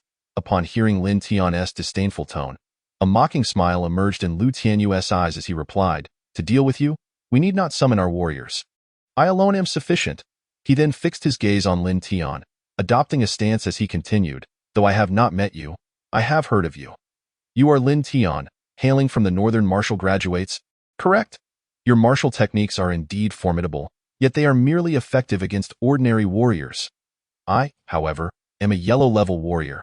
Ordinary warriors, even those from the northern martial graduates, cannot hope to match my prowess, in my eyes. You are but a rat that I could easily crush underfoot. A yellow-level warrior? Upon hearing this title, a hint of resignation flickered in Lin Tian's eyes. He recalled that it had been nearly 2 decades since he ascended to the rank of yellow-level warrior. In this world, individuals were categorized into common folk and warriors, with the latter further divided into junior and senior warriors. The junior warriors were akin to those Lin Tian had previously encountered, while senior warriors were classified into 4 grades: Heaven, Earth, Mysterious, and Yellow. Although yellow-level warriors were but a single tier above junior warriors, not every warrior could attain the status of a yellow-level warrior. Each yellow-level warrior in a small city was regarded as a formidable figure.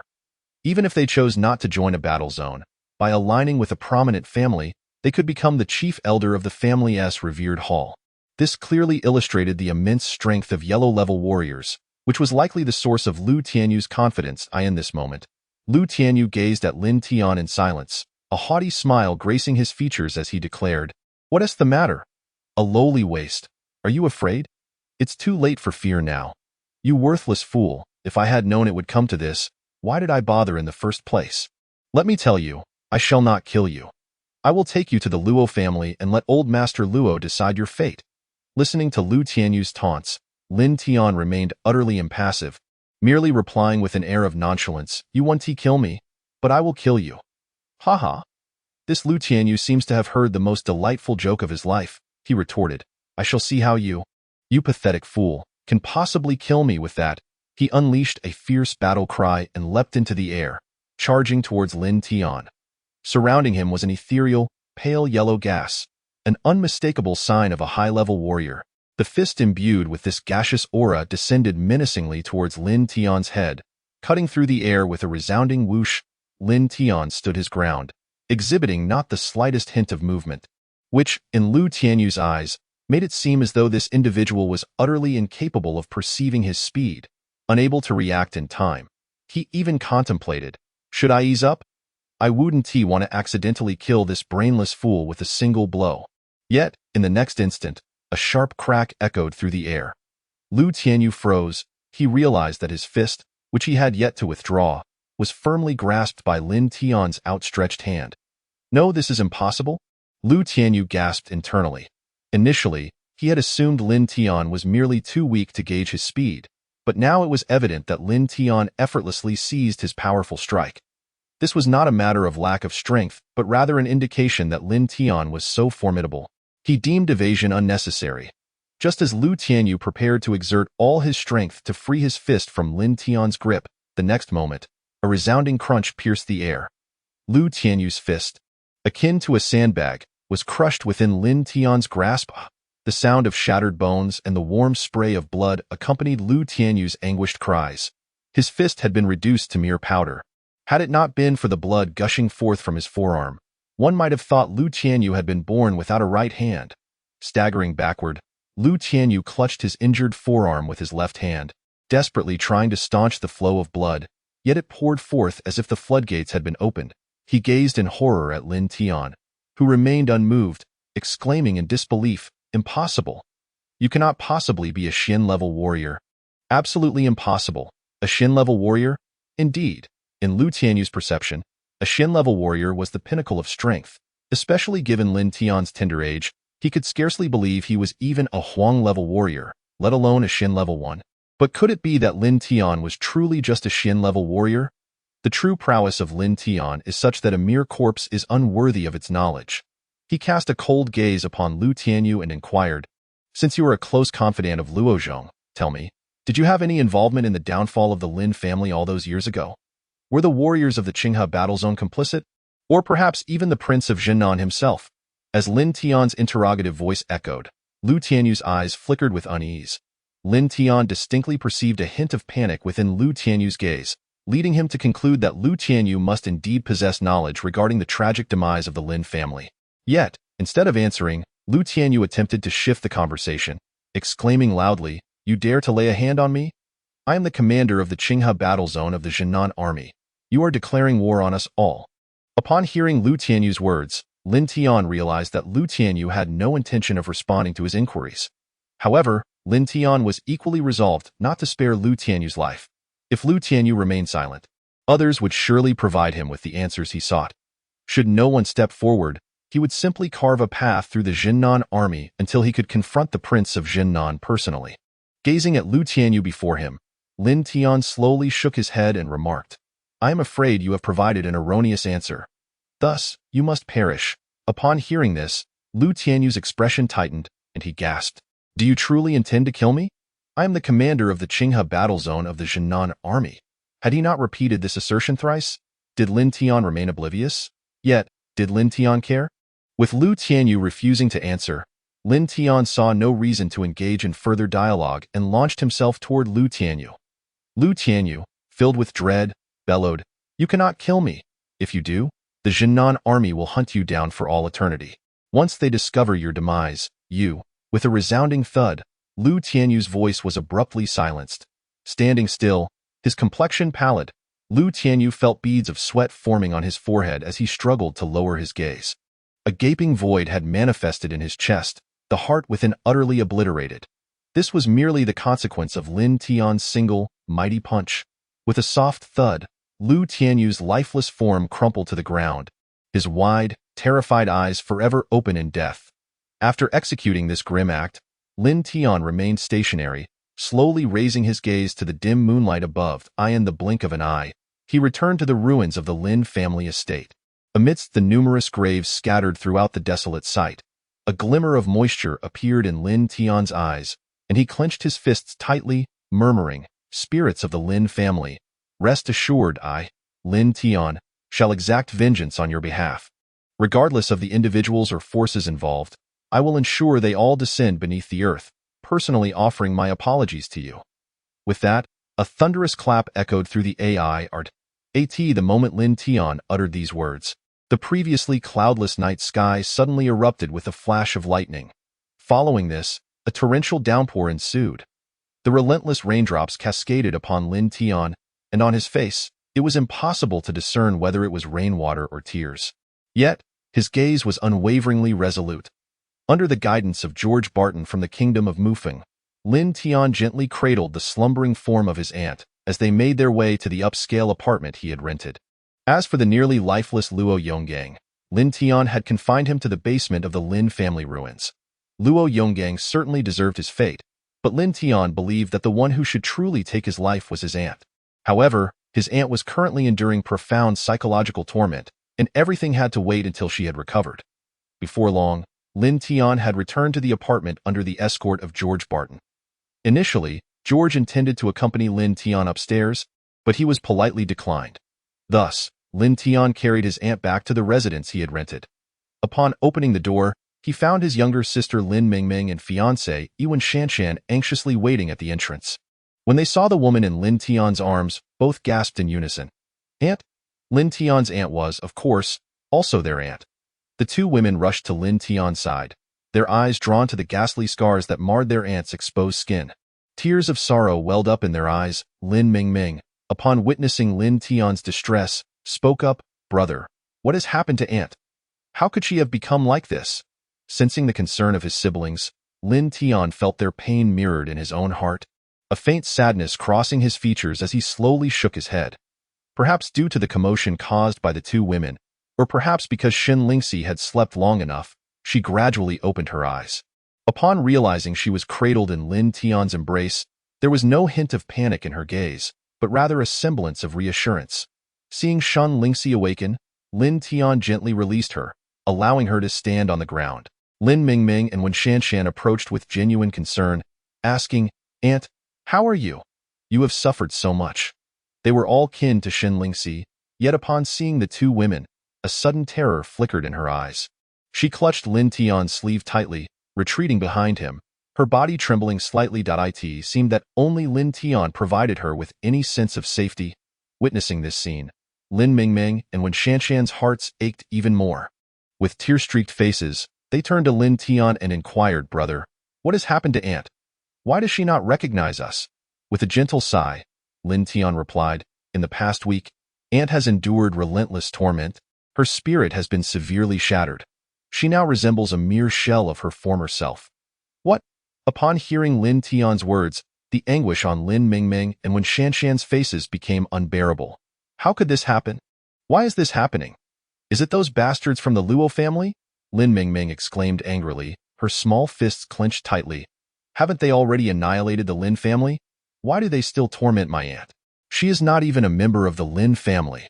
Tears streaming down her face, Lin Mingming embraced Wen Shanshan, who gently patted her back in silence, offering comfort. Lin Tian observed the sorrowful state of his family and clenched his fists once more, his voice cold and resolute. "Rest assured, I shall send every one of Lin family's enemies straight to hell." In an effort to help Shin Lingxi adjust, Lin Tian softly took his aunt's hand. Speaking gently, "Aunt, do not be afraid. They are all our family. This is Mingming, my sister. Do you remember her? And this is Shanshan. She is my fiancée. You should recall her too, right?"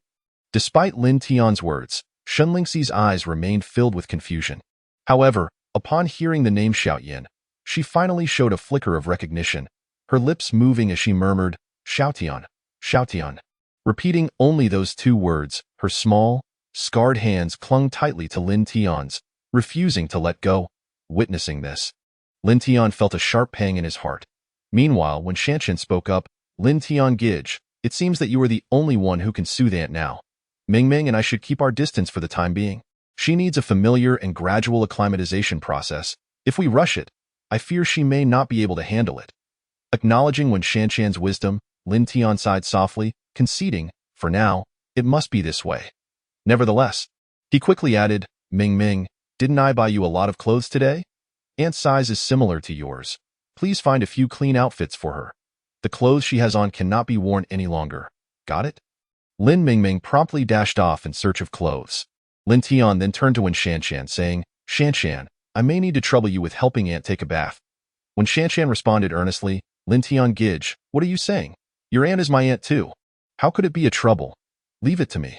Although Lin Tian's arrangements were indeed well thought out, complications arose when it came time to put the plan into action. In the bathroom, Shin Lingxi adamantly refused to allow Wen Shanshan or Lin Mingming to touch her. Gripping Lin Tian's hand tightly and shaking her head with tears in her eyes, unable to articulate a single coherent word, only emitting muffled whimpers. The helplessness of the situation was unbearable for Lin Mingming and Wen Shanshan, their fragile hearts aching. In this moment, Wen Shanshan could only turn to Lin Tian and say, "Lin Tian Gij, it appears that you alone must attend to Aunt's bathing needs. Lin Tian." "What did you say?" Chapter 45. "Aunt, I beg your pardon." Upon hearing Wen Shanshan's words, Lin Tian was left utterly bewildered. He turned his gaze, somewhat stiff, towards his aunt, Shin Lingxi. Although she was his aunt, she was nearly of the same age as him. His mother was the eldest daughter of the Shin family, making Shin Lingxi her youngest sister. They were almost born in the same year. Upon realizing this, Lin Tian couldn't help but marvel at his grandfather's vitality. Growing up together, the two shared a close bond. Moreover, Shin Lingxi was once renowned as the most beautiful woman of Qinghe, her figure needing no further praise. Even though Shin Lingxi bore numerous scars now, Lin Tian had the means to mend them. Tio bathed Shin Lingxi? He was a vigorous young man, after all. No way. Absolutely not. Instinctively, Lin Tian shook his head in refusal. This moment, Lin Mingming and Wen Shanshan exchanged glances, both revealing a look of helplessness. When Shan Shan then gently urged, "Brother Lin Tian, have you forgotten? When you were younger, you often bathed with Aunt." To his embarrassment, Lin Tian's face flushed at the mention of this. He recalled that during his childhood, Shen Lingxi would cling to him, insisting on joining him in the bath, often diving into his tub without hesitation.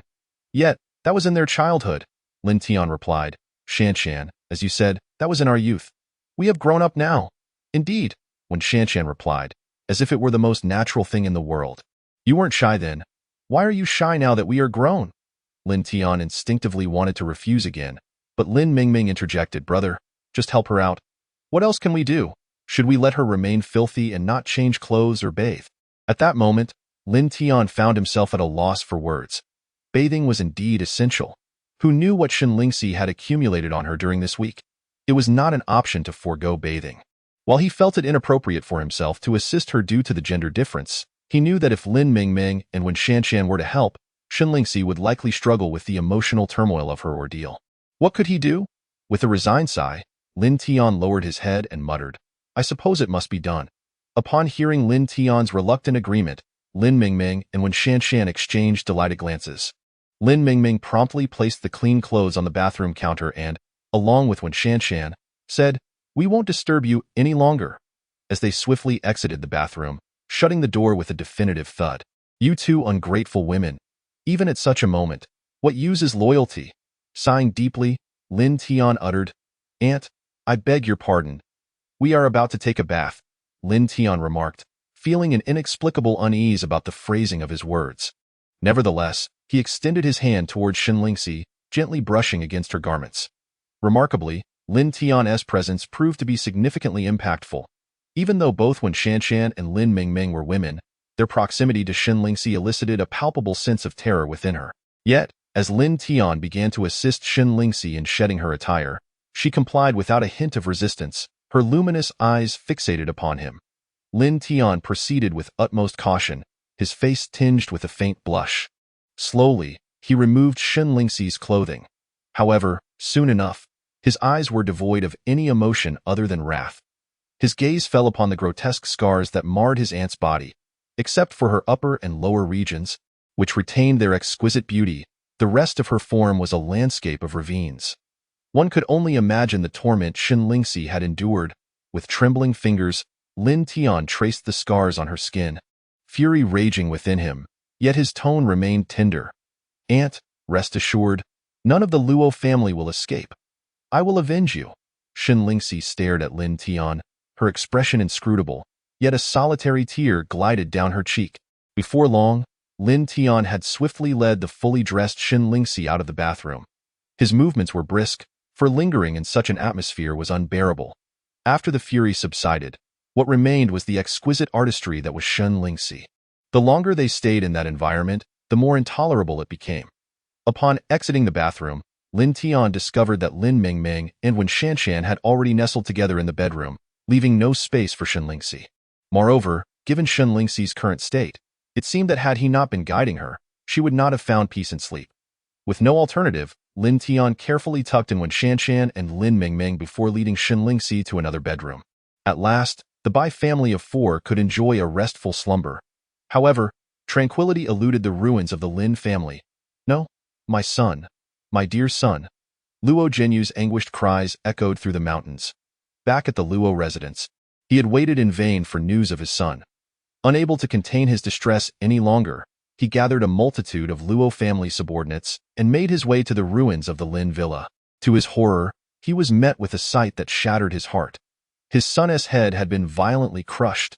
Had it not been for the clothing and birthmark that identified him, Luo Jianyu would scarcely recognize his own child amidst the devastation. Furthermore, all those who had accompanied his son lay lifeless in that place. With a resounding thud, the grief-stricken Luo Jianyu knelt before his son's corpse, wailing in despair, My son, why did I let you bring others to find that scoundrel Lin Tian? Why didn't I come myself? Lin Tian, you wretched scion of a filthy lineage, a dog bereft of a home, dare to slay my son? I curse you to a fate worse than death. Over here, Luo Jianyu continuously unleashed anguished roars of despair, and within the depths of the Lin family's dilapidated basement, Luo Yonggang, accustomed to the desolation, keenly heard the cries. His eyes shimmered with profound surprise. It was his grandfather. A glimmer of hope illuminated his spirit. He yearned to emit a desperate cry for salvation. Yet he possessed no strength to do so. He attempted to move his body to produce sound, but every bone within him lay shattered, rendering him utterly immobile. "No, grandfather, I am here. Grandfather, save me." This was the desperate wail resonating deep within his heart. But how could his grandfather possibly hear him? Outside, Luo Jinyu's visage twisted with fury, tears streaming down his weathered face. The sound of hurried footsteps approached, and a frantic figure rushed to kneel beside him. Before the newcomer could utter a word, Luo Jinyu rasped, "Dispatch orders. Every member of the Luo family must venture forth and find him. Discover the whereabouts of this scoundrel. I shall take his life with my own hands." Once his thunderous roar subsided, the response he received was not one of compliance but rather a panicked voice exclaiming, "Master! Master! You must come and see this." Upon hearing the servant's words, Luo Jinyu instantly turned, his gaze falling upon the pallid countenance of his subordinate, a flicker of confusion igniting within him. He rose and proceeded towards the direction indicated by his underling. In the next moment, Luo Jinyu's eyes widened in horror. This is Lu Tianyu, Commander Lu. He has been slain. He was acutely aware of Lu Tianyu's identity and equally cognizant of the close friendship that existed between Lu and his son. He also understood Lu Tianyu's formidable prowess as a yellow-grade warrior, a strength that he himself had yet to attain. The subordinate behind him trembled, uttering in terror, "Master, Lin Tian is far too powerful. Even Commander Lu has fallen. What shall we do?" Listening to his subordinate's words, an unexpected transformation washed over Luo Jinyu's expression. In an instant, grief morphed into shock, and then astonishingly into unrestrained ecstasy, as he erupted into maniacal laughter. "Ha ha ha ha ha! Lin Tian, you scoundrel! Did you not anticipate the significance of Commander Lu's identity? How dare you slay a subordinate of the Southern Prince? It seems you have grown weary of life." The members of the Luo household, bewildered by Luo Jinyu's exuberance, exchanged confused glances, questioning their master's sanity. Yet Luo Jinyu continued, instructing, "Summon someone. Immediately relay the news of Commander Lu's demise to the Southern Prince's residence. Better yet, inform the prince himself, and prepare a carriage at once. I must pay a visit to the Zhang family. I intend to meet with Zhang Zhaoyang." Chapter 46. Those who insult the dragon's head shall perish. At this moment, within the grand hall of the Zhang family villa, Luo Jinyu and Zhang Zhaoyang sat at the forefront. Standing in the center of the hall was none other than the eldest daughter of the Zhang family, Zhang Siyu, who had previously made an appearance at Junlin Tianxiao Mall. At this moment, Zhang Siyu stood timidly in the center, her head bowed, resembling one awaiting judgment. Over here, Zhang Chaoyang addressed Zhang Siyu, saying, "Speak up.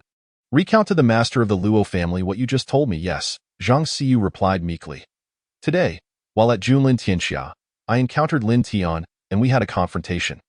Subsequently, I summoned Qin Tian, the young master, and just as he was about to take action against Lin Tian, he was expelled by Mr. Su Qiandu, who arrived on the scene. As of now, the young master Qin is likely devising a plan to deal with Lin Tian, but I am unaware of the specific outcome." Unlike others who embellish their narratives, her account was rather bland, lacking any intricate details.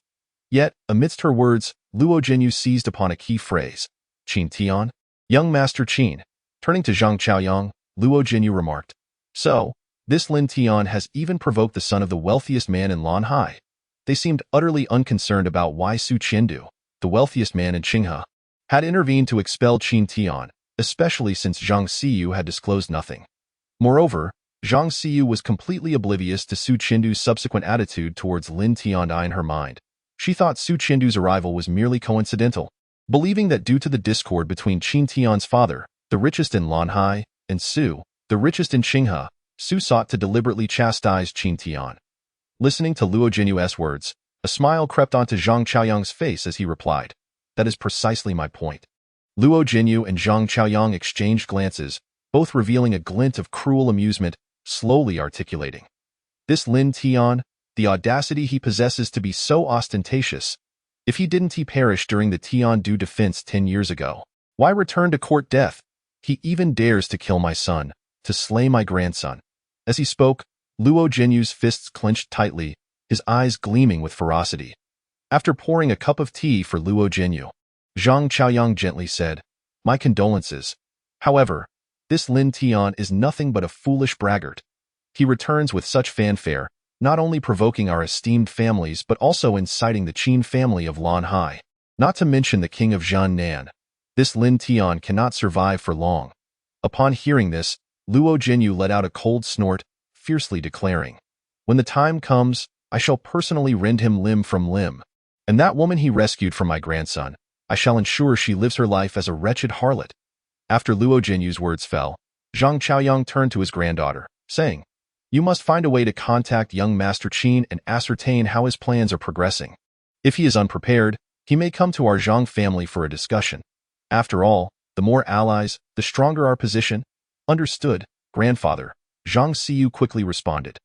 However, this group was entirely unaware that Qin Tian had already taken action against Lin Tian. And not only that, he had suffered a grievous injury himself. Moreover, she ought to be confined within the precincts of the law enforcement agency by now. At the break of dawn the following day, Lin Tian awoke early, for there was no choice but to rise. In the midst of slumber, he felt something soft in his hand. Upon opening his eyes, he discovered his aunt, Shun Lingxi, gazing at him with a pair of bewildered eyes. To his astonishment, his right hand had somehow found its way into the collar of Shun Lingxi's garment. Startled, Lin Tian leaped 3 feet into the air. Fortunately, at that moment, Shun Lingxi was still in a state of confusion. Had she regained her senses, such a predicament might have led to unforeseen chaos. Nonetheless, under the circumstances of her disorientation, Lin Tian felt an overwhelming sense of guilt. Once Lin Tian had helped Shun Lingxi get out of bed, Lin Mingming and Wen Shanshan had already prepared breakfast. Upon seeing Lin Mingming and Wen Shanshan, Shun Lingxi instinctively sought refuge behind Lin Tian, her expression wary as she observed them. Despite their own exasperation, the two women were considerate enough to keep their distance from Shun Lingxi, striving to spare her any further emotional turmoil. At the dining table, it was evident that Shun Lingxi was exceedingly hungry, yet she approached her meal with utmost caution. Even when Lin Mingming and Wen Shanshan offered her food, she would take it at arm's length, only feeling secure enough to indulge when it came from Lin Tian. This realization deepened Lin Tian's heartache. Breakfast concluded swiftly, and Lin Tian donned his attire. Ready to embark on his journey, he took Shun Lingxi's hand and addressed Lin Mingming and Wen Shanshan. "You two should refrain from venturing outside for the time being. Remain at home. Today, the situation outside may become rather perilous. I will also keep my aunt at home, and I entrust her care to you." "Aunt?" Both Lin Mingming and Shun Lingxi were taken aback, exchanging glances before voicing their concerns. "But she is currently terrified of us. Can we manage?" Lin Tian, brimming with confidence, nodded affirmatively. He turned to Shun Lingxi, gently brushing his hand across her neck. In an instant, she seemed to succumb to a state akin to anesthesia, her body going limp as she fell into a deep slumber. Lin Mingming and Wen Shanshan looked on in astonishment at Lin Tian's deft maneuver. Meanwhile, Lin Tian had already laid Shun Lingxi down on the bed in the bedroom, covering her with a blanket before turning to leave. As he stepped into the hallway, he could hear the concerned voices of Lin Mingming and Wen Shanshan from within. "Be careful."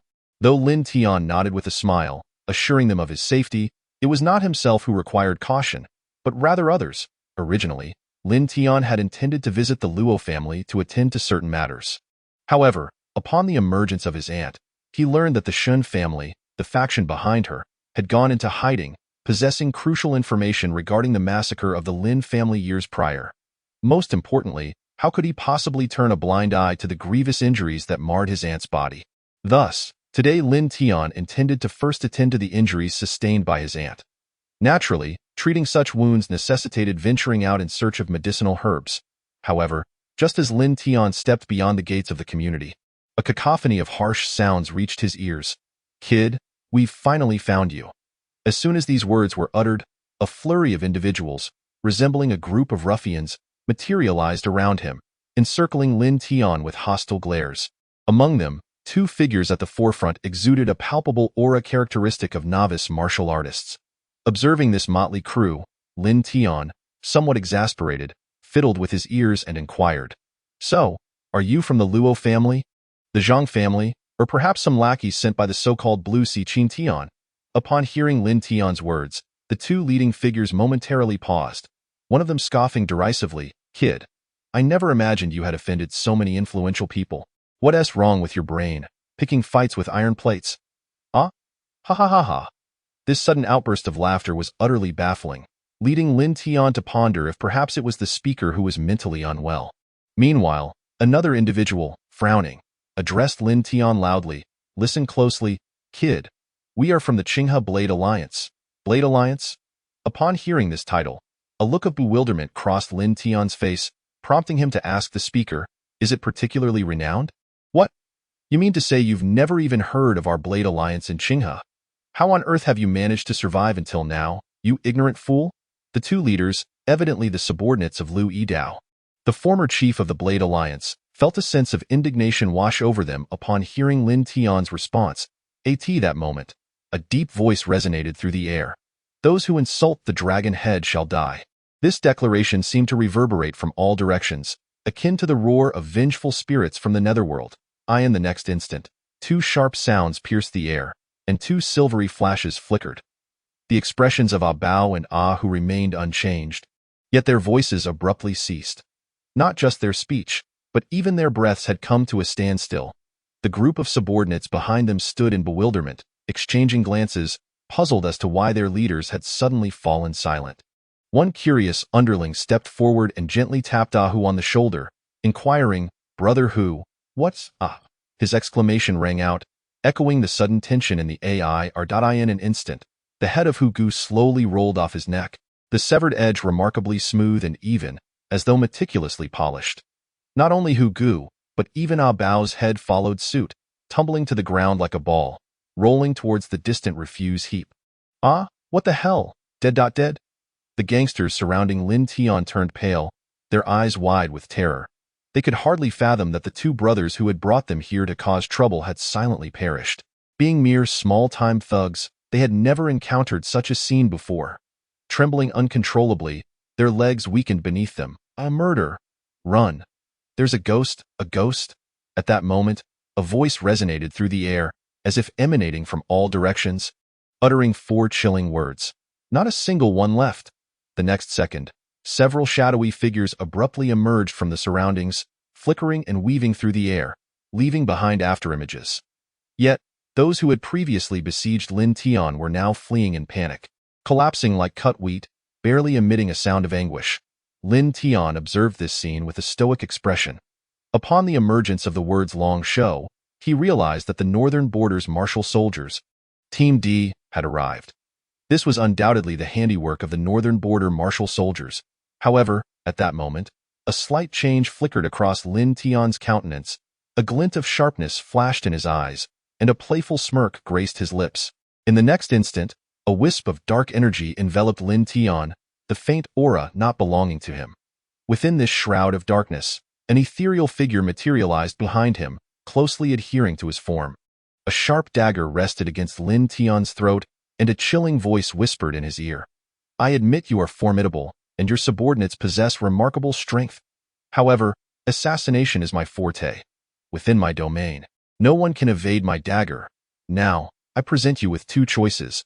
Either let me go, or you shall perish." About his two choices. What the hell does he mean by letting him go? This individual was none other than Long, who had previously speculated that Lin Tian was no ordinary foe. A Hu and a Bao were no match for him, and Long had been waiting in the shadows to support them. He had anticipated witnessing Lin Tian's prowess, but instead beheld a scene of sheer horror. Lin Tian had not even lifted a finger. An array of powerful figures had emerged seemingly from nowhere. Moreover, Long realized he had become the target of these sudden experts. He was certain that he could not afford to flee. The moment he did, he would undoubtedly meet a grim fate. Thus, he fixed his gaze upon Lin Tian, believing that capturing the leader first was the key to success, confident in his assassination skills. As long as I can exert control over Lin Tian, threatening his life, I am certain I can secure my own survival. However, he soon realized that Lin Tian, with a blade pressed to his throat, seemed utterly indifferent to his plight, standing steadfastly in place. His gaze serene as he surveyed the surroundings, Long was momentarily taken aback. Has this individual been rendered speechless by fear? Surely not. Is he not a formidable force? Could it be that he himself is? In fact, A worthless wretch? The thought crossed his mind, and a smirk emerged on Along's face as he mockingly whispered into Lin Tian's ear. Your subordinates possess such remarkable strength, yet they follow a worthless fool like you. What a waste! He continued. Hurry. Let them free me, or I shall swiftly sever your head from your body. Yet, even after Along's menacing proclamation, Lin Tian remained utterly unresponsive. Meanwhile, the various small-time thugs who had fled in panic were now all dead. Whoosh, whoosh, whoosh. A series of piercing sounds filled the air. 10 resolute young men, clad in black, formed a perfect line, appearing before Lin Tian. They regarded Along, who had the knife poised at Lin Tian's throat, with expressions that were oddly peculiar, even tinged with a sense of resigned mockery. They chose to ignore him entirely and, in unison, knelt on one knee before Lin Tian, proclaiming loudly, all members of the North Border Martial Brigade. Group D, pay homage to the Dragon Chief. What? Upon hearing their declaration, Along, who held the knife against Lin Tian's throat, gasped in astonishment. North Border Martial Brigade. In this world, ordinary individuals might be unaware of the North Border Martial Brigade, but any martial artist would undoubtedly recognize the significance of those 4 words. The North Border Martial Brigade was once heralded as the most powerful assembly of warriors, and all formidable fighters took pride in the prospect of joining their ranks. They were invincible across the globe. Thus, a decade ago, 30 nations united their might to launch an assault on the Dragon Kingdom, with the sole aim of confronting the North Border Martial Brigade. Yet, had not the North Border Martial Brigade perished in a cataclysmic confrontation with the coalition of 30 nations 10 years prior? Why, then, did the North Border Martial Brigade resurface in Qinghe? Moreover, the very individual he was holding at knife point was, astonishingly, the Dragon Chief of the North Border Martial Brigade. In that moment, Along grasped the harsh reality. This man was not paralyzed by fear, nor was he a mere fooled eye in the eyes of these warriors. Along himself was the true worthless one. Even with a knife held to Lin Tian's throat, he posed no threat whatsoever. No, impossible. Absolutely impossible. Along's expression contorted into a snarl, and he let out a furious roar. In the next instant, he raised the dagger high above his head and, as he plunged it toward Lin Tian's throat, bellowed, the North Border Martial Brigade is finished. You can never be the North Border Martial Brigade. Clang, clang, clang. In Aaron's grasp lay a dagger, which, upon striking Lin Tian's neck, emitted a sound of shattering. Aaron was utterly dumbfounded. He remained frozen in his original posture, his complexion ashen, his expression twisted in anguish, and his entire body trembled slightly. Fear had completely overtaken Aaron's heart. Despite exerting all his strength, he had failed to even graze a single hair on his opponent. The dagger, infused with the internal energy of a martial artist, had shattered upon mere contact with the opponent's skin. This was the essence of top-tier protective chi. How many supreme martial artists exist in this world? All the powerful figures reside within the Northern Border's martial ranks.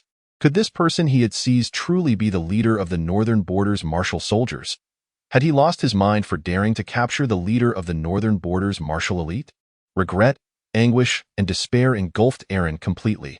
Please, don't kill me, I beg you. Spare my life, I am merely following orders.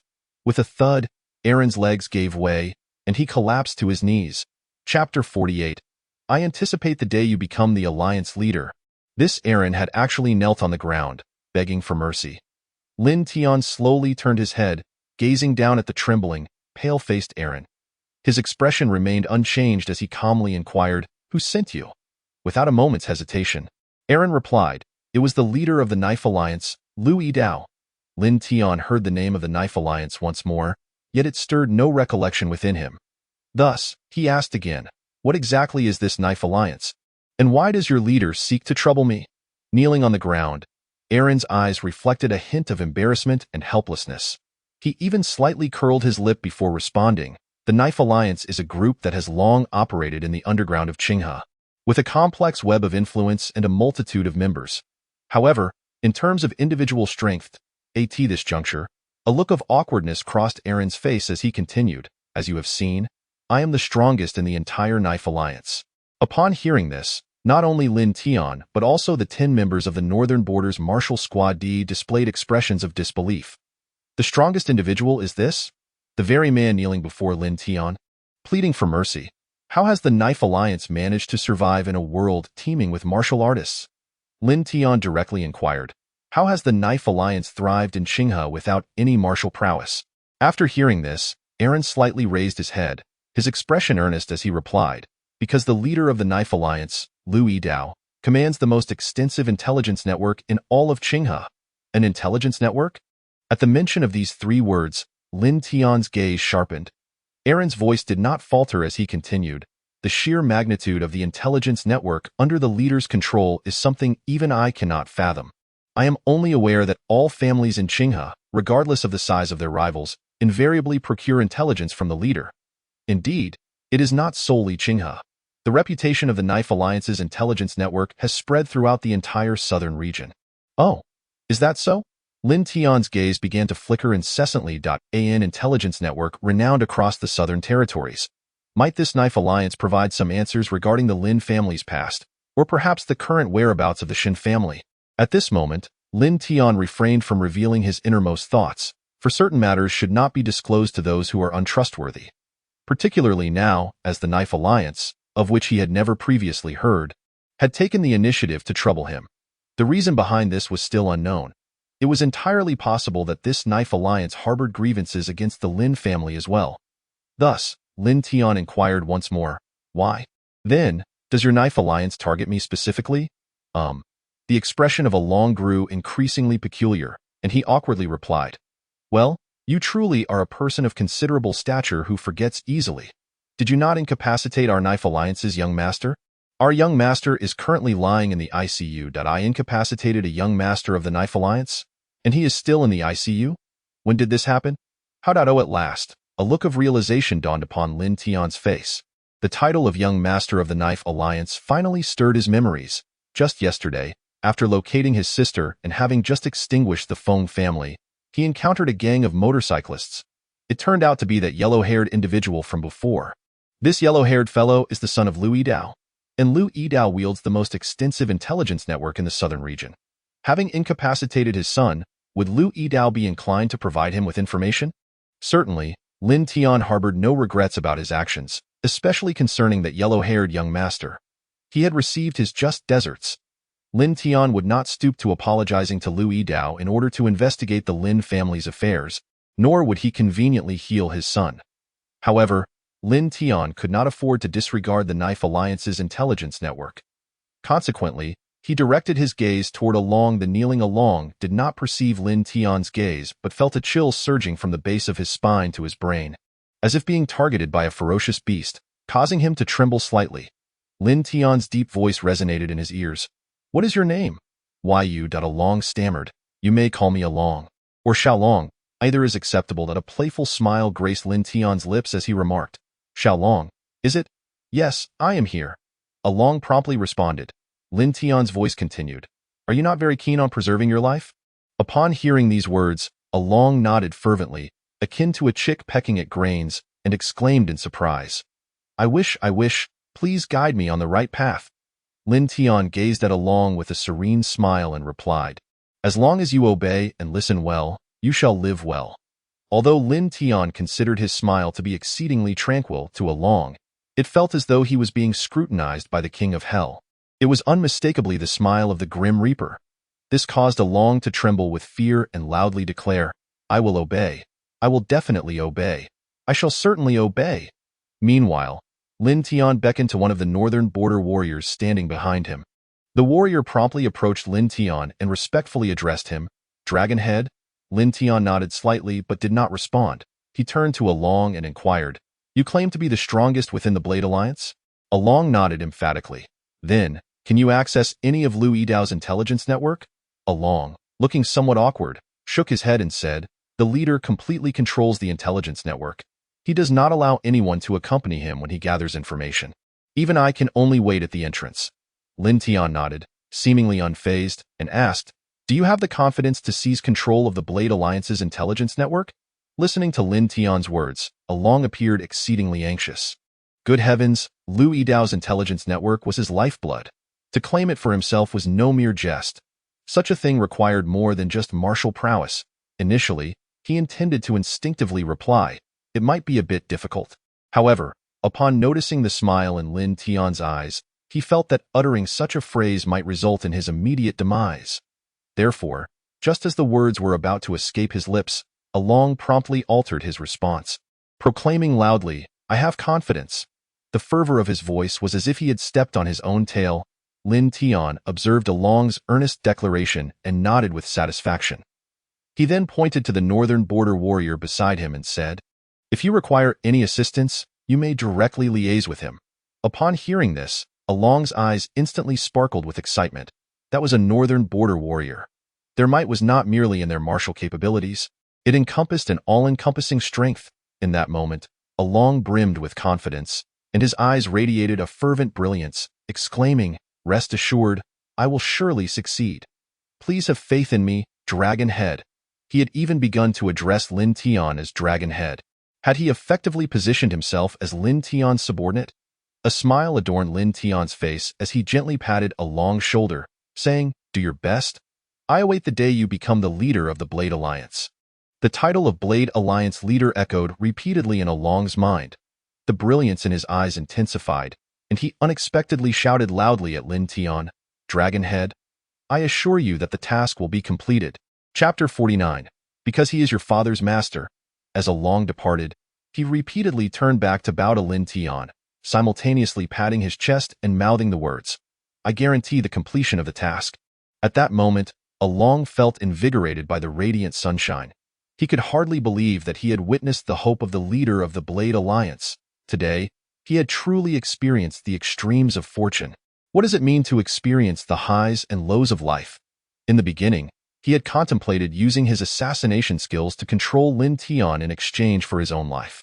However, he soon realized that no matter how adept his skills were, they were nothing but trivial in the face of Lin Tian's absolute power. He could only kneel in desperation, voicing his hopelessness. He had even resigned himself to the belief that he would surely perish today. Yet, unexpectedly, a twist of fate had occurred. He had gained the recognition of Lin Tian, the Dragon Head of the Northern Martial Soldiers. The Dragon Head of the Northern Martial Soldiers was even considering aiding him in becoming the leader of the Blade Alliance. What a tremendous stroke of fortune! Thus, he was filled with elation, whistling and singing as he strolled down the street. Observing Along's jubilant departure, the leader of the Northern Martial Soldiers group turned to Lin Tian and inquired, "Dragon Head, will you truly let him go? He did point a finger at your throat." Lin Tian, wearing a faint smile, replied, "Let's see how he performs. He still holds some value for me at this moment." "Yes, Dragon Head." The leader of the Northern Martial Soldiers bowed respectfully in acknowledgement. Lin Tian then addressed him, saying, "Your name is Guahao, is it not?" The leader of the Northern Martial Soldiers group immediately knelt on one knee. "Dragon Head, it is I." Lin Tian nodded and instructed, "Take your men to the Lin family villa immediately. Clear it out and find a way to rebuild it for me. Do you understand?" "Yes, Dragon Head." The 10 members of the Northern Martial Soldiers echoed in unison. Guahao then spoke again, "Dragon Head, do you require additional personnel by your side?" Lin Tian shook his head. "Just accompany me. The others can attend to their own tasks." "Yes, Dragon Head." After this, with a loud proclamation, whoosh, whoosh, whoosh, after a series of sounds piercing the air, only Guahao remained standing before Lin Tian, and of course, the group had already cleared away all the bodies before their departure. Lin Tian chose not to say more and turned to walk in a specific direction. Meanwhile, in the detention center of the Public Security Administration in the Demon City, the anguished cries of a young man echoed, "Dad, you finally came. You must stand up for me. I have been bullied in Qinghe. You must seek justice for me." The one lamenting in such a manner was none other than the legendary son of the richest man, Qin Tian. His father, Qin Feng, had already arrived in Qinghe. At this moment, Qin Feng's face was ablaze with fury as he gazed down at his son, who clung desperately to his leg, weeping profusely. Despite the thick bandages enveloping one of his hands, there was no trace of compassion in Qin Feng's demeanor. Instead, his eyes were filled with a chilling indifference. Qin Tian, seemingly oblivious to the gravity of the situation, continued to wail, "Dad, it was that Su Qiandu who hit me. He actually slapped me in front of so many people. And there was this fool named Lin Tian. Before Qin Tian could finish his sentence, Qin Feng's expression contorted into a mask of rage. He raised his hand and, with a resounding slap, struck Qin Tian's face with tremendous force. The anguished scream that escaped Qin Tian's lips echoed through the air. The impact was so fierce that it knocked out one of his front teeth. Yet, the assault did not cease there. Qin Feng lifted his foot and delivered a brutal kick to Qin Tian's abdomen. With a sickening sound, Qin Tian coughed up a mouthful of blood from his mouth and nose. The surrounding security personnel were left utterly bewildered. While they might have turned a blind eye to a father disciplining his son, this was clearly a brutal beating. In the moment of their stunned disbelief, Qin Feng even seized a nearby metal chair, exclaiming, "I'll beat you to death, you worthless brat." As he spoke, he swung the chair down towards Qin Tian's head with lethal intent. Was this truly a father striking his own flesh and blood with such ferocity? Reacting swiftly, the security personnel rushed forward to intervene, shouting, "Mr. Qin, please calm down. Mr. Qin, this is your son. Mr. Qin, we are in the security bureau. If this continues, we will have no choice but to detain you." It took considerable effort for them to pull the enraged Qin Feng back, forming a barrier between him and Qin Tian, fearful that he might lash out again and inflict serious harm. To this point, Qin Tian was utterly dazed. One side of his face was swollen grotesquely, blood trickled from his mouth, and his missing tooth left a gaping void. His complexion was ashen, and he wore an expression of sheer terror mingled with profound confusion, as he observed his father being restrained. A flicker of courage ignited within him, prompting him to confront Qin Feng. "Why, Dad? What have I done wrong? Why are you hitting me?" Upon hearing this, Qin Feng surged forward once more. Had he not been restrained, he might have unleashed another kick to Qin Tian's face, cursing vehemently, "You insolent wretch! How dare you question me? Do you have any idea whom you have offended? Let me tell you, even killing you would be too lenient. You have crossed paths with that person, and if you manage to escape with your life, it will be nothing short of a miracle. And now, at this moment, you dare cling to my leg and expect me to defend you? Are you trying to drag me to my demise alongside you?" Qin Feng's words erupted like a barrage of cannon fire, leaving his son, Qin Tian, utterly bewildered. "What have I done to provoke such ire? Why is my father so enraged? My father is the wealthiest man in Blue Sea, a figure of considerable repute in the city. How could my actions lead him to contemplate such a fate? Who could it be? Su Qiandu? Impossible. My father has always stood against Su Qiandu. Could it be that Lin Tian? No way. It cannot possibly be because of him. He is merely a country bumpkin, a simpleton. What the hell are you saying?" Qin Feng's eyes blazed with fury as he reached for a nearby chair, unable to confront directly, yet resolved to hurl it. With a resounding crash, he flung the chair at Qin Tian's back. "Mr. Qin, remain calm." The officers from the Public Security Bureau gasped in alarm. Qin Tian cried out in pain, his face contorted with anguish as he implored, "Father, why? Why is this happening?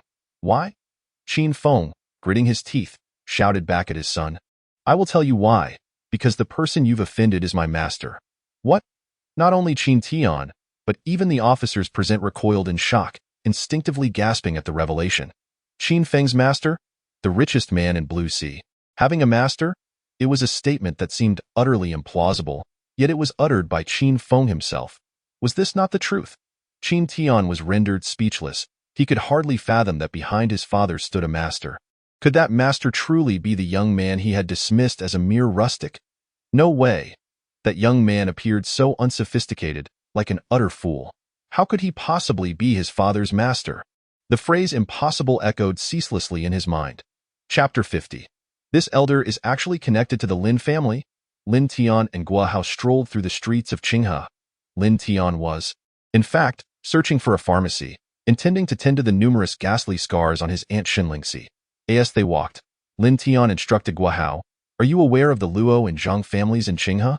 Gua Hao, with his head slightly bowed, respectfully replied, "Reporting to you, Dragonhead, I have indeed heard of them."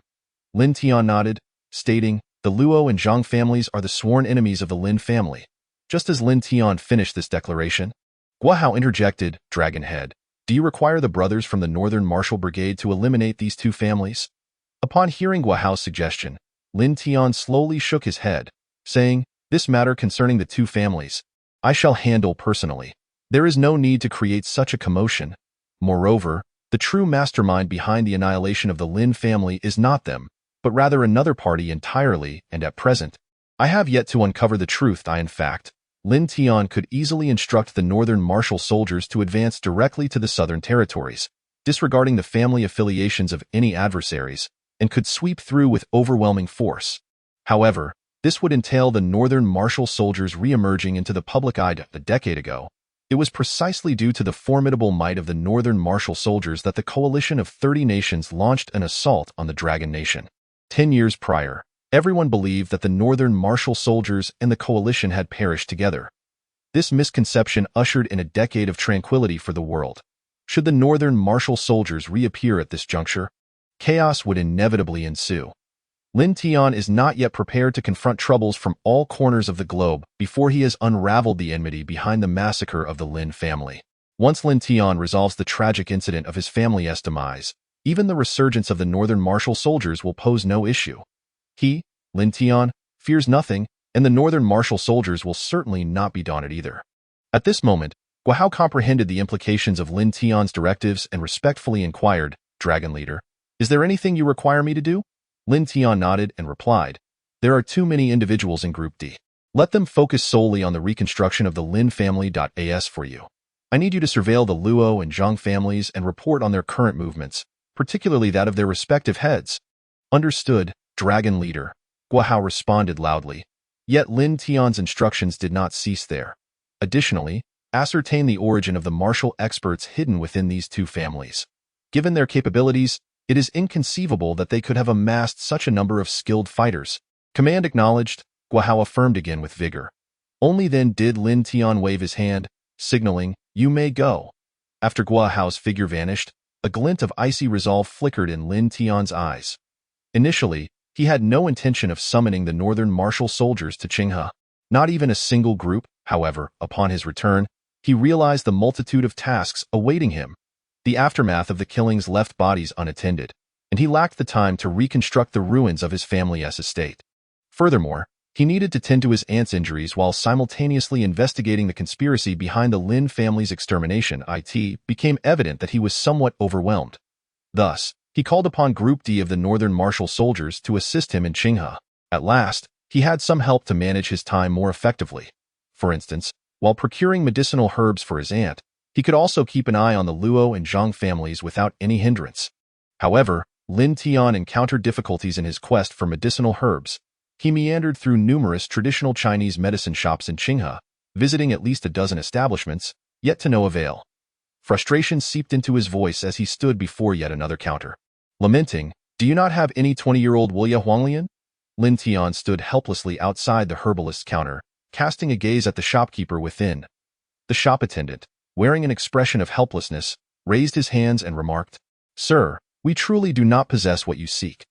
This item is exceedingly rare, and I dare say, it is not just our store. It is likely that all the apothecaries in Qinghe would struggle to procure a specimen of the 5-split Huanglian. To be frank, what Lin Tian requires is a version that has matured for 50 years. However, after inquiring at several establishments without success, he reluctantly settled for one that is merely 20 years old. Although few have heard of this particular herb, its rarity rivals that of the Tianshan snow lotus. This is no ordinary Huanglian. It is a plant so rare that it is seldom encountered in a millennium. If it is unavailable, Lin Tian certainly cannot compel anyone to provide it for him." Just as Lin Tian was preparing to leave, somewhat disheartened and contemplating whether to call the northern border warriors to assist in his search, a voice, tinged with age, resonated from within the shop. "Young man, are you in search of the 5-split Huanglian?" Upon hearing this voice, Lin Tian paused momentarily, a glimmer of hope igniting in his eyes as he turned to gaze into the shop. He beheld an elderly man with a white beard, clad in a flowing white robe, who emerged slowly, leaning on a cane. Despite his age, his countenance was radiant, and his eyes sparkled with a bright light. Upon seeing the elder, Lin Tian immediately responded, "Yes, kind sir, do you possess the 5-split Huanglian?"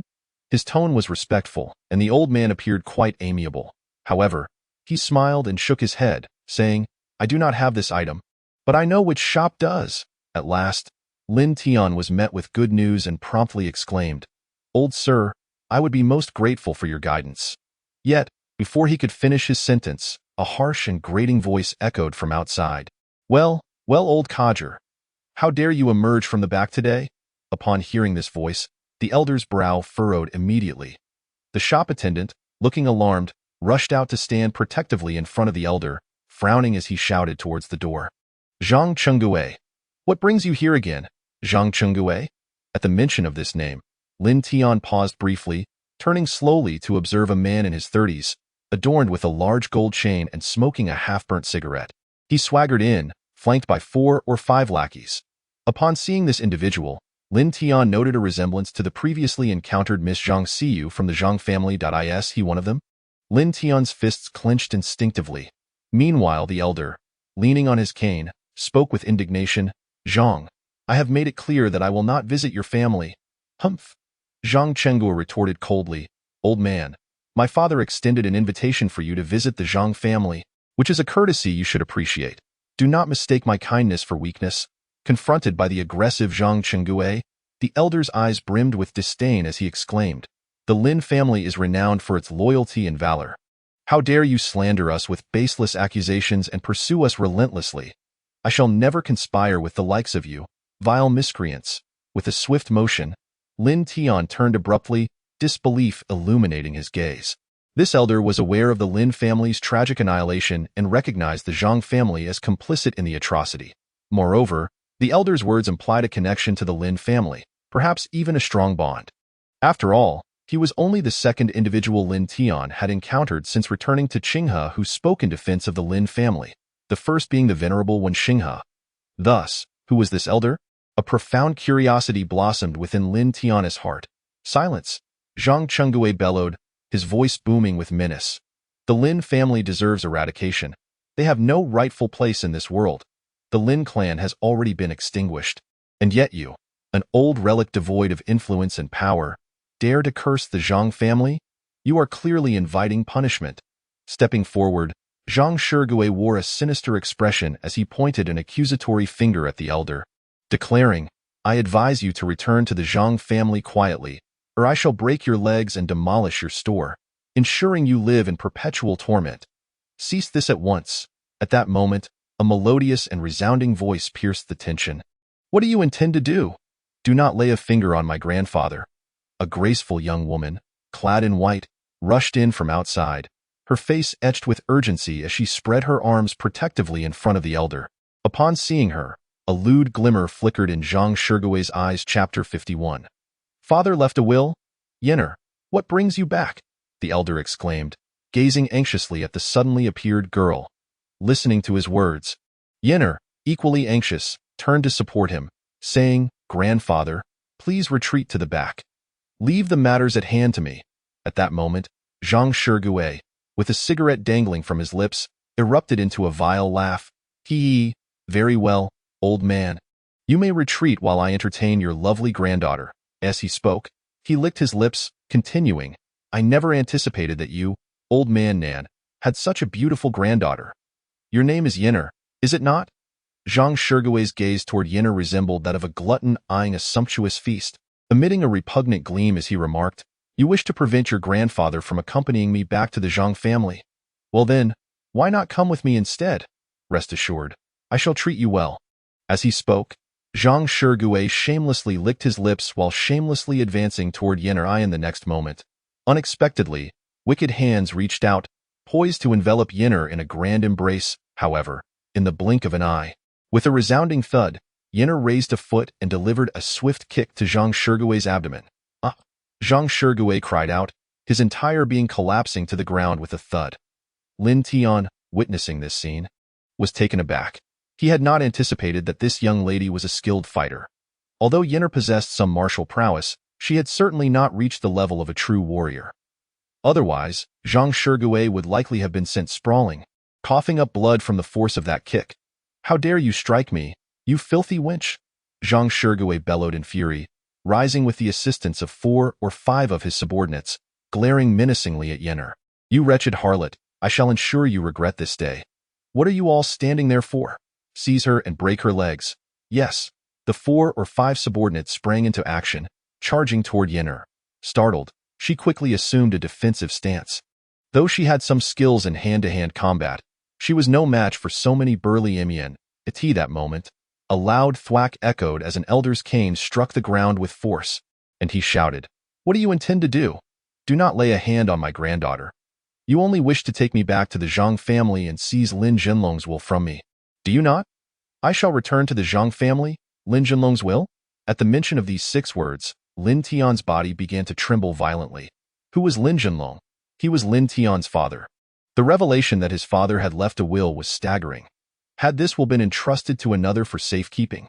How had the Zhang family become aware of it and desired it so fervently? What secrets did this will contain? As Lin Tian's body quaked, his aura surged rapidly. Yet, all remained oblivious to this unfolding spectacle. Zhang Shirgui, clutching his abdomen, bellowed with a twisted grin, "Old man Nan, let me tell you, I want that wretched worm Lin Jinlong's will too. Your granddaughter, I want her as well. And your life, old man Nan, shall belong to the Zhang family as well. If you do not comply, I will smash your shop to pieces, turning your home upside down until I uncover that damned will. And as for this granddaughter, I shall have my men ravage her completely." Ha ha ha. As he spoke, he seemed to envision the scene he described. Erupting into a maniacal laughter, in the next instant, he waved his hand decisively, commanding, "Charge!" The Zhang family's lackeys rolled up their sleeves, ready to rush forward. Yet, at that moment, the foremost Zhang family henchman found himself halted by the sudden appearance of a young man exuding an icy demeanor, standing resolutely in their path. The individual before him furrowed his brow and bluntly exclaimed, "Who are you, kid? Mind your own business. Step aside." Lin Tian regarded the man before him, lifting his gaze slightly. His pupils revealed no trace of emotion. In a slow, gravelly tone, he replied, "What if I insist on meddling in this affair today?" "Oh?"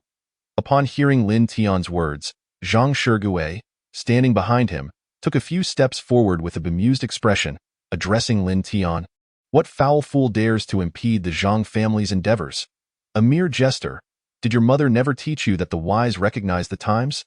He continued, "Ignore him. Break this brat's limbs and toss him onto the street for the dogs." Yes, with that, the man before Lin Tian swung his fist with great force.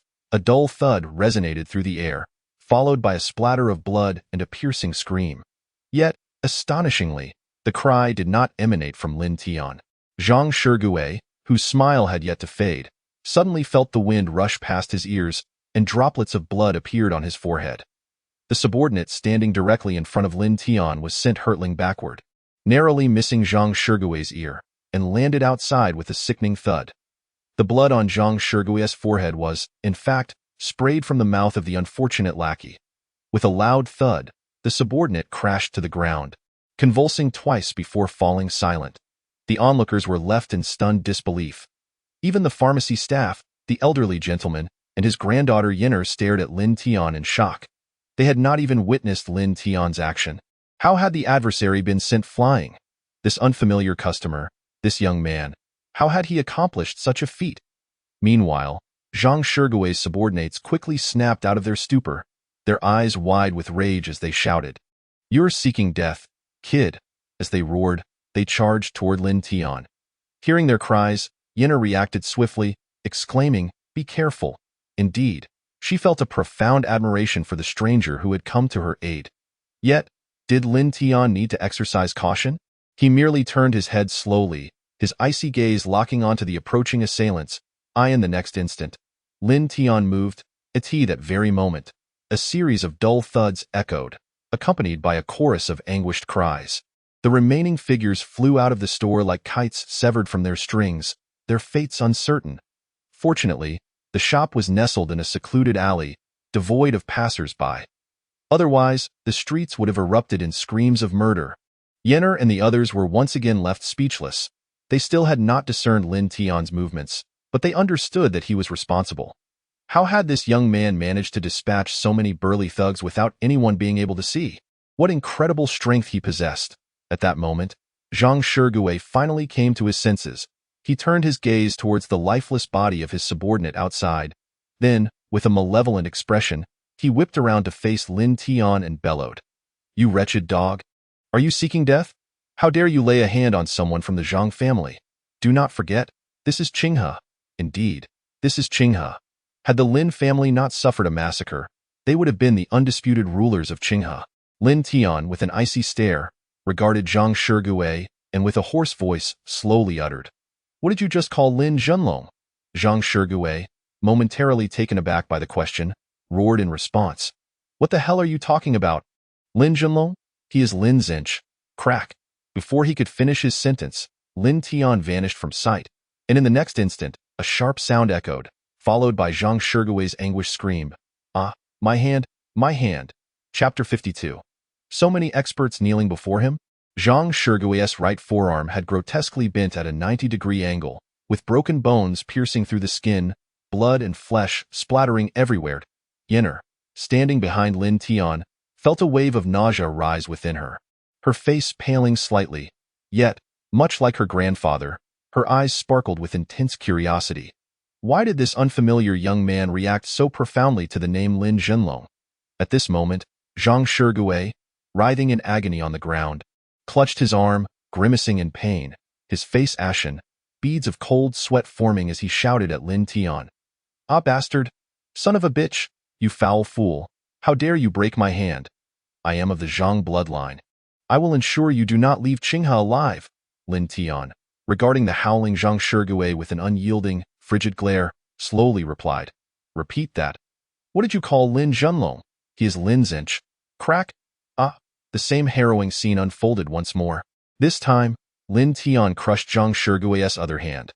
Now, Zhang Shigui lay on the ground, rolling in agony, resembling a grotesque spectacle. Ah, you? Ah, the excruciating pain rendered him incapable of uttering a complete sentence. Lin Tian's icy voice pierced through the air again. Say it once more. This moment, Zhang Shigui was utterly terrified. He realized that the man before him exhibited no fear of any threats. He felt that if he continued to cling to his defiance, he might very well lose his legs here today. Thus, Zhang Shigui hastily howled, Lin Junlong? He is Lin Junlong. My hand? Of course, even after altering his words, he could not forget the agonizing pain coursing through his arms. Lin Tian remained steadfast, looking down upon Zhang Shigui, and slowly stated, Apologize. Apologize? Zhang Shigui gritted his teeth in agony, letting out a guttural scream. Who am I supposed to apologize to? Don't you dare lay a hand on me. I apologize, I was wrong. I truly apologize. Just as he uttered his first words, he noticed Lin Tian exhibiting signs of aggression once more, prompting him to hastily continue speaking. Lin Tian gazed at Zhang Shigui and slowly declared, Apologize to Lin Junlong. I apologize, Zhang Shigui shouted desperately. I was wrong. Mr. Lin Junlong, I was wrong. You are not the insect. I, Zhang Shigui, am the insect, a repulsive maggot. Is that sufficient? To his astonishment, Zhang Shigui actually inquired if that would suffice. Unexpectedly, Lin Tian responded affirmatively. It is sufficient. Upon hearing these words, Zhang Shigui exhaled a slight sigh of relief, but in the next moment, he heard the final words of his life. You may go die. At that instant, Zhang Shigui was still processing the situation. With a resounding thud, his chest collapsed as he lay on the ground. Gushing forth from his mouth and nostrils were his innards, blood, and bones. Thus, Zhang Shigui lay there, eyes wide open, departing this world without a final blink. Witnessing this scene, Yenner let out a startled gasp, instinctively covering her mouth. Her pupils dilated, and her complexion turned pale. Not only she, but the shopkeeper and the elderly gentleman also displayed a flicker of fear in their eyes. As they observed Lin Tian slowly turning away, they instinctively took a step back. Although they dared to confront the Zhang family, they had never witnessed a person die right before their eyes. Lin Tian, noticing the reactions of the individuals before him, understood their apprehensions. Thus, he retrieved his phone, dialed a number, and promptly stated, Put aside your current tasks and come to clean up this place. He then relayed an address and ended the call. Observing the trio still visibly tense, Lin Tian took a deep breath to steady his emotions and spoke softly. Elder sir, do not be afraid. I am Lin Tian from the Qinghe Lin family. Upon hearing this name, the old man's eyes widened in astonishment. In the next moment, his breathing quickened, and leaning on his cane, he hurriedly advanced a couple of steps towards Lin Tian, his expression evidently filled with excitement. Why, you are Lin Tian? Lin Tian regarded the fervent elder before him, feeling an inexplicable surge of emotion, and nodded earnestly. Yes, elder sir, I am Lin Tian. Why, you resemble him so closely. It is Xiao Tian, you have returned. Xiao Tian, you are alive. As he spoke, Tears began to stream down the old man's cheeks. He stepped forward, casting aside his cane, and embraced Lin Tian tightly, weeping and exclaiming, "Xiao Tian, you have returned. You have finally returned." Lin Tian, however, reflected that he had little to no recollection of this elderly gentleman. However, one cannot help but wonder why the other party was so profoundly moved upon their encounter. Nonetheless, the fact that his father entrusted his will to this venerable elder speaks volumes about the immense trust he placed in him. Lin Tian gently patted the elder's shoulder and said, "I am still alive. I have returned." At that moment, the elder suddenly turned to his granddaughter, Yenner, and urged, "Yenner, quickly, retrieve the photograph I placed beneath my pillow." Upon hearing this, Yenner wasted no time and dashed towards the back. Before long, she emerged with a slightly yellowed photograph in hand. The elderly gentleman hurriedly took the photograph and held it up before Lin Tian. Upon seeing the image, Lin Tian's pupils instantly glistened with moisture, and his entire being trembled slightly. For within that photograph was his father, Lin Zhenlong. Lin Zhenlong cradled a swaddled infant, while the elder, appearing youthful, stood beside him, resting a hand on Lin Zhenlong's shoulder. The elder spoke to the photograph, saying, "This is your father, and this person is me. At that time, you were nestled in this swaddle. I was your father's teacher." Lin Tian's eyes widened in disbelief as he turned to the elder and exclaimed, "You are indeed Mr. Nan Huaizhong?" "Indeed, it is I. It is I," replied the elder. Although Lin Tian had never met this venerable figure, he could never forget how, in his childhood, his father had recounted that Mr. Nan Huaizhong was his lifelong mentor, akin to a second father. To address him as grandfather would not be out of place. "Grandfather Nan." As Lin Tian uttered those words, tears uncontrollably welled up in Nan Huaizhong's aged eyes. He grasped Lin Tian's hands tightly, his voice thick with emotion. "Ah, Xiao Tian, it is enough that you are alive. Enough that you are alive." At that moment, several piercing sounds pierced the air from outside the shop. The instant those sounds reached them, everyone in the shop, save for Lin Tian, felt an acute sense of tension. Observing the sudden appearance of several figures clad in black, Nan Huaizhong's granddaughter, Nan Yenner, stepped forward, furrowing her brow as she demanded, "Who are you? People from the Zhang family?" However, the figures in black paid her no heed. Instead, they knelt before Lin Tian's silhouette and addressed him in unison. "We pay our respects to the Dragon Head. The members of the Northern Border Martial Squad, Group D, have arrived." Lin Tian turned his head slightly, his expression calm, and nodded slowly, instructing, "Very well, commence your duties. Ensure a thorough cleansing without leaving any traces. Once completed, return to the Lin family villa." "Understood," came the prompt reply from his subordinates. Subsequently, the members of the Northern Border Martial Squad swiftly set to work. Nan Yenner was astonished to discover that these figures moved with an ethereal grace, barely making a sound, their cleaning actions executed with remarkable speed. They exuded a terrifying aura that made her hesitate to meet their gaze. In her heart, she was increasingly astonished by Lin Tian. Who exactly was he, that such a multitude of powerful individuals would kneel before him? Chapter 53. The battle to defend Tiandu is linked to the annihilation of the Lin family. In the living room of the medicine shop's backyard, Nan Huaizhong tightly grasped Lin Tian's hand, his face a canvas of fury and sorrow. He recounted the harrowing events of the Lin family's tragic demise, the moment when Lin Zhenlong entrusted his last will to him. Each scene replayed in Nan Huaizhong's dreams as if they were a daily occurrence. At that moment, Lin Tian's pupils were a deep crimson. The profound hatred he harbored rendered it impossible for him to calm his tumultuous emotions.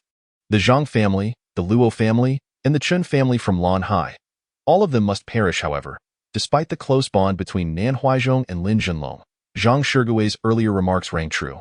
Nan Huaizhong lacked a family, lacked a background. His existence in Qinghe was solely sustained by his status within society, particularly in the medical field. Thus, he was not privy to the identities of those who had orchestrated the Lin family's downfall. Yet, Nan Huaizhong possessed Lin Zhenlong's last will. Rising to his feet, Nan Huaizhong declared, "Xiao Tian, please wait a moment. Grandfather Nan will retrieve the letter your father left behind. You have returned, and at last, this letter can be revealed." Leaning on his cane, he proceeded towards a room within the house. Lin Tian clenched his fists slightly, eagerly anticipating whether his father's letter contained any crucial clues. Above all, he yearned to uncover what his father had entrusted him with in his final moments. As Lin Tian awaited, a soft, melodious voice reached his ears. "Hello, Mr. Lin Tian, I am Nan Yenner." With curiosity gleaming in her eyes, Nan Yenner extended her delicate hand towards Lin Tian. Taken aback for a moment, Lin Tian turned to face her, noticing the enchanting depth of her large, expressive eyes studying him intently, asked the granddaughter of grandfather Nan. She was also a friend of the Lin family. Thus, Lin Tian offered a warm smile and gently shook her outstretched hand, saying, "Hello." Their hands parted almost immediately, leaving a favorable impression in Nan Yenner's heart. She then expressed her gratitude. Lin Tian, thank you for helping me and grandfather out today." Listening to her words, Lin Tian smiled and shook his head, replying, "The Zhang family are indeed enemies of the Lin family. Had we not been here today, they would have met their end regardless." Though his tone was calm, it sent a slight shiver down Nan Yenner's spine. Yet, she understood the weight of Lin Tian's bitterness. Who could remain composed when faced with the adversaries responsible for their family's destruction? A deeper curiosity brewed within Nan Yenner, and she cautiously inquired, "About those people you called earlier, who are they? They all seemed extraordinarily powerful. Why did they kneel before you and refer to you as Dragon Head?" Listening to Nan Yenner's inquiry, Lin Tian responded with a direct smile. "They are the northern border warriors." "What?" Upon hearing these 4 words, Nan Yenner sprang up from the ground, emitting a sharp cry of surprise that even startled Lin Tian. Meanwhile, Nan Huizhong emerged with a locked small box, frowning at his granddaughter's reaction, and said, "Yenner, what is the matter? Why the fuss?" However, Nan Yenner seemed oblivious to his admonitions, continuing to bounce excitedly on the ground as she exclaimed loudly to her grandfather, "They are the northern border warriors indeed." At the mention of this name, Nan Huizhong's expression shifted abruptly, and he immediately lowered his voice, saying, "Shill, what are you saying? How can you shout the name of the northern border warriors so loudly? If someone hears this, it could lead to great trouble." "But, Grandpa, he..." Just as Nan Yenner attempted to elaborate, Lin Tian interjected with curiosity, asking Nan Huizhong, "Grandpa Nan, what is the issue with the northern border warriors? Why can't we call them by their name? What trouble could arise?" Nan Huizhong quietly explained to Lin Tian, "Xiao Tian, you've been missing for a decade, so you may not know. The term northern border warriors is largely unknown to ordinary people. It is only recognized by certain martial artists or those who have encountered a particular sphere. It is said that 10 years ago, the northern border warriors participated in the defense of Tiandu, perishing alongside the coalition of 30 nations. However, it seems they were deceived into coming to Tiandu. The defense of Tiandu was orchestrated specifically to annihilate the northern border warriors." "Oh?" At this revelation, Lin Tian's gaze flickered momentarily, his brow arching slightly, and an unusual glimmer sparkled in his eyes. This was indeed news to Lin Tian, yet he had harbored suspicions previously. The multitude of signs surrounding the defense of Tiandu a decade ago suggested that it should never have occurred, and his northern border warriors ought not to have encountered such formidable foes. Yet, the terror of the northern border warriors was beyond the imagination of ordinary individuals. Under Lin Tian's leadership, they not only survived but annihilated all invading enemies. Now, upon hearing the rumors articulated by the elder Nan Huizhong, Lin Tian began to discern an unusual connection to his earlier conjectures. It seemed that this was intricately linked to the annihilation of his Lin family.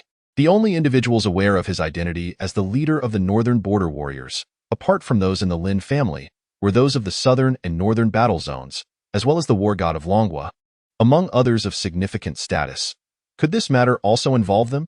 To eradicate him, to obliterate the northern border warriors, to destroy the Lin family, even to the extent of sacrificing Tiandu? Tiandu was the capital prior to the relocation of Longhua. To use the capital for such purposes, could it not be connected to a certain individual? With this thought, Lin Tian's gaze gradually darkened. To speak candidly, he harbored doubts regarding the possibility of this matter involving individuals from that place. However, Lin Tian could not be entirely certain. He could only commence his search for clues among the lower-tier families. If, at a later time, there emerged unequivocal evidence pointing towards them, Lin Tian would not hesitate to allow them to bear the wrath of the dragon head of the northern martial troops. At that moment, Nan Yenner remained blissfully unaware of Lin Tian's thoughts, gazing helplessly at her grandfather. "Sitting opposite you is none other than the dragon head of the northern martial troops, and you dare to convey to him the hearsay you've heard regarding the northern martial troops? This is simply beyond comprehension." Meanwhile, Nan Huizhong, oblivious to Lin Tian's identity, continued to narrate. It is said that the members of the Northern Martial Troops are all individuals of formidable strength, and before their demise, they uncovered such conspiracies. Unwilling to accept their fate, they transformed into vengeful spirits after death, roaming the world and dragging anyone who dares to speak of the Northern Martial Troops into the abyss. With a loud clap, Nan Yinner covered her forehead in agony. How could you, in the presence of the dragon head of the Northern Martial Troops, refer to them as vengeful spirits? Goodness. Fortunately, your relationship with the dragon head is amicable. If you were a stranger, it would be you who would be in the gravest danger. Nan Yinner's actions caught Nan Huaizhong's attention, prompting him to turn and curiously inquire about his granddaughter. Yinner, what troubles you? Nan Yinner cast a troubled glance at Lin Tian, sighed deeply, and shook her head, saying, I am fine. You should inquire with him instead. With that, she waved her hand toward Lin Tian. Nan Huaizhong, intrigued, directed his gaze at Lin Tian and asked, Xiao Tian, what is the matter with Yinner? Lin Tian lifted his head, suppressing his inner speculations, and replied to Nan Huaizhong, Grandfather Nan, do I appear to be a vengeful spirit? Initially taken aback, Nan Huaizhong waved his hand dismissively. Xiao Tian, what nonsense are you speaking? How could you possibly be a vengeful spirit? Wait. Nan Huaizhong abruptly paused. And in the next moment, Xiao Tian, could it be that you are one of the Northern Martial Troops? Lin Tian looked at Nan Huaizhong, smiling as he shook his head. I am not. With a sigh of relief, Nan Huaizhong exclaimed, You startled me. I thought you. Before he could finish his sentence, Nan Yinner could no longer contain herself. Yes, he is not one of the Northern Martial Troops. In fact, the entire Northern Martial Troops are under his command. Chapter 54. Breaking the Heavens. What? Upon hearing his granddaughter Nan Yinner's words, Nan Huaizhong gasped in astonishment, staring at Lin Tian with a look of shock, and tremulously asked, Xiao Tian, did I ask what Yinner said true? Lin Tian regarded Nan Huaizhong with a faint smile, nodding before saying, Grandfather Nan, in truth, the Northern Martial Troops are not as fearsome as you might imagine.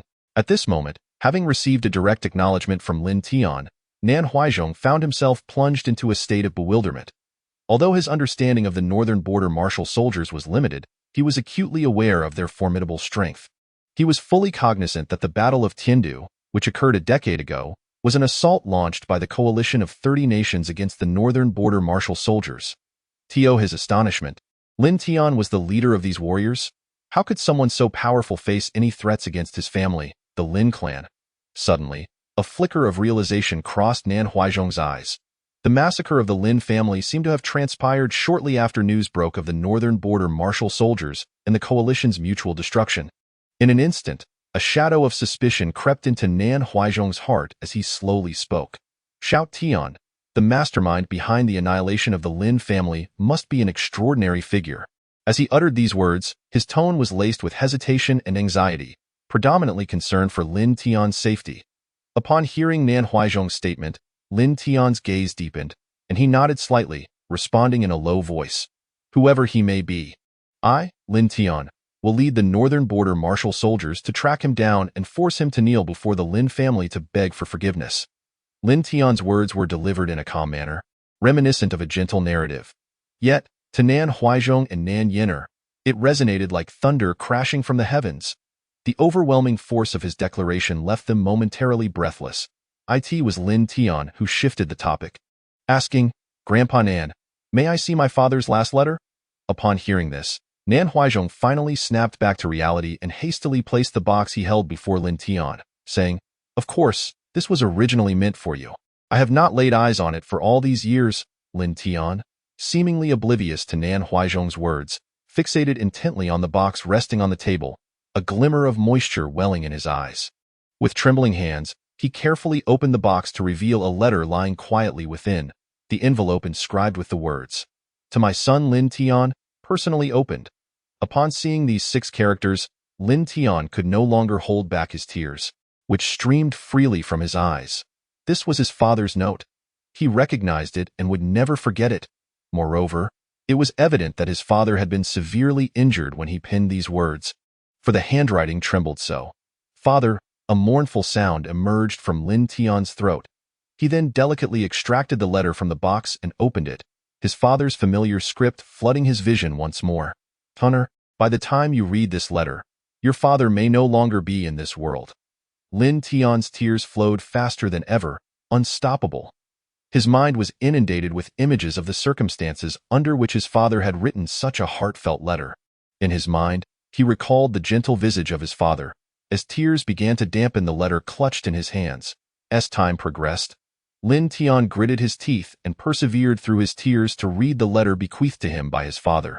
With a resounding clap, he forcefully folded the letter shut.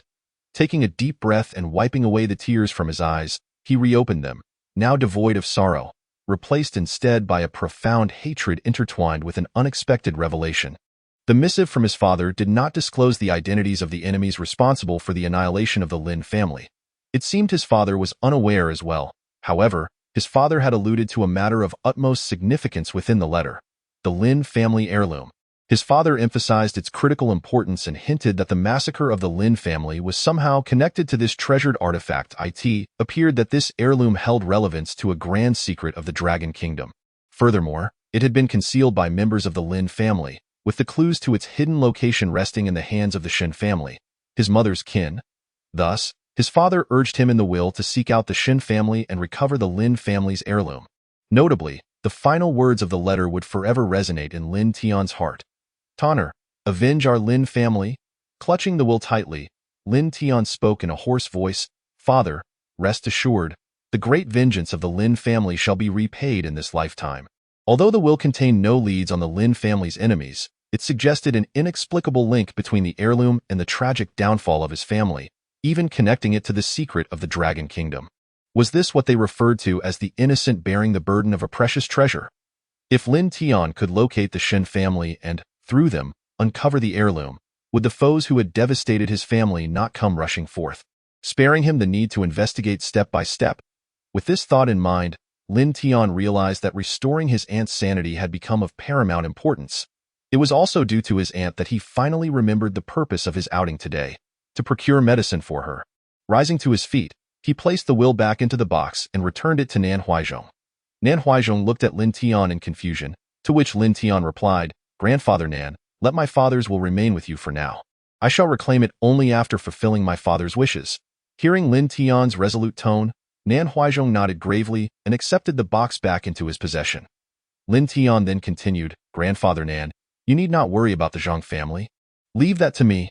Nan Huizhong had unwavering faith in Lin Tian's words, for he was the dragon head of the northern martial soldiers.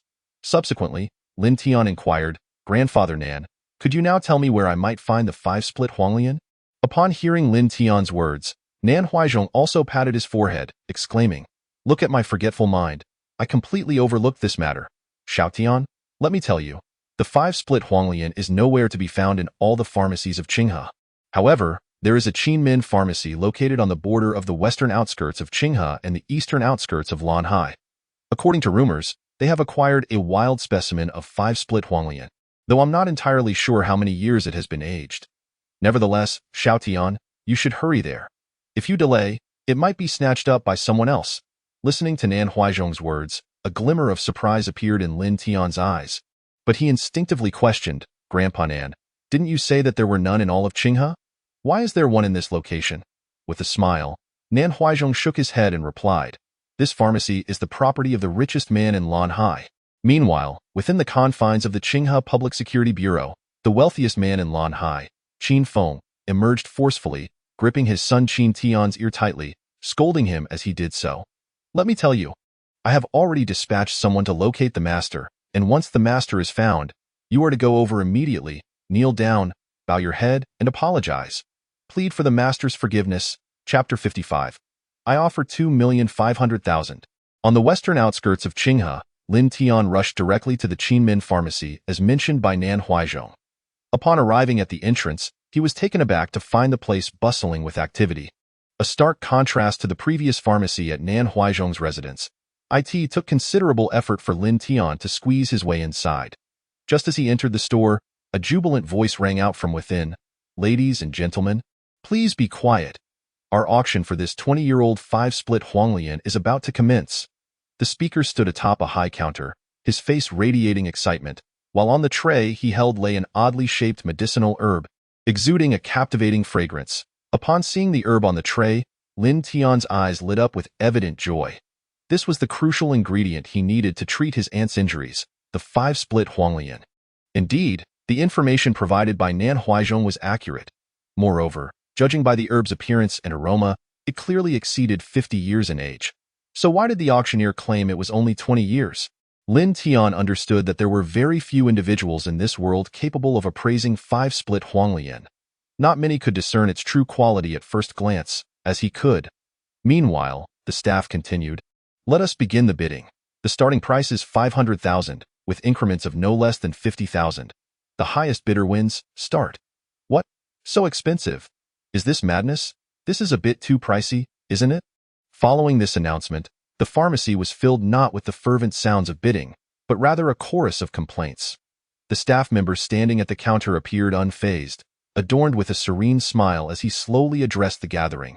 "Ladies and gentlemen, the rarity of this 20-year-old 5-split Huanglian is well known. How could such a precious medicinal herb be inexpensive? Therefore, if you are unwilling to invest such a considerable sum in acquiring this herb, I kindly ask you to leave." A collective sigh resonated through the room following his words, and indeed, many chose to exit the shop, fully aware of the precious nature of the 5-split Huanglian. In an instant, the pharmacy felt more spacious, with only about 7 or 8 individuals remaining, including Lin Tian. Among them, a few middle-aged men genuinely resembled herbal merchants, while 2 stood out as peculiar. One was Lin Tian, dressed plainly, and the other, a flamboyantly dressed young man, adorned with an electronic cigarette dangling from his neck, occasionally taking puffs, exuding an air of nonchalance. After the crowd dispersed, he scoffed derisively, "A bunch of impoverished fools." Lin Tian cast a fleeting glance at the young man, dismissing him as an irresponsible rich kid, and paid him no further mind. Meanwhile, the first bidder had already made his offer. 500,000. "I bid 550,000. I bid 700,000. The prices continued to escalate, yet Lin Tian remained silent, for this item was essential to him. The 5-split Huanglian had aged for at least 50 years, and in Lin Tian's estimation, its value surpassed 5 million. With the current bid still under 1 million, he felt no urgency.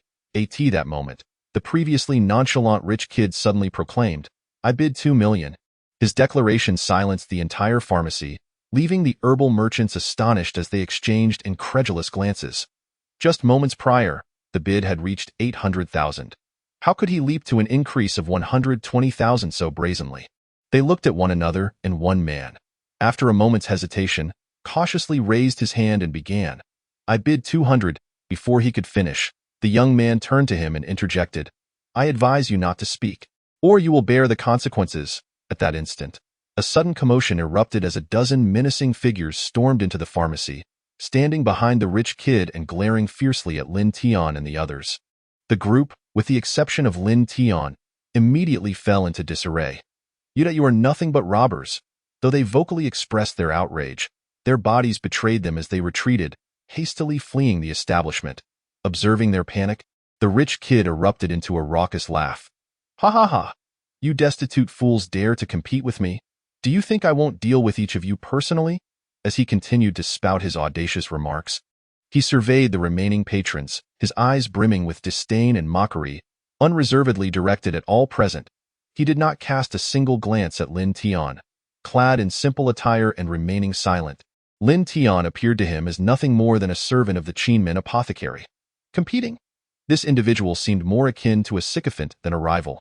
However, Lin Tian's eyebrows raised slightly as he listened to the words of this young master, pondering how audacious this fellow was, threatening to eliminate each and every one of us. Lin Tian's gaze lazily swept over the fierce-looking bodyguards accompanying the young master. To others, these bodyguards exuded an air of intimidation. To Lin Tian, they were little more than mere air.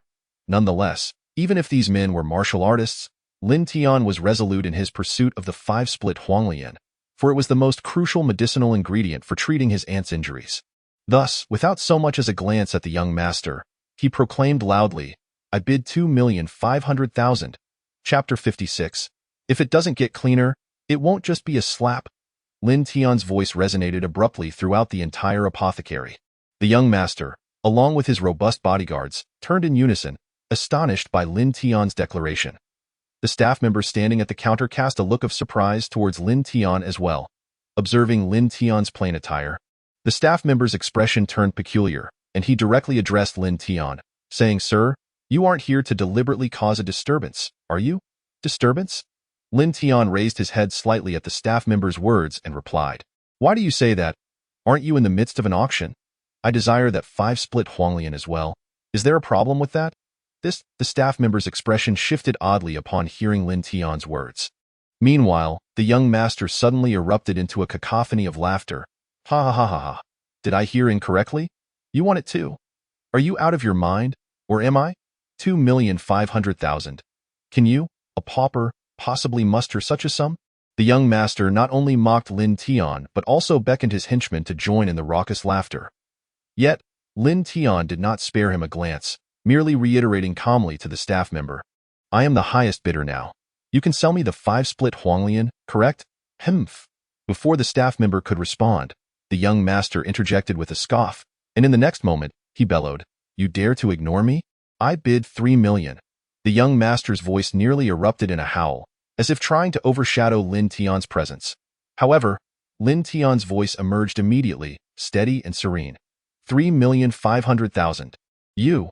Upon hearing Lin Tian's words, the young master grit his teeth, a venomous expression manifesting on his face, and he roared, "You little brat, are you deliberately seeking trouble? I bid 3,600,000. The young master's confidence in raising the bid had waned considerably this time, as he only increased it by a meager 100,000. Lin Tian's lips curled slightly as he began to speak again. "I bid." "Shut your mouth."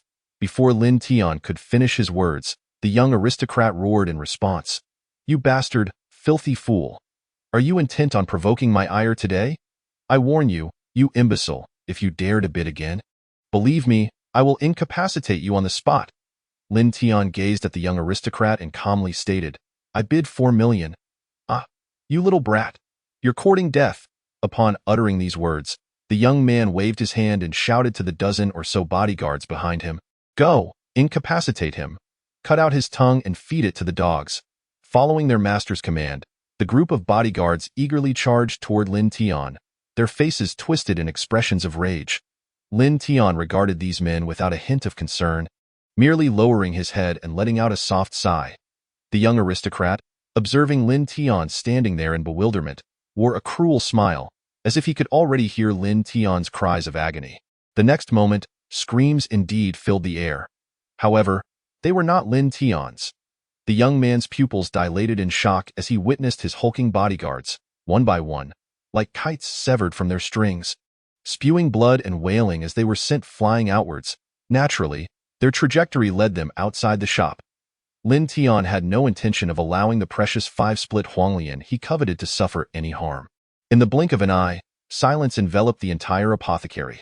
Lin Tian stood there unfazed, gently clapping his hands, addressing the staff of Qinmin Pharmacy. "I said I bid 4 million. Did you hear me?" The staff member, still in a state of shock, was jolted back to reality upon hearing Lin Tian's voice. He swallowed hard, awkwardly turning to face the young aristocrat. "Mr. Han, will you be placing a bid?" "Mr. Han?" Upon hearing the staff member's address to the young man, Lin Tian's brow arched slightly as he detected an unusual undertone. He sensed that acquiring the 5 split Huanglian today might not be as straightforward as he had anticipated. At that moment, Mr. Han extricated himself from his astonishment. Although fear flickered in his eyes, his expression was laden with resentment as he bellowed at Lin Tian. "You brat! I admit you possess some skill, but in that pitiful guise of yours, I refuse to believe you can muster the funds. You, a destitute fool, think you can annoy me just because you have some martial prowess? Let me tell you, today, I will watch you produce that 4 million. If you manage to, I shall spare you. But if you fail, you will witness the terror of the Blue Sea Han family." The Blue Sea Han family? Lin Tian had never heard of them, nor did he find it necessary to do so. It seems that the words just spoken by this young Master Han echo in my mind, as if I have heard them from the lips of the young lady from the Zhang family. Meanwhile, Lin Tian shook his head helplessly and retrieved a bank card from his pocket. Drawing from his previous experience of purchasing clothing for Lin Mingming, he took precautions against the possibility that the POS machines in these stores might not be up to standard. Thus, he specifically selected an ordinary bank card to present to the staff member. The worker at Qinmin Pharmacy regarded Lin Tian's attire with skepticism as he accepted the bank card, proceeding to fetch the POS machine from behind the counter. With a swift swipe, a mechanical beep resonated throughout the pharmacy, confirming the transaction.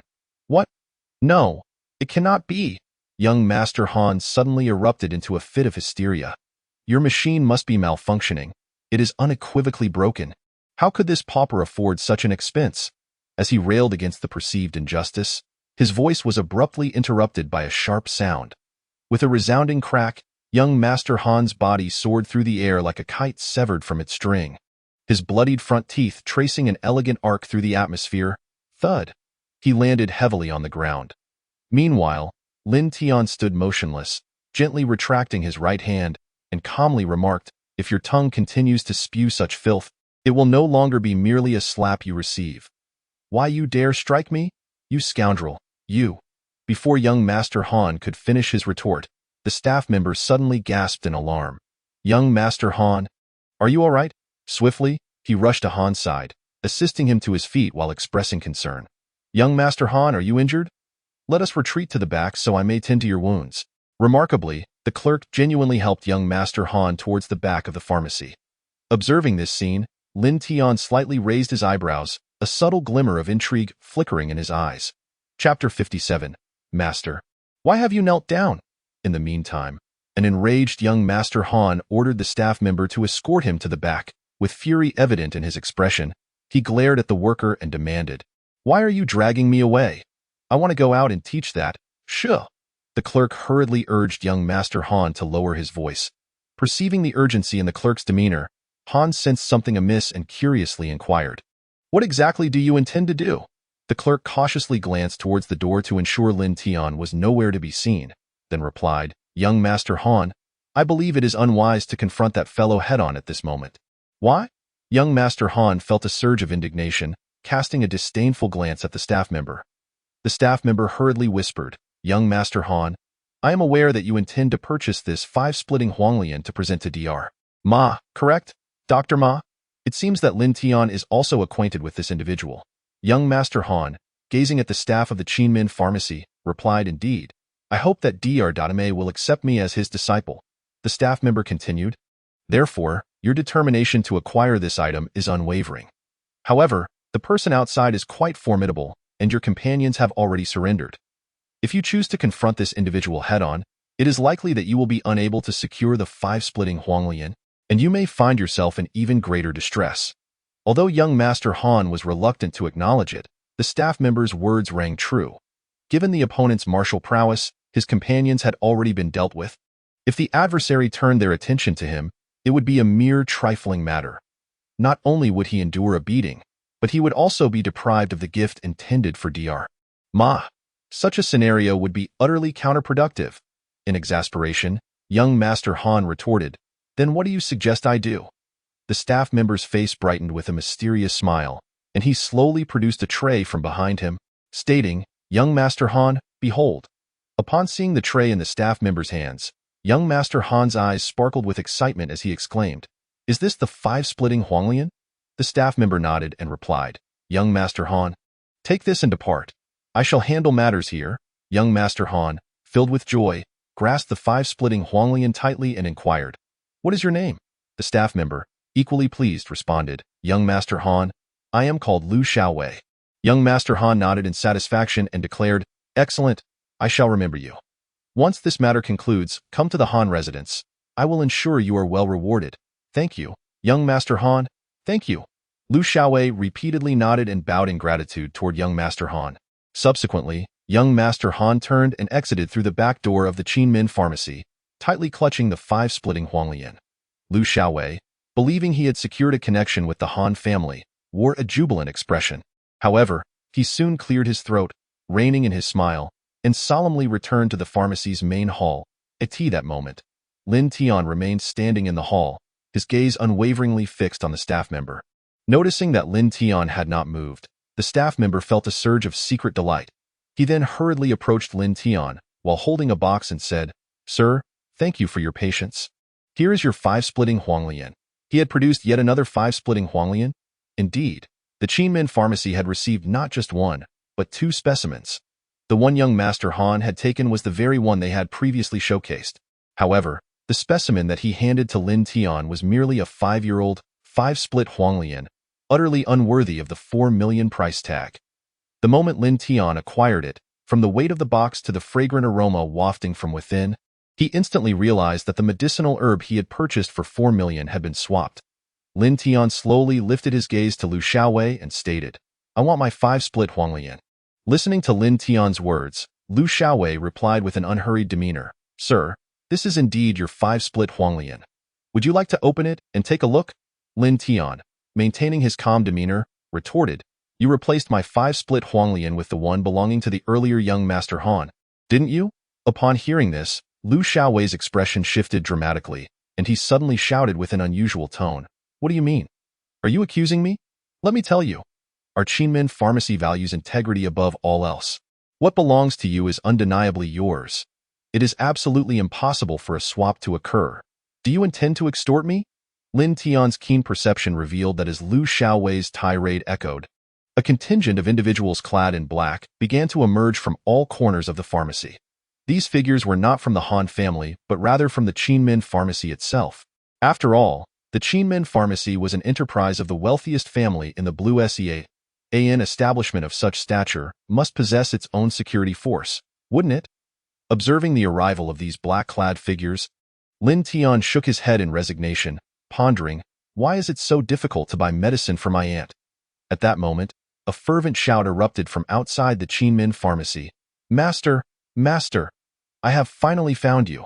Subsequently, a rotund figure tumbled into the pharmacy from outside.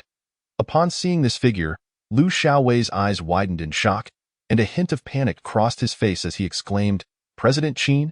President Qin, what brings you to our—" "No, President Qin. Why are you kneeling on the ground?" Lu Xiaowei had intended to greet his master, Qin Tian, with the eagerness of a sycophant, but to his astonishment, his master had unexpectedly slid to his knees, coming to a stop right before Lin Tian.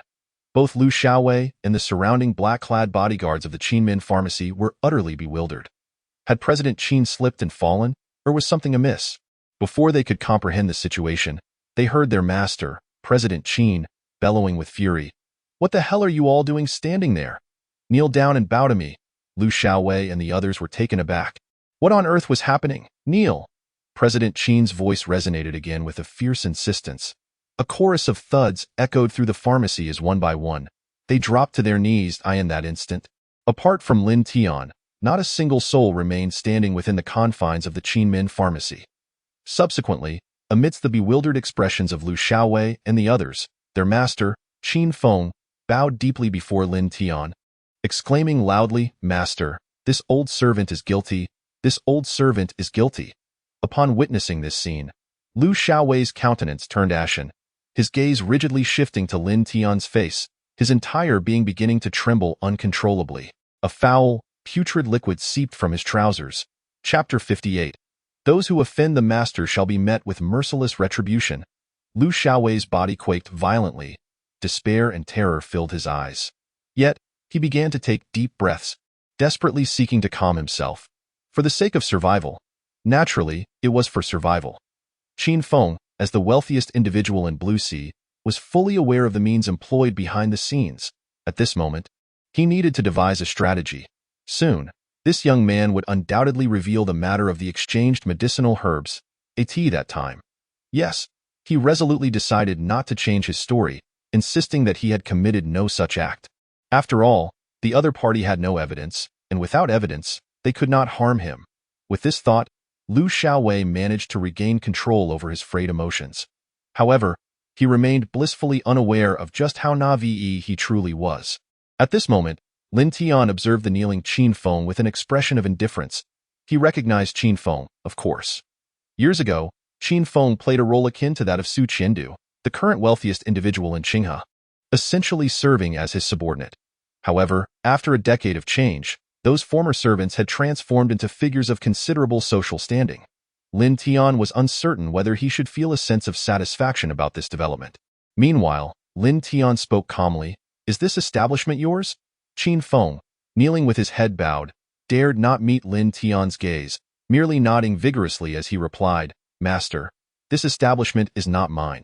It belongs to you. All the assets under this old servant's management are entirely yours. I merely act as a steward." Upon hearing Qin Feng's words, the surrounding bodyguards of the Qinmin pharmacy were engulfed in profound shock. Their worldviews had been utterly shattered. They were now in the process of reconstructing their understanding of reality. When had they ever witnessed their boss, their master, display such subservience? Who exactly was this young man before them? Moments ago, they had been incited by Liu Xiaowei to take action against him. Luckily, President Qin arrived just in time. Had they truly harmed this young man, the consequences would have been unimaginable. Now, they too knelt on the ground, heads bowed, their bodies trembling slightly, unable to bear the sight before them. After receiving Qin Feng's response, Lin Tian raised his hand slightly, pointing to Liu Xiaowei kneeling on the other side, and inquired, "He is one of your people." Upon hearing those words, Qin Feng's body momentarily stiffened, before he turned to follow Lin Tian's. He then spoke without hesitation. "Indeed, master, he is Liu Xiaowei, whom I assigned to oversee this establishment." A light chuckle escaped Lin Tian's lips as he remarked nonchalantly, "Qin Feng, you have truly cultivated an exceptional subordinate." Qin Feng's expression paled significantly upon hearing this, and he trembled slightly. If he were unable to discern the implications of such remarks, then the Tycoon of Blue Sea needn't bother maintaining his position. Lin Tian's statement was unmistakably a jab at him. In an instant, Qin Feng whirled around, directing a frigid and furious glare at Liu Xiaowei, bellowing, "You scoundrel! What have you done to provoke the master?" Liu Xiaowei's body shuddered violently, and he hastily responded, "Qin General." At that moment, Liu Xiaowei was poised to employ the strategy he had just resolved upon, feigning ignorance and adamantly denying any wrongdoing. However, before he could finish his sentence, Qin Feng's thunderous roar cut through the air. "Silence! You need not utter another word. Those who dare to anger the master shall face death without mercy." "Ah!" Liu Xiaowei gasped, his eyes reflecting the despair and terror he had previously felt. This was far from what he had envisioned. How could his employer, with whom he had shared countless days and nights, disregard his words entirely? Liu Xiaowei had utterly underestimated Lin Tian's standing in Qin Feng's eyes. "Qin General!" Liu Xiaowei's voice rose to a desperate wail. Meanwhile, Qin Feng had already bellowed, "Bring this scoundrel to the backyard and dispose of him." The surrounding bodyguards exchanged uncertain glances, considering they had spent considerable time with Liu Xiaowei. They hesitated at Qin Feng's command. "No, Qin General, I realize my mistakes. I truly understand my errors." As Liu Xiaowei sensed the gravity of the situation and his lack of options, he let out a frantic shout. Even dropping to his knees and turning towards Lin Tian, thud, he knocked his head against the ground, then raised his palm and slapped his face hard. Following that, he cried out, "Master, I was wrong. I truly understand my mistakes." Thud. Another resounding thump. Slap. Another harsh blow. "Master, I beg you, spare me. I shall never dare again. I truly shall not." Yet, Lin Tian showed no inclination to acknowledge his pleas. Qin Feng, disregarding Liu Xiaowei's desperate entreaties, shouted again, "What are you all standing around for? Kill this scoundrel. Otherwise, I shall deal with you."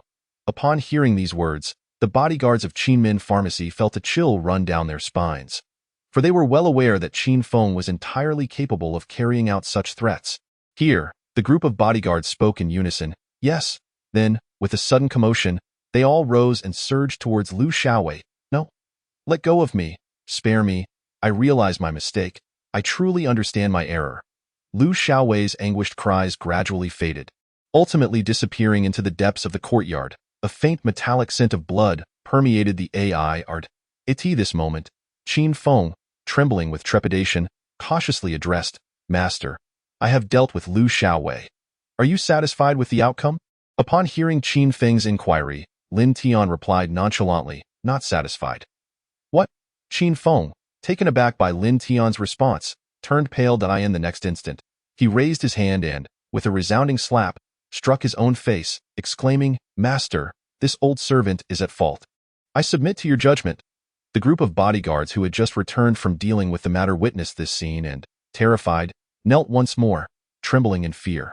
Good heavens, given the current atmosphere, what would happen if they too were to be eliminated to appease Mr. Qin's master? Lin Tian observed Qin Feng's self-inflicted punishment and gently raised his hand, saying, This is not about that incident. It concerns the herbal materials I prepared for my aunt. You allowed that scoundrel to swap them out? Qin Feng paused in surprise, instinctively looking up to ask, Master, who did he swap your herbs with? Lin Tian recalled briefly and replied, I believe that person was addressed as young Master Han. Qin Feng's eyes widened in realization as he exclaimed, Han Bin of the Han family? Lin Tian raised an eyebrow. You are aware? Qin Feng nodded, Master. I understand why Han Bin coveted your herbs. He wishes to apprentice under the renowned physician Ma of the Southern Realm. Physician Ma? Upon hearing this name, a glimmer of intrigue flickered in Lin Tian's eyes. Chapter 59. My son, at your disposal. The amusement in Lin Tian's gaze was certainly warranted. This physician Ma was none other than the previously encountered Ma Weibang, who, if memory served, had once wept and begged to be his disciple during their time at the One family. Who would have thought this matter would return to him?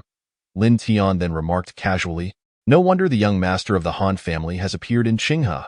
However, Qin Feng hesitated momentarily before stating, Master, the appearance of young Master Han Bin in Qinghe may not solely be for the purpose of seeking an apprenticeship. Oh? Lin Tian raised an eyebrow, inquiring further, what else is at play? Qin Feng promptly replied, Reporting to you, Master, based on my investigations, the Han family has had murky dealings with the Luo family of Qinghe since a decade ago. The Luo family? At the mention of this clan, Lin Tian's gaze sharpened with sudden intensity. This family is an indelible imprint upon his memory, one he can never forget. The Luo family, as revealed by the esteemed Mr. 1, played an instrumental role in the downfall of the Lin family in Qinghe. Coincidentally, the Han family established a close relationship with the Luo family a decade ago. Can such coincidences truly exist in this world? Lin Tian's gaze gradually darkened. Nevertheless, he lowered his head to address Qin Feng, saying with a detached tone, However, is it not true that your Qin family shares a close connection with the Zhang family of Qinghe? Upon hearing this, Qin Feng's entire body trembled involuntarily. Then, with a resounding slap, he struck himself across the face, exclaiming, Master, how could I have forgotten such an important matter? He then bellowed toward the entrance of the shop. You scoundrel, come in here at once. As Qin Feng's voice faded, a flurry of hurried footsteps echoed. Subsequently, a young man with a bandaged and plastered arm stumbled into the apothecary. With a thud, he knelt down, bowing his head, trembling slightly, utterly afraid to raise his gaze or utter a word. This young man was no stranger. It was, in fact, Qin Tian. Initially, while working at the Public Security Bureau, Qin Tian had harbored doubts about his father's words. Yet now, he witnessed his father kneeling before this young man, acting without discernment, even ordering the elimination of one of their household subordinates based solely on a single utterance from this youth. Such a scene had never unfolded before his father in the past. He finally comprehended the extent of this young man's formidable identity. To have narrowly escaped with his life was indeed an act of great mercy from this youth. Meanwhile, Lin Tian regarded Qin Tian and remarked, Your relationship with the Zhang family is quite intimate, is it not? Upon hearing this, Qin Tian's body quaked violently. Qin Feng then approached and delivered a sharp smack to the back of Qin Tian's head, followed by an angry rebuke. The master inquires of you. In pain, Qin Tian cried out, I did not, master. My relationship with the Zhang family is not good. That wretched Zhang Siyu seduced me. Our dealings were purely physical. Nothing more has transpired, master. I speak the truth, truly. Qin Tian's complexion turned ashen, his entire being trembling. Yet, his words held truth. Aside from the physical encounters with Zhang Siyu, nothing else had transpired. Qin Feng added, Regarding the events of yesteryears, I believe that all families in Qinghe are inextricably linked, which is why I warned everyone at home to avoid entanglements with families from Qinghe. This ungrateful son has acted contrary to my counsel. Subsequently, Qin Feng gritted his teeth, a fierce glint in his eyes, and spoke, Master, how would you like to deal with my wayward son? We shall abide by your decision. Upon hearing his father's words, Qin Tian incredulously lifted his head to gaze at his father. Any way you choose to deal with him? What if he kills me, father? Are you truly willing to forsake your own son? In Qin Feng's perspective, a son lost could be replaced, but if the master were to become enraged, it could very well spell the utter destruction of the entire Qin clan. Meanwhile, Lin Tian cast a casual glance at Qin Tian. Discerning the sincerity in his words, it was precisely this honesty that spared Qin Tian's life. Had Qin Tian truly been entangled with the Zhang family in a deeper manner, Lin Tian would have had no qualms about eliminating a few more individuals. Without further ado, Lin Tian turned and strode towards the exit of the Qin clan's apothecary, casually remarking, "Qin Feng, I grant you one day to locate the whereabouts of Han Bin." "Yes, yes, master, your humble servant shall comply." Upon hearing Lin Tian's words, Qin Feng felt a wave of relief wash over him. It appeared that his son had narrowly escaped death. After all, he was still his son, and one could not help but feel a pang of sorrow. As Lin Tian reached the entrance, he paused momentarily, seemingly struck by a thought, and said, "By the way, Qin Feng, your son." Both Qin Feng and Qin Tian felt their hearts drop once more. "Master, you say?" Lin Tian continued in a contemplative tone. "His name is rather unpleasant." Qin Feng faltered slightly. Lin Tian's words struck him like lightning. His face turned ashen as he hurriedly exclaimed, "I beg your pardon, master. I acknowledge my error. My son is unworthy of such a name. I shall rectify this immediately." As Qin Feng trembled with trepidation, Lin Tian had already departed from the Qin clan's apothecary. He gazed upwards at the somewhat murky sky over Qinghe, shaking his head in resignation.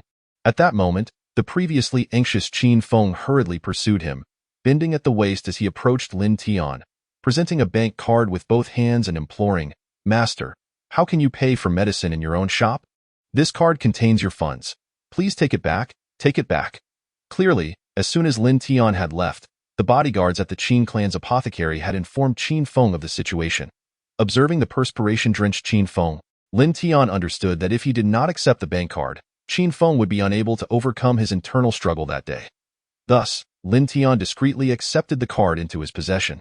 He was aware that it contained more than the 4 million he had previously expended. However, Lin Tian had little understanding of money. To him, it was merely a number.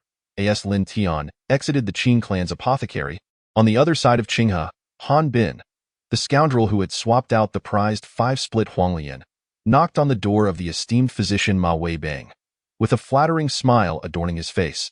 He spoke, "Master, look at what wonderful treasure I have found for you." Chapter 60. The man whom the divine physician calls divine.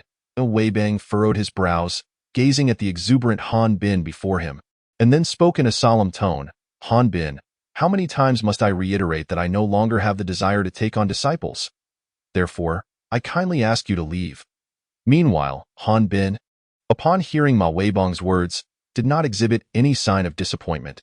Instead, he wore a smile and said, "Master, whether you accept me or not is of little concern to me. I merely wish to present you with a remarkable find." As he spoke, Han Bin slowly placed the box, which contained the deceased Liu Xiaowei's gift from the pharmacy, onto the table in front of Ma Weibang. He then proceeded to gently lift the lid of the box. Immediately, an extraordinary fragrance wafted out from within. Weibang had initially intended to refuse outright, but the enticing aroma that invaded his nostrils caused him to pause in astonishment. He quickly leaned down to examine it himself. In the next moment, shock illuminated Ma Weibang's pupils. This is actually Wulia Huanglian? Master, your discernment is remarkable." Han Bin seized every opportunity to shower Ma Weibang with praise, his eyes reflecting an understanding smile.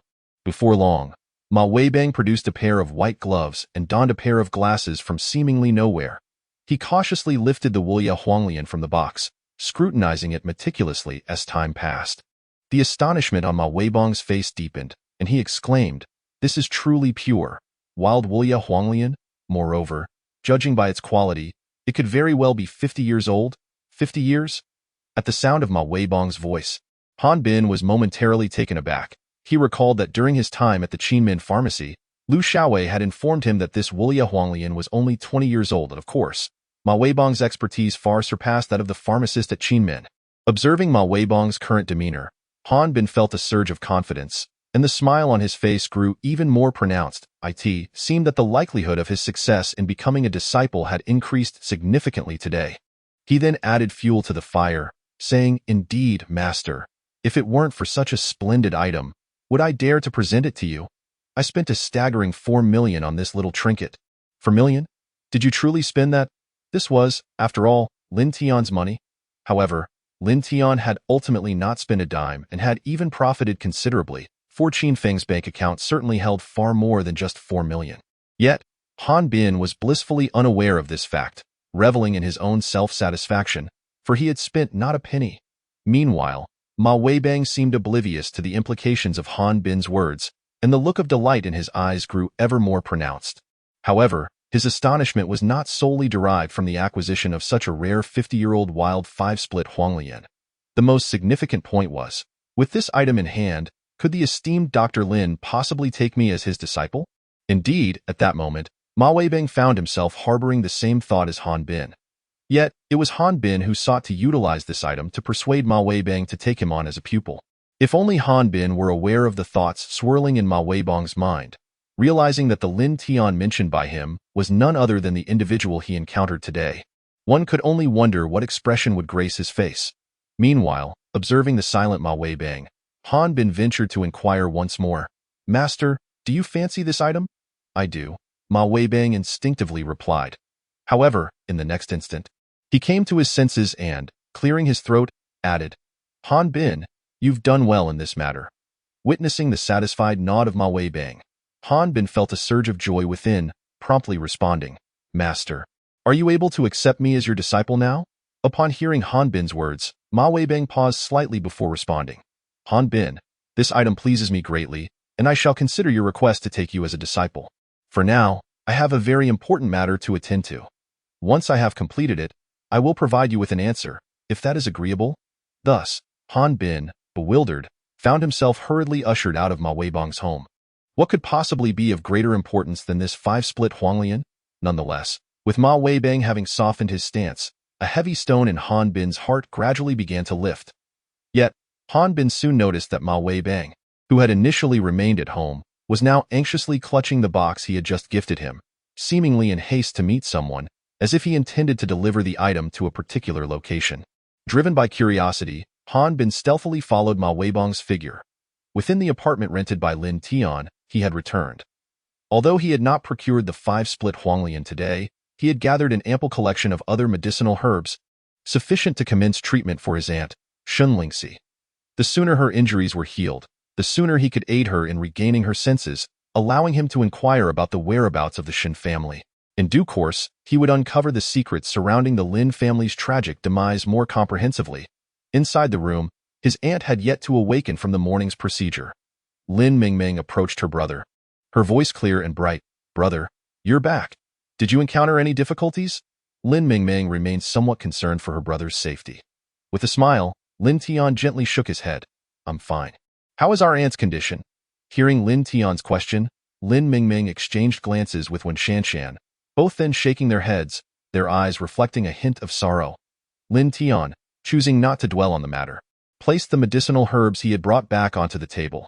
After separating a portion, he turned to the two women and instructed, "Prepare the medicine, please. This is for our aunt. Simmer it on a low flame for 3 hours." Understood.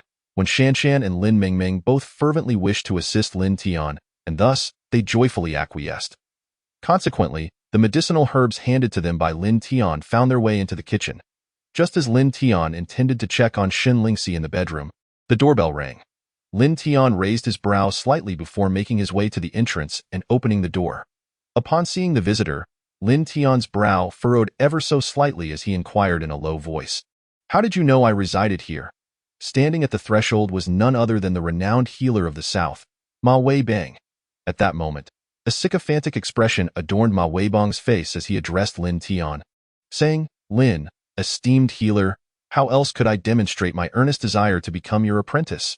Nearby, in a corner of the corridor, Han Bin pressed his body tightly against the wall, his expression one of shock and disbelief. He heard every word exchanged between Lin Tian and Ma Weibang with crystal clarity. It was astonishing that someone could be referred to as a divine healer by Ma Weibang. Moreover, Ma Weibang wished to take this individual as his master. If this news were to spread, it would undoubtedly cause a tremendous uproar. Yet, the voice of the other person sounded oddly familiar. Driven by curiosity, Han Bin slowly peeked out. Chapter 61. Let them perish together. Han Bin had barely poked his head out when he froze in astonishment. The man standing before Ma Weibang was none other than the individual he encountered earlier at the Qinmen apothecary. How could this be? How did he end up here, and why was he referred to as the divine healer by Ma Weibang? The fact that Mao Weibang sought to become his disciple was utterly unfathomable.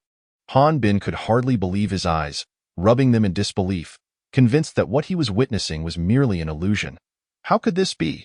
While Han Bin was still grappling with the revelation, Mao Weibang, in a state of urgency, spoke up, "Lin, esteemed healer, I have discovered something remarkable. You will undoubtedly appreciate it, regardless of whether you wish to take me as your disciple or not. I feel compelled to present it to you." Upon hearing Mao Weibang's words, Lin Tian's expression shifted to one of peculiarity. He recalled the previous conversation with Qin Feng. Wasn't Han Bin the one who sought out Mao Weibang with that 50-year-old Wuya Huanglian he had his eye on? Considering the timeline, Han Bin should indeed be arriving at Mao Weibang's residence by now. Thus, could it be that the item Mao Weibang was presenting to him? Was it too coincidental? Lin Tian gradually inquired. The 50-year-old Wuya Huanglian? At Lin Tian's utterance, Mao Weibang was momentarily taken aback, only to reveal a profound admiration on his face the next second. "Esteemed healer Lin, you are truly remarkable. You are nothing short of divine. I knew I couldn't possibly conceal anything from you. You discerned it solely from the aroma. This is indeed 50-year-old Wuya Huanglian." Mao Weibang recognized that the 50-year-old Wuya Huanglian possessed an extraordinary fragrance. He had previously sensed this unique aroma when Han Bin opened the box, confirming it was indeed Wuya Huanglian. However, he meticulously examined the 5-lobed Coptis chinensis for quite some time before ascertaining its age. Yet now, Lin Tian, relying solely on the faint aroma permeating from himself, comprehended it with remarkable clarity. Is this not a divine ability? As he spoke, he retrieved the box from behind him. Upon sighting this box, Lin Tian could hardly suppress a chuckle. Was this not the very box he had encountered at the Chiman apothecary? How curious that it had found its way back into his possession. One must commend Mao Weibang for delivering this item with such impeccable timing. His aunt was currently in dire need of this particular herb. Frankly, this unexpected turn of events was a delightful surprise for Lin Tian. Meanwhile, Qin Feng had yet to uncover the whereabouts of Han Bin. The 5-lobed Coptis chinensis, which Han Bin had taken, had already returned to Lin Tian's hands. If Han Bin were to discover this, one could only imagine the spectacle of his expression. Just as Lin Tian had surmised, there was not a flaw to be found. Now, hiding in the corner of the corridor, Han Bin's expression was indeed more vivid than Lin Tian had anticipated. Lin Tian regarded Mao Weibang, retrieved the 5-lobed Coptis chinensis from his hands, and then said, "Come in." "All right." Mao Weibang exclaimed with uncontainable joy, his exuberance reminiscent of a child who had scored a perfect 100 in a test and was rewarded with toys by delighted parents. He bounced into Lin Tian's home, even kindly closing the door behind him. What transpired within the room remained a mystery to Han Bin, and he had no desire to know. This sensation made him feel as though he had swallowed a fly. Not only had he endured a beating, but he had also sneaked out through the back door of the Chiman apothecary. Such humiliation was unbearable. Initially, he had thought himself clever for acquiring a herb without cost to please Mao Weibang. But to his astonishment, Mao Weibang had presented the very item he had pilfered to the man who had once contended with him and had even beaten him. Rage surged within him, a potent sense of grievance. Humph! Han Bin clenched his fists, his face contorted with a fierce scowl, and coldly muttered, "Impossible! Why is it this bastard, that fool?" At this moment, his ire was directed at Lin Tian, not at Mao Weibang.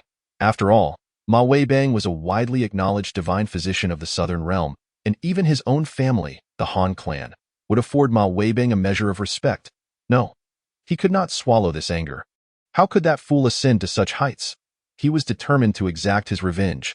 As this thought crossed Han Bin's mind, he realized that this path was narrowing for him. Meanwhile, he descended the stairs, pulled out his phone, and dialed a number, his voice cold and commanding as he instructed, "Bring people to this location immediately. Bring as many as you can. I want blood. I want blood." Qinghe, Fengtian Tea House. Two imposing convoys came to a halt in the parking lot of the Fengtian Tea House. From one of the vehicles emerged two elderly gentlemen, both furrowing their brows and exuding an air of authority befitting their status. These two individuals were none other than Luo Zhenyu, the head of the Luo family, and Zhang Zhaoyang, the patriarch of the Zhang family. A silent exchange passed between them as they locked eyes, neither uttering a word, before they turned and entered the tea house. Following their entrance, A throng of individuals clad in black descended from both entourages. These were the bodyguards from the Luo and Zhang families. Numbering well over 100, with grave expressions and fierce demeanor, they swiftly spread out, encircling the entire tea house as if to shield something of great importance. In the distance, a shadowy figure gradually faded into the darkness. This figure, with a few agile movements, soon appeared outside several intersections. It was Guo Hao. After glancing back at the scene of the Feng Tian tea house, Guo Hao retrieved his phone and dialed a contact labeled Wang. Meanwhile, within the apartment rented by Lin Tian, Ma Weibang sat anxiously on the sofa, his expression filled with anticipation as he gazed at Lin Tian. Just then, Lin Tian's phone rang. Upon seeing the caller ID, his brows slightly raised, and he promptly answered the call. Guo Hao's voice resonated from the other end, reporting to the Dragon Head. The heads of the Luo and Zhang families have arrived at the Feng Tian tea house. It appears they are about to engage in some clandestine dealings. Upon hearing this, a glint of cold light flickered in Lin Tian's eyes. Without responding to Guo Hao, he hung up the phone and rose from the sofa. Ma Weibang, noticing Lin Tian's movement, immediately stood up, not daring to be negligent. Lin Tian then stated, "I have some matters to attend to." Without hesitation, Ma Weibang quickly replied, "I shall take my leave at once." However, before he could finish his sentence, Lin Tian interjected, "You stay here and help me prepare the medicine." Upon hearing this, an expression of utmost glory appeared on Ma Weibang's face. He stood at attention, thumping his chest and declaring loudly, "Rest assured, Lin the Divine Doctor, I will accomplish the task." The reason Lin Tian asked Ma Weibang to stay was that, being a so-called Divine Doctor, he would surely be more adept at concocting medicine than Lin Mingming and Wen Shanshan. What was Lin Tian's intention? With the heads of the Zhang and Luo families gathered, whatever nefarious plans they might be plotting, it would be better to let them perish together. Chapter 62. Qinghe Lin Family. Lin Tian. Having departed from his rental apartment, Lin Tian encountered Han Bin, who was squatting by the roadside smoking. The moment Han Bin caught sight of Lin Tian, he recoiled in fright, darting into the bushes, his eyes reflecting a hint of trepidation. After all, he had witnessed Lin Tian's formidable prowess and knew that he would be no match alone. Watching Lin Tian's retreating figure, Han Bin muttered in frustration, "Why are these people taking so long to arrive?" Though his subordinates had yet to arrive, he had no intention of letting Lin Tian off the hook. Thus, he stealthily trailed Lin Tian, moving with utmost caution. At this moment, Lin Tian felt a fleeting glimmer in his peripheral vision, and a barely perceptible, cold arc appeared at the corners of his mouth. In truth, he had already noticed Han Bin while the latter was covertly observing him from the corridor upstairs. However, Lin Tian had no intention of addressing Han Bin at that moment. He sought to glean information about whether the Han family of Blue Sea was connected to the tragic massacre of his own Lin family years ago. Now, observing Han Bin stealthily following him, Lin Tian even deliberately slowed his pace, lest this foolish boy lose track of him. Meanwhile, within the Feng Tian tea house, there was not a single patron in sight, save for the bodyguards stationed within. The bodyguards from both the Luo and Han families had effectively encircled the entire three-story establishment. In the main hall of the tea house, a stage stood at the forefront. Yet no performers graced it at that hour. In the front row of the audience sat two elderly gentlemen in their 60s, Luo Jinyu, the head of the Luo family, and Zhang Chaoyang, the head of the Zhang family. Both patriarchs wore exceedingly grim expressions. Luo Jinyu, evidently having spent a sleepless night, had bloodshot eyes and hoarsely inquired, "Has your granddaughter managed to contact the young master of the Qin family?" Zhang Chaoyang slowly shook his head and replied, "The young master of the Qin family has blocked my granddaughter's contact information." "What?" Luo Jinyu's gaze narrowed slightly, a flicker of anger igniting in his eyes as he raised his voice at Zhang Chaoyang, who assured me of an infallible guarantee. Luo Jinyu's tone bore an accusatory edge, as if he were addressing a subordinate. This tone irked Zhang Chaoyang, yet he could not afford to respond with hostility, for the Luo family was formidable. Not only was Luo Jinyu himself a yellow-level martial artist, but within the Luo family, there were at least 5 others of the same caliber. The Zhang family also possessed yellow-level martial artists, but only 3, and their patriarch had not yet ascended to that rank. Thus, he refrained from confronting Luo Jinyu directly, gritting his teeth as he said, "Patriarch Luo, you are well aware of the Blue Sea Tycoon's stance towards our prominent families in Qinghe. It is already a significant feat for my granddaughter to establish a connection with the young master of the Qin family. Now, with our situation in Qinghe, It is only natural for the Blue Sea Tycoon to restrict his heir from associating with us. Natural? Luo Jinyu's voice rose further at Zhang Chaoyang's words. Are you telling me this is normal? Your Zhang family has suffered no repercussions, while my Luo family has lost my son and my grandson, all at the hands of Lin Tian. Zhang Chaoyang, faced with Luo Jinyu's fervent agitation, found himself at a loss for words. After all, he remained unaware that his own family member, Zhang Shigue, had also fallen victim to Lin Tian. Every individual Zhang Shigue had taken with him had perished, and not a single whisper of news had emerged. Watching the speechless Zhang Chaoyang, Luo Jinyu let out a heavy sigh. Although he was filled with sorrow and indignation, he was acutely aware that at this moment, any internal strife among them was utterly unacceptable.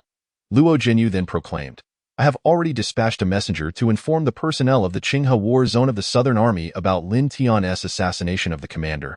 Furthermore, I have sent word to Lord of the Southern King's Manor. I trust we shall receive his response within 2 days. Listening to Luo Jinyu's words, Zhang Zhaoyang felt a slight relief wash over him, and subsequently stated, If we have the assistance of the Southern King, I cannot believe that Lin Tian will escape death. A hint of malice flickered across Zhang Zhaoyang's face as he continued, I have also sent our esteemed Shigue to track down that old scoundrel Nan Huaizhong. The Lin family's testament he possesses must be pried from his grasp. Once I retrieve the Lin family's testament and uncover their secrets, I shall ensure that both Nan Huaizhong and his granddaughter suffer a torturous demise. How dare they ally with such a despicable family as the Lin clan? They will surely meet a grim fate. A vicious, bloodthirsty glint shone in Zhang Zhaoyang's eyes. However, he soon expressed a flicker of concern, saying, I wonder how Shigue is faring. Just as Zhang Zhaoyang's words faded, a slightly hoarse yet chilling voice abruptly resonated from all corners of the tea house.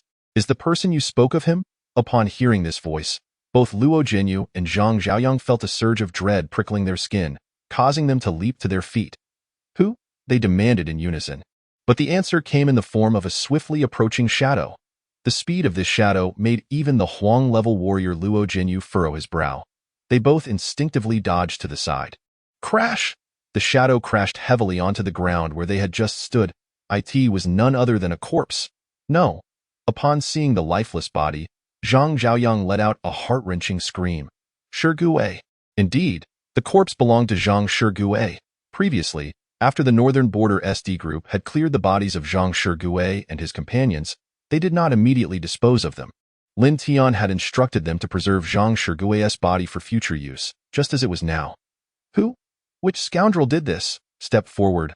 I will tear you to shreds, Zhang Zhaoyang bellowed, his expression fierce. Meanwhile, Luo Jinyu furrowed his brow and shouted at the surrounding area, who was playing tricks. Just as Luo Jinyu's words fell, a low, hoarse voice filled with boundless malice echoed once more from all directions of the tea house. Qinghe Lin family. Lin Tian. As Lin Tian's voice rang out like that of a roaring lion, his towering figure strode confidently through the entrance of the tea house, his cold gaze and endless murderous intent fixed upon Luo Jinyu and Zhang Zhaoyang. Lin Tian? Luo Jinyu and Zhang Chaoyang simultaneously let out a furious shout, which was tinged with a hint of astonishment. Luo Jinyu directly inquired, How did you get in? The anguished cries outside the tea house answered his question. A cacophony of screams erupted from outside, mingled with furious curses, the dull thuds of fists meeting flesh, and the sounds of many collapsing in a pool of blood. The air was instantly thick with a pungent scent of blood. In the next moment, a series of swift sounds pierced the atmosphere as a group of men in black appeared behind Lin Tian, kneeling in unison and declaring, reporting to the dragon head, Leave no one outside alive. Chapter 63. Is this all there is? Upon hearing the voices of the 10 men behind Lin Tian, both Luo Jinyu and Zhang Chaoyang's gazes abruptly narrowed, causing them to take a slight step back. An expression of shock illuminated their eyes. The notion that no one outside would be spared was staggering. The sounds of fighting, the cries of agony, and the scent of blood were all due to the people they had brought with them. At this moment, the tea house was enveloped in an eerie silence, clearly indicating that the individuals outside had indeed been slain by the group behind Lin Tian. Who were these 10 men? They possessed such formidable power. Could it be that they were also yellow-level martial artists? If the 10 behind Lin Tian were truly yellow-level fighters, then both Luo Jinyu and Zhang Chaoyang felt a sense of impending doom. Their apprehension was not unfounded. However, The martial soldiers from the northern region led by Lin Tian were not merely yellow-level fighters. Lin Tian's gaze remained fixed on Luo Jinyu and Zhang Chaoyang. He merely nodded slightly and stated, "Enough. This matter does not concern you. You may leave." "Yes." The 10 men complied without hesitation, acknowledging him and swiftly disappearing from behind Lin Tian. Witnessing this scene, both Luo Jinyu and Zhang Chaoyang were momentarily taken aback, only for expressions of surprise to emerge in their eyes. Luo Jinyu, sporting a mocking smile, remarked, "Lin Tian, oh Lin Tian, I truly cannot decide whether to call you a fool or a simpleton. How could you be so audacious? To send away such powerful allies?" Lin Tian regarded Luo Jinyu and Zhang Chaoyang with an impassive expression and replied coolly, "To kill you both? I alone am sufficient." Ha ha ha ha ha. Upon hearing Lin Tian's words, both Luo Jinyu and Zhang Chaoyang burst into laughter. Zhang Chaoyang, gritting his teeth and displaying a menacing demeanor, retorted, "A stray dog from a lowly family, barely surviving, dares to bark in front of us? Shouldn't you be hiding away like a coward? How foolish to return seeking death." Luo Jinyu, equally fierce, added, "Heaven truly favors us. You have the audacity to seek us out. Dio, you really think it is only the two of us here?" As Luo Jinyu uttered these words, he bellowed, "Come here." With a resonating hum, the air within the tea house vibrated at the moment his voice fell. In the next instant, 5 figures abruptly materialized in various corners of the establishment. Each individual exuded an aura that mere mortals could scarcely endure. Zhang Chaoyang, witnessing this scene, was momentarily taken aback and remarked, "Head of the Luo family, I never anticipated that you would bring forth your household's strongest forces." Luo Jinyu did not glance at Zhang Chaoyang but merely replied coolly, "Zhang family head, at this juncture, there is no need for you to conceal anything." Upon hearing Luo Jinyu's words, Zhang Chaoyang let out a cold chuckle. "Very well, let them all come forth." Whoosh, whoosh, whoosh. 3 more sounds echoed as Zhang Chaoyang summoned all his Huang-level warriors from his household. Thus, alongside Luo Jinyu, a total of 9 Huang-level warriors, plus Zhang Chaoyang, a half-step Huang-level warrior, gathered at the scene. Such a formidable assembly in Qinghe was perhaps the most powerful force in the region, second only to the Jinnan army and the Lin family of yore.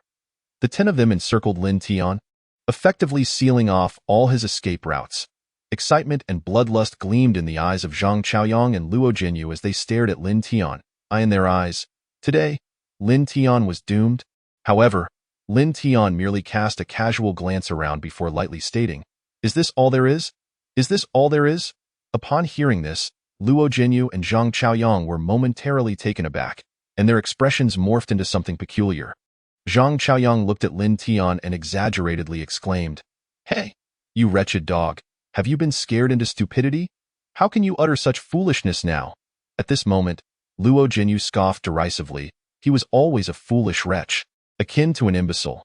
Why bother with him? Let him witness what reality entails. Lin Tian. Luo Jinyu turned and bellowed, "Prepare to join your Lin family's lost souls." With that, he commanded, "Attack, kill him, and avenge my son and grandson." Zhang Chaoyang echoed this sentiment. The 8 Huang-level warriors wore expressions of ease and nonchalance, exchanging glances with smiles as they drifted towards Lin Tian. Yet, they refrained from immediately attacking him. Instead, they began to defer to one another, with one individual suggesting, "How about you go first?" The other shook his head, replying, "No, you should go. I initially thought this Lin family's wretched dog had something special about him, but it turns out he is just another mindless fool." "Indeed," another chimed in, "how dare he confront us alone? The members of the Lin family are merely repugnant vermin clinging to life. What could be exceptional about them? To kill him would only sully my hands." One person glanced around, spreading his hands as he proposed, "Shall we have this brain-dead fool take his own life instead? What do you all think?" The words of this individual had scarcely left his lips when a resounding thud reverberated through the air, instantly engulfing the atmosphere in a crimson mist. The metallic scent of blood surged forth. There lay the headless corpse, rigidly sprawled on the ground. Meanwhile, Lin Tian, who had been ensconced at the center of the encirclement, had mysteriously appeared behind this person. In that moment, all sounds within the tea house came to an abrupt halt. Before he could finish his sentence, Lin Tian had obliterated his skull with a single punch. Lin Tian then nonchalantly waved his right hand, flicking away the droplets of blood, and remarked with a lightness in his voice, "If you intend to strike, then strike." Do you not find this dilly-dallying tiresome? You? This is impossible. How did you achieve this? The group, who had previously been exchanging jibes and apologies, erupted in incredulous exclamations. Even Luo Jinyu and Zhang Chaoyang found their gazes narrowing, a glimmer of horror illuminating their expressions. In the next instant, Luo Jinyu bellowed hoarsely, "What are you all waiting for? Attack together and kill him." Now, the remaining yellow-level martial artists dared not exhibit the same lethargy as before. They exchanged serious glances and simultaneously launched their assault on Lin Tian. Kill! Observing the fierce expressions of the martial artists surrounding him and feeling the oppressive aura emanating from the yellow-level fighters, Lin Tian's lips curled into a faint smile. Now this is starting to get interesting. As his words fell, the momentum around Lin Tian abruptly coalesced, as if forcibly retracting into his being. In the instant that the yellow-level martial artists approached, a thunderous explosion erupted. Boom. Suddenly, a series of spluttering sounds filled the air, accompanied by the sight of those yellow-level martial artists being sent hurtling backward like kites with severed strings. What? Chapter 64. The Self-Destructing Communicator? The twisted visages of Luo Jinyu and Zhang Chaoyang beheld this utterly incredulous scene, both exclaiming in unison. What? This cannot be. This is absolutely impossible. Their voices quivered with disbelief. As martial artists themselves, they recognized that Lin Tian had merely unleashed a surge of momentum. Yet, this singular outburst had propelled all the yellow-level martial artists away with astonishing force. These were yellow-level martial artists, an existence beyond the reach of ordinary individuals, not even comparable to common martial artists. Luo Jinyu had trained for decades to barely attain the yellow-level martial artist realm. Moreover, 8 yellow-level martial artists constituted a force formidable enough to dominate the entire Qinghe. Yet, here was Lin Tian, who had effortlessly sent them flying with a mere display of momentum, spitting blood, collapsing to the ground. Such feats could only be accomplished by martial artists, could they not? How old could Lin Tian possibly be? He was barely in his 20s. How could he possess such formidable strength? In truth, even a practitioner of the Xin level would find it impossible to achieve such a feat. Merely a surge of momentum could send numerous Huang-level warriors reeling and gravely injured. However, Luo Jinyu had never witnessed a Xin-level warrior in action. Thus, the limitations of his own strength rendered his imagination constrained. Much like a frog at the bottom of a well. In stark contrast, Lin Tian appeared completely unfazed, regarding Luo Jinyu and Zhang Zhaoyang with an icy gaze, and calmly inquired, "Now, do you still have anyone left?" Though Lin Tian's tone was flat and somber, it struck Luo Jinyu and Zhang Zhaoyang with a heavy blow, evoking memories of their earlier mockery, branding him a foolish imbecile, despite having 10 formidable allies at their disposal, only to send them away, leaving themselves to face Lin Tian alone. Was this not akin to courting death? They had even boasted of dismembering Lin Tian. Now, as they surveyed the Huang-level warriors who lay deeply embedded in the walls or sprawled on the floor, blood oozing from their mouths and noses, it became apparent that they were on the brink of death. This was not merely a slap in the face. They were about to pay with their lives. Exchanging glances, Luo Jinyu and Zhang Zhaoyang wore grim smiles, completely blindsided by Lin Tian's formidable power. Yet soon, their faces contorted into expressions of derision and malice as they yelled at Lin Tian. "Lin Tian, we concede that you are indeed powerful, but do you truly believe that by killing us, the matter will conclude? Let me inform you, should we perish here, you will be relentlessly hunted.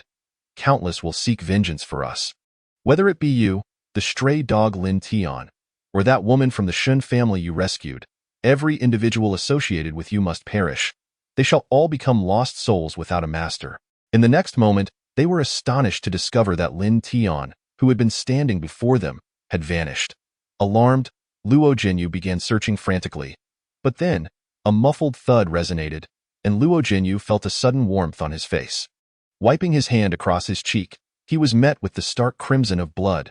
He swiftly turned, only to find Zhang Zhaoyang beside him, his eyes wide open in death, pallid and drenched in sweat, blood pouring from his mouth and nose, splattering onto Luo Jinyu.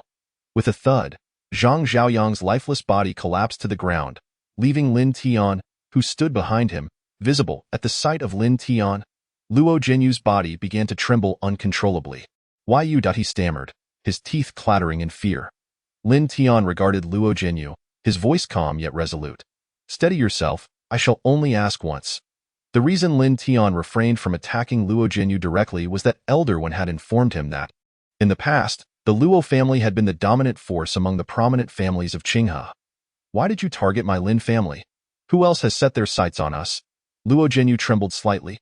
His gaze locked onto Lin Tian's eyes, retreating incrementally. The voice trembled as it uttered, You cannot kill me. You cannot. Lin Tian. Listening to Luo Jinyu's words, Lin Tian slightly raised his brow. His gaze caught the almost imperceptible movements of Luo Jinyu, whose hands, concealed within his sleeves, appeared to be manipulating something. Suddenly, with a swift motion, Lin Tian's figure materialized beside Luo Jinyu. Ah! Luo Jinyu's scream pierced the air. His right forearm twisted at a horrifying angle, the sound of his cries seemingly threatening to shatter his own molars. Meanwhile, the object in his hand had found its way into Lin Tian's palm. To Lin Tian's astonishment, it was a miniature communicator. Without hesitation, Lin Tian pressed the communicator to his ear and demanded, Who are you? Crack. Just as Lin Tian's words fell, the communicator in his grasp erupted into flames, exploding in an instant. Fortunately, Lin Tian's formidable protective energy, a hallmark of a high-level martial artist, shielded him from harm. Clearly, this communicator was designed for mutual control with the one on the other end. Upon hearing his voice, the other party promptly triggered the self-destruction of the device. Lin Tian seized Luo Jinyu by the neck with one hand, lifting the yellow-level martial artist off the ground as he spoke in a voice reminiscent of the netherworld. Who are you contacting? At that moment, despite Luo Jinyu's pale visage and evident agony, a sinister grin twisted his features. Lin, you shall die. Ha ha ha. You shall die, not just you, but also those wretched bitches. Crack! Lin Tian snapped Luo Jinyu's neck with a swift motion. Given Luo Jinyu's expression, it was clear he would not divulge any answers, rendering his continued existence unnecessary. Thus, all the combatants of the Luo and Zhang families, including their heads, met their demise. Lin Tian cast a downward glance at the charred communicator in his hand, his eyes glimmering with intensity. After surveying the scene of carnage strewn across the ground, he turned away impassively, as if the events unfolding around him bore no significance.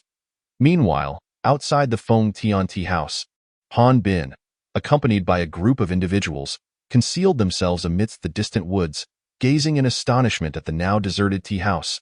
With a hint of hesitation, he spoke, Just a moment ago, this place was teeming with people.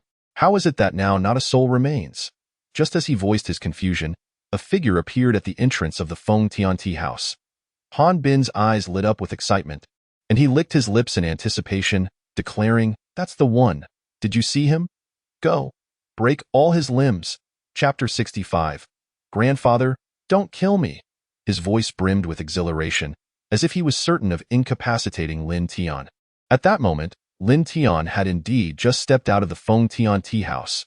After clearing away the bodies surrounding the Feng Tian tea house, the members of the Northern Border Warrior Group D, who had previously vanished, reappeared by Lin Tian's side.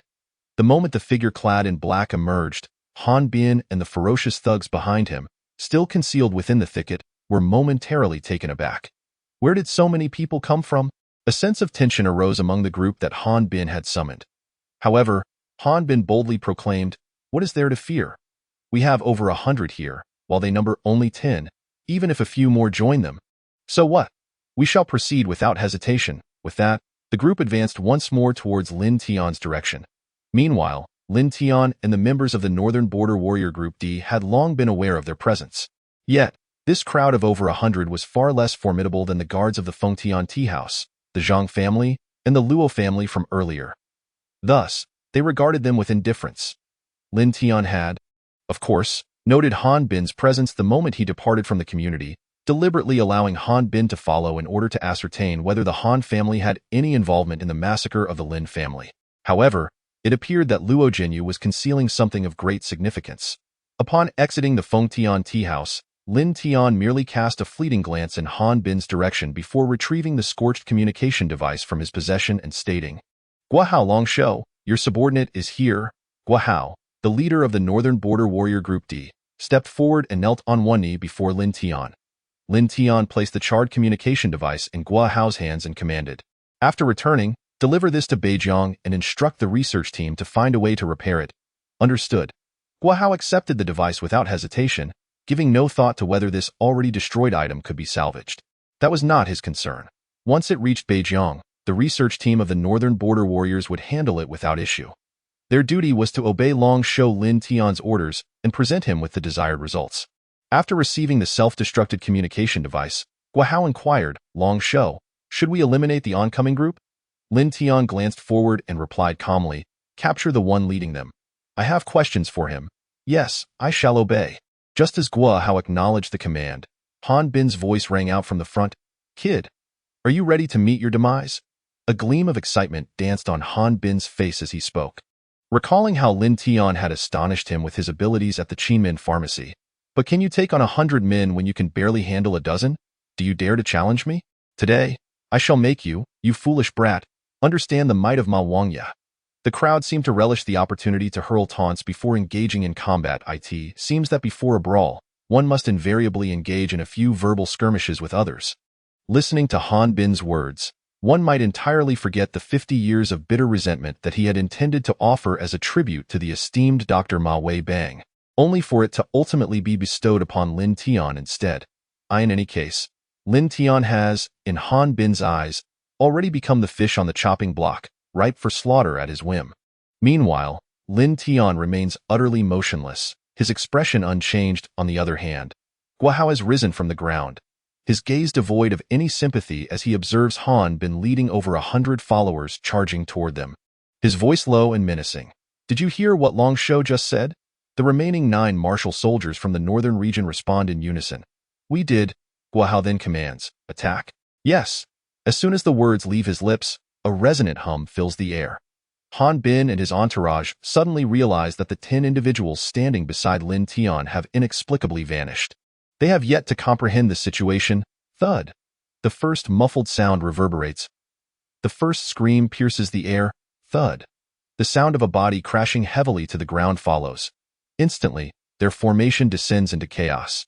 One figure after another is sent flying, blood spurting from their mouths, and screams echoing in a cacophony of terror. Although Han Bin leads the charge, he does not position himself at the front but rather in the middle of the ranks. After all, it would be unseemly for him to take the lead. Previously, Han Bin wore an exuberant smile, racing toward Lin Tian with an air of fierce determination. However, as time drags on, his smile gradually stiffens, then retracts until it vanishes entirely. His frenzied pace slows to a halt, and by the time he takes his last 2 steps, his expression has morphed into sheer horror and disbelief, even contorting into a twisted mask of dread. Standing frozen in place, Han Bin's body begins to tremble violently, his complexion paling, veins bulging on his forehead. He watches helplessly as his subordinates are sent flying like kites with severed strings, utterly powerless to retaliate. As he sees a figure clad in black charging toward him with murderous intent, Han Bin instinctively cries out, No! Don't kill me! He raises his hands defensively in front of him, tightly closing his eyes, unable to confront the impending reality. However, a piercing sound cuts through the air beside him, a fierce gust brushes past, causing Han Bin to stumble precariously, nearly falling to the ground. Yet he feels no pain. Why wasn't I struck? A flicker of confusion crosses Han Bin's mind, and he hesitantly opens his eyes. The moment he does, a piercing scream escapes his lips. As soon as he opened his eyes, he was met with the expressionless visage of Lin Tian. Originally, Lin Tian had been standing at a distance by the entrance of the Feng Tian tea house. However, in the fleeting moment that he had closed his eyes and reopened them, the other party had inexplicably materialized before him, akin to a ghost appearing out of thin air. Startled, Han Bin leapt straight up, soaring 3 feet into the air. Upon landing once more, he was greeted by the sound of slicing air. The 10 dark-clad figures had reappeared behind Lin Tian, and in unison, they knelt on one knee, addressing Lin Tian with resounding voices. We report to the Dragon Head. The mission is accomplished. Hearing the authoritative tones of these 10 individuals, Han Bin trembled as he turned to look back, only to find that of the more than 100 individuals he had brought, not a single one remained standing. They had all succumbed to silence, lying motionless on the ground like lifeless corpses. Thud. With a pale complexion, Han Bin collapsed to his knees, crying out to Lin Tian, Brother, sir, grandfather, I realize my mistakes, truly I do. Please, spare my life. Chapter 66. Inform the Han family. Lin Tian has returned. What a grand young master of the Han family. He had actually knelt before Lin Tian, even addressing him as grandfather. All he sought was for Lin Tian to grant him mercy. One could only wonder how Han Bin's desperate cries would resonate in the ears of his own grandfather and what sort of reaction would ensue. Lin Tian gazed down at the weeping Han Bin, his face devoid of expression, his voice low and deliberate as he slowly inquired, "Do you know who I am?" Kneeling on the ground, Han Bin's face turned ashen, tears and snot streaming down as he shouted, "You are my grandfather. You are indeed my true grandfather. I bow before you. I beg of you, spare me with that." Han Bin forcefully bowed his head to the ground. Witnessing this spectacle, Lin Tian's expression shifted to one of bemusement. Did this fellow not possess any semblance of dignity in his lexicon?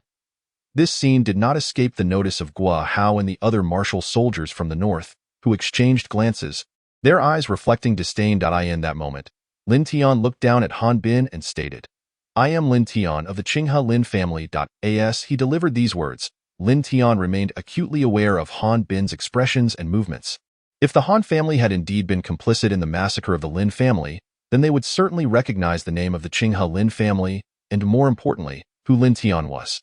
However, the Han Bin before him, upon hearing Lin Tian's self-introduction, continued to exhibit the same abject fear, kneeling and wailing. "So it is Grandfather Lin. I, the lowly Han Bin, do not recognize Grandfather Lin, and I have offended you?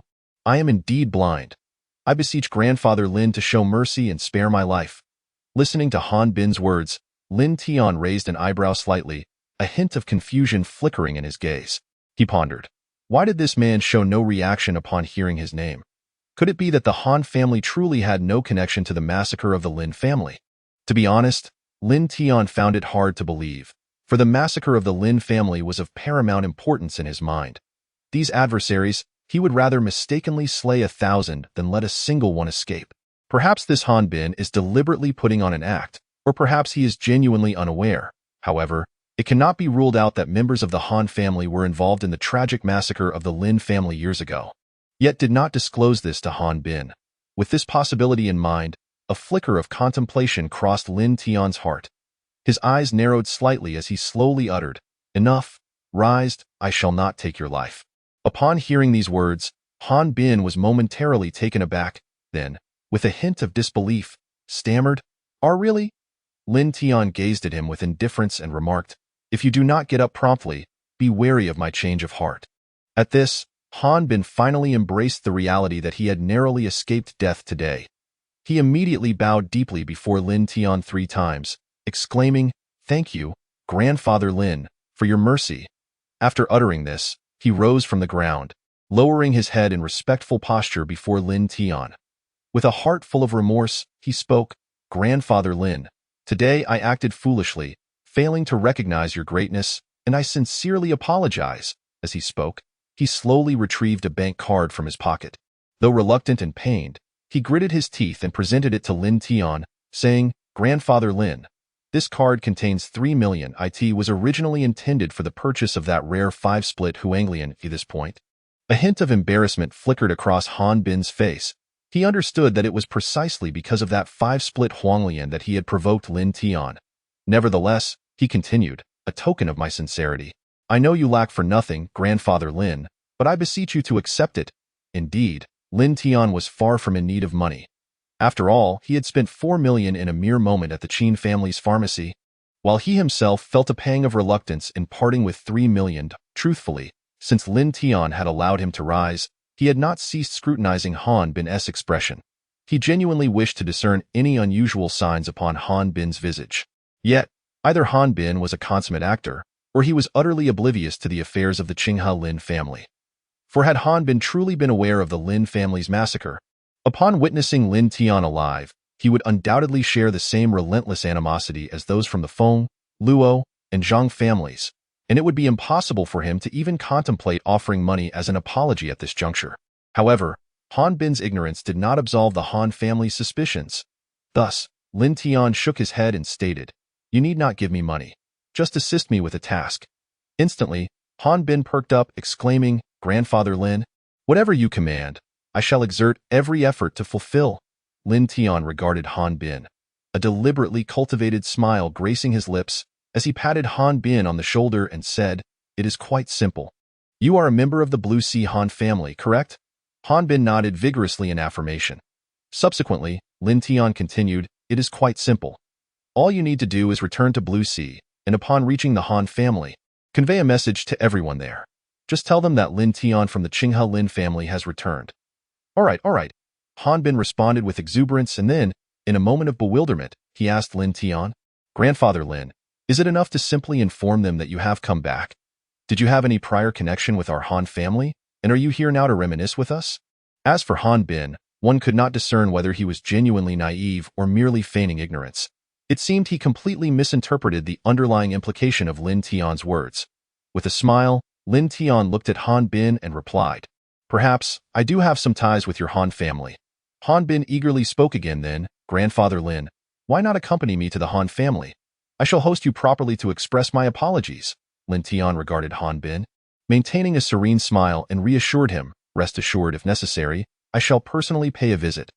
Then, addressing Han Bin, Lin Tian insisted, "All right, you may leave now. Hurry back to Blue Sea, and do not let me see you in Qinghe." Upon hearing Lin Tian's words, Han Bin's body trembled slightly, and with a nervous tone, he responded, Yes, Grandfather Lin. I will return to Blue Sea immediately." As he turned to depart, Han Bin suddenly pivoted back, raising a bank card in his hands, and reiterated, "Grandfather Lin, if you wish for me to take this, I shall certainly do so. Please accept this small token of my appreciation." Seeing Han Bin's genuine earnestness, Lin Tian found it difficult to refuse and accepted the bank card, which contained 3 million. Lin Tian was bewildered by the day's events. He had intended to go out to buy medicine for his aunt, Shunlingxi, yet ended up acquiring 3 million without spending a single penny. Who could he possibly argue this with? At that moment, Lin Tian's phone rang urgently, the caller ID revealing his fiancée Yi Wenshanshan. Upon answering, her anxious voice burst forth from the receiver. "Brother Lin Tian, something terrible has happened. Aunt has woken up, and Dr. Ma is injured." Chapter 67. Can one take over from here? Aunt has awakened, and Dr. Ma is injured? It appeared that the methods Lin Tian employed on Shunlingxi that morning had lost their effectiveness by now. As for Dr. Ma, also known as Ma Weibang, Lin Tian was at a loss as to how he had sustained injuries. Regardless, it was his aunt's mental state that concerned Lin Tian the most at this moment. Thus, he directly instructed Guahao, "Clean this place up and proceed with what you were supposed to do." Understood. After the northern martial soldiers acknowledged Lin Tian's orders, they looked up, only to find that Lin Tian had already vanished from sight. In a remarkably brief span of time, Lin Tian returned home. Upon opening the door, he was met with a scene of bloodshed and the agonized cries of Ma Weibang. Lin Tian discovered that at this moment, Ma Weibang was tightly gripping his left hand. The little finger and ring finger of Ma Weibang's left hand lay severed on the table, as if they had been cleanly sheared off by some unseen force. "Lin Shini?" Upon catching sight of Lin Tian, Ma Weibang exclaimed, his forehead glistening with cold sweat. Lin Tian observed Ma Weibang stepping forward in silence, his right middle finger revealing a gleaming silver needle that seemed to have appeared from nowhere. He then gently pierced it into Ma Weibang's wrist, instructing, "All right, release your hand and lay it flat. Do not move anymore." Weibang's heart raced at Lin Tian's words. "Is this really sufficient? 2 of my fingers have been severed. The priority should be to staunch the bleeding. If I press down, the blood might flow more slowly, yet you want me to let go, die?" Just as Ma Weibang was about to protest, Lin Tian furrowed his brow and said, "If you wish to keep those 2 fingers, you must do as I say." Upon hearing this, Ma Weibang shuddered and immediately complied. All right, fine. To his astonishment, the scene he had envisioned, where the loss of control would result in blood gushing forth, did not materialize. Instead, the sight of his severed fingers miraculously ceased to bleed. The cessation of blood flow was not due to the wound healing. Ma Weibang could clearly see the gaping wound, horrifyingly evident, yet no blood trickled forth. He gazed in bewilderment at the silver needle embedded in his wrist, understanding that its efficacy was solely due to Lin Tian's intervention. "Lin Shini," Weibang's voice trembled, his pupils filled with a sense of reverence akin to an unending torrent. However, Lin Tian was too preoccupied to acknowledge Ma Weibang's admiration. for he had already heard his sister Lin Mengming's piercing scream. "Ah, auntie, put down the knife." Following this, a cacophony of hurried footsteps echoed. Suddenly, Lin Tian saw Lin Mingming and Wen Shanshan emerge from the bedroom in a state of panic. Trailing behind them was a woman with a ghastly visage, clutching a kitchen knife tightly. Her face ashen, tears streaming down her cheeks as she incessantly cried, "Stay away." No. It was as if she were blinded by rage, relentlessly pursuing Lin Mingming and Wen Shanshan. The knife bore traces of blood, evidently that of Ma Weibang. Upon exiting the bedroom, Lin Mingming and Wen Shanshan both spotted Lin Tian and simultaneously exclaimed, "Brother Lin Tian, be careful, hurry, go." How could Lin Tian abandon these two women at such a moment? He swiftly stepped forward, placing himself between them and the descending blade of Shen Lingxi, shouting loudly, "Auntie." The moment she heard Lin Tian's voice, Shen Lingxi's hand, which clutched the kitchen knife, came to an abrupt halt just 5 centimeters from Lin Tian's face. Her previously ferocious expression gradually softened into tranquility. Within her crimson eyes, a glimmer of clarity emerged. The hands that held the knife slowly descended. With tearful eyes that resembled blooming pear flowers, she stared blankly at Lin Tian and softly, hoarsely murmured, "Shao. Shout Tian." With a clatter, the kitchen knife fell heavily to the ground. Shen Lingxi, in a daze, took 2 steps toward Lin Tian, opened her arms, and gently nestled into his embrace.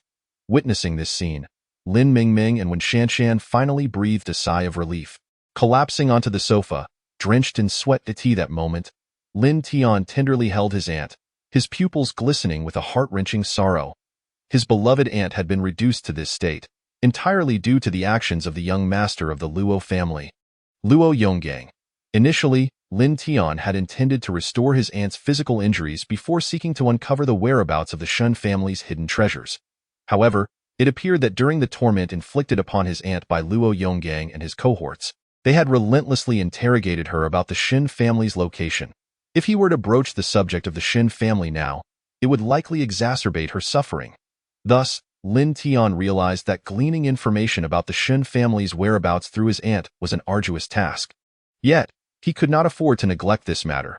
The Shen family possessed knowledge about the location of the Lin family's heirloom, which was potentially linked to the massacre of the Lin family. Seeing his aunt in such a state truly pained Lin Tian. He had already retrieved his phone and dialed a number, the voice of Guo Hao resonating on the other end.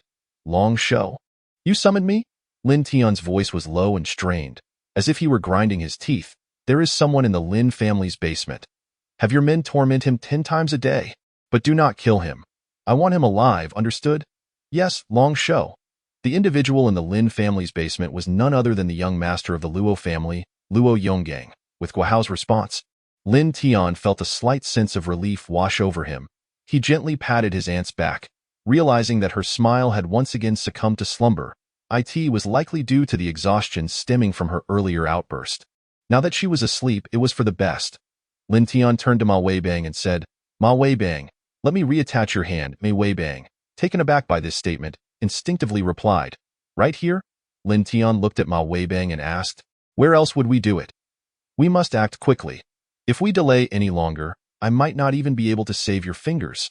However, in Ma Weibang's understanding, reattaching a severed hand indeed required surgery, involving microscopes, inhalational anesthesia, and various advanced equipment to perform the delicate procedures. However, Lin Tian unexpectedly found himself here, contemplating the act of severing his own fingers. Is this truly permissible? Meanwhile, Ma Weibang, filled with trepidation, extended his hand. On the other side, a weary figure pushed open the door to the grand residence of the Qinghe Luo family and stepped inside. This individual, appearing to be in his 40s, emanated a terrifying aura, one that surpassed even that of the family head, Luo Jinyu. Upon entering, he exclaimed with excitement, "Father, I have returned. Your second son, Luo Han, is back." Chapter 68. The gift from the Qinghe Lin family. Luo Han, the second son of the Luo family, appeared even more robust than his elder brother, Luo Zhong. His muscles were as defined as stone, suggesting he had not returned to Qinghe in quite some time, and his visit today was filled with enthusiasm. However, as he ventured deeper into the Luo family residence, his expression gradually stiffened. He noticed that the usually bustling household was eerily deserted since his arrival. Upon traversing the front courtyard, Luo Han's gaze sharpened. White cloth. He spotted the white cloth draped from the beams and the mourning wreaths. These were preparations reserved for the deceased. Luo Han's face turned ashen, and he let out a thunderous roar. No! What is happening here? Subsequently, a resounding crash echoed as the bluestone path beneath his feet cracked under his immense strength, demonstrating Luo Han's formidable power. He charged directly into the inner hall. Finally, he encountered members of the Luo family. Though there were scarcely a few present, a butler knelt on the ground, his face contorted in agony. Among them was a middle-aged woman, pale and with cracked lips, who knelt in the center of the hall, her expression one of utter despair. At the forefront of the hall lay a grand coffin, in front of which stood a memorial tablet inscribed with the name Luo Zhong. Elder brother? Luo Han gasped in sorrowful disbelief. He then collapsed to his knees beside the distraught woman, tears welling in his eyes, and exclaimed, Sister-in-law, what has transpired? What has happened to my elder brother? Upon hearing Luo Zhong's name, the surrounding servants and the butler finally regained their composure. The butler, with a fervent expression, exclaimed, Second master, you have finally returned. It is a relief to see you. You must avenge the master and the young master. Avenge them. The butler, appearing utterly loyal, began to weep as he spoke. Luo Han, initially taken aback by these words, soon murmured in disbelief. My nephew has also perished? What is happening? What could possibly have occurred?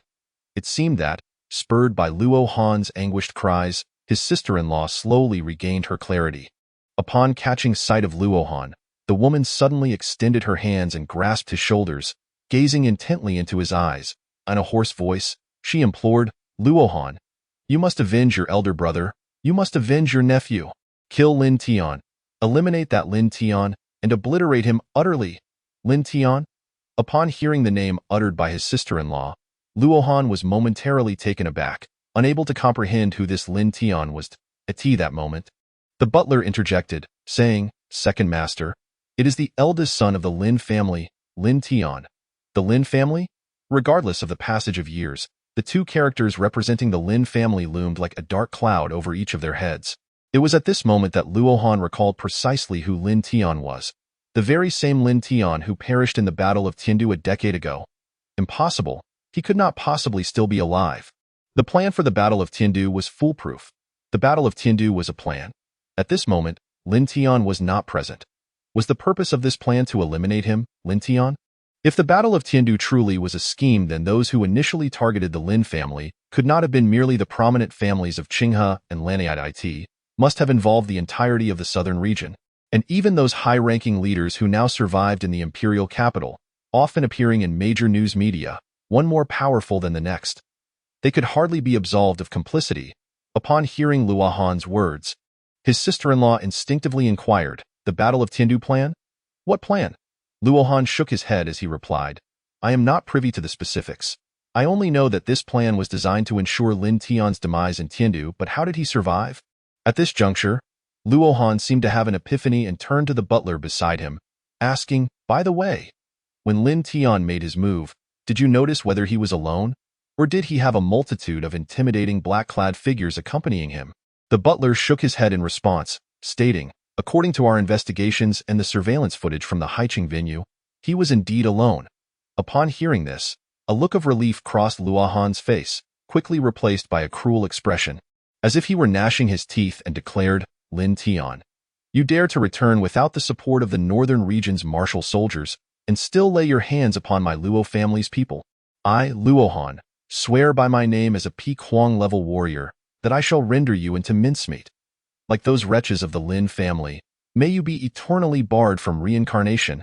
After uttering this menacing vow, Luo Han immediately turned to the butler and inquired, Where is Lin Tian? The butler shook his head and replied, I do not know. However, the head of the family has taken 5 esteemed guardians with him to meet with the head of the Zhang family. They should have located Lin Tian. Upon hearing these words, Luo Han's face displayed a trace of calmness, and he subsequently turned to his elder sister-in-law, saying, Sister-in-law, please accept my condolences. Our father still has 5 devoted followers, all of whom are Huang-level martial artists. That scoundrel Lin Tian, a wretched creature, has undoubtedly perished at the hands of my father's entourage. Before Luo Han could finish his sentence, a deep voice suddenly resonated from outside the Luo residence.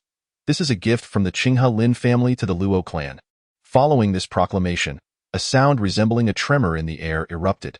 The rectangular shadow soared directly into the Luo family's grand entrance. Luo Han, witnessing this shadow hurtling towards the hall of their rear courtyard, was taken aback. Not good, sister-in-law, be careful. He hastily grabbed his elder sister-in-law and darted to the side to evade the impending threat. However, Luo Han could only save one person, leaving the steward to his unfortunate fate. Bang! A resounding crash accompanied by a piercing scream echoed through the air.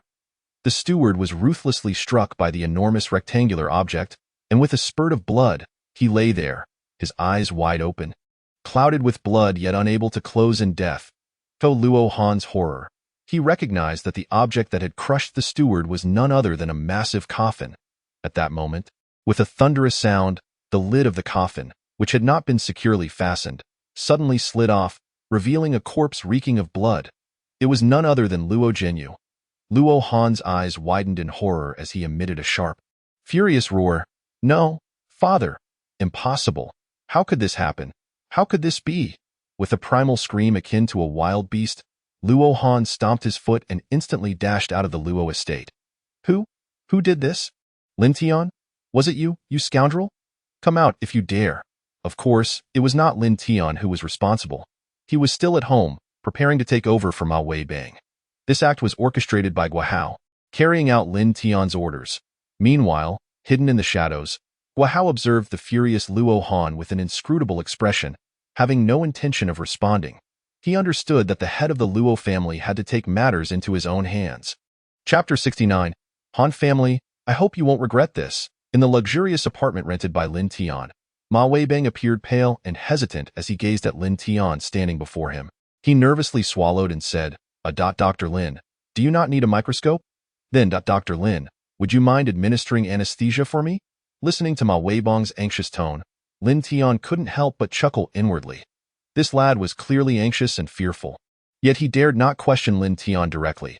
To be honest, had Ma Weibang not been left in Lin Tian's care due to his aunt's involvement, Lin Tian would have been indifferent to his plight. It would have been entirely feasible for him to seek medical assistance for his 2 severed fingers himself. However, the fingers that the hospital has now retrieved differ vastly from those that Lin Tian brought back. Ma Weibang, a physician, regards fingers as exceedingly significant. If he were to rely on modern medicine to reattach them, they might be rejoined. Yet they would undoubtedly lack the previous dexterity. In contrast, Lin Tian possesses extraordinary methods. Observing the anxious Ma Weibang, Lin Tian calmly inquired, Do you not trust me? Upon hearing this, an awkward expression enveloped Ma Weibang's face. To be candid, he harbored some doubts in this regard, yet he dared not voice them. After all, he had repeatedly referred to Lin Tian as Divine Physician Lin and even aspired to become his disciple. How could he admit disbelief in the man's medical prowess? Wouldn't he such an admission cast doubt on his sincerity? Thus, with a pained gaze upon his 2 fingers, Ma Weibang earnestly nodded toward Lin Tian and declared, Divine Physician Lin, I believe in you. Please, proceed. As he spoke, he tightly shut his eyes, embodying a demeanor akin to one bravely facing a noble sacrifice. Lin Tian, observing Ma Weibang's countenance, couldn't help but suppress a smile. Nevertheless, he was immensely confident in his abilities. Such treatments had become second nature to him. Taking a deep breath, Lin Tian endeavored to cultivate a sense of tranquility in both his demeanor and gaze. Then, his hands began to move rhythmically through the air, emanating a faint luminescence. In his grasp were 2 silver needles, of course.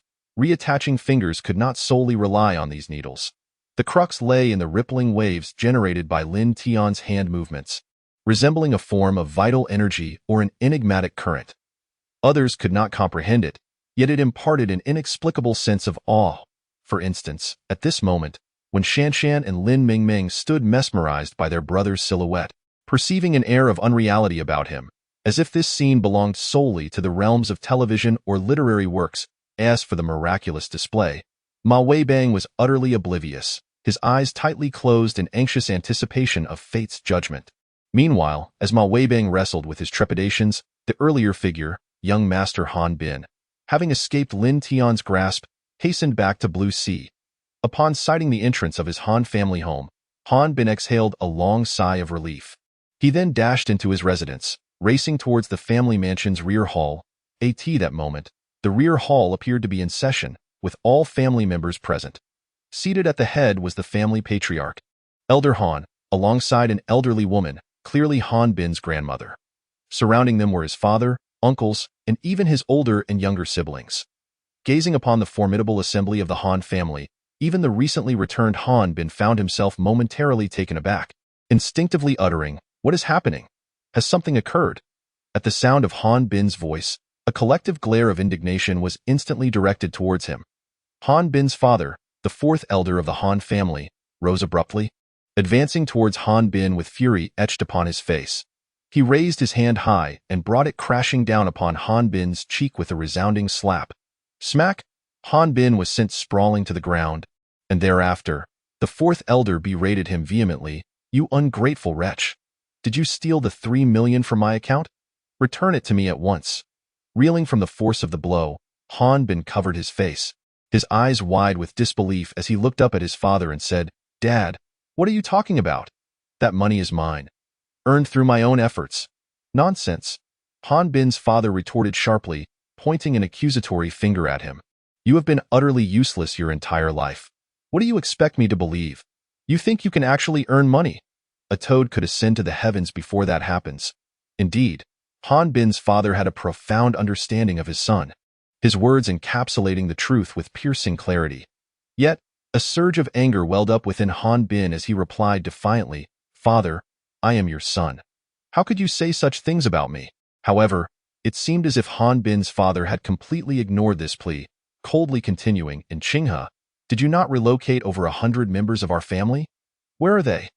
With his face still in his hands, Han Bin slowly rose from the ground and, addressing his father, replied, "They are dead."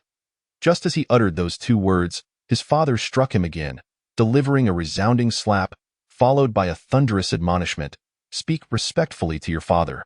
Answer my questions." His father mistakenly believed that Han Bin was deliberately challenging him, but to his astonishment, Han Bin erupted, "They are dead. All of them. They were killed by Lin Tian of the Lin family in Qinghe." This outburst stemmed from the pent-up fury within Han Bin. Erupting forth uncontrollably, he had braced himself for another round of scathing rebuke from his father. However, upon the completion of his declaration, a profound silence enveloped the Han family's inner sanctum. Han Bin remained with his eyes closed, bracing for the anticipated punishment, but instead, he was met with an eerie stillness, broken only by the sound of hurried breathing. Curiosity piqued, Han Bin opened his eyes to find every member of the Han family staring at him in shock and disbelief. Confusion washed over him, and he even hesitated, checking for any signs of abnormality in himself before asking, "Wait, is there something wrong with me?" In an instant, Han Bin's father seized his shoulders, his voice strained with urgency as he demanded, "Whom did you just mention? Who killed our people?" Observing his father's anxious demeanor, Han Bin felt an ominous premonition rising within him. He swallowed nervously and spoke with palpable tension. Lin Tian. He asked me to return and inform you all that Qinghe Lin family's Lin Tian has returned." With a thunderous impact, chaos erupted in the inner hall of the Han family following Han Bin's proclamation. How could this be? Why is Lin Tian still alive? It's impossible.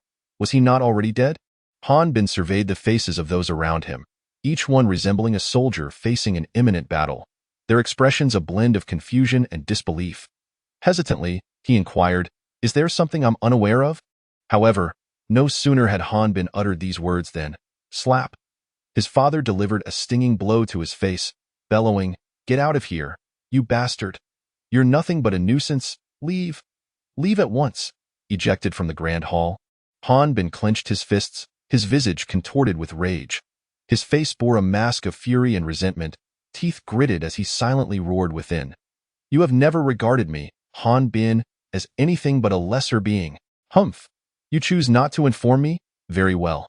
I hope you do not come to regret this." Chapter 70. Disciple Ma Weibang bows in gratitude to his master. In his heart, Han Bin had sown the seeds of vengeance. This animosity was not directed at Lin Tian, but rather at his own kin, the Han family. As for what Han Bin would ultimately do, at this moment, no one could foresee. Within the apartment rented by Lin Tian, Ma Weibang, drenched in sweat and with his eyes closed, fervently prayed for divine intervention when he suddenly heard Lin Tian's voice. All done. Wei Bang was momentarily taken aback. All done? Instinctively, he opened his eyes, incredulous to discover that the two fingers he had previously lost had astonishingly reappeared on his left hand. They were still enveloped in thick bandages, and he could not ascertain the condition beneath them. Nevertheless, he could now distinctly feel the presence of his fingers. This, Ma Weibing raised his left hand, his voice trembling. This is far too swift, I assent it. How can I feel nothing? It's all better? It was as if Lin Tian had completely overturned Ma Weibang's worldview. The speed at which his fingers were reattached was unfathomable. Moreover, he had not received any anesthetic. How could he feel no pain at all? This experience transcended his understanding of medicine. Yet, the evidence lay before him. In fact, he could even sense that, should he exert force now, those two fingers could perform subtle movements. Thud. Ma Weibang collapsed to his knees once more. Subsequently, he bowed deeply before Lin Tian, expressing his heartfelt gratitude. Thank you, divine Dr. Lin. Thank you so much. To be honest, when you mentioned treating me earlier, I momentarily felt a flicker of doubt towards you. With that, he raised his good hand and delivered a resounding slap to his own face. Gazing upon the countenance of Ma Weibang, Lin Mingming and Wen Shanshan exchanged peculiar glances in a hushed tone. Lin Mingming remarked, "What is the matter with this individual? Why is his reaction so intense?" My brother healed his hand, yet he continues to slap himself. Meanwhile, Wen Shanshan, with a hint of amusement in her eyes, responded with a chuckle, "Mingming, do you know who this Dr. Ma is?" Lin Mingming, bewildered, shook her head and replied, "I do not know." Wen Shanshan promptly continued, "This Dr. Ma, whose full name is Ma Weibang, is universally acknowledged as the foremost divine doctor of the entire southern realm. During his time at the One family, he witnessed the miraculous medical skills of my brother Lin, and he has since become an ardent admirer." Upon hearing Wen Shanshan's words, Lin Mingming's eyes widened in astonishment as she exclaimed, "My brother is the idol of the southern realm's greatest divine doctor. Does that mean my brother is even more extraordinary than the divine doctor himself?" Wen Shanshan affirmed with a smile. "Indeed," Lin Mingming exclaimed, "my brother is truly amazing." Unbeknownst to Lin Tian, he was oblivious to the starry-eyed admiration emanating from his sister. He extended his hand to assist Ma Weibang to his feet, saying, "Today, you have inadvertently aided me. Your injury arose due to my actions, and it is only natural for me to provide you with treatment. There is no need for such dramatics." However, as soon as Lin Tian finished speaking, thud, Ma Weibang unexpectedly knelt heavily once more, reverently bowing his head to the ground, and loudly implored, "Dr. Lin, please accept me as your disciple." Lin Tian was rendered speechless by this declaration. Just as he was about to refuse again, Wen Shanshan stepped forward and interjected, "Brother Lin Tian." "Yes? What is it?" Lin Tian inquired, turning curiously at the sound of his fiancée's voice. Wen Shanshan gazed at him with an unusual glimmer in her eyes, suggesting, "Brother Lin Tian, Dr. Ma is so sincere. Why not accept him as your disciple? By taking him under your wing, you would not lose face in the entire southern realm. Prominent families are constantly seeking ways to curry favor with and please Dr. Ma." Initially, Lin Tian was indifferent to the first part of Wen Shanshan's statement. However, upon hearing the latter part, his gaze subtly lifted, revealing a mixture of surprise and appreciation. What did Wen Shanshan's second statement imply? Prominent families in the southern realm. These key phrases resonated with him. Lin Tian understood that the individuals who had previously threatened the Lin family could not be limited to the few families he had currently investigated. There were undoubtedly other forces at play. During his decade-long absence from the southern realm, the dynamics of power had shifted, and there were individuals he was unfamiliar with. Yet, Ma Weibang was the foremost divine doctor of the southern realm. Offending any doctor would be a grave mistake for anyone among the elite. Establishing a good rapport with Ma Weibang could be advantageous. If one could leverage the connection with Ma Weibang, might it not unveil a fresh perspective on investigating the Lin family tragedy from a decade ago? His fiancée, Wen Shanshan, has indeed demonstrated remarkable capability in managing the Wensi group with utmost diligence, truly a testament to her talents. At this moment, Ma Weibang remained unaware of the thoughts swirling in Lin Tian and Wen Shanshan's minds. He simply listened to Wen Shanshan's voice, convinced that she was assisting him, and immediately echoed her sentiments. "Indeed. Lin Shini, I shall not bring you shame. I promise you that. Lin Tian, observing Ma Weibang kneeling on the ground with eager anticipation, gently smiled and slowly replied, Since Shanshan has spoken on your behalf, I shall accept you. Upon hearing Lin Tian's words, Ma Weibang emitted the most joyous exclamation of his life. Thank you, Lin Shini? No, wait. Thank you, Master. Thank you, Master. Overwhelmed with emotion, tears streamed down his face. He then turned to Wen Shanshan and expressed his gratitude. Thank you, Miss Wen, thank you. However, before he could finish, Wen Shanshan interjected, I am no longer a member of the Wen family. I apologize. For a moment, Ma Weibang was at a loss for how to address her. But soon, a light of realization dawned upon him, and he exclaimed, Thank you, Shermu. Of course, Wen Shanshan was indeed the fiancée of his master, thus making her his Shermu. Her face flushed slightly upon hearing Ma Weibang's words, and she shyly cast a glance at Lin Tian, lowering her head slightly. All right, Lin Tian interjected. Rise. Thank you, Master. Thank you, Master. Thank you, Master. Ma Weibang repeated his gratitude thrice, each time bowing deeply to the ground. Bowing to one's master is not a disgrace. After completing his gestures of respect, Ma Weibang finally stood up, tears of excitement glistening on his face as he gazed at Lin Tian and declared, Master, whatever you command, I shall attend to it immediately. Lin Tian pointed at Ma Weibang's left hand and instructed, First, return home and tend to your left hand. Once it is healed, we shall proceed with our next endeavors. But Ma Weibang appeared unusually exhilarated, seemingly reluctant to depart. However, Lin Tian furrowed his brow and remarked, What? Have you just sworn fealty and already refused to obey? The weight of Lin Tian's words was undeniable. Ma Weibang instantly stood at attention and proclaimed loudly, Master, I dare not. I shall return home this very moment. Ma Weibang carefully exited Lin Tian's residence. Once again, tranquility enveloped Lin Tian's home. Lin Tian gazed at his aunt, who lay peacefully on the bed, her breathing steady. Taking a deep breath, he turned to Lin Mingming and said, Go fetch the medicine I instructed you to prepare.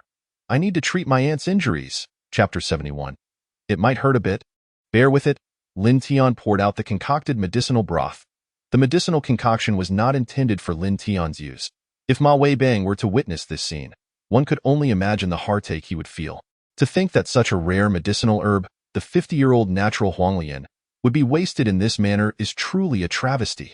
However, what Lin Tian required were the remnants and dregs of the medicine after boiling. These were to be applied to Shenlingxi's entire body for the treatment of her injuries. In the room, only Shenlingxi and Lin Tian were present. Initially, Lin Tian had planned to treat Shenlingxi's wounds while she was asleep, as the application of the medicinal paste necessitated the complete removal of her clothing.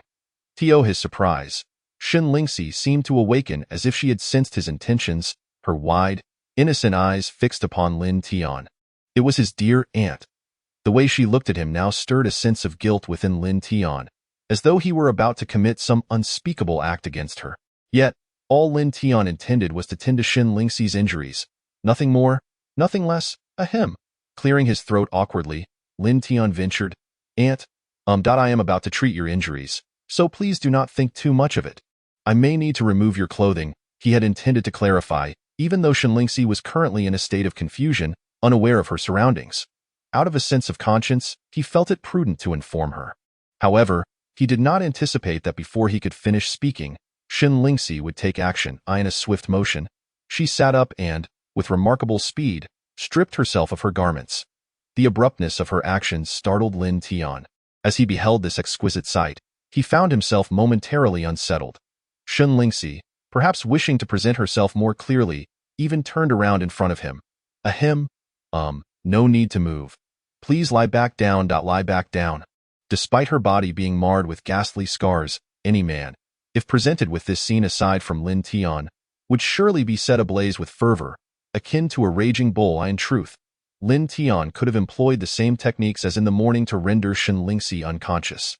However, such methods should not be indiscriminately applied to the same individual, for they could inflict irreversible damage upon the brain. Thus, Lin Tian had no choice but to proceed in this manner. Obediently, Shenlingxi lay back down on the bed. Lin Tian stood at the bedside, taking a deep breath to regain his composure. In the next moment, his gaze was fixed upon the jagged scars that adorned her body. though he had seen these scars numerous times before. They still ignited a fire of rage within him. After exhaling a breath of frustration, he spoke softly. You may feel a bit of pain shortly, but bear with it. It will pass quickly. All right, here I come." As he spoke, Lin Tian reached into the medicinal jar, collecting a portion of the medicinal mud. He then gently began to apply it evenly across Shun Lingxi's body, starting from the scar on her neck.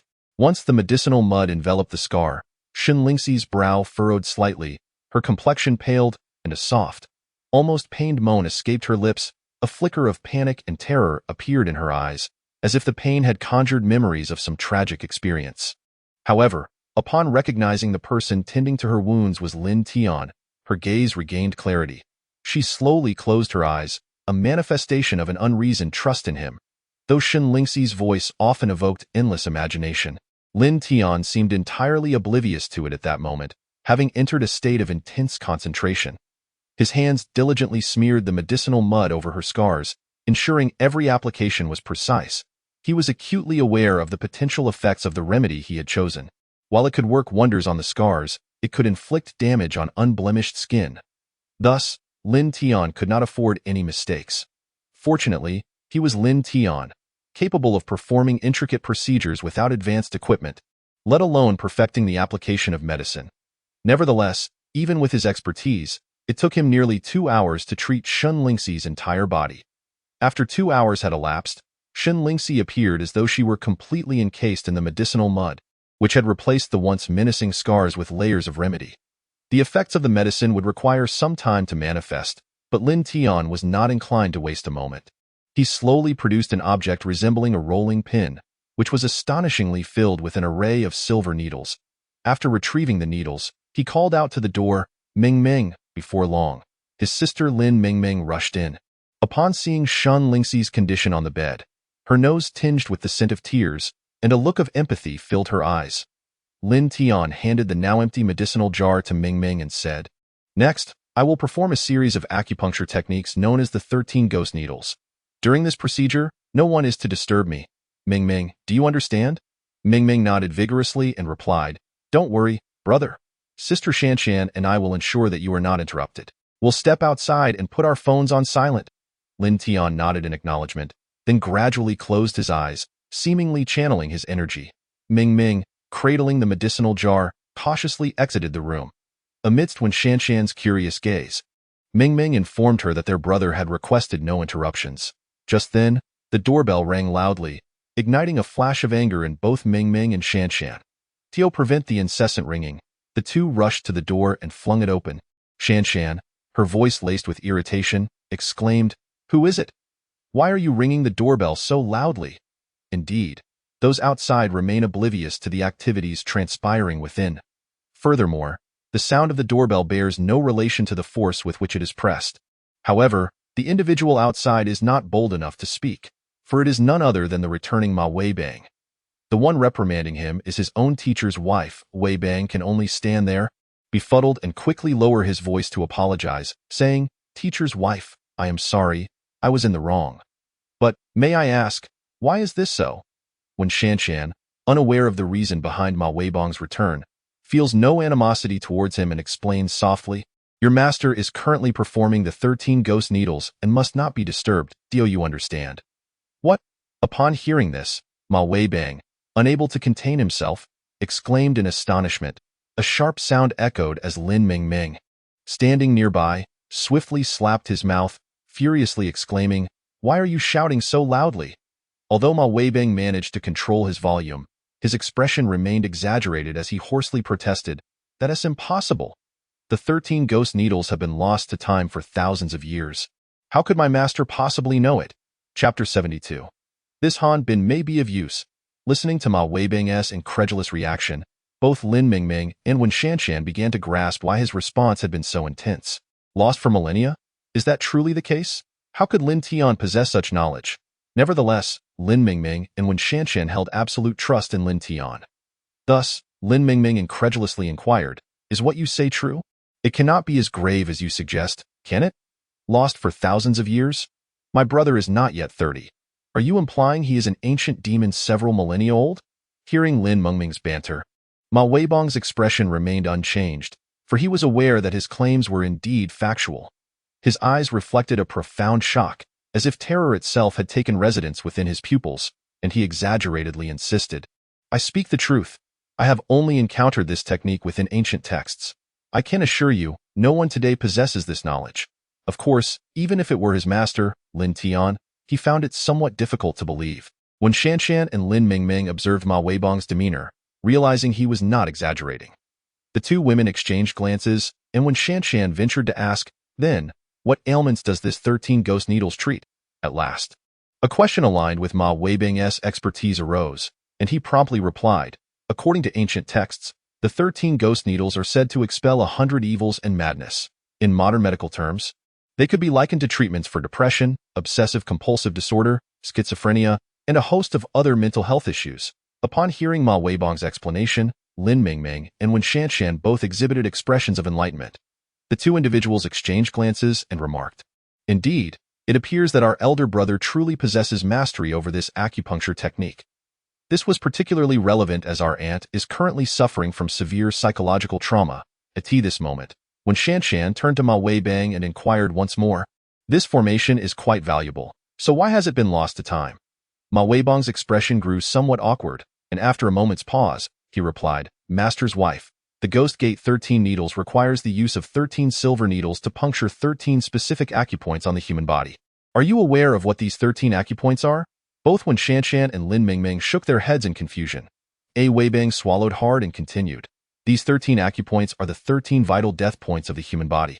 Any injury or sharp contact to even one of these points would result in instantaneous death." "What?"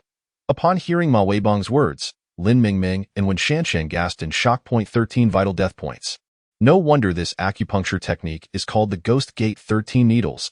These 13 acupoints represent the 13 gates of death. The two women were now enveloped in a palpable sense of dread. Ma Weibang, with a tone of resignation, added, "The Ghost Gate 13 needles must be executed with absolute precision. Any deviation could lead to the patient's immediate demise, which is also the reason for its obscurity." However, Ma Weibang slowly raised his bandaged left hand and remarked, "If Master truly knows this technique, I am confident that he can execute it flawlessly. Indeed, there is no one else in this world capable of performing the Ghost Gate 13 needles."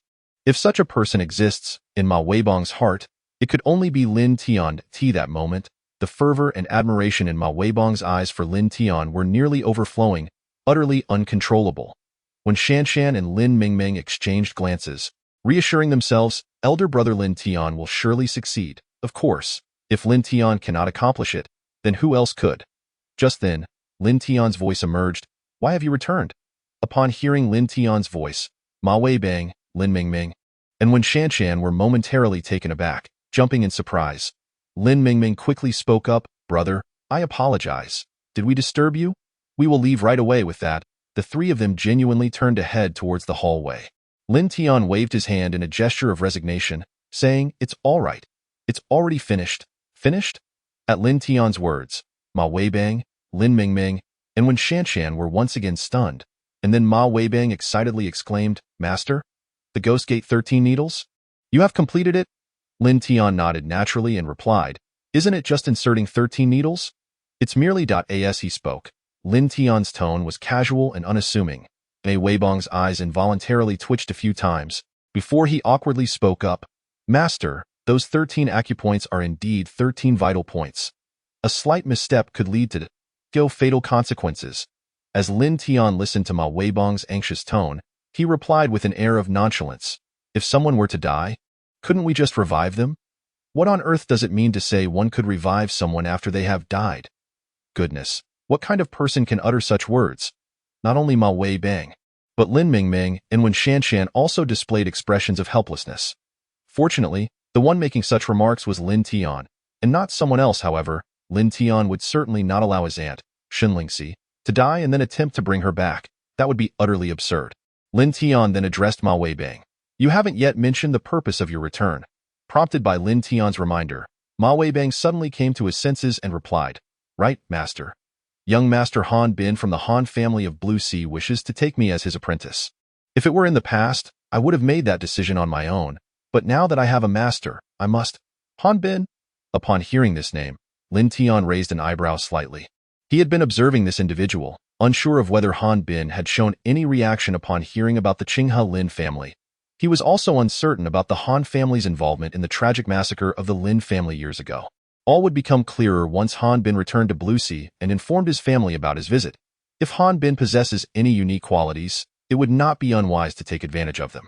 Lin Tian then remarked to Ma Weibang, "This five-lobed Huanglian was given to you by Han Bin, correct?" Huh? At the sound of Lin Tian's voice, Ma Weibang was momentarily taken aback, before suddenly kneeling on the ground and exclaiming loudly, "Master! I have sinned. I acknowledge my mistake. I concealed this matter from you, Master. I doubt enough." Lin Tian raised a hand. Observing Ma Weibang's excessive trepidation, he smiled and said, "Since you have accepted something from him, it is only right to act honorably. Wouldn't you agree?" Listening to Lin Tian's guidance, Ma Weibang promptly responded, "Master, I understand. All right, unless there is anything else, you may take your leave." "Certainly." With that, Ma Weibang departed once more. Just as he left, a voice called out from the bedroom, "Xiao Tian, are you there?" Upon hearing this voice, Lin Tian, Lin Mingming, and Wen Shanshan were momentarily startled, their faces lighting up with expressions of delight. The three of them immediately turned and raced into the bedroom. Inside, Shen Lingxi, still smeared with medicinal mud, stood on the floor, gazing curiously at her own appearance. However, Lin Tian, Lin Mingming, and Wen Shanshan all clearly observed that Shen Lingxi's pupils were no longer as dull and lifeless as they had been previously. Instead, they now sparkled with a lively brilliance, especially as emotions began to surface. "Aunt, how are you feeling?" Although Lin Tian was confident that his 13 ghost needles would indeed have an effect, seeing his aunt recover filled his heart with immense joy. Shen Lingxi looked up at Lin Tian, Lin Mingming, and Wen Shanshan, astonished as she exclaimed, "Xiao Tian, Mingming, Shanshan, what are you all doing here? And what is this on me?" Shen Lingxi recognized Lin Mingming and Wen Shanshan. How wonderful! Tears of excitement welled up in the eyes of both Wen Shanshan and Lin Mingming. "Aunt is back! Aunt is back!" Lin Tian also felt a surge of excitement in his heart as he said to Shen Lingxi, "Aunt, please take a shower first and wash off all this medicinal mud, then put on some clothes." Upon hearing Lin Tian's words, Shen Lingxi suddenly realized that she was completely unclothed. She gasped, her fair cheeks flushing a deep crimson. She then swiftly covered her face and dashed into the bathroom. Although Shen Lingxi felt an overwhelming sense of shyness, Lin Tian was filled with elation. The fact that his aunt's mind had returned to her was the best news he could hope for. Not long after, the sound of running water ceased. The next moment, with a splash, the bathroom doors swung open, and a still damp Shen Lingxi burst forth, her face a tableau of surprise and disbelief. "Xiao Tian, my wounds are all healed." As she spoke, tears of joy began to stream down her cheeks. It was evident that even when Shen Lingxi had been in a daze, she had been aware of what had transpired. She understood the grotesque scars that marred her body and recognized that Lin Tian had been tenderly caring for her. Though her condition had rendered her oblivious to the extent of her injuries, she was acutely aware of how unsightly and frightening they were. Now, to find that not a trace of scarring remained was enough to send her into a frenzy of exhilaration. Yet, amidst Shen Lingxi's excitement, Lin Tian found himself in a rather awkward predicament. He pressed his hand to his nose, slightly turned his head, and with a bashful expression stated, "Aunt, I know you are very happy right now, but could you please put on some clothes first?" Indeed, Shen Lingxi had dashed out of the bathroom in her entirety. Although Lin Tian had previously bathed Shen Lingxi, she now bore no scars whatsoever. Before him stood a flawless figure, and such a sight was undeniably overwhelming for a young man like Lin Tian. Upon hearing Lin Tian's words, Shen Lingxi suddenly came to her senses. Instinctively, she made a move to retreat back into the bathroom. However, upon observing Lin Tian's current predicament, Shen Lingxi found herself inexplicably seized by a peculiar thought. Blushing, she boldly addressed Lin Tian, saying, "What are you afraid of? I still remember when you personally bathed your dear aunt." "Ah?" Lin Tian gazed at his aunt in astonishment, while Shen Lingxi, with an air of nonchalance, turned and strode into the bathroom. Lin Mingming and Wen Shanshan exchanged glances, unable to suppress their laughter at Lin Tian's flushed face. Clearly delighted by the unexpected turn of events, it was evident that their aunt had truly returned to her spirited self. Yet, despite her vivacity, Shin Lingxi remained a demure young woman. Once inside the bathroom, she repeatedly patted her chest, fanning her heated cheeks with her hand, feeling quite bashful.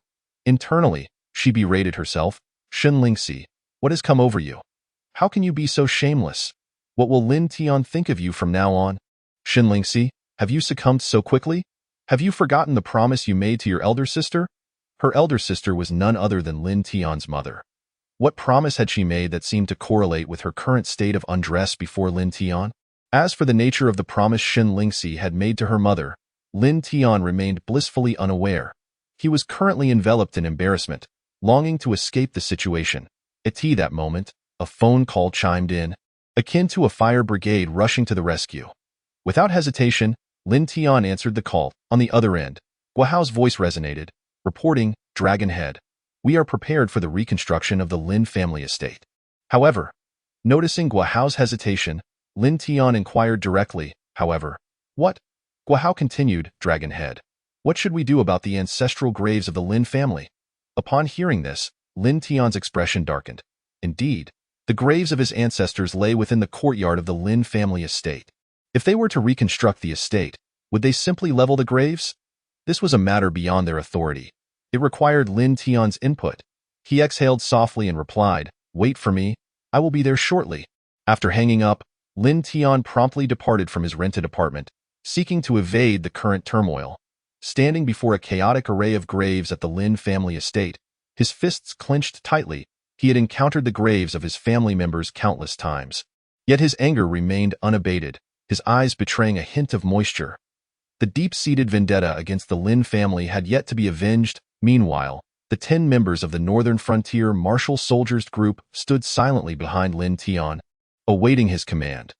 After a long pause, Lin Tian inhaled deeply, raising his hand as if to speak. Just then, his gaze flickered, and not only he, but also the Northern Frontier Martial Soldiers behind him, froze in place.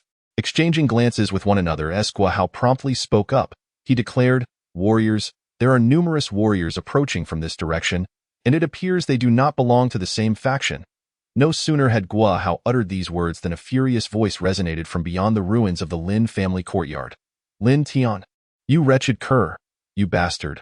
I know you are hiding inside. Come out. How dare you kill my father, my elder brother, and my nephew? Today, I will ensure your body is torn to shreds, just like those maggots from your Lin family back in the day. You shall become a wandering spirit, forever denied rebirth. Listening to the insults directed at their leader, anger flared in the eyes of Guahao and the others. Guahao directly inquired, Leader, shall we go out and slay them? With his back turned to them, Lin Tian stood with his hands clasped behind him, slowly shaking his head. Since their leader remained silent, they naturally could not make any move. Meanwhile, the voices outside grew increasingly violent. Damn it. Not coming out, are you? If you refuse to emerge, I shall take my men inside and flatten every single grave of your Lin family. Charge. Chapter 74 Luo Han. Grandfather, I was wrong. A cacophony echoed. The high wall surrounding the Lin family ruins suddenly collapsed with a resounding crash. A fearsome, muscular man, accompanied by dozens of aggressive men, charged in. They were met with the sight of 11 backs. Almost instinctively, they halted in their tracks. The burly figure at the forefront, clad in black, was none other than Luo Han, the second son of the Luo family. At this moment, Luo Han had somehow gathered dozens of martial artists, including at least 10 yellow-level warriors. It must be noted that within the entire Luo family, aside from Luo Han, there were only 6 yellow-level warriors, including the family head, Luo Jinyu. Luo Han himself was already a peak yellow-level warrior, and in such a short time, he had summoned so many formidable fighters from an unknown source. In a wonder, he often absented himself from Qing. Seemed he had aligned himself with a powerful force, amassing companions of such caliber. Amidst the ruins of the Lin family, the outer gate and walls were slated for reconstruction.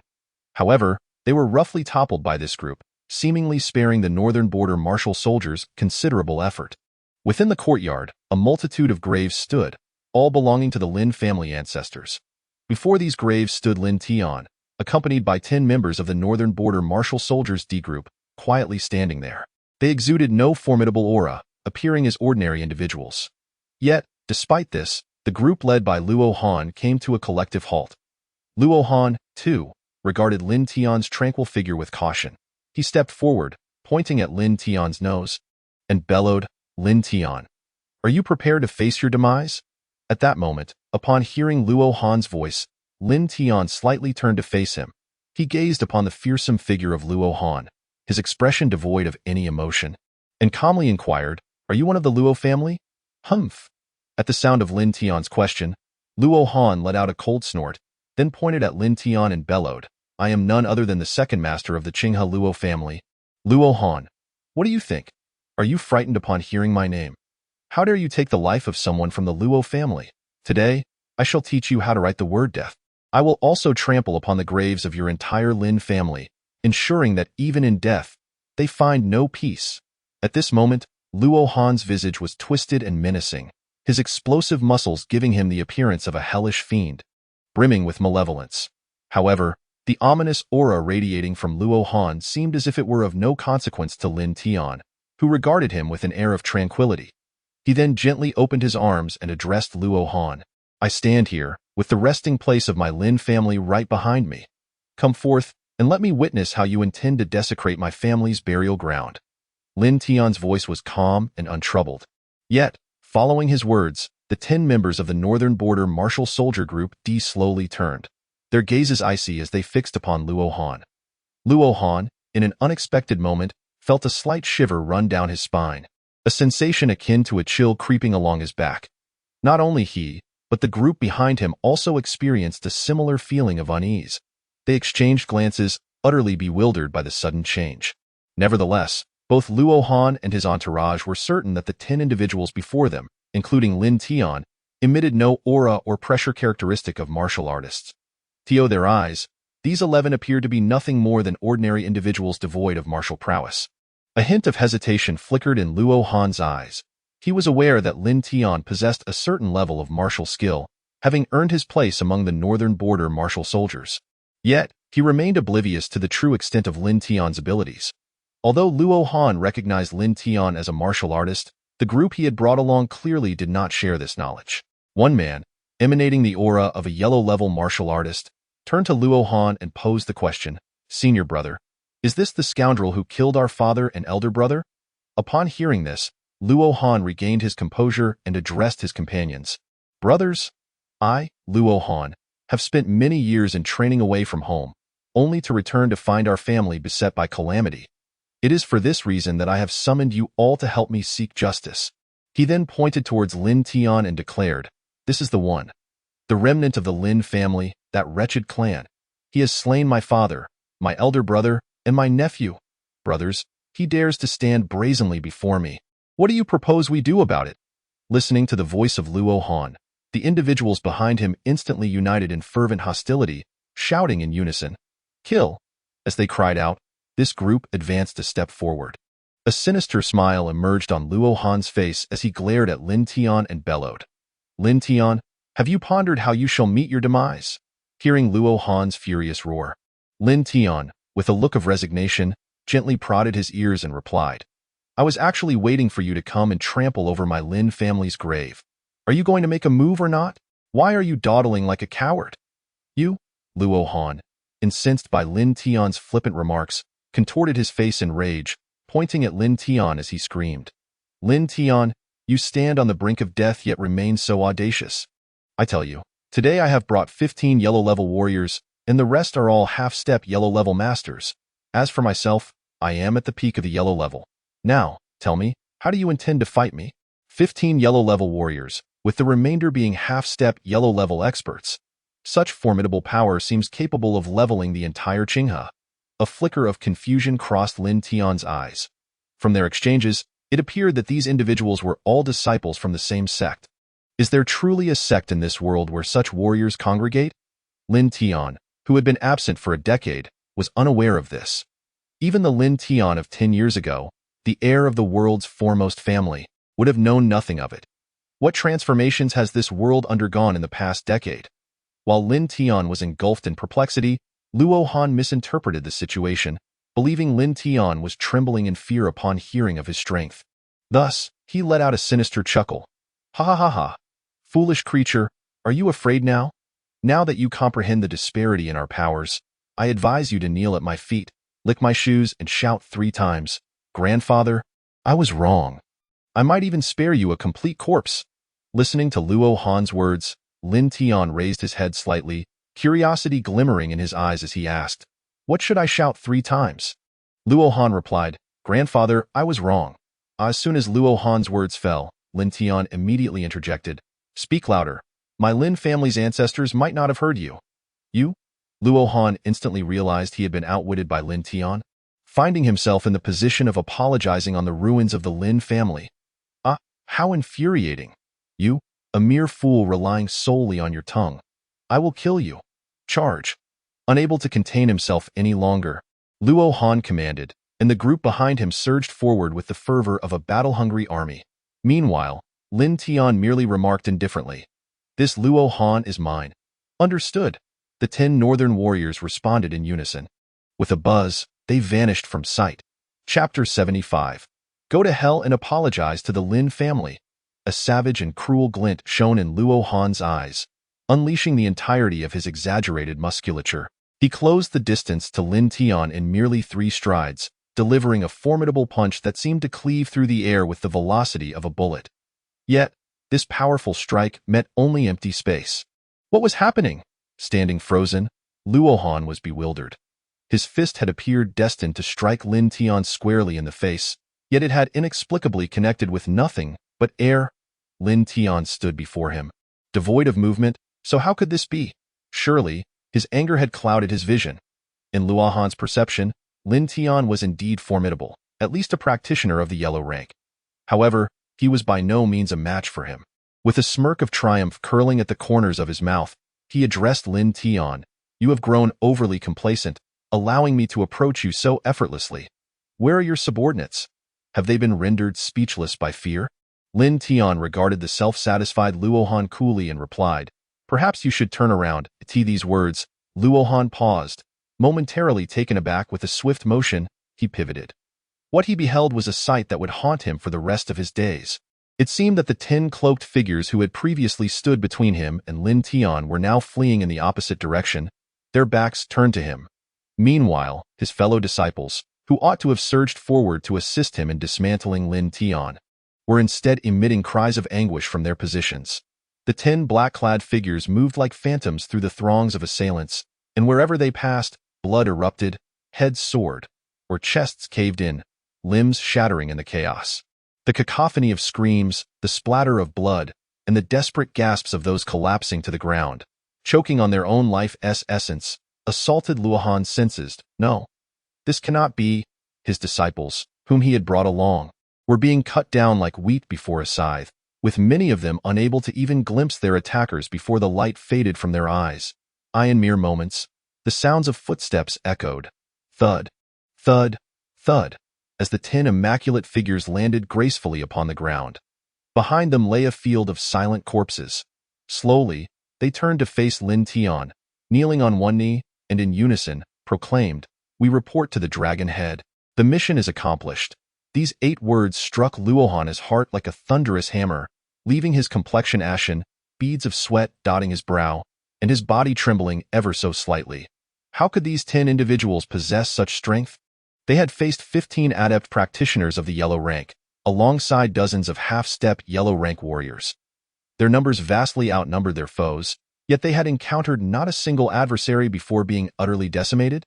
He is a peak-level martial artist of the yellow rank, possessing formidable strength, and among the group he brought, none could stand as his adversaries. However, it is absolutely inconceivable for him to effortlessly eliminate so many opponents in such a brief span of time. Even facing 10 would overwhelm him. Who are they? What kind of terrifying power do they wield? Why are they all subordinates of Lin Tian? Ahem. At that moment, Lin Tian coughed softly. Luo Han felt as though his very spine was attempting to flee from his back. In an instant, he turned around. Thud! With a sound that echoed. It was unclear whether it was due to his trembling legs or the profound fear within, but he collapsed heavily to his knees. Lin Tian gazed at the burly man before him, who, despite possessing the coveted peak-level yellow rank strength, was now kneeling at his feet. His expression turned somewhat peculiar as he remarked, "Oh, why have you knelt down?" Who was it that threatened to dismember me and trample upon the Lin family grave? The words Lin Tian spoke were those previously uttered by Luo Han in his threats. Hearing his own past declarations now sounded so jarring to him. As he beheld Lin Tian's calm demeanor, it was as if he were staring into the eyes of the judge of the underworld, and the terror from deep within was utterly uncontrollable. Thud! In a shocking turn, Luo Han prostrated himself before Lin Tian and exclaimed, "Grandfather, I was wrong." What a sight to behold, Luo Han. One can only wonder what expressions would cross the faces of Luo Jinyu or Luo Zhong if they were to witness their kin in such a state before Lin Tian from the netherworld. Lin Tian slightly bent down, peering at Luo Han as he said, "Did you not claim that I killed your father and your elder brother? Is it fitting for you to kneel before the one who avenged your father and brother?" Upon hearing Lin Tian's words, Luo Han trembled violently, then gritted his teeth as he replied, "Back then, they conspired with several prominent families to annihilate the entire Lin clan. They brought this upon themselves. Well now, Luo Han, you truly live up to your name, so now you acknowledge that your family was responsible for the destruction of the Lin clan? Yet you still assert that your father and brother deserve their fate?" Lin Tian mused that perhaps upon hearing Luo Han's statement, Luo Jinyu and Luo Zhong might very well rise from their coffins in indignation. Lin Tian cast a contemptuous glance at the kneeling Luo Han and inquired, "Tell me, who were the ones that eradicated my Lin family, apart from the Luo family, the Zhang family, the Feng family, and the Chen family? Whose orders did your father, Luo Jinyu, follow?" Indeed, Lin Tian sought to glean any intelligence regarding the enemies of the Lin family from Luo Han. In a flustered manner, Luo Han hurriedly responded, "Aside from these families, I only know that the Han family from Blue Sea was involved, for I witnessed their patriarch." Lin Tian raised an eyebrow slightly. It seemed that the Han family was indeed entangled in the events of that time. Yet, what was with Han Bin's peculiar reaction? Lin Tian was filled with curiosity as the Rohan continued his relentless howls. "Everything was orchestrated by my father and my elder brother. They are fully aware of the situation. It was they who instigated the assault on the Lin family, so their demise is well deserved." What a character this Rohan was in Lin Tian's eyes, despite possessing considerable strength. He was still inferior to Luo Zhong's son, Luo Yonggang. Lin Tian chuckled softly and inquired once more, "Have you not laid a hand on my Lin family?" "I die." The Rohan suddenly became tongue-tied, his demeanor reflecting utter panic. He then struck his head in a moment of realization, exclaiming loudly, "Grandfather, I was wrong." This marked the third time the Rohan had uttered those words. The first time had been extracted under duress, yet the latter two were entirely sincere. As Lin Tian gazed at the Rohan before him, the fury that had simmered within him was no longer containable. The flame of rage had persisted until this moment. After all, this Rohan was also one of the Lin family's enemies. However, rather than retaliating against the Rohan directly, he bellowed, "Your voice is too soft. My ancestors of the Lin family could not hear you." This was the second time Lin Tian had made such a proclamation, yet the effect this time was markedly different. The Rohan immediately lifted his head, seemingly intent on shouting at the top of his lungs once more, "Grandfather, I was wrong." This time, his voice was indeed louder, yet Lin Tian merely shook his head and continued, "It's still too soft. I believe you should personally go down and apologize to them." With a decisive motion, Lin Tian raised his hand, and the Rohan's face paled in sudden horror as he exclaimed, "You cannot kill me. I am a member of the Haoki Alliance." What was the Haoki Alliance? Lin Tian had never heard of it, nor did he care. In an instant, the Rohan's head erupted into a mist of blood upon contact with Lin Tian's shoulder. However, after dispatching the Rohan, Lin Tian lifted his gaze and shouted, "Having watched this spectacle for so long, how much longer do you intend to hide?" Chapter 76. The return of the hired warriors. Having observed this performance for such an extended period, how much longer do you intend to remain concealed?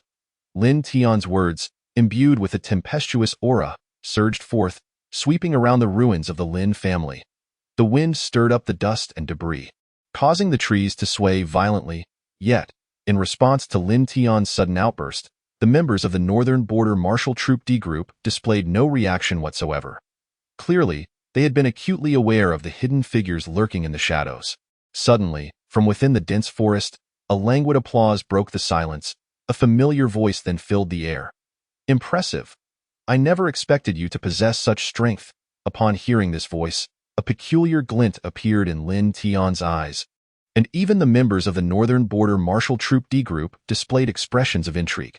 Shortly thereafter, they beheld Along from the Blade Alliance, emerging from the thicket while clapping his hands. Behind him stood dozens of individuals, their faces obscured by masks, rendering their gender indistinguishable, yet each exuded an air of fierce intimidation. At the forefront of this assembly was Along, clapping his hands and making strange gestures with his eyes towards Lin Tian, while proclaiming loudly, "Lin Tian, you truly live up to being the heir of the world's foremost family from years past. Who would have thought that even the formidable strength of Luo Han could not withstand a single blow before you? I am in awe, truly in awe." To those behind him, Along's words sounded like mockery. However, the essence of his message conveyed genuine admiration and reverence for Lin Tian, emerging from the depths of his heart. Listening to Along's remarks, the members of the Northern Border Martial Soldiers Group D could hardly suppress their smiles. They not only perceived but also understood that Along was merely putting on an act. It was evident that his intention to confront Lin Tian today was not his own, but rather a directive from Lu Yidao, the leader of the Blade Alliance. Furthermore, the individuals trailing behind Along were clearly not his trusted confidants. Lin Tian was fully aware of this as well. He bore no concern that Along's previous feigned allegiance was merely a facade, nor did he fret about a potential betrayal upon returning to the Blade Alliance. He had a keen sense of character, and in the face of substantial interests, Along would never turn against him. For instance, the choice between being the personal bodyguard of the Blade Alliance leader or becoming the new leader with the goodwill of the Northern Border Martial Soldiers was an unequivocally simple decision for anyone. In this moment, Lin Tian deliberately addressed Along. "Oh, what's this? Are the people of the Blade Alliance still unwilling to give up?" Along, fully aware of Lin Tian's inquiry, remained positioned directly in front of the group he had brought, his back turned to them, and wore a facade of respect. Yet his words conveyed a nonchalant attitude. "You have wronged our Blade Alliance by incapacitating our young master. We shall not let this matter rest."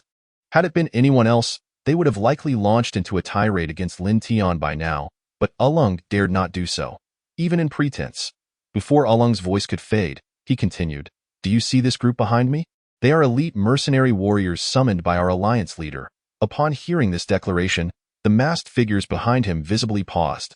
Subsequently, one of the black-clad individuals directly whispered to Along, "Our identities must remain concealed." Along heard the remark but appeared wholly unconcerned, continuing, "Our leader, Lu Yidao, employed his unique and potent methods to procure their assistance. Lin Tian, are you prepared to face reality? Had this been a previous occasion, Along would have bluntly asked, "Are you ready to meet your demise?" Yet, the principle remained. He dared not. Listening to Along's words, the black-clad individuals behind him furrowed their brows, a flicker of hesitation evident in their eyes. Sensing that something was amiss, yet they could not pinpoint the discord. Upon hearing Along's words, Lin Tian raised his brow slightly. "Hiring warriors." These 4 words resonated with Lin Tian a decade ago, during the Battle of Tiandu. It was not only Lin Tian who had heard of this. The 10 Northern Border warriors behind him were equally familiar with it. Although the so-called coalition of 30 nations boasted an army of hundreds of millions besieging Tiandu, the most formidable and principal forces were indeed composed of hired warriors. The Northern Border warriors had set out for Tiandu specifically to confront these mercenaries. At that time, the number of hired warriors vastly outnumbered the Northern Border troops by 100-fold, even 1,000-fold. That battle was exceedingly arduous. Nevertheless, the Northern Border warriors managed to annihilate the enemy without suffering a single casualty. The hired warriors of that era were far more powerful than the group of individuals Along now commanded. The latter consisted mostly of intermediate-level yellow-tier warriors, who, to be frank, would hardly warrant the attention of the Northern Border troops. However, a decade ago, both the Northern Border warriors and Lin Tian believed that all hired warriors had perished. Little did they expect the emergence of new mercenaries. This revelation was indeed surprising to Lin Tian and the Northern Border warriors. Yet, Lin Tian harbored another perspective regarding hired warriors. Upon learning that the Battle of Tiandu was intertwined with the plot to annihilate the Lin family, he surmised that these hired warriors might be inextricably linked to the conspiracy. Along was undoubtedly aware that the individuals he brought were no match for Lin Tian and the Northern Border warriors. Otherwise, he would not have approached so brazenly without prior notice. At this point, Along ceased his prattle, for there was little left to say. He simply waved his hand and bellowed, "Charge! Whoever can claim Lin Tian's head shall receive the highest bounty." As he spoke, his gaze towards Lin Tian was unexpectedly filled with remorse and grievance, as if to convey, "Dragon Head, please forgive me." Meanwhile, the dozens of hired warriors behind him sensed something amiss, yet, driven by the allure of the bounty, they pressed onward. Their collective aura surged forth. It was at this moment that the heavens echoed with a long, resounding laughter. "Ha ha ha ha, Lin Tian, I never imagined you had so many enemies. You truly deserve to die." With this proclamation, a throng of thousands emerged from the dense forest. Clad in identical uniforms, the leader among them wore attire that Lin Tian recognized. Wasn't this the uniform of that commander from the Jiannan army, Qinghe War Zone, whom he had once slain? Although Lin Tian struggled to recall the individual's name, he noted that the figure seemed to lack a bar on the shoulder. The thousands of warriors exuded an air of disciplined ferocity. Had they not experienced the battlefield, such a presence would be utterly unattainable. At that moment, the leader, gazing intently at the frowning along, called out, "Brothers of the Blade Alliance, have you come to slay that scoundrel Lin Tian as well?" Lin Tian, that despicable scoundrel, possesses formidable strength, yet he resorted to vile tactics to slay our commander Lu Tianyu. "Oh, their commander is indeed named Lu Tianyu." Lin Tian even patted his forehead, illustrating how desperately he racked his brain to recall who this person was. The voice of this individual had yet to fade. "To prevent any unforeseen circumstances, I implore all of you to collaborate with our Jiannan army. Today, we shall undoubtedly rend this wretched dog of a man into pieces." Chapter 77. What if we don't act and he escapes? Listening to the words of the man clad in the Jiannan army's uniform, a flicker of anxiety crossed Along's eyes. He was acutely aware of the formidable stature that the Jiannan army held. Why would the dragon head of the northern border's martial soldiers find himself entangled with the Jiannan army? Along then spoke up.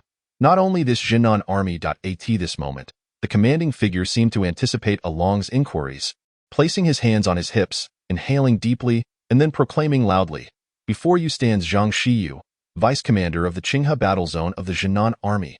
Zhang Shiyu? Upon hearing this name, Lin Tian's brows lifted slightly.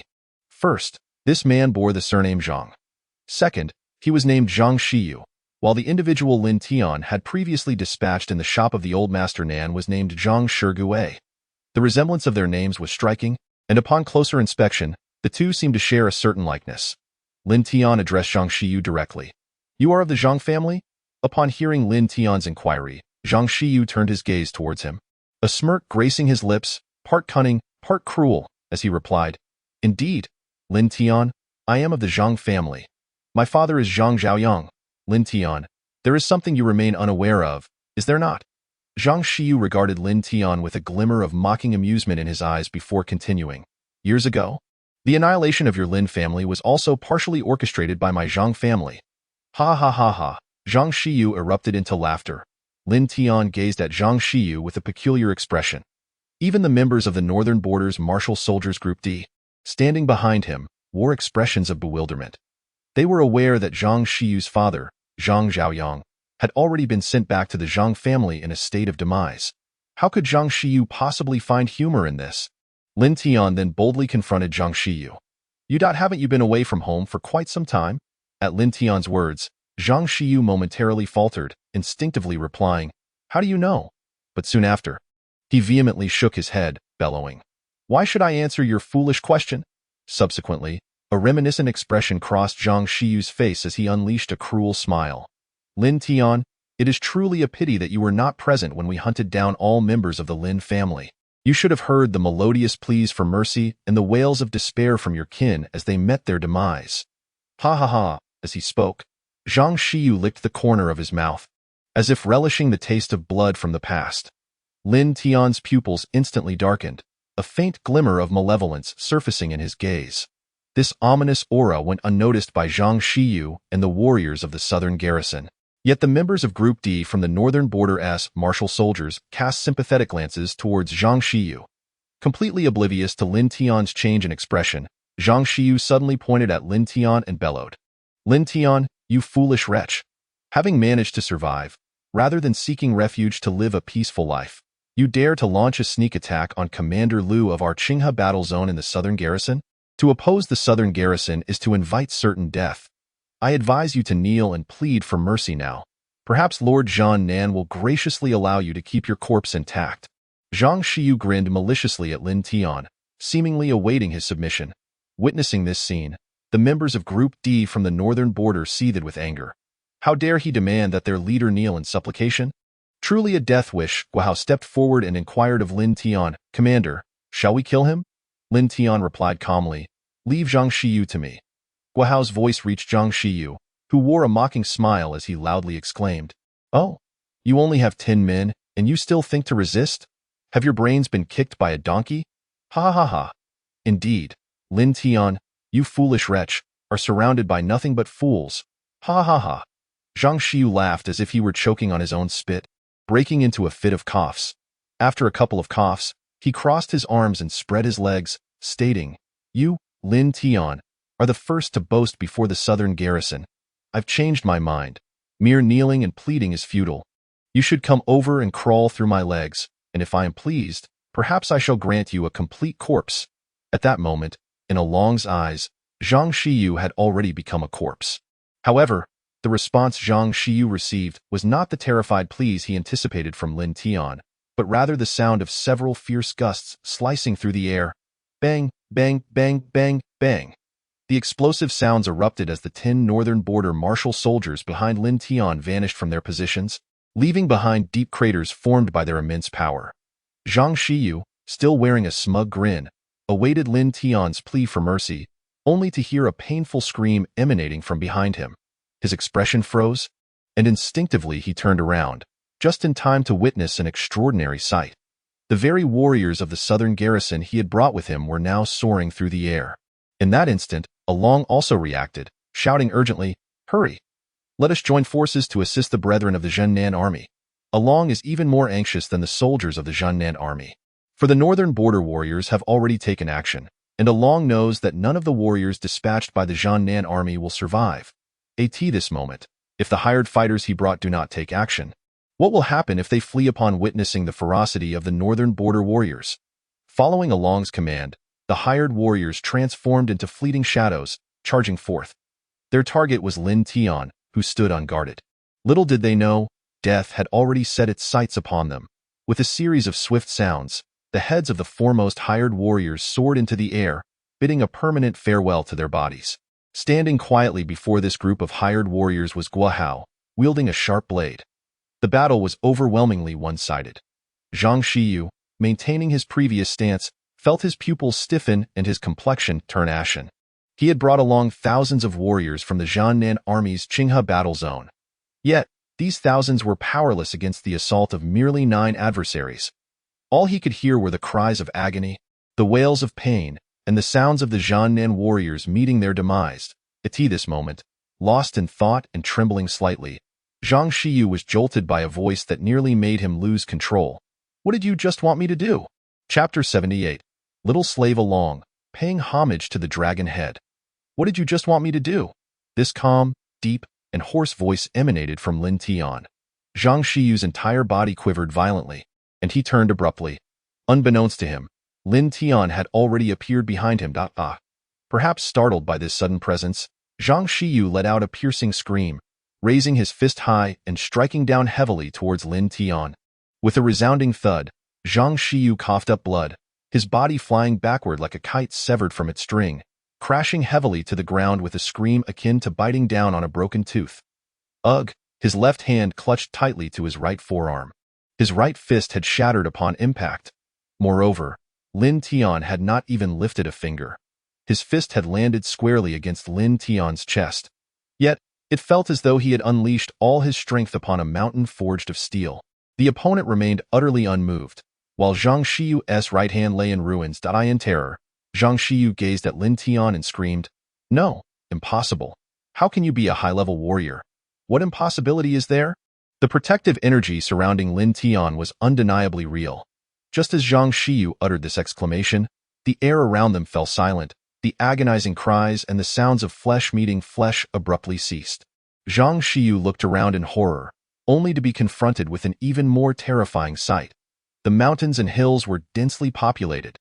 The ground was strewn with the lifeless bodies of the warriors of the Southern Town Army. Alongside the mercenaries brought by along the air was thick with a pungent scent of blood. Even someone as battle-hardened as Zhang Xiyu felt his stomach churn with nausea in the midst of this grim scene. Apart from Lin Tian and his 10 subordinates, only Along remained standing, unwavering. Zhang Xiyu gazed at Along, perceiving a glimmer of hope. He failed to notice that Along had not engaged in the fray. Instead, he believed that Along had survived amidst the onslaught of formidable warriors and was able to stand his ground, a testament to the undeniable strength of their opponent. With renewed determination, Zhang Xiyu abruptly turned, clenching his jaw as he glared fiercely at Lin Tian, roaring, "Lin Tian, do you have any idea who you have slain? These are warriors of the Southern Town Army. What purpose does it serve to utter such meaningless words now?" Zhang Xiyu was resolute in his belief that his threats held weight, and he continued with fervor. "You have annihilated the entire Southern Town Army of the Qinghe War Zone. When Lord Southern King learns of this, he will surely be furious. He will undoubtedly dispatch 1,000,000 Southern Town soldiers to hunt you down to the ends of the earth, ensuring you never find peace in this life or the next. Cherish your remaining moments." With that proclamation, a sudden burst of energy propelled Zhang Xiyu into the air. Soaring towards Along, his intent was to instill fear in Lin Tian, hoping to distract him so he could escape. Yet, astonishingly, his flight path led him directly toward Along. Zhang Xiyu, clutching his wounded right hand, urgently called out to Along, "Brother of the Blade Alliance, save me. Take me with you." Along watched as Zhang Xiyu hurtled towards him and merely curled his lip in disdain. He then raised his right foot. Zhang Xiyu, caught in his rapid advance, had no time to evade. With a resounding thud, he collided squarely with Along's foot. In terms of martial prowess, Along appeared to surpass Zhang Xiyu. Especially given Zhang's current state of injury, how could he possibly withstand such an impact? With a cough, blood erupted from Zhang Xiyu's mouth and nose, sending him crashing back to the spot where he had previously fallen.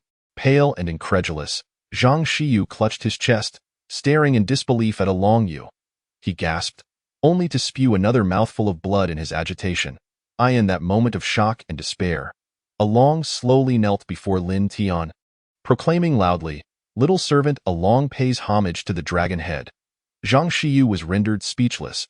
Wasn't Along a member of the Blade Alliance? The leader of the Blade Alliance had even gone so far as to hire mercenaries to hunt down Lin Tian. Why, then, was he kneeling in submission before Lin Tian? Fortunately, the mercenaries had long since perished. Had they witnessed this scene, would they not have turned into vengeful spirits? Regardless, Zhang Xiyu's mind was now a blank canvas. A soft thud echoed in the air, causing Zhang Xiyu's pupils to tremble slightly. Another thud. This was the heavy, deliberate footfalls of Lin Tian. Zhang Xiyu could see him advancing slowly, step by step, towards him. The third tone resounded like the mournful toll of a death knell, drawing ever closer to Zhang Xiyu. At last, spurred by fear, this Zhang Xiyu emitted a piercing cry once more. "You cannot kill me, Lin Tian. I am not merely the deputy commander of the Southern Town Army. I am also a member of the Zhang family. My father is a Huang-level martial artist, and there are 3 more Huang-level martial artists in my household. If you kill me, the Southern Town Army will not spare you, nor will my father." At this critical juncture, how audacious of Zhang Xiyu to still threaten Lin Tian. Moreover, he dared to invoke the name of his deceased father as a means of intimidation. Lin Tian, exhibiting a surprising benevolence, addressed Zhang Xiyu. "Would you care to make a phone call home and inquire?" Zhang Xiyu, initially contorted in rage, was taken aback by Lin Tian's unexpected remark. A sense of foreboding welled up within him as he gazed at Lin Tian, prompting him to hastily retrieve his mobile phone with his left hand and dial a number. The first call went unanswered, intensifying his sense of dread. On the second attempt, it was only in the final seconds that the other end was answered in a frenzy. Zhang Xiyu bellowed, "What the hell are you doing? Why didn't you answer the phone?" From the other end, a man's voice, laced with sobs, cried out, "Young master, the master is dead. Second master is also dead. They were all killed by Lin Tian, all killed by Lin Tian." What? Zhang Xiyu's pupils quivered violently as the realization dawned upon him. He finally understood the meaning behind Lin Tian's gaze and why Lin Tian had urged him to call home. It turned out that the leverage he thought he had to threaten Lin Tian had been entirely neutralized by him. His father lay dead, his brother too, both slain by Lin Tian. Zhang Xiyu let out a furious roar. his eyes blazing with rage as he bellowed at Lin Tian. "You bastard! Why did you kill my father and my brother?" "Why?" Lin Tian replied, his expression unperturbed as he posed a counter-question. "Then why did your Zhang family seek the demise of my Lin family members all those years ago?" Zhang Shiyu's voice, now bordering on hysteria, retorted. "Because they deserve to die. How dare you, a lowly scum of the Lin family, presume to stand alongside us, the Zhang family? You bastard Lin Tian, no matter how strong your martial prowess, you are still a piece of trash. You cannot kill me today. It is you who will die." As he uttered these words, with a swift motion, Zhang Shiyu drew a peculiar handgun from within his garments. This handgun bore an unusual appearance, starkly contrasting with the conventional ones typically seen. The muzzle, which should have been of standard thickness, had transformed into a shape reminiscent of a trumpet, akin to some bizarre toy gun. Furthermore, the magazine had also altered in form, seemingly encased in a transparent glass-like material, within which azure currents flickered incessantly. To speak candidly, this object was unfamiliar to Lin Tian, and the warriors of the Northern Territory had not encountered it either. However, Along, kneeling on the ground, exclaimed in alarm, "Not good, Dragonhead, be careful. This is the electromagnetic gun specifically developed by the Monitoring Bureau to counteract those who conceal their abilities." The term Monitoring Bureau was indeed something Lin Tian had heard of. It had emerged when martial artists began to proliferate in this world. After all, ordinary laws and law enforcement agencies were incapable of effectively managing martial artists. These practitioners, being extraordinary, necessitated the governance of extraordinary means. Thus, the Monitoring Bureau was born, signifying that it must inevitably hold dominion over the martial artists. Consequently, a myriad of peculiar weapons designed specifically to combat martial artists came into existence. The electromagnetic gun was one such creation. Lin Tian turned to Along in the distance and inquired, "What exactly is an electromagnetic gun?" "Ha ha ha ha."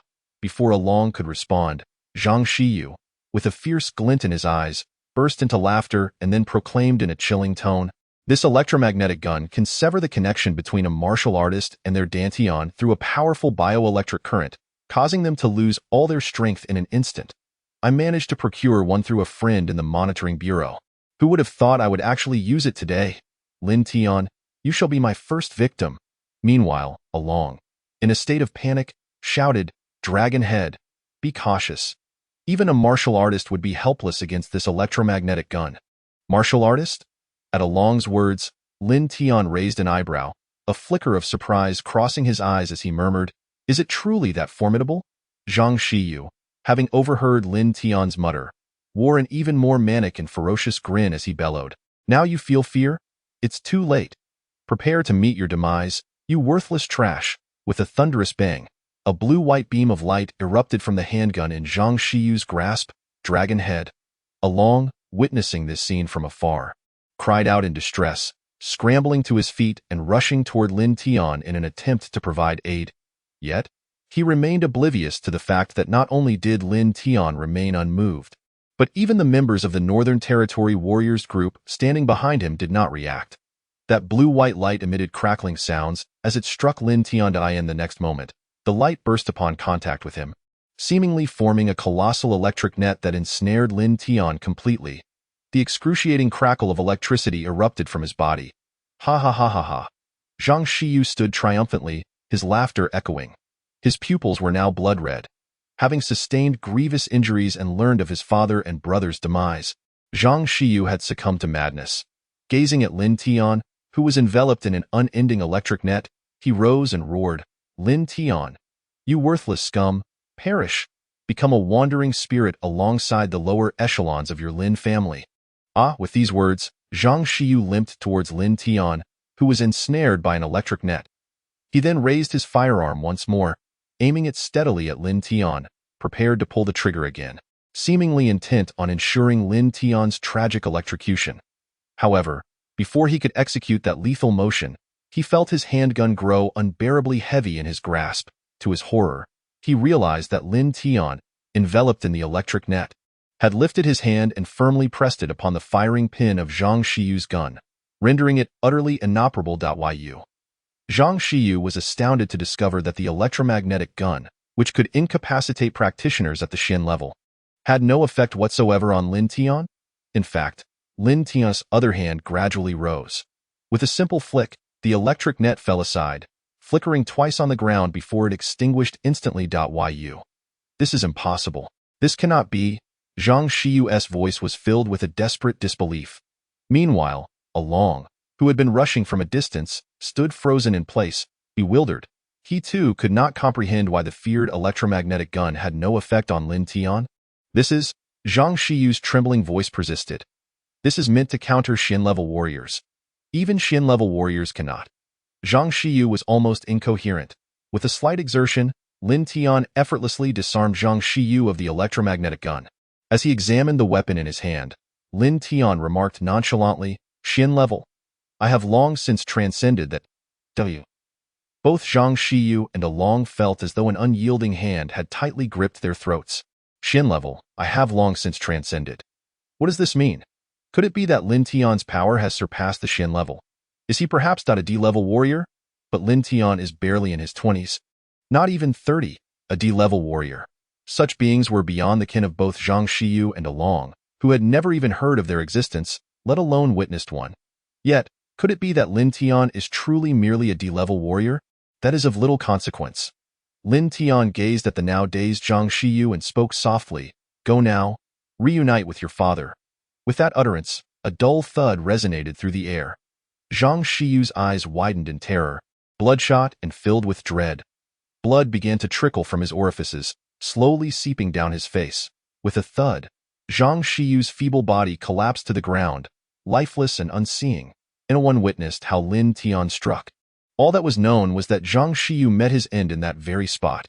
Even though Along had not clearly seen Lin Tian's actions, he found it less perplexing now. In his perception, Lin Tian had ascended to a realm far above his own. A D-level warrior, thud, with a sound. Along's form also crumpled to the ground, his complexion pale and trembling slightly. At this moment, his heart was awash with trepidation. Even though he was currently under someone else's command, he could not quell the fear that gripped his heart. After all, the other party was a martial artist of the Earth grade. A legendary being. Meanwhile, Lin Tian was not focused on Along. Instead, he was gazing down at the electromagnetic gun in his hand, lost in contemplation. This device seemed to be something that an ordinary person could operate. If an ordinary person possessed such a weapon, could they stand a chance against a martial artist of the profound grade?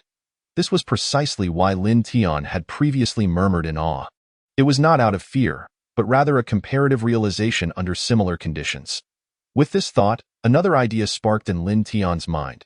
If Ming Ming, Shan Shan, and his aunt could have such a weapon, then they would have a certain level of protection when he was not around. Chapter 80. Her life, my aunt will personally collect. After this thought crossed his mind, Lin Tian turned to Along and directly inquired, Along, do you know how many of these weapons the Martial Supervision Bureau has in its arsenal? At that moment, Along knelt on the ground, trembling with anxiety, filled with an overwhelming sense of dread towards Lin Tian. Upon hearing Lin Tian's voice, he could not afford to be negligent and immediately stammered, reporting to the Dragon Head. Due to the immense power of this weapon, and the considerable time, effort, and resources required for its development, the Martial Supervision Bureau has not equipped itself with many. It appears that only those with significant authority possess them. Along's voice quavered so much that one might mistakenly believe he was shivering from the cold. Lin Tian's gaze darkened slightly. Indeed, Along's words held a kernel of truth. The notion that an ordinary person could wield the capability to confront a martial artist of the profound grade was almost unbelievable. Moreover, the development of such weaponry was undeniably challenging. If it were so simple to proliferate, martial artists would ultimately become obsolete in this world. Given that the Martial Supervision Bureau possessed only a limited quantity, Lin Tian turned and handed the electromagnetic gun to Guahao, instructing, find someone to deliver this to the northern border and hand it over to the research team. Let them devise a way to replicate this device swiftly. Yes, your subordinate will obey. Upon receiving the order, Guahao vanished in an instant, evidently on a mission. Meanwhile, Lin Tian noticed Along's incessant trembling and inquired, What is the matter with you? Are you cold? Or are you injured? Ah? And no. Not. Along stuttered, his body quaking, his face pale, as he kept his gaze lowered, completely unable to meet Lin Tian's eyes. Observing Along's demeanor and glancing at the extinguished electric grid in the distance, Lin Tian seemed to comprehend something. A smile crept across his face as he remarked, "Are you afraid?" Upon hearing these 3 words from Lin Tian, Along felt as if he might lose control of himself, lowering his head in silence, too terrified to utter a word. The smile in Lin Tian's eyes became increasingly pronounced, and he subsequently remarked, "Rest assured, are you not under my command now? Do not be afraid. It is others who should truly be fearful." Why does Lin Tian's tone when uttering these words evoke the sensation of soothing a child? Although his words seemed nonchalant, in reality, Along understood that the crux lay in the phrase, "Are you not under my command now?" This statement was a clear admonition for him to be unwaveringly loyal to Lin Tian. Only by being steadfastly loyal could they consider themselves one of their own. Any slight deviation from Lin Tian's directives could spell immediate doom. This emanated from the chilling pressure of a tiered martial artist. Along forcefully slammed his head onto the ground, performing a deep bow and exclaiming loudly, "I, Along, shall forever be a servant to the Dragon Lord." It appeared that this resounding pledge calmed Along's tremors, as if the very act of uttering it brought him solace. Observing Along prostrated before him, Lin Tian, in a calm tone, inquired, "How have you progressed with the tasks I assigned you?" Along, not daring to neglect his duties, promptly replied, "Reporting to the Dragon Lord, my investigation has yielded progress. I have discovered that the intelligence network of the Blade Alliance's leader, Lu Yidao, was not self-established. He, too, must rely on his identity or special means to connect with another organization dedicated to intelligence gathering, from which he procures information." "Oh?" Lin Tian raised an eyebrow, fixing his gaze on Along once more. "Do you know how to contact this organization?"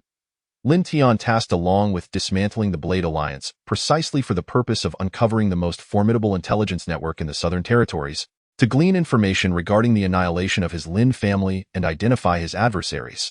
Now that it was revealed that the intelligence network did not belong to the Blade Alliance, but rather to another organization, could Lin Tian then forego the Blade Alliance and directly reach out to this organization? Upon hearing Lin Tian's inquiry, Along became anxious, speaking cautiously, "I beg your pardon, Dragon Lord. It is my inadequacy. I have yet to ascertain the details.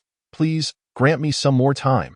Along's demeanor exuded trepidation, as if a mere disapproving glance from Lin Tian could obliterate him. However, Lin Tian was not angered by Along's response. He recognized that such investigations indeed required time and were fraught with challenges. Thus, he would not indiscriminately dispose of Along without cause. Lin Tian waved his hand and said, "Very well, you have done well. Continue your investigation. Should you require anything, remember your contact person." Upon hearing Lin Tian's words, Along let out a long sigh of relief, excitement blossoming within him. After all, Lin Tian had just commended him. Acknowledging his efforts, He received praise from the Dragon Lord.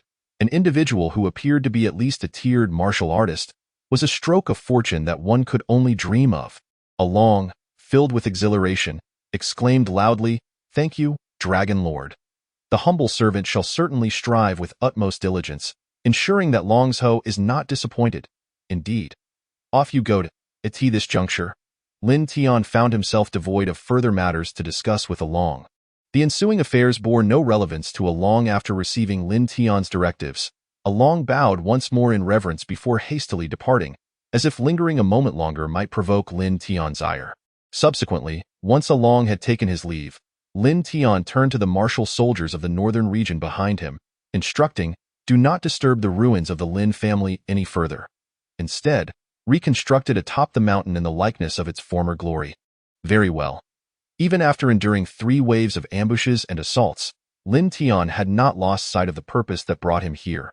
Indeed, was it not the case that the martial soldiers of the northern region intended to rebuild the Lin family? They must have been uncertain about how to address the graves of Lin family's ancestors, which prompted them to summon Lin Tian in person. In truth, Lin Tian had already contemplated this matter.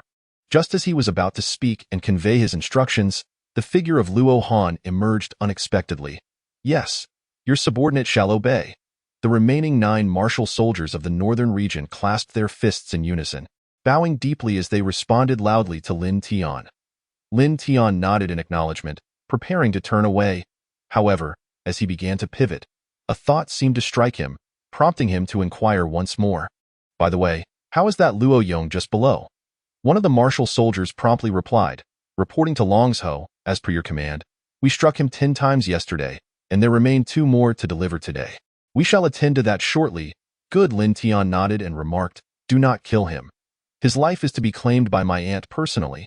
Your subordinate shall obey. With that, Lin Tian departed the ruins of the Lin family, intending to return home to seek out his sister, fiancée, and aunt. Meanwhile, outside the Blue Sea Han family's conference hall, Han Bin stealthily crouched behind a wall, clutching a recording device, clandestinely capturing the discussions taking place within. The voice of the Han family's patriarch, the venerable Han Tung, was clearly recorded. How can this Lin Tian still be alive? Did not Commander Long inform us that he was destined to perish in the defense of Tiandu? The northern region martial soldiers have always been a significant concern for Commander Long. If he sought to eliminate them, he would undoubtedly ensure it was executed flawlessly. Yet how is it that this Lin Tian continues to live? Chapter 81. Is the Supervisory Bureau taking charge? Who is this Commander Long mentioned by Han Tung? Why does this title sound so reminiscent of the way the northern region martial soldiers refer to Lin Tian as Long's Ho? It appears that Commander Long regards the northern region martial soldiers as a legitimate threat. This indicates that Commander Long's identity is undoubtedly extraordinary. Han Bin, as a member of the family who has always been marginalized, remains oblivious to the identity of this Commander Long spoken of by Han Tung.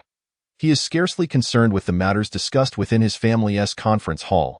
At this moment, he merely licked the corner of his mouth, wearing a triumphant smile, silently proclaiming, I shall make you all realize that I am indeed a member of the Han family. I intend to record what you have discussed and present it to my grandfather Lin in Qinghe. Goodness! This Han Bin is truly remarkable. Even while residing in his own household, he subconsciously refers to Lin Tian as Grandfather Lin. Moreover, he harbors the audacious intention of pilfering confidential information from his family to show Lin Tian. Impressive indeed. This Han Bin truly possesses the qualities of a sycophant. At this moment, Lin Tian remains utterly unaware that Han Bin is dutifully playing the role of his devoted subordinate. With a heart full of trepidation, he returned to the apartment he had rented. Upon entering, he beheld Lin Mingming and Wen Shanshan, each seated beside his aunt on the sofa. As soon as he closed the door, all 3 women looked up simultaneously at Lin Tian. These 3 ladies, Lin Mingming, adorable, Wen Shanshan, youthful, and Shen Lingxi, a blend of maturity, were all undeniably stunning beauties. Any man would find it hard to leave their presence if such enchanting women were hidden within his home. However, Lin Tian is no ordinary man, and besides, they are mostly his relatives. Upon seeing his aunt, he felt a tinge of embarrassment. To his surprise, all 3 women burst into laughter upon seeing him, their eyes glimmering with a mischievous light, which only heightened Lin Tian's awkwardness. He cleared his throat and inquired, What are you all laughing about? When Shanshan, covering her mouth, looked at Lin Tian and said, Brother Lin Tian, I never expected that when you were little. You were so mischievous during baths with your aunt. Mischievous? When was I ever mischievous? Lin Tian exclaimed, momentarily taken aback, his voice rising in nervousness. Aunt, please don't speak nonsense. Meanwhile, Shen Lingxi, stifling her laughter with a hand over her mouth, blushing slightly, deliberately said in a loud voice, Oh, I wonder who it was that, as a child, wanted to see why his aunt looked different from him. Hey, what do you mean different? Is it because of our different genders? Lin Tian hastily interjected, his face flushed. Aunt, please don't say such things. Although Shen Lingxi felt shy, a bright glimmer danced in her eyes as she continued. I'm not making it up. It's not just that. But also, all right, enough of that. Despite feeling thoroughly embarrassed by his aunt's teasing, Lin Tian found himself enveloped in a sense of happiness. He had long forgotten the warmth of having family around him. Furthermore, Shen Lingxi and the other 2 women were not merely trying to poke fun at Lin Tian. They were also yearning for that once joyous atmosphere they had shared. For instance, at that moment, Lin Tian sat alone on the sofa in the living room like an old man, watching television, while in the kitchen, Lin Mingming and Wen Shanshan, under Shen Lingxi's guidance, were busily preparing dinner for the 4 of them. On the other side, in a high-rise building just 1 structure away from the apartment rented by Lin Tian, another household was preparing dinner.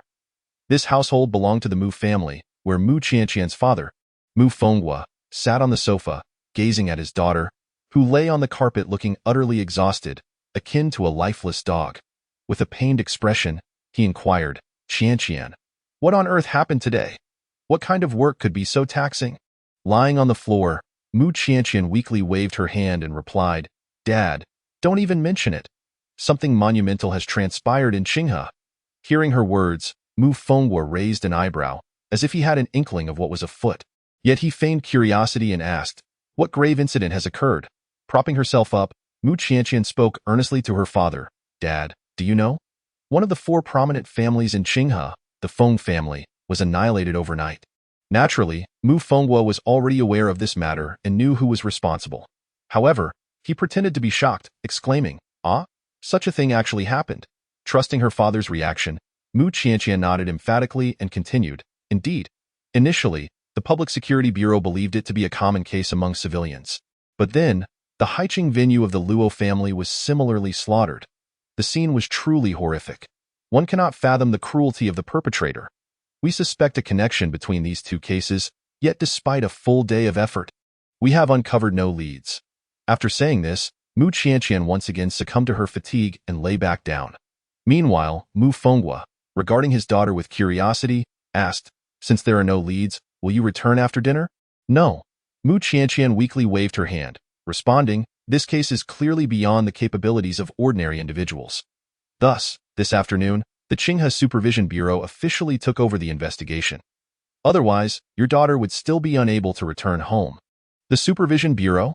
Upon hearing these words, Mu Fengwo's brow furrowed slightly, a hint of tension flickering in his eyes. Unaware of her father's current state, Mu Qianqian continued candidly, "Indeed, who else but warriors could commit such inhumane acts?" "Hey, Dad, where are you going?" Mu Fengwo had already risen and was making his way towards the door. At that moment, Mu Fengwo's wife poked her head out from the kitchen, asking, "Lao Mu, where are you headed?" "Dinner will be ready shortly." Mu Fengwo simply smiled and called out, "I'll be out for a moment, and I'll be back soon." It won't take long with that. He left his home, leaving Mu Qianqian and her mother exchanging puzzled glances. Mu Qianqian's mother then asked, "What has gotten into your father?" Mu Qianqian shook her head, yet a peculiar glimmer flickered in her eyes. She promptly declared, "Mother, please continue with your cooking. I shall ascend to take a look." It appeared that Mu Qianqian had finally discerned her father's unusual demeanor. With utmost caution, she pushed the door open and followed him. Both Mu Fengwo and Mu Qianqian possessed remarkably strong tracking and anti-tracking abilities. However, at that moment, Mu Fengwo was preoccupied with his own thoughts and did not anticipate that his daughter would accompany him, thus remaining completely oblivious. He took his daughter along as they entered the elevator bound for Lin Tian's residence. Standing before Lin Tian's door, Mu Fengwo pressed the doorbell. Mu Qianqian, concealed behind, looked on with curiosity, pondering, "How was I unaware that father had friends in this building?" Just as Mu Qianqian was engulfed in her musings,